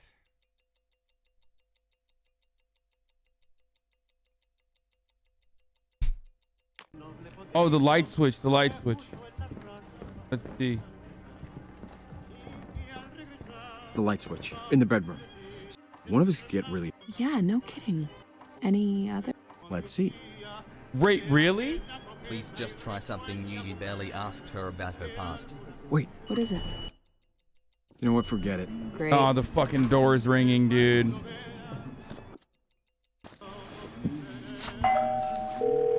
Police, Medicine open up. cabinet, medicine cabinet. Emergency services. Got back day yum, god day yum. Wifey is a fine shorty, damn the shorty. There's somebody breaking into my... Sending a unit right. Alright, when will they get here? He's almost inside. They should be there. Come on, I know you. She can't Sir, rat you out if she doesn't get to know a you're safe- there.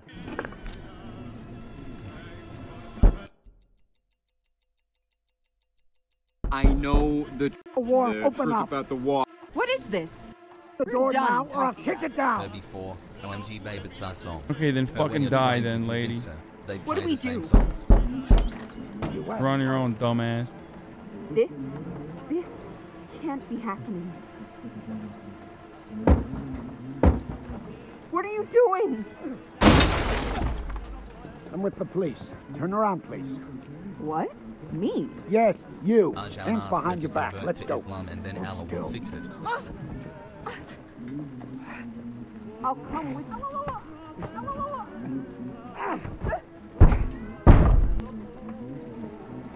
Help me. Will you come help me? Well, who come help you? My wrist. So, someone is here. I don't know. Hello? This is a mistake. Police. This is still less Come on out. Will you help? why you bought a house. This is a misunderstanding. Please come out. Look, I don't know. Don't have to handcuff me. We can talk this out. You're I mean, making a mistake. This Don't is- fucking move. You can't Now do you. this. Hands behind. Don't move. Please, listen. This is more complicated than you think. Please, just go. I won't tell anyone.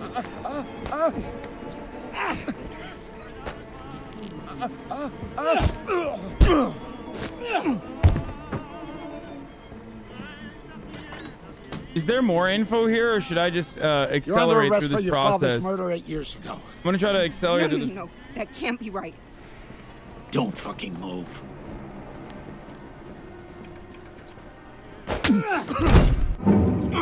Hold on. Oh, he's a fucking prick.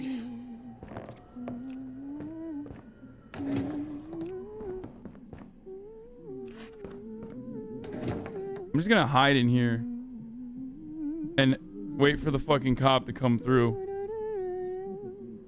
That way she won't be able to rat me out, and we'll see what the fuck happens.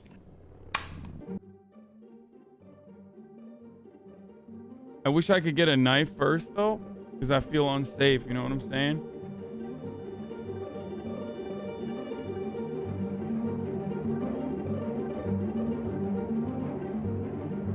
Police, open up.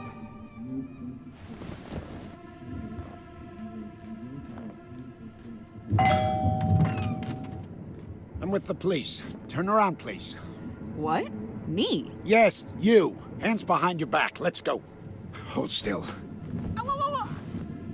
Oh, you're hurting me. Ow.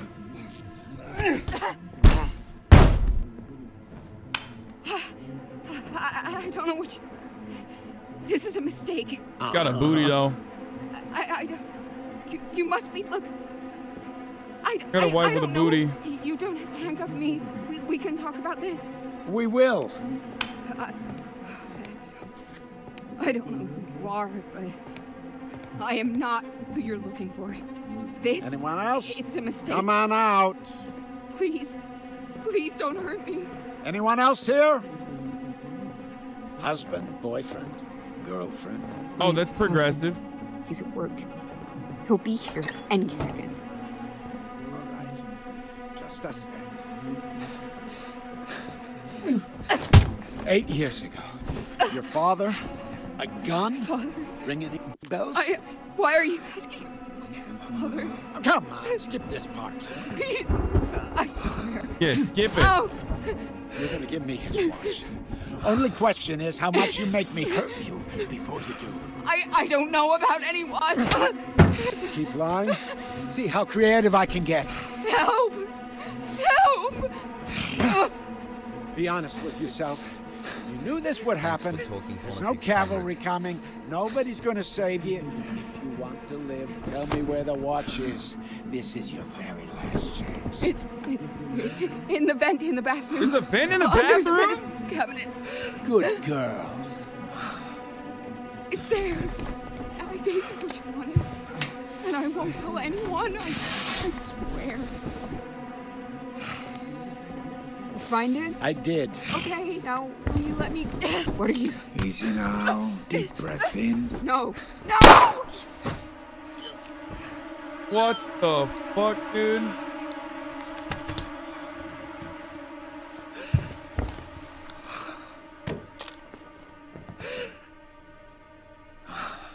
Suicide by gunshot to the back of the head?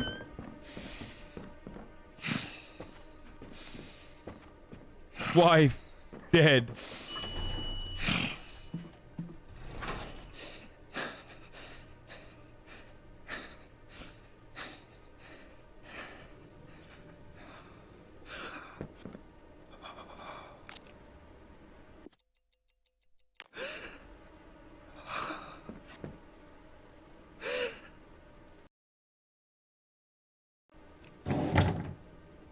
Oh,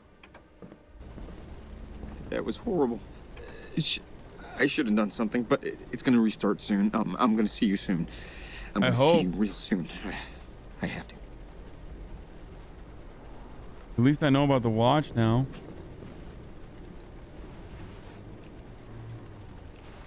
Huh? Wife dead. Huh? It is only by forgetting that we ever really drop the thread of time and approach the experiences of living in the present moment. Yeah, that's... Okay, I guess it restarts when I... Oh, fuck me. Are you serious?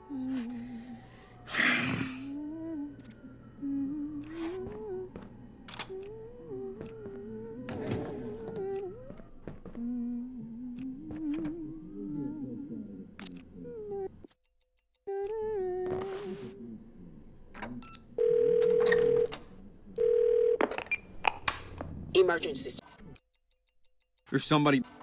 Sending a... All right, when... They should be... 15... Sir, get to us.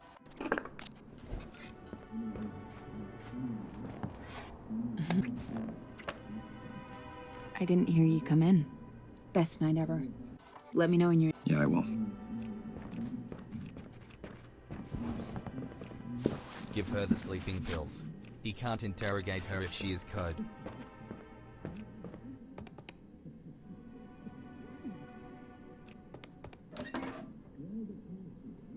Where's the vent? Oh, there it is. Hmm? What are you doing? Why would you do that? You're gonna So ruin this the was her apartment father's because watch. all because you. Must be I don't even worth know a lot of what money. you're looking for. That's it. I'm out of here. My father-in-law's old pocket watch. You are such an asshole sometimes. Wait, what? Babe?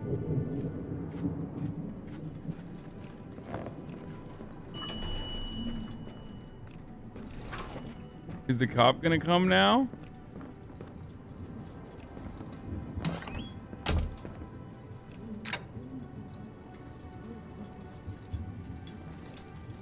Excuse me, ma'am. Yeah? Follow me to your apartment. I'm with the police. Oh.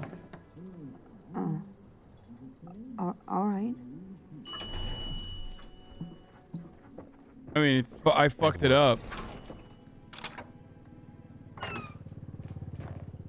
Thank you. What's going on? I have a warrant right here. This will go easier if you cooperate. Wait, Hold what? still. Bro, she walked out of the apartment with no fucking shoes on, you know what I'm saying? What is going on? Help me. Will you come help me? Don't fucking move. My wrists. Wait. No. No, please. Please don't. Stop. Stop. Again? Oh, for fuck's sake. Damn it. He's too strong. I gotta find another one. Come on, get in there.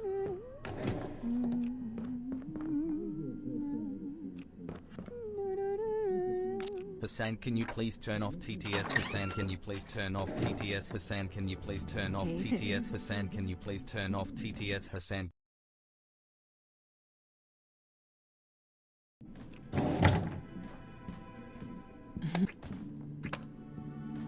I didn't hear you come in. Not. Okay.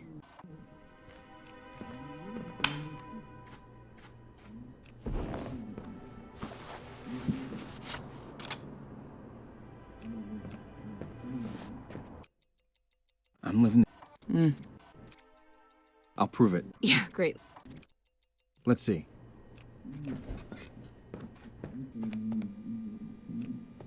Impress me, Nostradamus.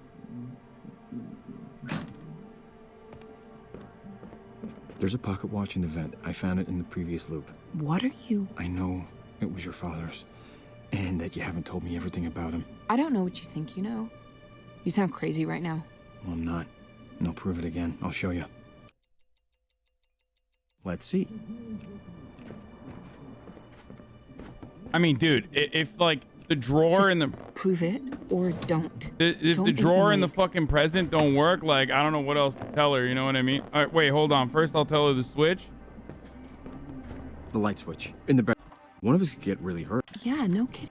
Any other suggestions? Let's see. This present. Look, it's clearly unopened. But I know there were baby clothes inside. I just bought them today. How could you know? I told you that I'm in a time loop. Do you believe me now? Oh, yeah. I mean, I think I do. I don't. My dad wasn't always the man he wanted to be. After I was born, my mom was really focused on me, and I guess my dad felt it doesn't matter. He started sleeping with my nanny. It was the start of my mom's spiral. Nothing was the same after she died. I blamed him. I mean, it was sort of his fault. And I poked at him a lot. We fought. Nobody can hurt you like the ones you love, right? Oh, anyway, God.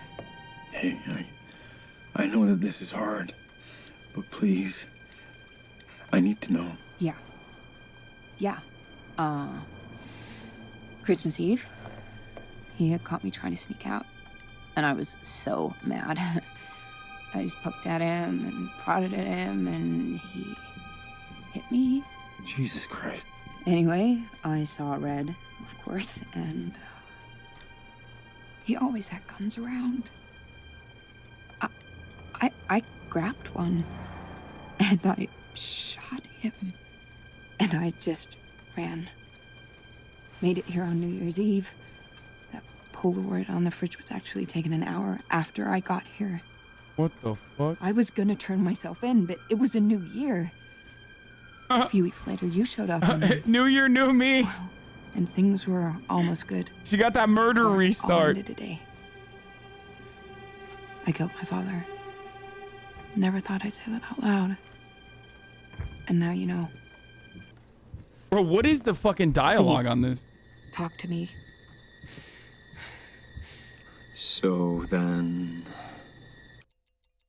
And in the next few minutes, the cop... He's how you found out. Yes. Trust me, just... Okay. How'd you get the watch? That fucking watch. It was my mom's. Her grandfather actually made it. It was gonna pass down to me. Well, I guess it did, didn't it? Hey. After I shot him, I wasn't thinking. Oh, he's here. It was there and I just grabbed it. I hate that, but it's all I have left of Police, open up. What now? What do you mean, what now, dude? It's the cop. I told you. So then... You've been lying to me all this time? Yeah. What else could I do? If you found out who I really was, I just didn't want to. But here we are. God damn it. Hey. God. I don't care. I forgave everything. All that matters is... Yeah. But you won't. Things like... I'm with the police. Turn around, please. What? Me? Yes, you. Hands behind your back. Let's go. Hold still. Oh my... All right. Let's get this over with.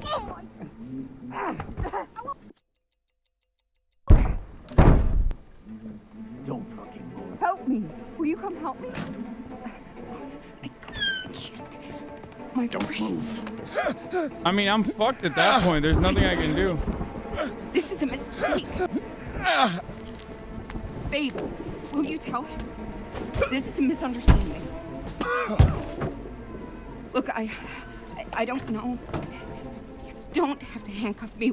You're under arrest for your father's murder 8 years ago. No. Please, no. This can't be real. This can't be. Shut up. You know what this is. Now, where's your father's watch? I don't want to do this. Please. No playing dumb. I don't know what to do here. I don't want to do this. Babe, are you... Look, I don't know. Don't fucking move. You don't have to handcuff me. We can talk this out. He's gonna hit me. I fucked it up. No, wait! Gotta stop fighting that guy.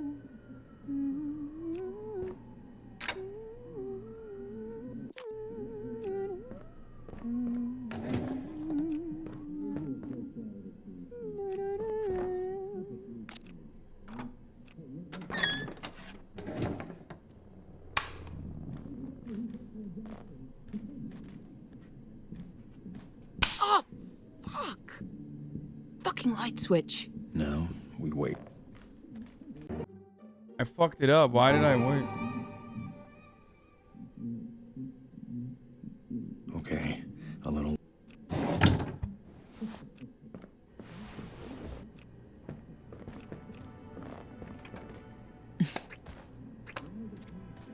Not now. Okay.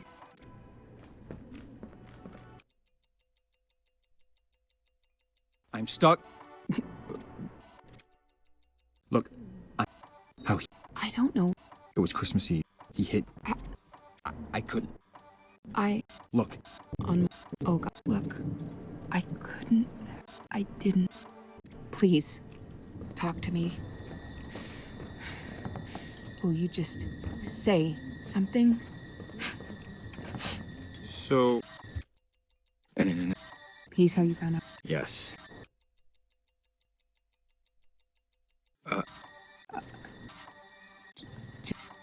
I wanted to tell you. I just don't care. I'm sorry. I know it doesn't matter, but I am. Will you just say something? anything. I can't take this silence. Where's the grit? Oh, there it is.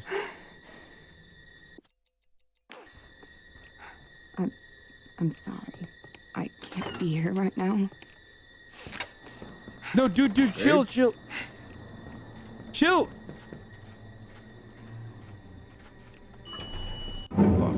And we're back. Fuck. That was a fucking that was a world record right there, boys. What the fuck? Wait, that was actually interesting though.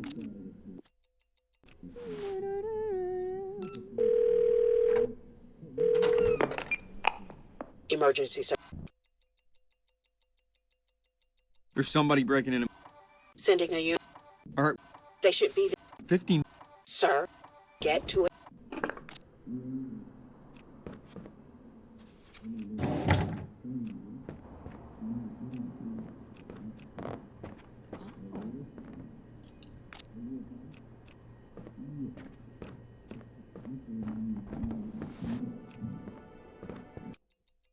I'm stuck. Look, how he. I don't know. It was Chris. He hit you. I couldn't. Look. Oh God, look. I didn't. Please, talk to me. So then. And in the next few minutes. He's how you found out. Yes. Trust me. Okay. Why'd you do it? I never. Wait, where are you going? Babe? I'm sorry. I can't be here right now. Babe? What? Fucking idiot, dude.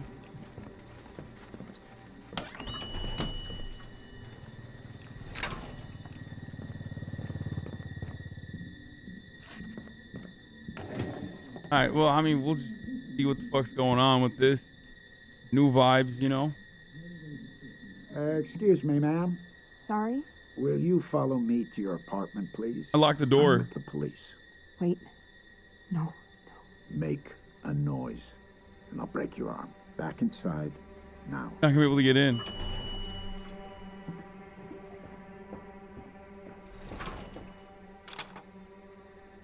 Wait, what? Oh, she has keys. What's going on? I have a warrant right here. This will go easier if you cooperate. Hold still. Oh my! All right, let's get this. Fuck, she has a key.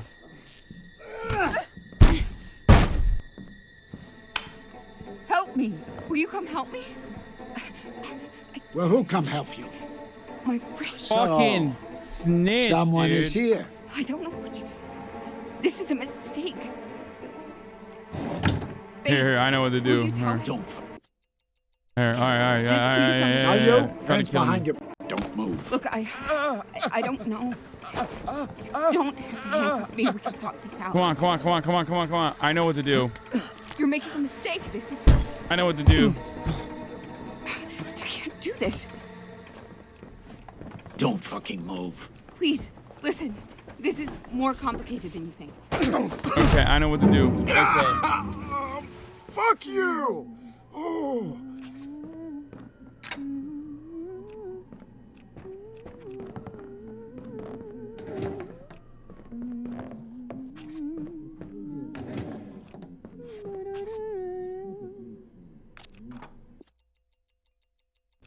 I don't know why I call 911, but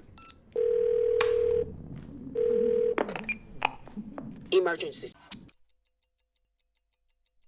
did I explain to them the day restart? I wonder what the fuck. I'm Switch. my wife. Is she? Yeah. Sir, move to a safe place. We're sending a unit right away. They'll be there in 15 Wait, minutes. what? Hold on. 15 minutes? That's not gonna do me any good. Sir, Please, just can they get here any faster? they'll be there as soon as possible.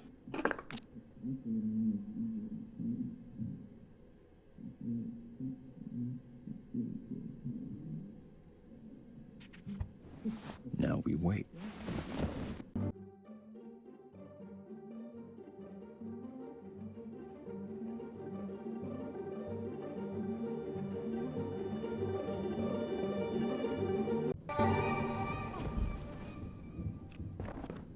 Well, I fucked it up.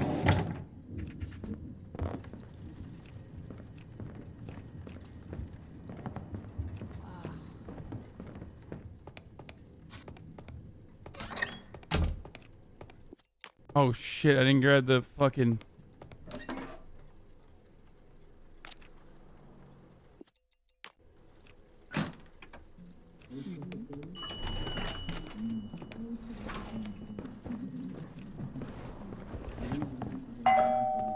Too late now. Police, open up.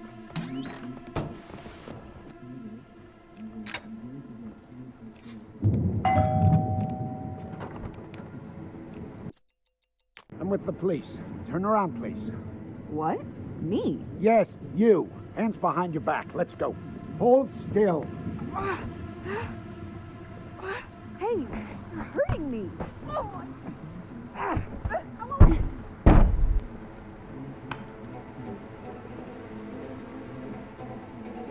Anyone home?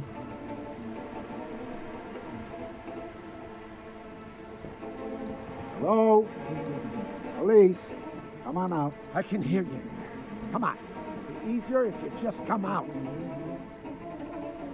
Open the door. Now.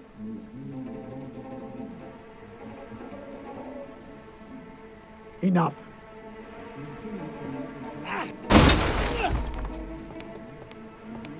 Don't fucking move. Now you, hands behind your back, please. Don't move.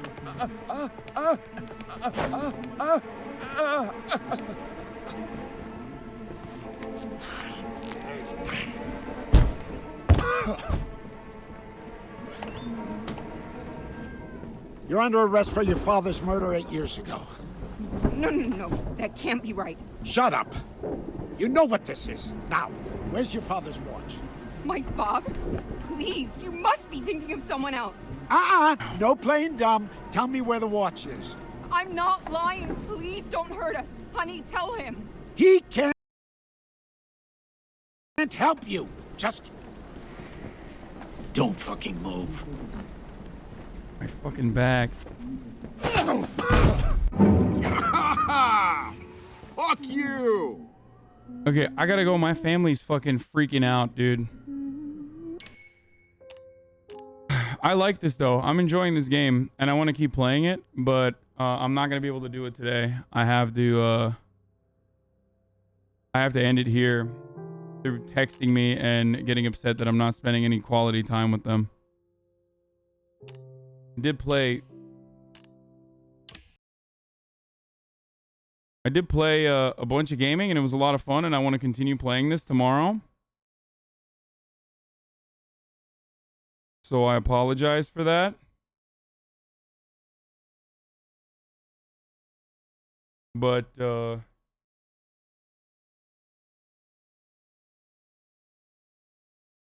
on that note, I gotta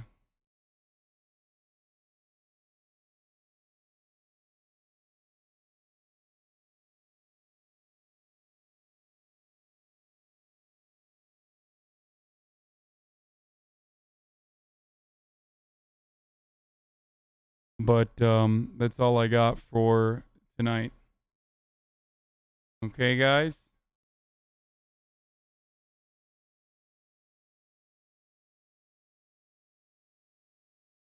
And I'm going to end it on a different note this time.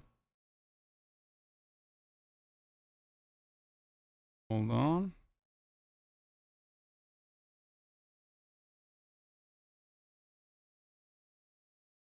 What a fucking liar, dude. What a fucking Weasley little liar, dude. What a fucking Weasley little liar, dude. Holy shit, dude. Holy fucking I'm gonna go hang out with my family. Literally lying. Fuck it. I'm saying doing an old America outro today. love. I love you all. I'm saying it. And I will America see you tomorrow, deserve same time, happiness. same place, okay? Fuck it. I'm saying it. All right. America deserve Bye, everybody. love. Fuck it.